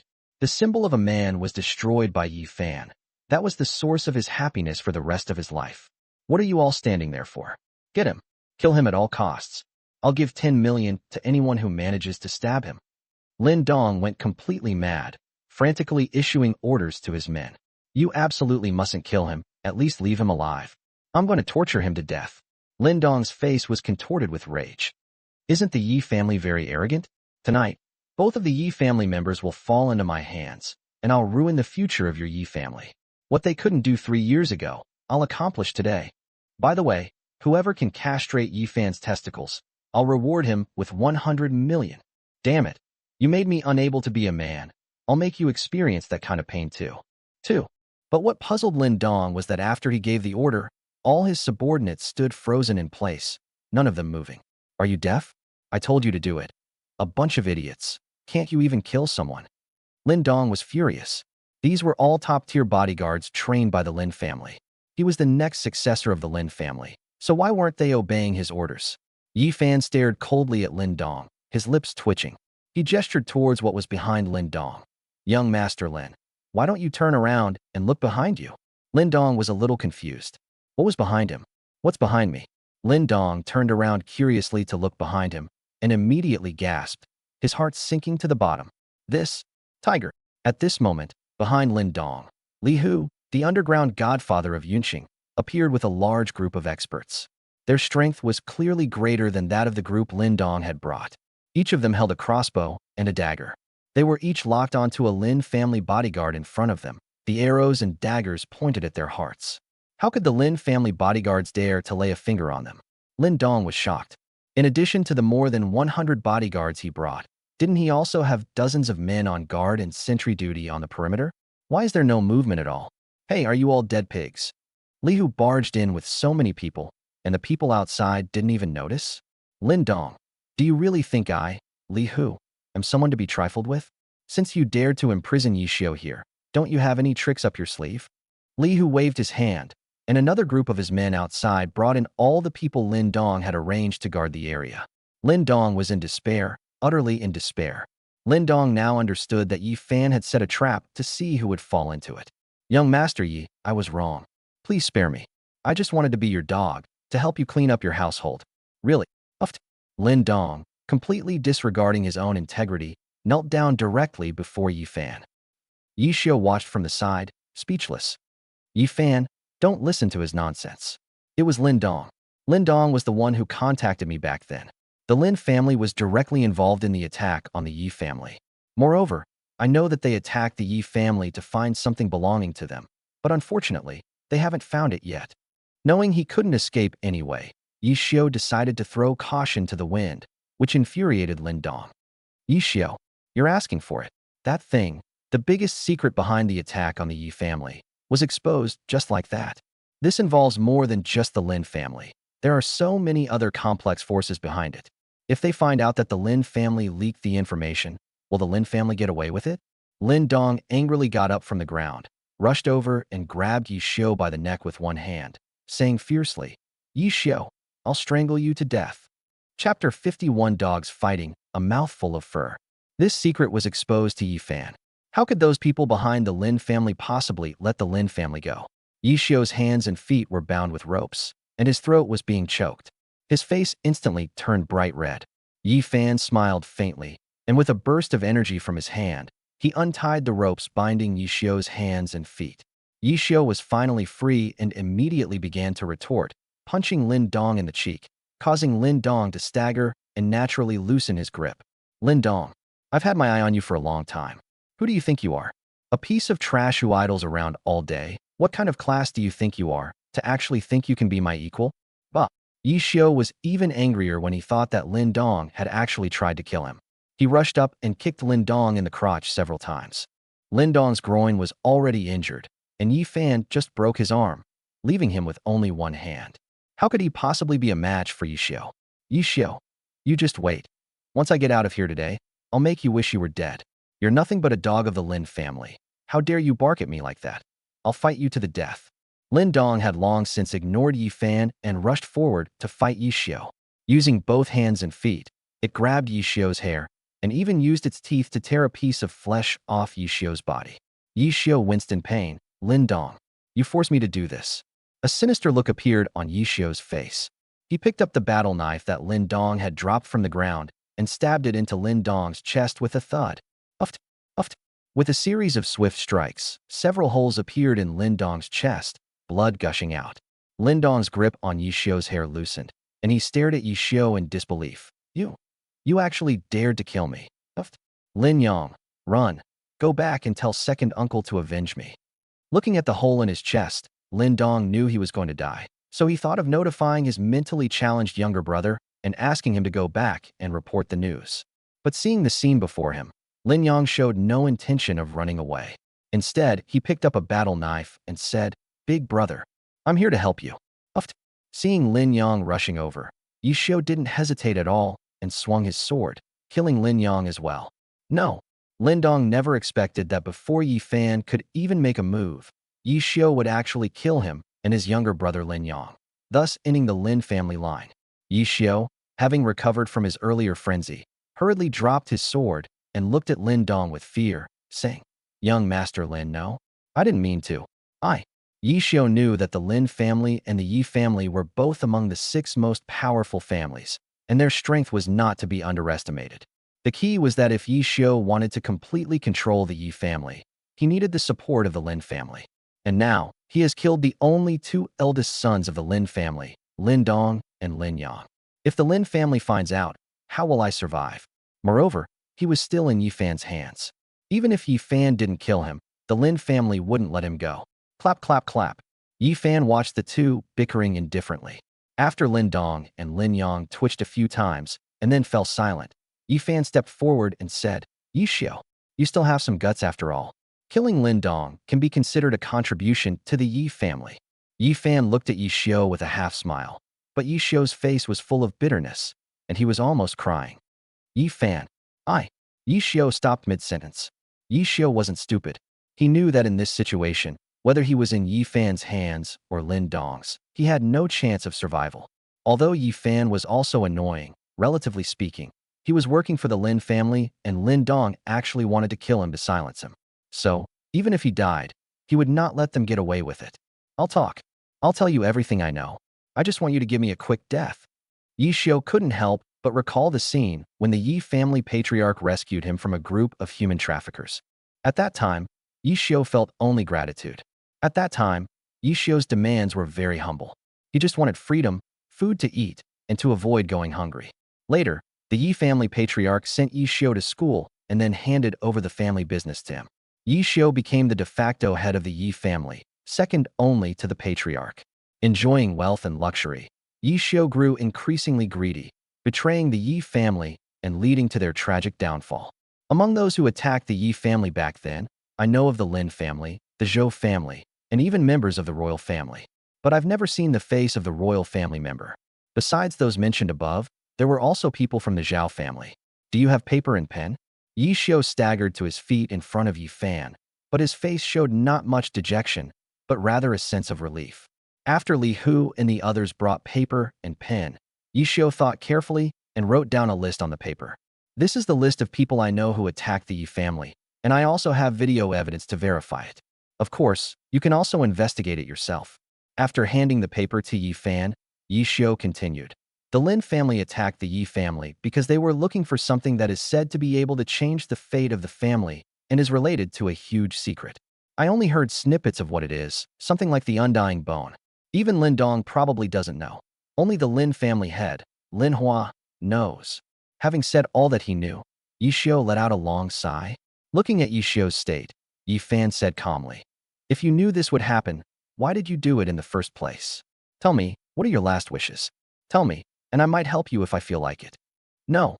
Yi Xiao shook his head, then suddenly remembered something. "Oh right, I've been keeping a girl at number 38, south suburb of Yun City. I've always wanted her, but she absolutely refuses. So I've been secretly having her imprisoned. If you have time, go and release her." Is a girl still being imprisoned? Yi Fan's lips curled up, thinking that Yi Xiao really didn't like women anymore. Good. Upon hearing Yi Fan's reply, Yi Xiao picked up the battle blade from the ground and plunged it fiercely into his heart. Yi Xiao knew he had no way out, so he might as well end it all himself. Was everything recorded clearly? Yi Fan turned to Li Hu and said, "Lin Dong and Lin Yang were killed by Yi Xiao, and Yi Xiao committed suicide." Li Hu nodded. "It's all recorded."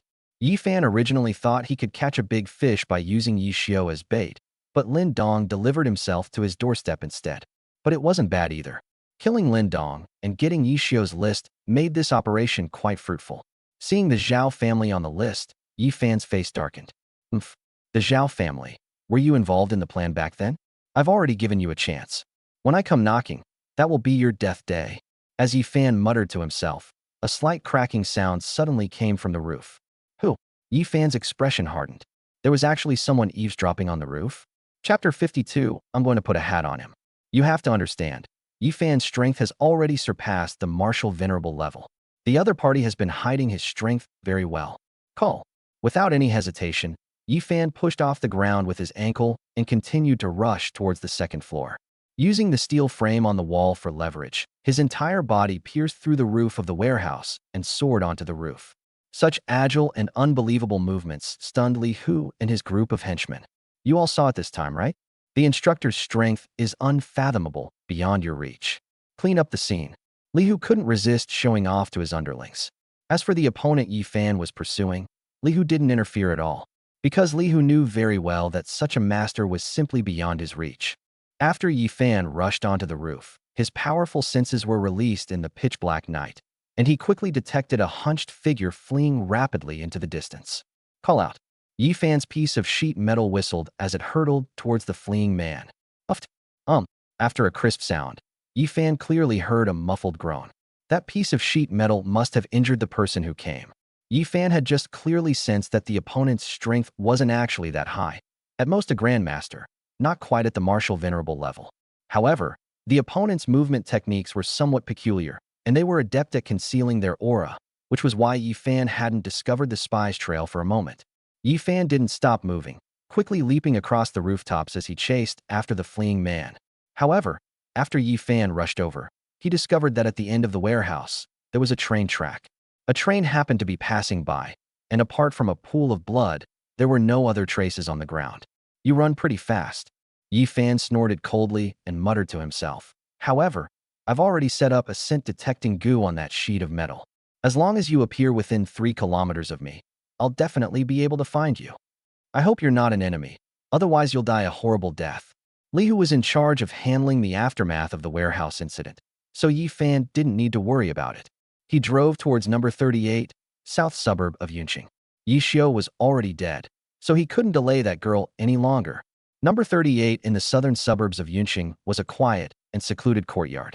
As Yi Fan approached, 3 bodyguards in black tried to stop him, but Yi Fan coldly said, "Get lost. I am Yi Fan. Yi Xiao is already dead. Are you still going to work for him?" Seeing their hesitation, Yi Fan showed them the video he had recorded earlier. The bodyguards' expressions immediately changed. "Young Master Yi, farewell. We've never met before. Speak." The group fled as quickly as their pants could burn. Yi Fan's lips twitched, and he pushed open the door and walked into the courtyard. As soon as he stepped inside, a teacup was thrown at Yi Fan. "Yi Xiao, I've said it before, I'd rather be with a dog than be your woman. Get out. This girl's got some fire." Yi Fan released a burst of energy in his hand and easily caught the teacup that had been thrown at him. "I'm here to inform you that you're free. From now on, you can stop being tormented by Yi Xiao and live the life you want." Yi Fan stepped into the living room and glanced around. He saw a girl wearing khaki shorts staring angrily at the door. Upon seeing that it wasn't Yi Xiao but Yi Fan who had arrived, the girl was clearly taken aback. You're not Yi Xiao? Where is Yi Xiao? Dead. Yi Fan held nothing back in front of the girl, explaining the situation directly. I've dealt with the people outside. I'm just letting you know that from now on, you're free to move around. According to Yi Xiao, she was the school beauty in college, and he had his eye on her ever since. Because of the power and influence of the Yi family, Yi Xiao easily eliminated all of her suitors and began to keep her under his wing. Dead. The girl glanced at the door in disbelief, and indeed could not see the bodyguards. It's worth noting that the bodyguards around the girl were always there 24/7. They would follow her even if she went out to buy something. The girl finally breathed a sigh of relief. 5 years. 5 years have passed since she started college. Has she finally regained her freedom? But only for a moment. The girl's expression tensed up again. No. It must be some kind of self-inflicted injury plot by Yi Xiao, deliberately trying to trick me. Humph. Yi Xiao just wants to get his hands on me, right? I'll make sure you don't succeed. Yi Fan didn't bother to explain to the girl and turned to leave. Just as Yi Fan was about to leave the hall, the girl suddenly called out to him. Wait a minute. Kindness. Yi Fan was a little confused. Just as he turned around, the girl pounced on him, wrapped her arms around his neck, and kissed him on the lips. Hey beautiful, what are you doing? Yi Fan only felt the girl's amazing elasticity before immediately dodging away. Although Yi Fan does enjoy chasing girls, he doesn't just chase after any girl. The girl persisted. You tell me, what else could a man and a woman do when a girl throws herself at him? Yi Xiao just wants me, doesn't he? Humph. I'm going to give my first time to another man. Don't worry, I'm still a virgin. Let's go. Before Yi Fan could even retort, the girl hooked her arm around his neck and led him toward the bedroom next door. Hiss. The girl took off all her clothes in the room, revealing her stunning figure, which was curvaceous and exquisite. She was a real gem. Yi Fan had planned to be intimate with Su Yishua last night, but his sister-in-law interrupted him. At this moment, faced with such a stunning girl's unrestrained allure, Yi Fan's heart was ablaze with desire. Beauty, you're playing with fire. I'm not afraid. So what are you afraid of? Come on. I'm going to make Yi Xiao wear a green hat. As the girl spoke, she pounced on Yi Fan and knocked him onto the bed. Little did the girl know that Yi Xiao was actually dead. Feeling the tenderness in his arms, Yi Fan didn't care about anything else and ripped off his clothes with a big hand. A seductive atmosphere instantly filled the room, accompanied by soft moans that were inappropriate for children. Huh? The frost jade body.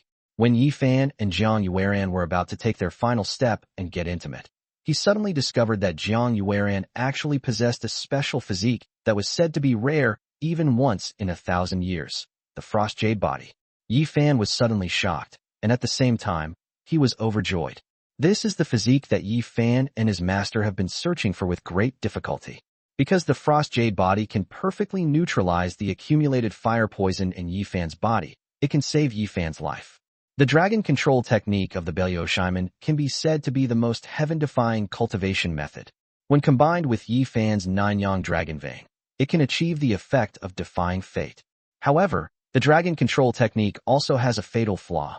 As the cultivation strength increases, the side effects of the nine-yang dragon vein will gradually amplify, forming 9 kinds of fierce fire poison in Yi Fan's body. If these toxins are not controlled, they will eventually poison Yi Fan to death and burn him alive. Even though Yi Fan's master was also a genius, he only found one unique method of detoxification: to find girls with 9 special constitutions in the world to help Yi Fan neutralize the toxins and make them his own. Yi Fan never expected that the physique he had been searching for would actually be found here. This is a woman bestowed upon me by heaven. If I don't accept her, I'll be going against my conscience. Chapter 53. The terrified Zhao family decides to bring their daughter to apologize. Even the moonlight outside the window seemed a little shy to see the scene before it, quietly hiding behind the clouds. More than an hour later, Yi Fan and the girl finally lay lazily on the bed, a bright red stain clearly visible on the sheets. A strange blue pattern appeared on Jiang Yueran's neck, the mark of her frost jade body. At this moment, Yi Fan could clearly feel that one type of fire poison in his body had disappeared. On Yi Fan's chest, one of the 9 dragon patterns in the faint Tai Chi Bagua pattern has been lit up, indicating that he has been detoxified. My name is Yi Fan. From today onwards, you are my woman. If you want me to take responsibility, you can call me anytime. As Yifan spoke, he picked up the girl's phone and dialed his own number. Although Yifan can like different girls, once they become his women, he treats them very well. Oh, my name is Jiang Yueran. Jiang Yueran shifted slightly in Yifan's arms, then suddenly seemed to remember something. Your name is Yifan? You are Yi Xiu's younger brother. Yi Xiu always regarded Yifan as his greatest enemy, and naturally he often mentioned him in front of Jiang Yueran.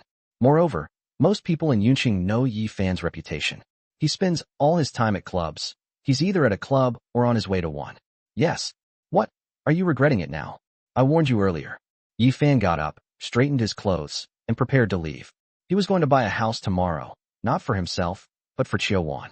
With Yi Xiu's death tonight, the Yi group urgently needs someone to help manage it, and Qiuwan is the best candidate. The first thing to solve when getting Qiuwan to work at the Yi group is the issue of her accommodation.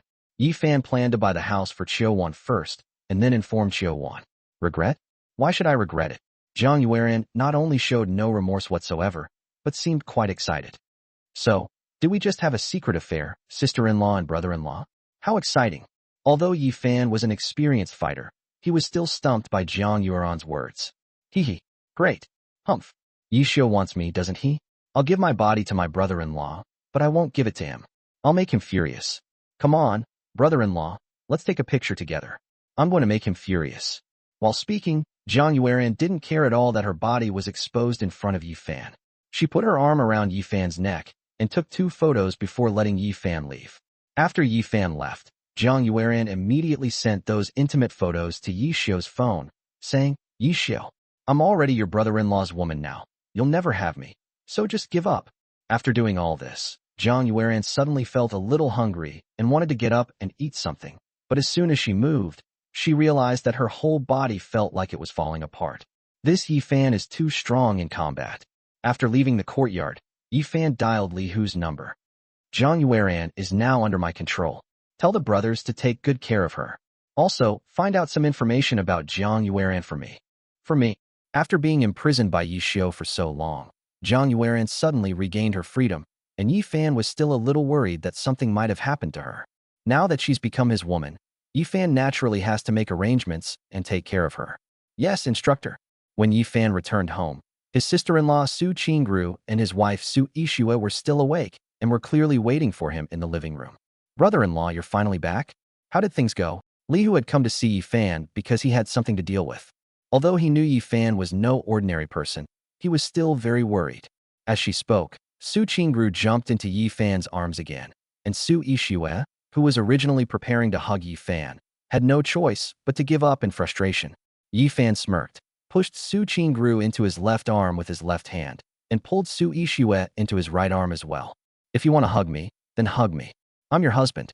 What's wrong with hugging your own husband? Oh dear. Although Su Yixue had already had intimate contact with Yifan, the key point was that Su Qingru was also present, so Su Yixue was still quite embarrassed.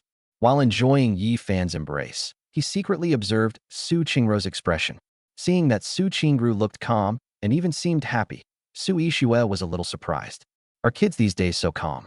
Both of her sisters were in Yifan's arms, yet Su Qingru didn't seem to feel anything at all.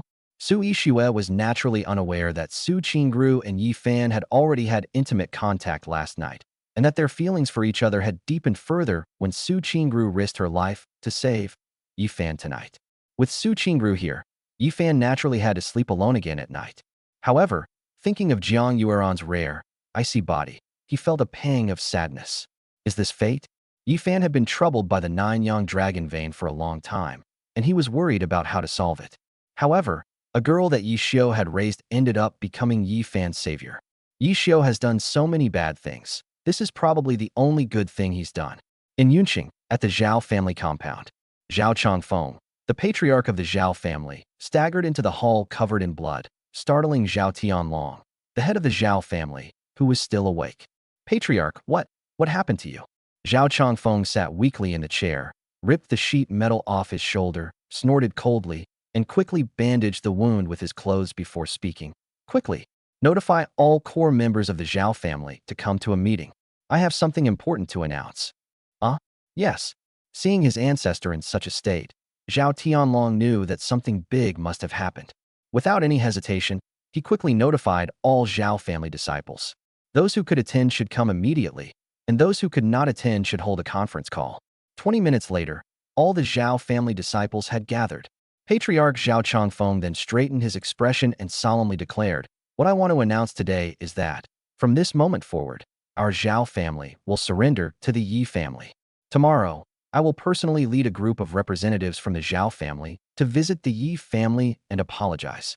"Oh, ancestor, why did you suddenly make this decision? Didn't we work together to deal with the Yi family back then?"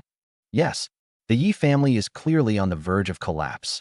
Yi Fan was attacked and has been a useless person for the past 3 years. How much trouble can he cause now?" The crowd erupted in uproar, completely understanding the patriarch's decision. "Shut up.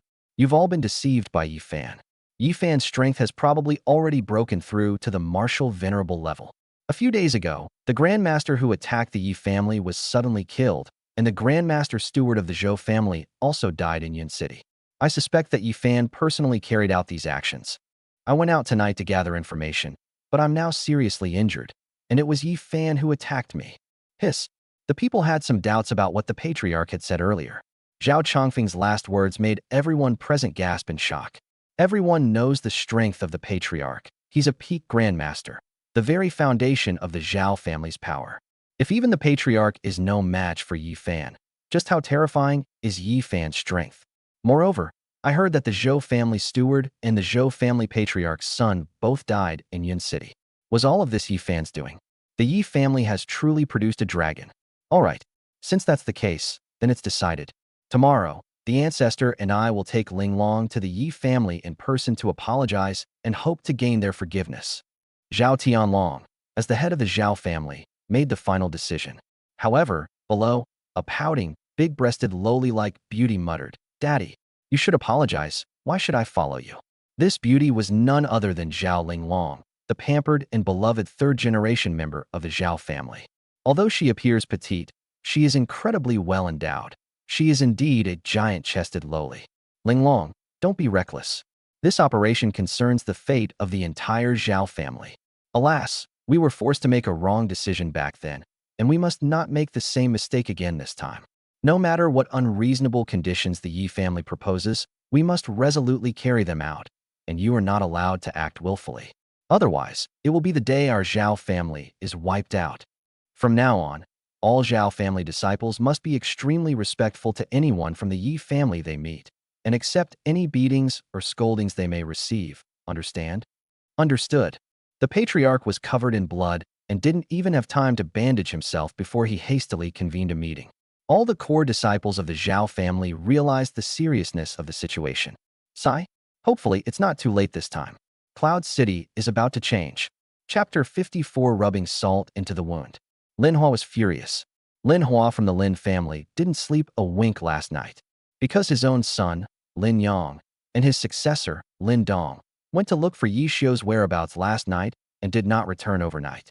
Also disappearing were the group of Lin family bodyguards that Lin Dong had taken with him, over 100 of them, who vanished completely in Yun City. A bunch of good-for-nothings, still no news? Lin Hua angrily swept everything on the tea table to the floor. Among the third generation of the Lin family, only Lin Dong and Lin Yang are direct descendants. If something were to happen to the two of them, the entire Lin family would be wiped out. Master, it's the same news as before. Young Master Lin said he was going out to look for Yi Xiu's whereabouts, and second young Master Lin was going to go with him. After that, he left with the family's bodyguards and disappeared without a trace. The subordinate reported this with a frustrated expression.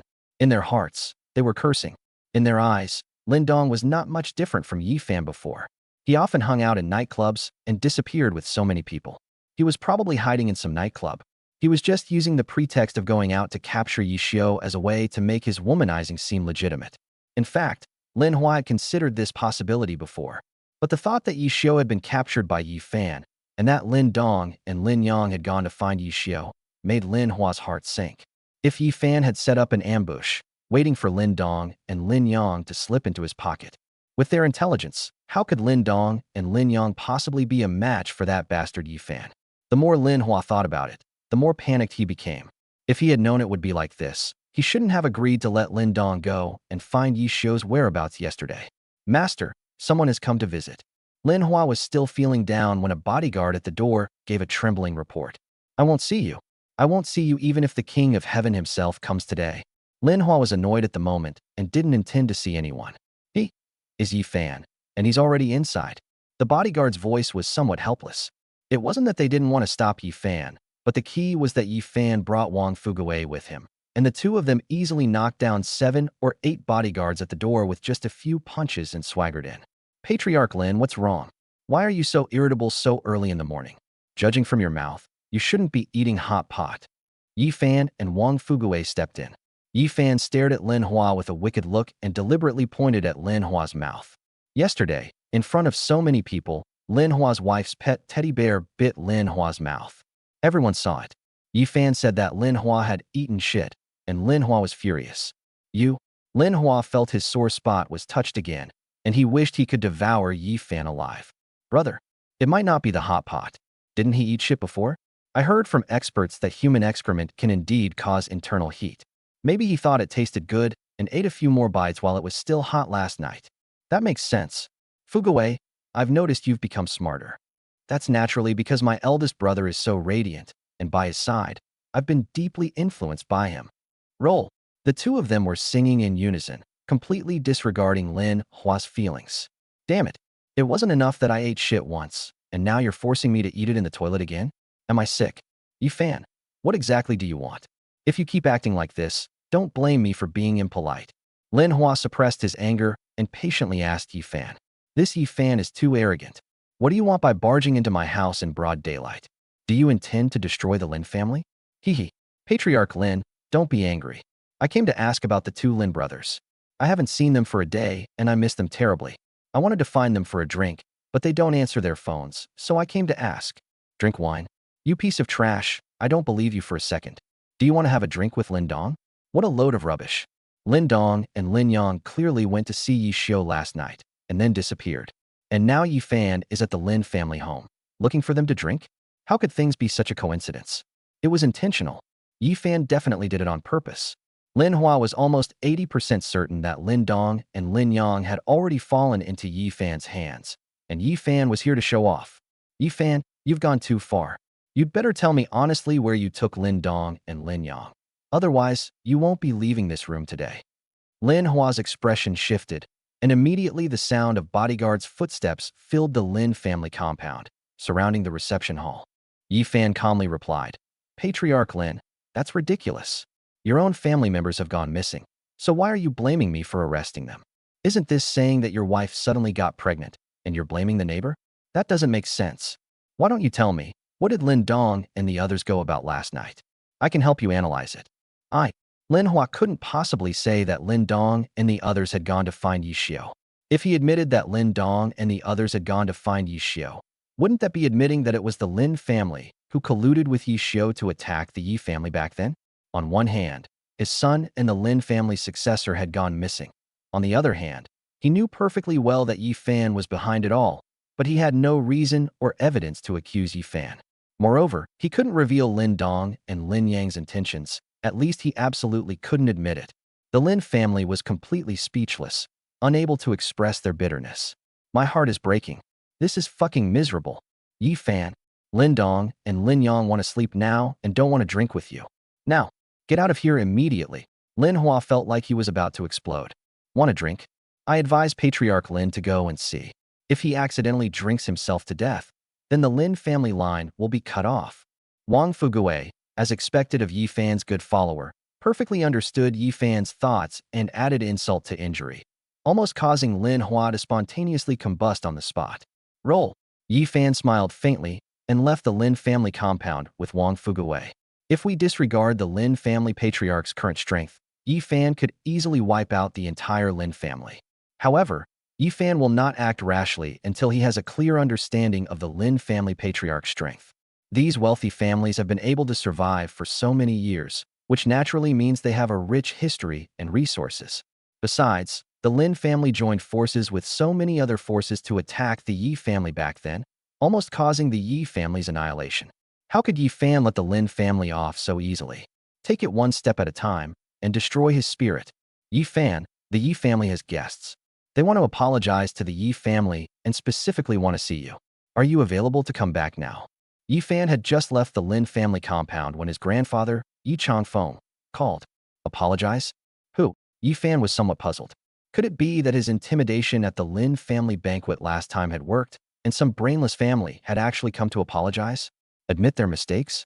The reclusive and powerful Zhao family of Yunqing, including the patriarch of the Zhao family, the head of the Zhao family, Zhao Tianlong, and their youngest daughter, Zhao Linglong. Chapter 55: The Resentful Girl Who Was Bullied by Yi Fan. Damn it. This is outrageous, utterly arrogant. After Yi Fan and Wang Fugue left the Lin family, Lin Hua could no longer hold back. He picked up a chair in the room and smashed the television, coffee table, and newly installed chandelier in the living room to pieces. You bastard, you scoundrel, you little beast. How could I have let you escape back then? Damn it. I should have killed you back then, to prevent you from becoming a threat. Lin Hua was exhausted from smashing things, so he sat down on the ground with a thud. Yi Fan came to Lin Dong and Lin Yang's house for drinks at the time when they were missing. Who knows that drinking wasn't the purpose? It's blatant showing off and smugness. Lin Hua was almost 100% certain that Lin Dong and Lin Yang had died at Yi Fan's hands. What infuriated Lin Hua the most was that, despite knowing this was the truth, he had no evidence and dared not openly admit it, so as not to give the Yi family any leverage to take action. Lin Hua knew that the Yi family was just waiting for a reasonable excuse to launch a full-scale war against the Lin family. Previously, Lin Hua had even encouraged the Xian family and the Yi family to annul their engagement, and then join forces with the Xian family to deal with the Yi family. As a result, not only was the engagement ceremony between the Xian family and the Lin family ruined by Yi Fan, but the Xian family also seemed to be getting closer to the Yi family. Now it's almost certain that Lin Dong is dead, so even if the Lin family wanted to form a marriage alliance with the Xian family, they have no one else to choose from. It's all because of Yi Fan. Lin Hua didn't want Yi Fan to live even a second longer. Someone give me the phone. I want to personally contact the blood-clad sect and have them immediately hunt down and kill Yi Fan. Lin Hua picked up his phone and dialed a number, angrily recounting the situation to the blood-robe sect. However, a clear, crisp female voice on the other end of the line simply replied, "My blood-robe sect doesn't need anyone to teach us how to do things. Patriarch Lin, just wait patiently. You'd better not bother me too much, or I might just wipe out your entire Lin family one day." The girl's words on the other end of the phone left Lin Hua speechless. The blood-robe sect, a venomous snake lurking in the shadows, is recognized as having the strongest assassin skills in the Great Xia dynasty. They have secret dealings with the powerful families, nobles, and hidden superclans of the Great Xia. The blood-clad sect also possesses some dirt on wealthy families. If the blood-clad sect wanted to destroy the Lin family, the current Lin family might not be able to withstand it. After hanging up the phone with the blood-clad sect, Lin Hua slapped himself. Damn it, you're all bullying me, aren't you? You just wait. When the divine messenger comes next time, I'll definitely ask for a super ability to make you all regret what you did today. Deep in the mountains of southwest China, in a courtyard, a beautiful and delicate young woman stretched lazily and casually asked her assistant, "What's the situation in Yunqing?" "Sectmaster, we've received news that Black Dragon is dead. Moreover, his body hasn't been found yet, and nobody knows how he died," the assistant respectfully reported. "Sectmaster, that Yi Fan seems to be no ordinary person." The girl snorted coldly and said indifferently, "If he were so easy to kill, he wouldn't be Yi Fan. Even if 10 of you personally attacked, let alone the Black Dragon, you still wouldn't be a match for Yi Fan." "Huh?" the assistant exclaimed in surprise. "You knew perfectly well that Black Dragon was no match for him, yet you still sent Black Dragon there? And, judging from your tone, you seem to be quite familiar with Yi Fan." The girl opened her big, bright eyes and glanced at the greenery outside the window, thinking to herself, "It's more than just familiar. It's so familiar. From the age of 8, I followed that bastard around, serving him every day by dressing him, feeding him, and warming his bed in the winter. But that bastard Yi Fan actually pulled his braids to prank him, secretly tied his shoelaces to make him fall, and when he grew up, he even pulled the straps of his bra on the back to flick him. The outside world only knows that the leader of the Blood Robe sect is a stunningly beautiful young woman, but they don't know that 3 years ago, the leader of the Blood Robe sect, Chu Yue, was actually Yi Fan's personal maid from the Bailushi sect. Moreover, she was a personal maid who ate, slept, and lived with us for 10 years. 3 years ago, After the Beiluo sect suffered that upheaval, the sect disbanded. Yi Fan and his master fled, while Chu Yue managed to escape Yi Fan's clutches amidst the chaos. Asshole, you'd better not die too soon. I haven't settled this score with you properly yet. Men, pass on my orders. Send Shinko, Tainyo, and Xianing to assassinate Yi Fan. Chu Yue gave her subordinates the order with a wicked smile. Yes, sect master. All three of them are grandmaster-level assassins. What do you think their chances of winning are this time? If they go, they'll just be throwing their lives away. Ah, this, sect master Yu. The assistant's pupils dilated, and she wanted to say more, but Chu Yue glared at her fiercely. Some things are better left unsaid.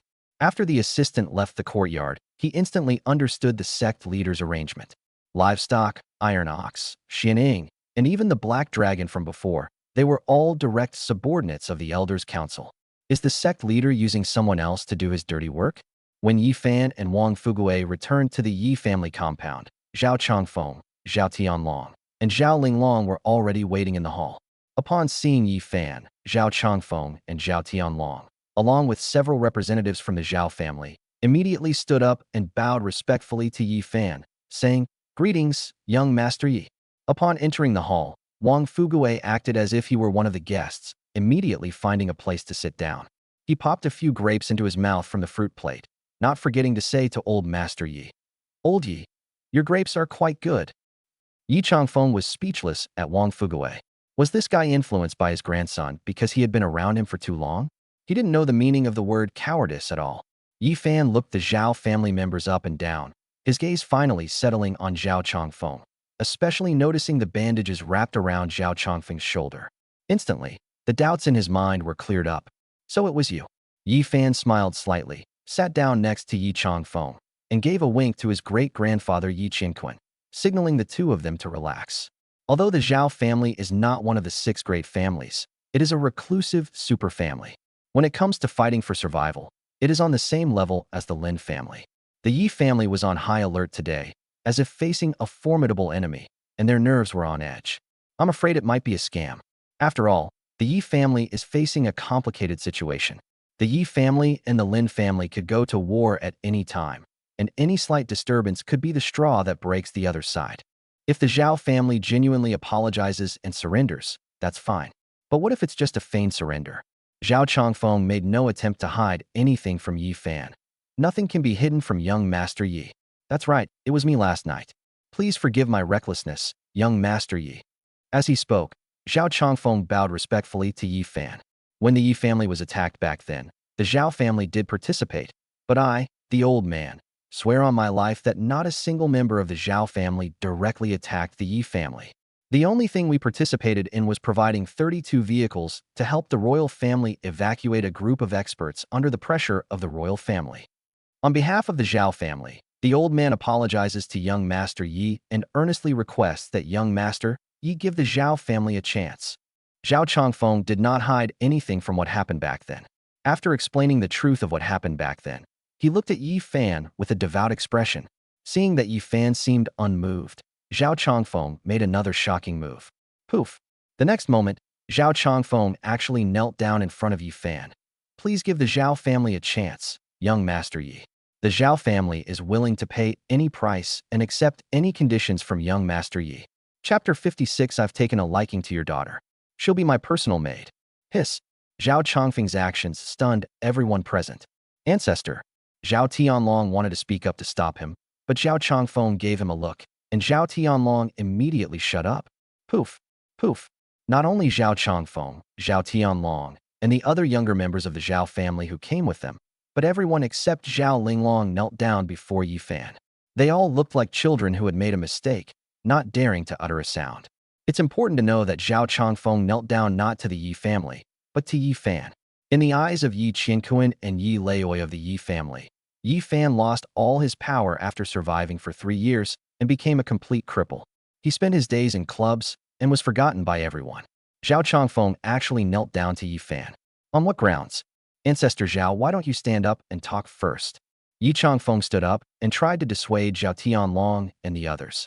However, the Zhao family patriarch and others did not move at all, but looked at Yi Fan with sincere eyes. Young Master Yi, These are all the account books of my Zhao group. Please take a look.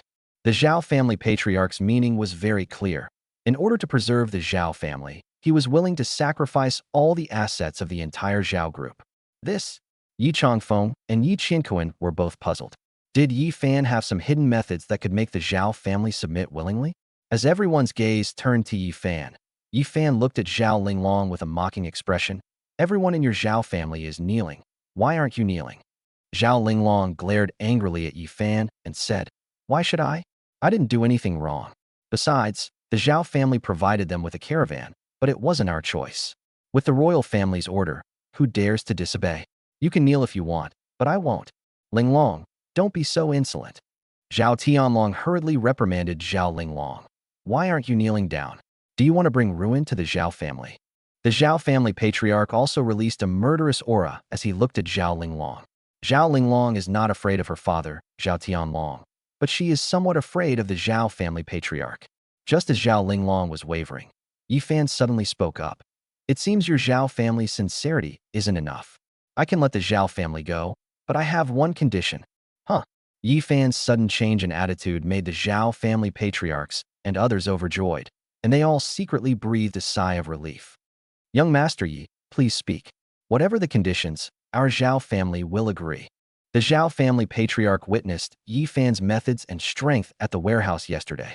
By observing a small part of the whole picture, the Zhao family patriarch deduced from Yi Fan's concealment of his skills that the attack on the Yi family led by the Lin family 3 years ago, which nearly wiped out the Yi family, and the attack on the Beiluoshimen, did not seem to have achieved the desired effect.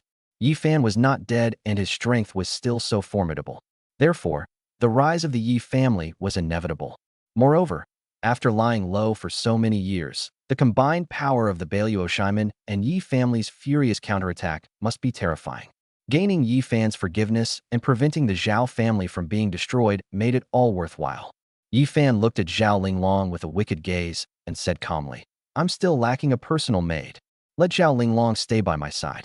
If she serves me to my satisfaction within a year, I can overlook the Zhao family's past crimes. No way. Zhao Linglong refused immediately upon hearing that Yi Fan had specifically asked her to be his maid. However, the Zhao family patriarch and Zhao Tianlong were overjoyed and readily agreed. No problem. From now on, Linglong will be at young Master Ye's beck and call. I will definitely instruct her to serve young Master Yi well. Zhao Tianlong, in particular, was not saddened at all when he heard that Yi Fan wanted Zhao Linglong to be his personal maid. On the contrary, he was quite excited. Zhao Tianlong was very clear that Yi Fan would definitely become a super powerful figure who would transform into a dragon in the future. Even if she was just a maidservant by Yi Fan's side, the benefits she could gain in the future would be immeasurable. Such an opportunity is something others would kill for, yet it has fallen into Zhao Linglong's lap. For the Zhao family, this is not a punishment, but a reward. Father, I won't agree. How could you do this? I'm leaving. Zhao Linglong stomped her foot angrily and tried to leave the Yi family compound. Zhao Linglong, this is not up to you. If you dare to cause trouble again, I will kill your parents to apologize to young Master Yi. Before Zhao Tianlong could speak, the Zhao family patriarch, exuding murderous intent, roared at Zhao Linglong, instantly making her dare not take another step. The Zhao family patriarch really dares to take action. Zhao Linglong knew that she probably couldn't change this matter. Her decision was tied to the fate of the entire Zhao family. If she didn't agree, the entire Zhao family would probably drown her in their spittle. Is young Master Yi Fan here? When the situation reached a stalemate, a middle-aged man's voice suddenly rang out from the doorway, and a burly middle-aged man strode into the hall. The middle-aged man had a shaved head and a thick beard, which made him look somewhat comical. Minister Mo Zhong? What brings you to the Yi family all of a sudden? Yi Changfeng, the patriarch of the Yi family, raised an eyebrow upon seeing the newcomer, looking at Yi Fan with some suspicion. 3 years ago, after the Yi family was attacked, the Jinwu division's attitude towards the Yi family was quite subtle. Originally, the Jinwu division, which had a fairly good relationship with the Yi family, had had very little contact with them for the past 3 years, but today they came. The visitor was none other than Mo Zhong, the minister of the Yunqing branch of the Jinwu division. When Yi Fan was cultivating, the Yunjin martial arts division had noticed energy fluctuations several times, but they hadn't identified the specific person until last night when the martial arts division's patrol personnel personally witnessed Yi Fan's methods, confirming that the expert was indeed Yi Fan. Therefore, Mo Zhong came to pay his respects to Yi Fan early in the morning. Old Master Yi, I heard that the eldest son of the Yi family has returned, so I came here specifically to pay him a visit. Mo Zhong looked at the kneeling Zhao family patriarch and others and asked with a surprised expression, What's going on? The sudden arrival of the Jinwu division leader surprised even the Zhao family patriarch and others. However, the Zhao family patriarch and Mo Zhong exchanged a glance, instantly understanding each other. They must have sensed Yi Fan's hidden strength, and thus came to cultivate a relationship beforehand. Zhao Linglong, would you be willing to be my maid? Yi Fan stared at Zhao Linglong with interest, a slight smile on his face. Zhao Linglong really wanted to confront Yi Fan, but seeing the murderous look in the old ancestor's eyes, she immediately chickened out. I'm willing. If you're willing, why don't you stand next to me? Yi Fan gave Zhao Linglong a wicked smile, which made Zhao Linglong feel disgusted. What a lecherous scoundrel. Humph, all he does is stare at people's chests. Get up, everyone. Let's leave it at that for now. With Yi Fan's words, Zhao Tianlong and the others got up. The Zhao family elders and others knew that the Zhao family was safe for the time being. Mo Zhong stepped forward and handed the gift box to Yi Fan. Young Master Yi, this is a small token of our Jinwu division's appreciation to congratulate you on your triumphant return. Please accept it. Yi Fan took the gift box in his hand and sensed its aura. He actually detected the aura of a fourth-grade pill. He glanced at Mo Zhong with a slightly puzzled look. Mo Zhong nodded, giving Yi Fan an affirmative look. Young Master Yi, old Mo just wants to make friends with you. Yi Fan felt a surge of emotion. Mo Zhong from the Jinwu division was quite sincere. It's important to know that fourth-grade pills are extremely rare on the path of martial arts. Last time, Yi Fan broke through to the 9th level of the dragon control technique so quickly because of a fourth-grade pill given to him by that mysterious girl. Even at the peak of the Bailushi sect, there were only about 3 such top-grade pills. Okay, I'll accept the gift. Yi Fan accepted the gift box, and Mo Zhong finally breathed a sigh of relief. This time, the task assigned by his superior had not been a failure. Before everyone could even sit down, a Yi family bodyguard suddenly cried out for help from outside the door. It's terrible. A lot of Yin family bodyguards have suddenly arrived outside and are going to smash up the Yi family's gate. Chapter 57. I don't believe you for a second. You fooled me so much I'm practically crippled. Kindness. Yi Fan frowned. Had the Yun family lost their minds? All I did was help Su Yixue obtain the Jade Agency rights from General Songpa. Yet the Yun family actually went directly to the Yi family to vent their anger. Does this idiot really not know the Yi family's background? Even though the Yi family was attacked back then, don't forget that the Yi family still has 800,000 Heavenly Dragon Army soldiers on the southwestern border. This is why no one dares to mess with the Yi family now. Outrageous. Is there no law anymore? Young Master Yi, leave the matters outside to me. I'll handle them quickly. Young Master Yi, the Zhao family should handle this matter immediately. Mo Zhong and the Zhao family patriarch bowed to Yi Fan almost simultaneously, then stood up and rushed out the door. They were finally given a chance to shine, so naturally they wouldn't let it slip by. At this moment, outside the Yi family compound, Yun Feiyong led a group of burly men to block the gate. Beside him was an acquaintance, Su Yixue's cousin, Su Dong. Looking at the Yi family compound, Su Dong was somewhat worried. Young Master Yun, is it really appropriate for you to bring people to attack the Yi family compound like this? Although the Yi family has declined, they are not to be trifled with.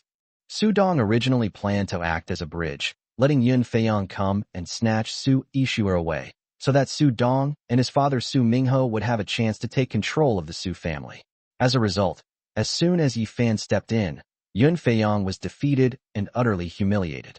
What are you afraid of? The Lin family patriarch said that the Yi family is almost finished. The Blood Robe sect and the legendary Holy Land are both going to make a move against the Yi family. Besides, now the Yi family only has that trashy fan left. What waves can he make? Tell me, in the entire Yun city, who else dares to step forward to help the Yi family? In fact, Yun Feiyong was right. A week ago, the Yi family situation was indeed like that.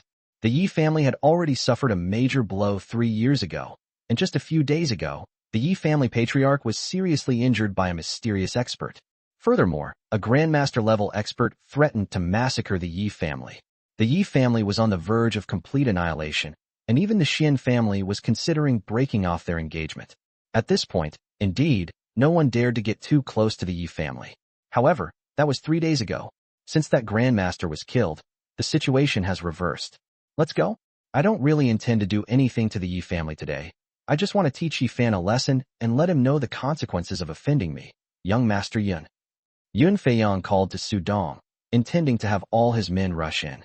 But before the two could make a move, Zhao family patriarch, Zhao Tianlong, and Mo Zhong from the Jinwu division rushed out from the doorway, dragging their battle swords. Yun Feiyang's bodyguards, the ones who rushed forward, were directly knocked away by 2 punches from Mo Zhong and the Zhao family patriarch. Insolence. The Jinwu division is here, discussing important matters with young Master Yi. Who dares to be so disrespectful? Guards, kill them. At Mo Zhong's shout, a group of uniformed men rushed out from behind the flower beds near the Yi family compound, brandishing their swords and attacking Yun Feiyang's men. The Jinwu division is a very important martial arts organization in the Great Xia dynasty, specifically responsible for resolving issues that ordinary police officers cannot handle. They were mostly martial arts masters, so naturally, they were not someone Yun Feiyang's subordinates could contend with. In less than 10 seconds, more than half of Yun Feiyang's men had fallen. The Zhao family patriarch beside him grew anxious. Minister Mo Zhong, slow down. Leave a few heads for me. With that, the Zhao family patriarch disregarded his own injuries and rushed into the crowd, punching down more than a dozen of Yun Feiyang's men. Not far away, Yun Feiyang had just stuck one leg out of the car when he saw this and immediately pulled his leg back in fright. Holy crap! What's going on? Am I really that unlucky? The Jinwu division has actually sent people? What are they doing here? What do the Jinwu division and the Yi family have to discuss? Yun Feiyang frowned and thought for a few seconds, then suddenly realized. That's right. The Jinwu division is here because they're thinking about how to take over the Yi family. That must be it. Yun Feiyang couldn't help but admire his own cleverness. Clever as I am, the Yi family is really doomed. Thinking of this, Yun Feiyang breathed a sigh of relief and wanted to get out of the car to explain to Mo Zhong and the others. Suddenly, a battle blade shot over and pierced through the car door where Yun Feiyang was. The blade grazed Yun Feiyang's cheek, leaving a cut. Anyone who dares to take another step forward will end up like that car. With just one sentence, Mo Zhong had already taken control of the entire scene. Yun Feiyang was terrified. My goodness, are they all this irritable? Go, hurry up and drive away. Yun Feiyang didn't dare to linger for a moment and hurriedly urged the driver to drive away from the scene at high speed. Damn it, if I can't just go after Yi Fan, then I can at least go after Su Yishua's company, right? After leaving the Yi family's residence for a while, Yun Feiyang muttered resentfully. Didn't you steal our jade business? Then I'll smash all your counters. And I'll also kidnap Su Yishua, force the issue, and see what Yi Fan can do to me then. Thinking of this, Yun Feiyang immediately made a phone call. Bao, gather as many people as possible for me right now. Also, notify the distributors that the Yun family cooperates with, and tell them to gather at the Su group immediately and force them to pay for the goods. In the main hall of the Yi family compound, after seeing Zhao Tianlong, Mo Zhong, and the others rush out, only Yi Fan, Yi Qingquan, Yi Changfeng, and a few others remained in the hall. Yi Changfeng, who had been holding back for a long time, hurriedly grabbed Yi Fan's arm and said, Xiao Fan, what exactly happened? Are you hiding something from us? How could that old man from the Zhao family suddenly come to apologize? And why did the Jinwu division, which hasn't been around for years, suddenly come to visit you? Yi Fan smiled wickedly. Haha, maybe they were attracted by my personal charm? As for the Zhao family, didn't I say at the Lin family banquet that day that I, Yi Fan, have returned, and the Yi family still has hope for the future? Let those who have hurt my Yi family come and apologize, otherwise I will bulldoze their house. They should be scared. Cough cough. Wang Fugui, who was leisurely eating grapes nearby, almost choked on his own saliva when he heard Yi Fan's words. I don't believe you for a second. If Wang Fugui hadn't witnessed Yi Fan's methods firsthand, he probably would have been fooled by Yi Fan. Yesterday, when Yi Fan went to punish Yi Xiu, Wang Fugui was also there. Although he didn't see Yi Fan make a move, the swiftness with which Yi Fan broke through the roof from the first floor made him seem anything but a cripple. Although Wang Fugui didn't witness Yi Fan's attack, seeing the injuries on the Zhao family patriarch today, he has a rough idea of what happened. Yi Xiao must have scared the Zhao family patriarch half to death yesterday. Otherwise, how could a powerful family like the Zhao family surrender so easily? Pa, stop talking nonsense, you bastard. You even lied to your own grandfather. And what about your friend Yi Juntian? Explain yourself clearly. Yi Qinkuan sat at the head of the table, staring at Yi Fan with great interest. Yi Qinkuan's strength was far superior, and he could sense the aura emanating from Yi Fan. He felt that Yi Fan was not as simple as he appeared on the surface, but Yi Qinkuan still couldn't see through Yi Fan. Yi Fan looked at his grandfather, his lips twitching. He thought to himself, "It's not that I want to lie to you, Grandpa. I want to lie to the Yi family's enemies." Currently, only the Lin family, Zhou family, Zhao family, and the royal family have surfaced, but in reality, there are many more people behind them. Yi Fan must wait until they are all exposed before making them all pay the price. Changfeng, Yi Fan, is young Master Yi here?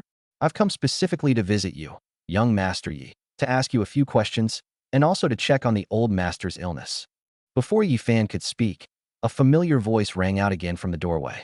It was none other than Hua Ximiao, the king of medicine in southwest China. Upon hearing Hua Ximiao's voice, Yi Changfeng was stunned. Was she here to see Yi Fan again? What methods did Yi Fan use to subdue even Hua Ximiao? Chapter 58, Trying to extort money from my woman? I'll give you 2 million to run you over. Yi Changfeng and Hua Ximiao were old friends. Seeing Hua Ximiao come in, he quickly wanted to go up and greet her. Old Huayu. To Yi Changfeng's dismay, Hua Ximiao completely ignored him and pushed him away, saying, "Let's talk later." Immediately, Hua Ximiao strode up to Yi Fan, bowed respectfully, and said, "Young Master Yi, I thought about the questions you raised yesterday all night, and I gained a lot. However, there is still one small problem, which is about the medicinal ingredients." Seeing Hua Ximiao discussing things with Yi Fan with such respect, Yi Changfeng stood in the hall, completely bewildered. What's going on? Is this still my good-for-nothing grandson? In just 2 days, his good-for-nothing grandson, who spent his days hanging out in clubs, was actually treated with such respect by Hua Ximiao, and even received a visit from Imo Zhong. The Zhao family patriarch himself came to apologize. Grandpa Yi, you'll have to get used to this kind of situation in the future. Wang Fuguei patted Yi Changfeng's shoulder and said seriously, "You've only seen the tip of the iceberg of my brother's awesomeness. Don't be surprised if one day a princess comes to carry his shoes." Would the princess come to carry his shoes? What an honor that would be. Yi Changfeng was momentarily stunned. Was this really his grandson who was so full of vigor and ambition 3 years ago? After thinking for a few seconds, Yi Changfeng suddenly realized that Wang Fuguei had just patted his shoulder, saying, "You brat. She's been corrupted by Yi Fan." However, Yi Changfeng was still pleased to see Wang Fuguei and Yi Fan wearing the same pair of pants. After all, Yi Changfeng and Wang Fuguei's grandfather had done the same thing back then. "Young Master Yi, we've taken down all the troublemakers outside. These are the 2 ringleaders." The Zhao family patriarch and Imo Zhong each carried a man into the hall and threw them on the ground. "Young Master Yi, spare us. It was Yun Feiyang. It was Yun Feiyang who sent us to teach young Master Yi a lesson. Please, young Master Yi, spare us." Having already witnessed the power of the Zhao family patriarch and Imo Zhong, the 2 men knelt down in the hall and, without waiting for Yi Fan to ask any questions, told him everything they knew. After hearing this, Yi Fan snorted coldly. "Yun Feiyang again? That bastard is really persistent." When the Su group was separated, Yi Fan said that if Yun Feiyang came to cause trouble for him and Su Ishue again, Yi Fan would definitely use a bulldozer to flatten the Yun family compound. "So now, it's time to keep our promise. Fuguei, arrange 100 bulldozers for me in the provincial capital. I may need to use them at any time." Yi Fan instructed Wang Fuguei beside him. "Xiao Fan, what are you going to do with so many bulldozers?" Yi Changfeng looked at Yi Fan with some doubt. Yi Fan didn't respond to Yi Changfeng, but instead asked, "Grandpa, our Yi family should still have considerable power, right? If I cause any trouble, can you cover for me?" These words immediately ignited Yi Changfeng's anger. "Nonsense. Although the Yi family has declined, we're not someone that just anyone can mess with. Grandson, go ahead and cause trouble. If you mess things up, I'll cover for you." "Okay." Yi Fan nodded, and his wicked smile suddenly made Yi Changfeng a little flustered. What exactly is this kid up to? Yi Fan quickly walked towards the door, intending to slip away, but upon seeing Imo Zhong and the Zhao family patriarch at the door, he said, "You can all leave now." Seeing that Zhao Linglong seemed to be planning to leave as well, Yi Fan smiled wickedly. "Miss Linglong, why don't you stay? Don't forget, from now on, you are my 24-hour personal maid. Come with me. I. Zhao Linglong pouted, still not used to her new identity, looking quite annoyed. Can't I go home and get some clean clothes? No need. Linglong, don't worry. I'll have someone deliver all your changes of clothes directly to you. Zhao Tianlong's words, delivered with a witty remark, nearly drove Zhao Linglong to madness with frustration. Father, Zhao Linglong even began to doubt whether she was Zhao Tianlong's biological daughter. Why was he in such a hurry to send her away? Yi Fan drove Zhao Linglong away from the Yi family compound.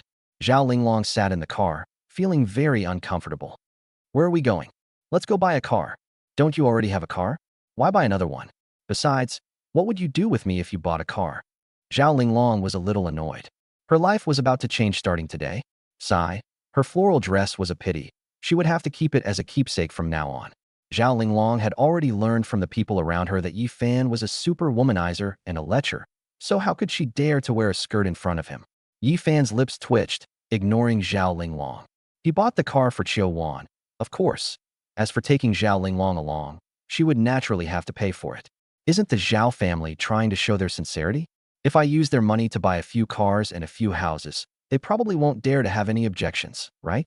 As Yi Fan drove past number 38 in the southern suburbs of Yunqing, he suddenly saw a familiar girl arguing with a lewd-looking middle-aged man lying on the ground, with an overturned electric scooter next to her.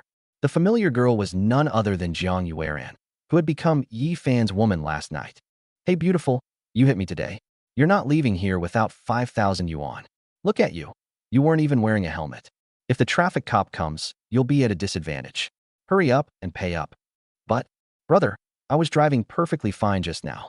You deliberately rushed out and bumped into my car. Why should I pay you? Jiang Yueran had been kept under Yi Xiu's protection and rarely showed her face. She didn't know how to handle this situation.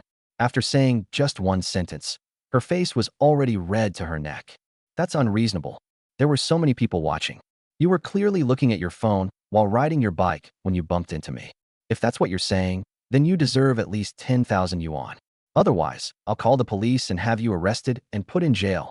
While speaking, the sleazy man looked to the passerby next to him for confirmation. 4 or 5 men and women were watching nearby. Hearing the man's words, they all nodded in agreement. That's right, young lady. You didn't do it on purpose, so why don't you just pay up? There aren't any security cameras here, so nobody knows. Just give them some money and it'll be over. Ouch, my back, my waist. I've hit someone.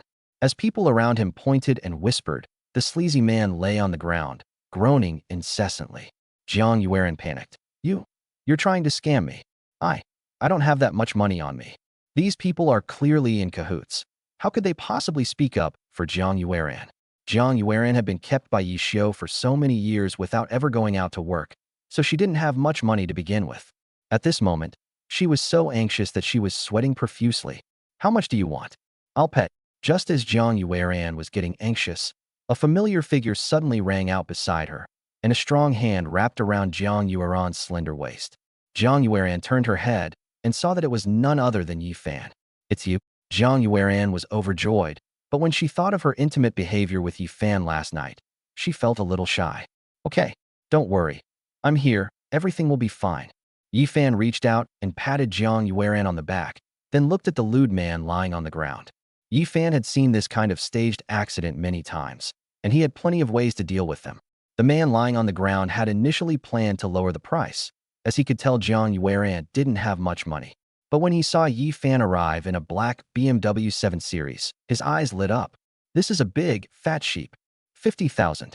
We have to give you 50,000 today, or nobody's leaving here. Hearing the man change his mind again in a moment, Jiang Yueran became anxious. How can you do this? You just said 5,000, then it became 10,000, and now you want 50,000. You've gone too far. Girl, what's so excessive about this? I suddenly feel a headache and my spine is uncomfortable. How about we go to the hospital and try all the instruments? The lewd man lying on the ground looked like he had Jiang Yueran completely under his thumb. Jiang Yueran was no match for him. However, Yi Fan calmly replied, 50,000? That's too little. This injury should be compensated at least 2 million. Yi Fan's words left the man on the ground, the onlookers, and Zhao Linglong, who had gotten out of the car, completely bewildered. Is Yi Fan out of his mind? They asked for 50,000. and you gave them 2 million? Chapter 59, give a thumbs up, saying that buying the electric scooter for 50,000 yuan was entirely your own choice.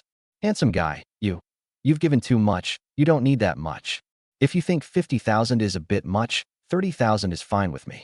The man lying on the ground, seeing Yi Fan's calm demeanor, felt a sense of foreboding and offered to lower the price for Yi Fan. He had a gut feeling that Yi Fan was not someone to be trifled with.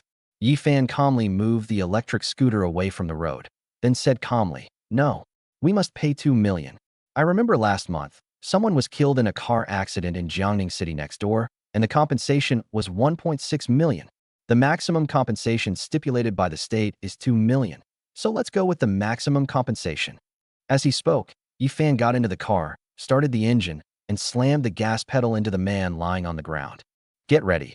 Think about how you'd like to die in a more aesthetically pleasing way. Holy crap. Only then did the onlookers realize why Yi Fan insisted on giving 2 million. It turned out he planned to run over the man. Oh my god.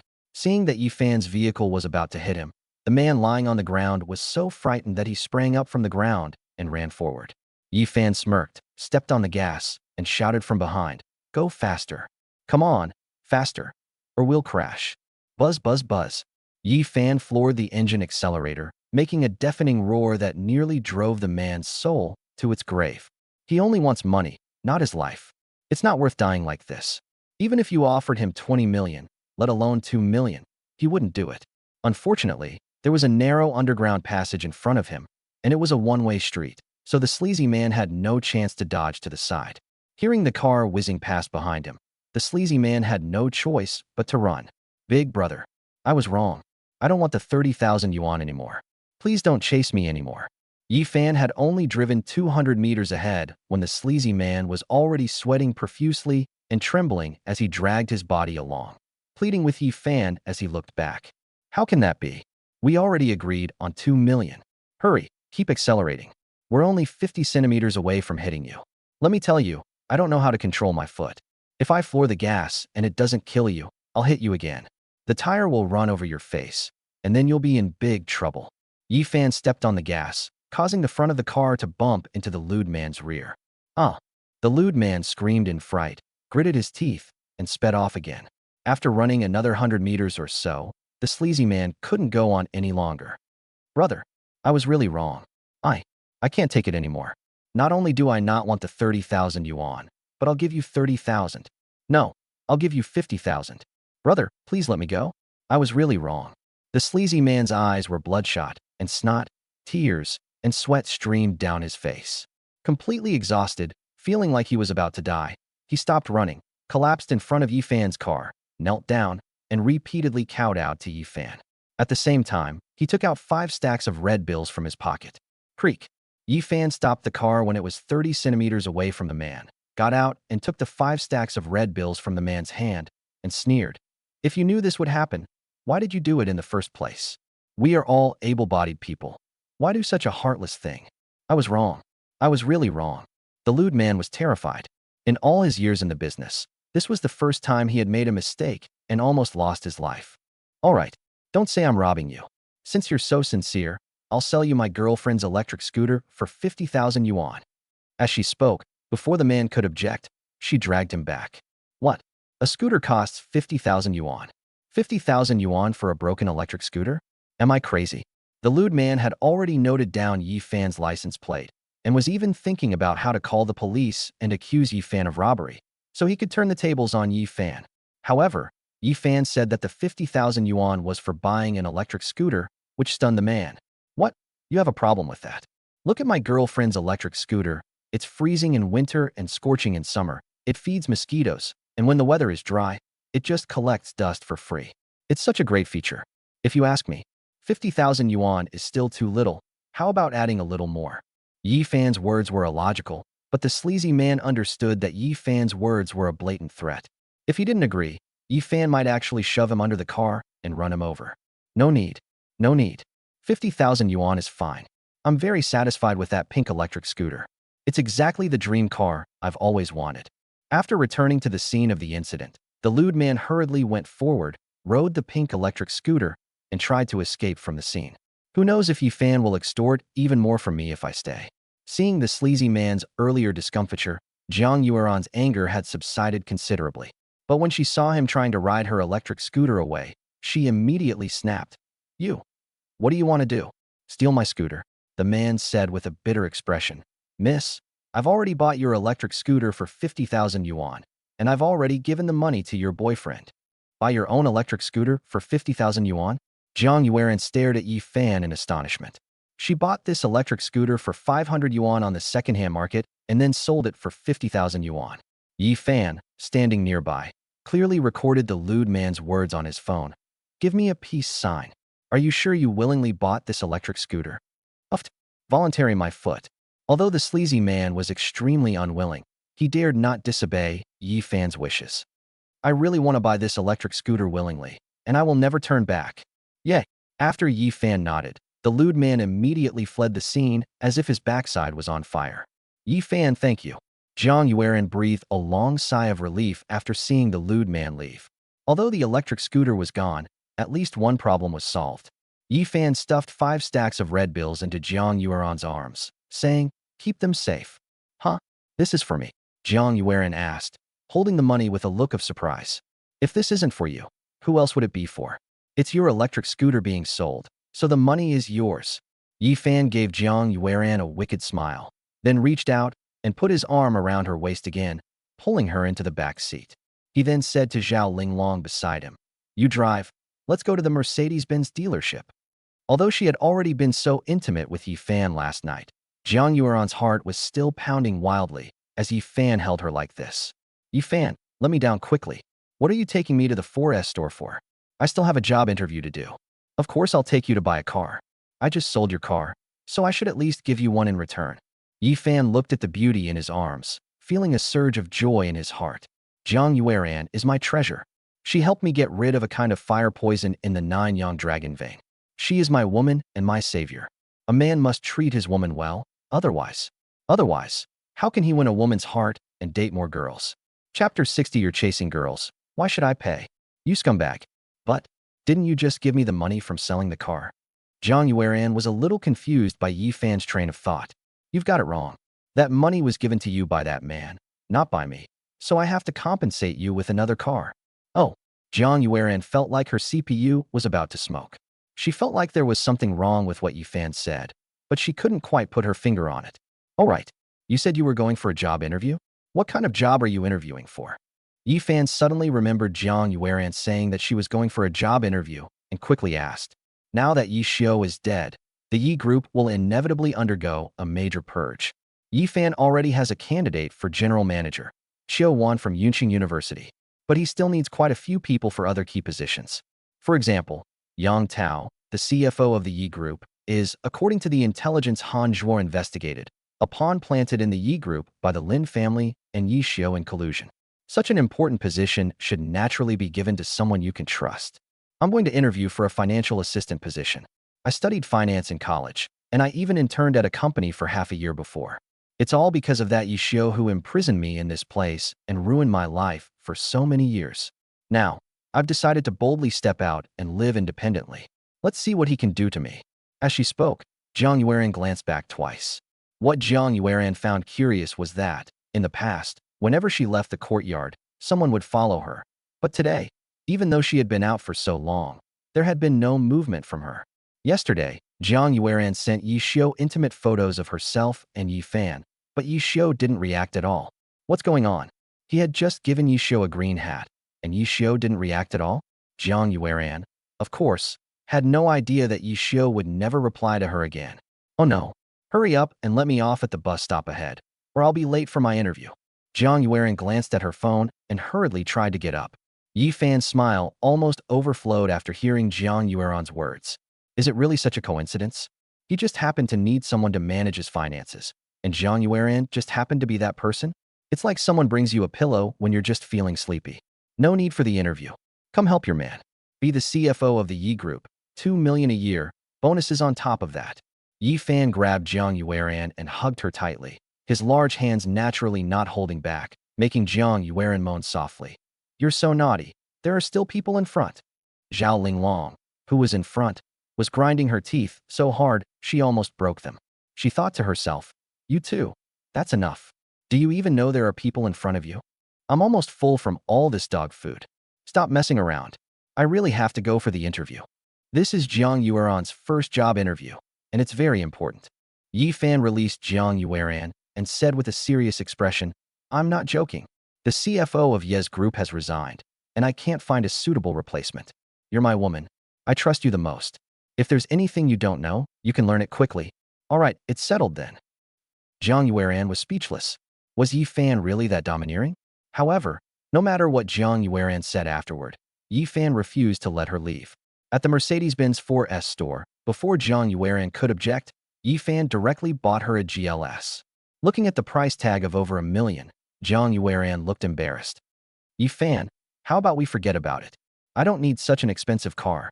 Looking at that beautiful sapphire blue, it would be a lie for Jiang Yueran to say she didn't like it. But Yi Fan is being too good to me. We were only intimate yesterday, and Yi Fan gave me a car worth millions without even blinking? Compared to Yi Xiu's previous self-imposed confinement, Yi Fan doted on Jiang Yueran, while Yi Xiu was stingy and utterly useless. What Jiang Yueran didn't know was that this was just the beginning. Wait a minute. Yi Fan is going to give Jiang Yueran a room. Why not? How can you be my woman if you're too shabby? Hurry up and sign. Yi Fan grabbed Jiang Yueran's hand and was about to sign the contract together. Several salespeople around them were watching, and Jiang Yueran blushed. I'll do it myself. Scumbag, Zhao Linglong muttered to herself, expressing her disdain for Yi Fan's behavior. After the contract was signed, the salesperson looked at Yi Fan with a smile and said, Sir, the total price for the car is 1.468 million. Please swipe your card here. But Yi Fan remained seated, showing no intention of moving. Let her go over and swipe her card. Yi Fan pointed at Zhao Linglong. This action left the salesperson somewhat bewildered, as was Jiang Yueran. Even more bewildered was Zhao Linglong, who said, Yi Fan, don't go too far. You're the one picking up girls. Why should I pay for it? Jiang Yueran was also a little embarrassed. Yi Fan, isn't this a bit inappropriate? Yi Fan said to Jiang Yueran, Don't worry. It's all right. The Zhao family owes me money. She'll pay it back. Immediately, Yi Fan said to Jiang Yueran, Why should I? You are my personal maid. This is what your father, the grandfather, promised. Tell me why? If you upset me, you know the consequences. The Zhao family participated in the attack on the Yi family back then. Do you think you can get Yi Fan's forgiveness without paying a price? It's not that easy. Zhao Linglong knew that Yi Fan had her firmly under his control. For the sake of the Zhao family's survival, Zhao Linglong had no choice but to back down. I have no money. Do whatever you want. Zhao Linglong wanted to see what Yi Fan was planning to do. Unexpectedly, as soon as Zhao Linglong finished speaking, a middle-aged man in a suit quickly walked up to her and respectfully handed her a black card, saying, Miss, this is what the old master asked me to bring to you. He said that since you are by young Master Ye's side, you should serve him well. This card has no limit, so please take it and use it. If it's not enough, the Zhao family can provide funds at any time. Looking at the gold-embossed black card in her hand, Zhao Linglong was so frustrated she was about to go crazy. Are all the Zhao family members so despicable? He's just Yi Fan. Are you all that afraid of him? If it weren't for her fear of the patriarch, Zhao Linglong would have really wanted to quit immediately. Humph. Zhao Linglong stomped her foot angrily and was about to follow the salesperson to swipe her card when Yi Fan suddenly slapped his forehead and said, I just remembered. I also want a shiny black one of this model. Remember to swipe your card at the same time. Zhao Linglong rolled her eyes in frustration. This guy really doesn't care about spending his own money. The two cars together cost nearly 3 million, and Zhao Linglong's face darkened when she came over from the cashier. However, Yi Fan once again took the two to the sales office opposite Yes Group and directly purchased 2 more fully furnished large apartments, the kind that could be moved into immediately. In total, it cost more than 10 million. Such extravagance made Zhao Linglong so angry that she really wanted to jump off a building. But she was helpless. One of the 2 apartments is naturally for Jiang Yueran, while the other is prepared for Qiu Wan. All right, Zhao Linglong, you don't need to follow me anymore. You drive and help Yueran move. Remember to be polite to my woman, or I'll deal with you when we get back. After saying that, Yi Fan drove towards Yunqing University. Yi Fan planned to give Qiu Wan a surprise.